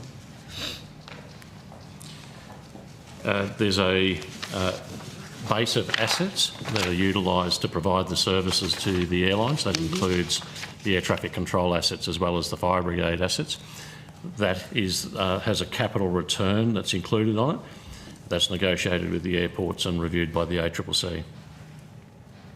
So it is a recovery through the industry. Is it cost recovery? Yeah. It is cost recovery. And it is cost recovery, yes. So that our customers... So you're not required to pay Treasury dividends? Sorry, pass to Paul? Mr Logan. Senator. Sorry. We are technically, yes, a for-profit entity. Ah, not cost recovery. Embedded in the pricing structures that Mr Sharp's referring to is a cost recovery methodology that fits within that. So we do pay dividends to the government, and there's an expectation of paying dividends that's entrenched in our Act. Right, thank you for clarifying that. Don't be shy in jumping in to assist the committee because it's getting late. Your airways revenue for 24 was more than $1 billion, so that by my calculations is a 17% increase in revenue year on year, and nearly 100% increase on the 22 results. And yet you're running at a loss. Can you explain why? Yes, Senator. Coming starts with COVID, Senator, where we lost about 80% of our revenue at that point in time. Yeah, I'm saying it's a 100% increase. Oh, yep, keep going. So we have been increasing revenues progressively over the last number of years as the activity within the industry has been returning. Just trying to find my notes on that recovery pathway, Senator. No, that's okay. So our revenue in 2020, in financial year 2021, which was the most impactful year of COVID, our revenues were sitting at about $416 million. You know, I appreciate that your revenue now is a 100% increase on the 22 revenue. I appreciate the impact of COVID. Our revenues are still sitting below 2019 revenues, Senator, which is pre-COVID. So you're running at a loss? Yes, Senator. So our total revenues in... And you're putting on executives? That's okay? So are you putting your loss down to COVID, recouping after COVID? Senator, we've agreed a recovery path with the government in terms of returning to profitability out by financial year 27-28. And are you tracking accurately against that? We are. Our latest corporate plan is showing how we track towards that, Senator. Well, just inform me in case I haven't read it cover to cover. So our latest corporate plan tracks our forecasts for this year. So in financial year 2024, our net profit after tax was about $160 million. Sorry, net loss after tax. The financial year 2025 forecast is for a net loss after tax of $55 million. For FY26 of $19 million. Heading towards a profit after tax of $55 million in FY27. And $97 million in FY28. Great. So thank you for outlining that. Senator, two observations, if I may. If you go back to financial year 19 and compare it to 24, the pricing that we've been charging the industry has actually gone down by 24% in real terms, because there's been no effective increase in the pricing through that period. So that's part of the challenge. The other challenge is that my personal observation is that the organisation isn't efficient. So there is a $60 million. There is a 60. Hello, Mr. Sharp. I'm going to call you Captain Understatement. That's right. Thank you. From now on. So there is a $60 million challenge that's in efficiency benefit that we've got to deliver in the current financial year to achieve the corporate plan. And that's what we're working on at the moment. All right. So does that partially account for why you increased your fees by 6%? Yes, it is. So there's the 6% just reflects the fact that for 10 years, not quite, 6 years, we've had an effective decrease in fees, and that there's a whole raft of reasons for that, including COVID. But putting COVID aside, there's not a recovery of the costs. We need to be able to go to the airlines and say we're running efficiently, and when we do the next ACCC review in 18 months' time, actually show and demonstrate that we're running an efficient business, and then there'll be a price reset off the back of that, bearing in mind we've got quite a lot of technology investments that will be delivering benefits to the industry. And is that because you're only able to deliver sort of 80% of your planned capacity in some of these airports? In terms of planned capacity, our target's about 83%. Typically it's weather driven, but we actually hit that target in the metric that's in the financial report for FY24 was 83%. So that's delivering planned capacity. Service variations is the one that is impacted by staff shortages at the moment, and the plan is by early 2025, in other words post-Christmas, we will have enough heads in the ATC team to be able to eliminate or substantially reduce that issue. Mr. Curran, how many people report to you directly? Senator, direct reports, I've got two large programs and our audit and group risk function. So 3 direct reports at present. 3 direct reports. Okay. The annual report shows that your targets for planned capacity is as low as 78% for Sydney Airport, charging fees, and I'm just wondering how you justify the 6% increase in fees given that they're only getting 80% of the service. Mr. Sharp. I'm not sure what service statistic you're referencing there, Senator. Or the planned capacity. Planned Sydney, capacity I'm specifically talking about Sydney Airport. Is that the 83% or the Sydney? Well, my understanding is your annual report shows your targets for planned capacity is as low as 78% for Sydney Airport. Mr. Curran, can you Senator, if I may, talk to the capacity so we've sort of got definition? the thing I'm looking at: Sydney, 78, Melbourne. Oh, sorry, now my. And the average is 83. Melbourne 79, Perth's 82, Brisbane's 93. Yeah, and the average is 83, so we're talking the same statistic. Yes, Thank but you, I'm Senator. interested in specifically the 83 average goes to 81% in Sydney, 79 in Melbourne, 83 in Perth, 89. Yes, I'll ask Mr. Chakra to talk specifically to Sydney. I'm trying to understand. Yeah, if I may. So the plan capacity... If your offering is so bespoke, given the different rates for each of these.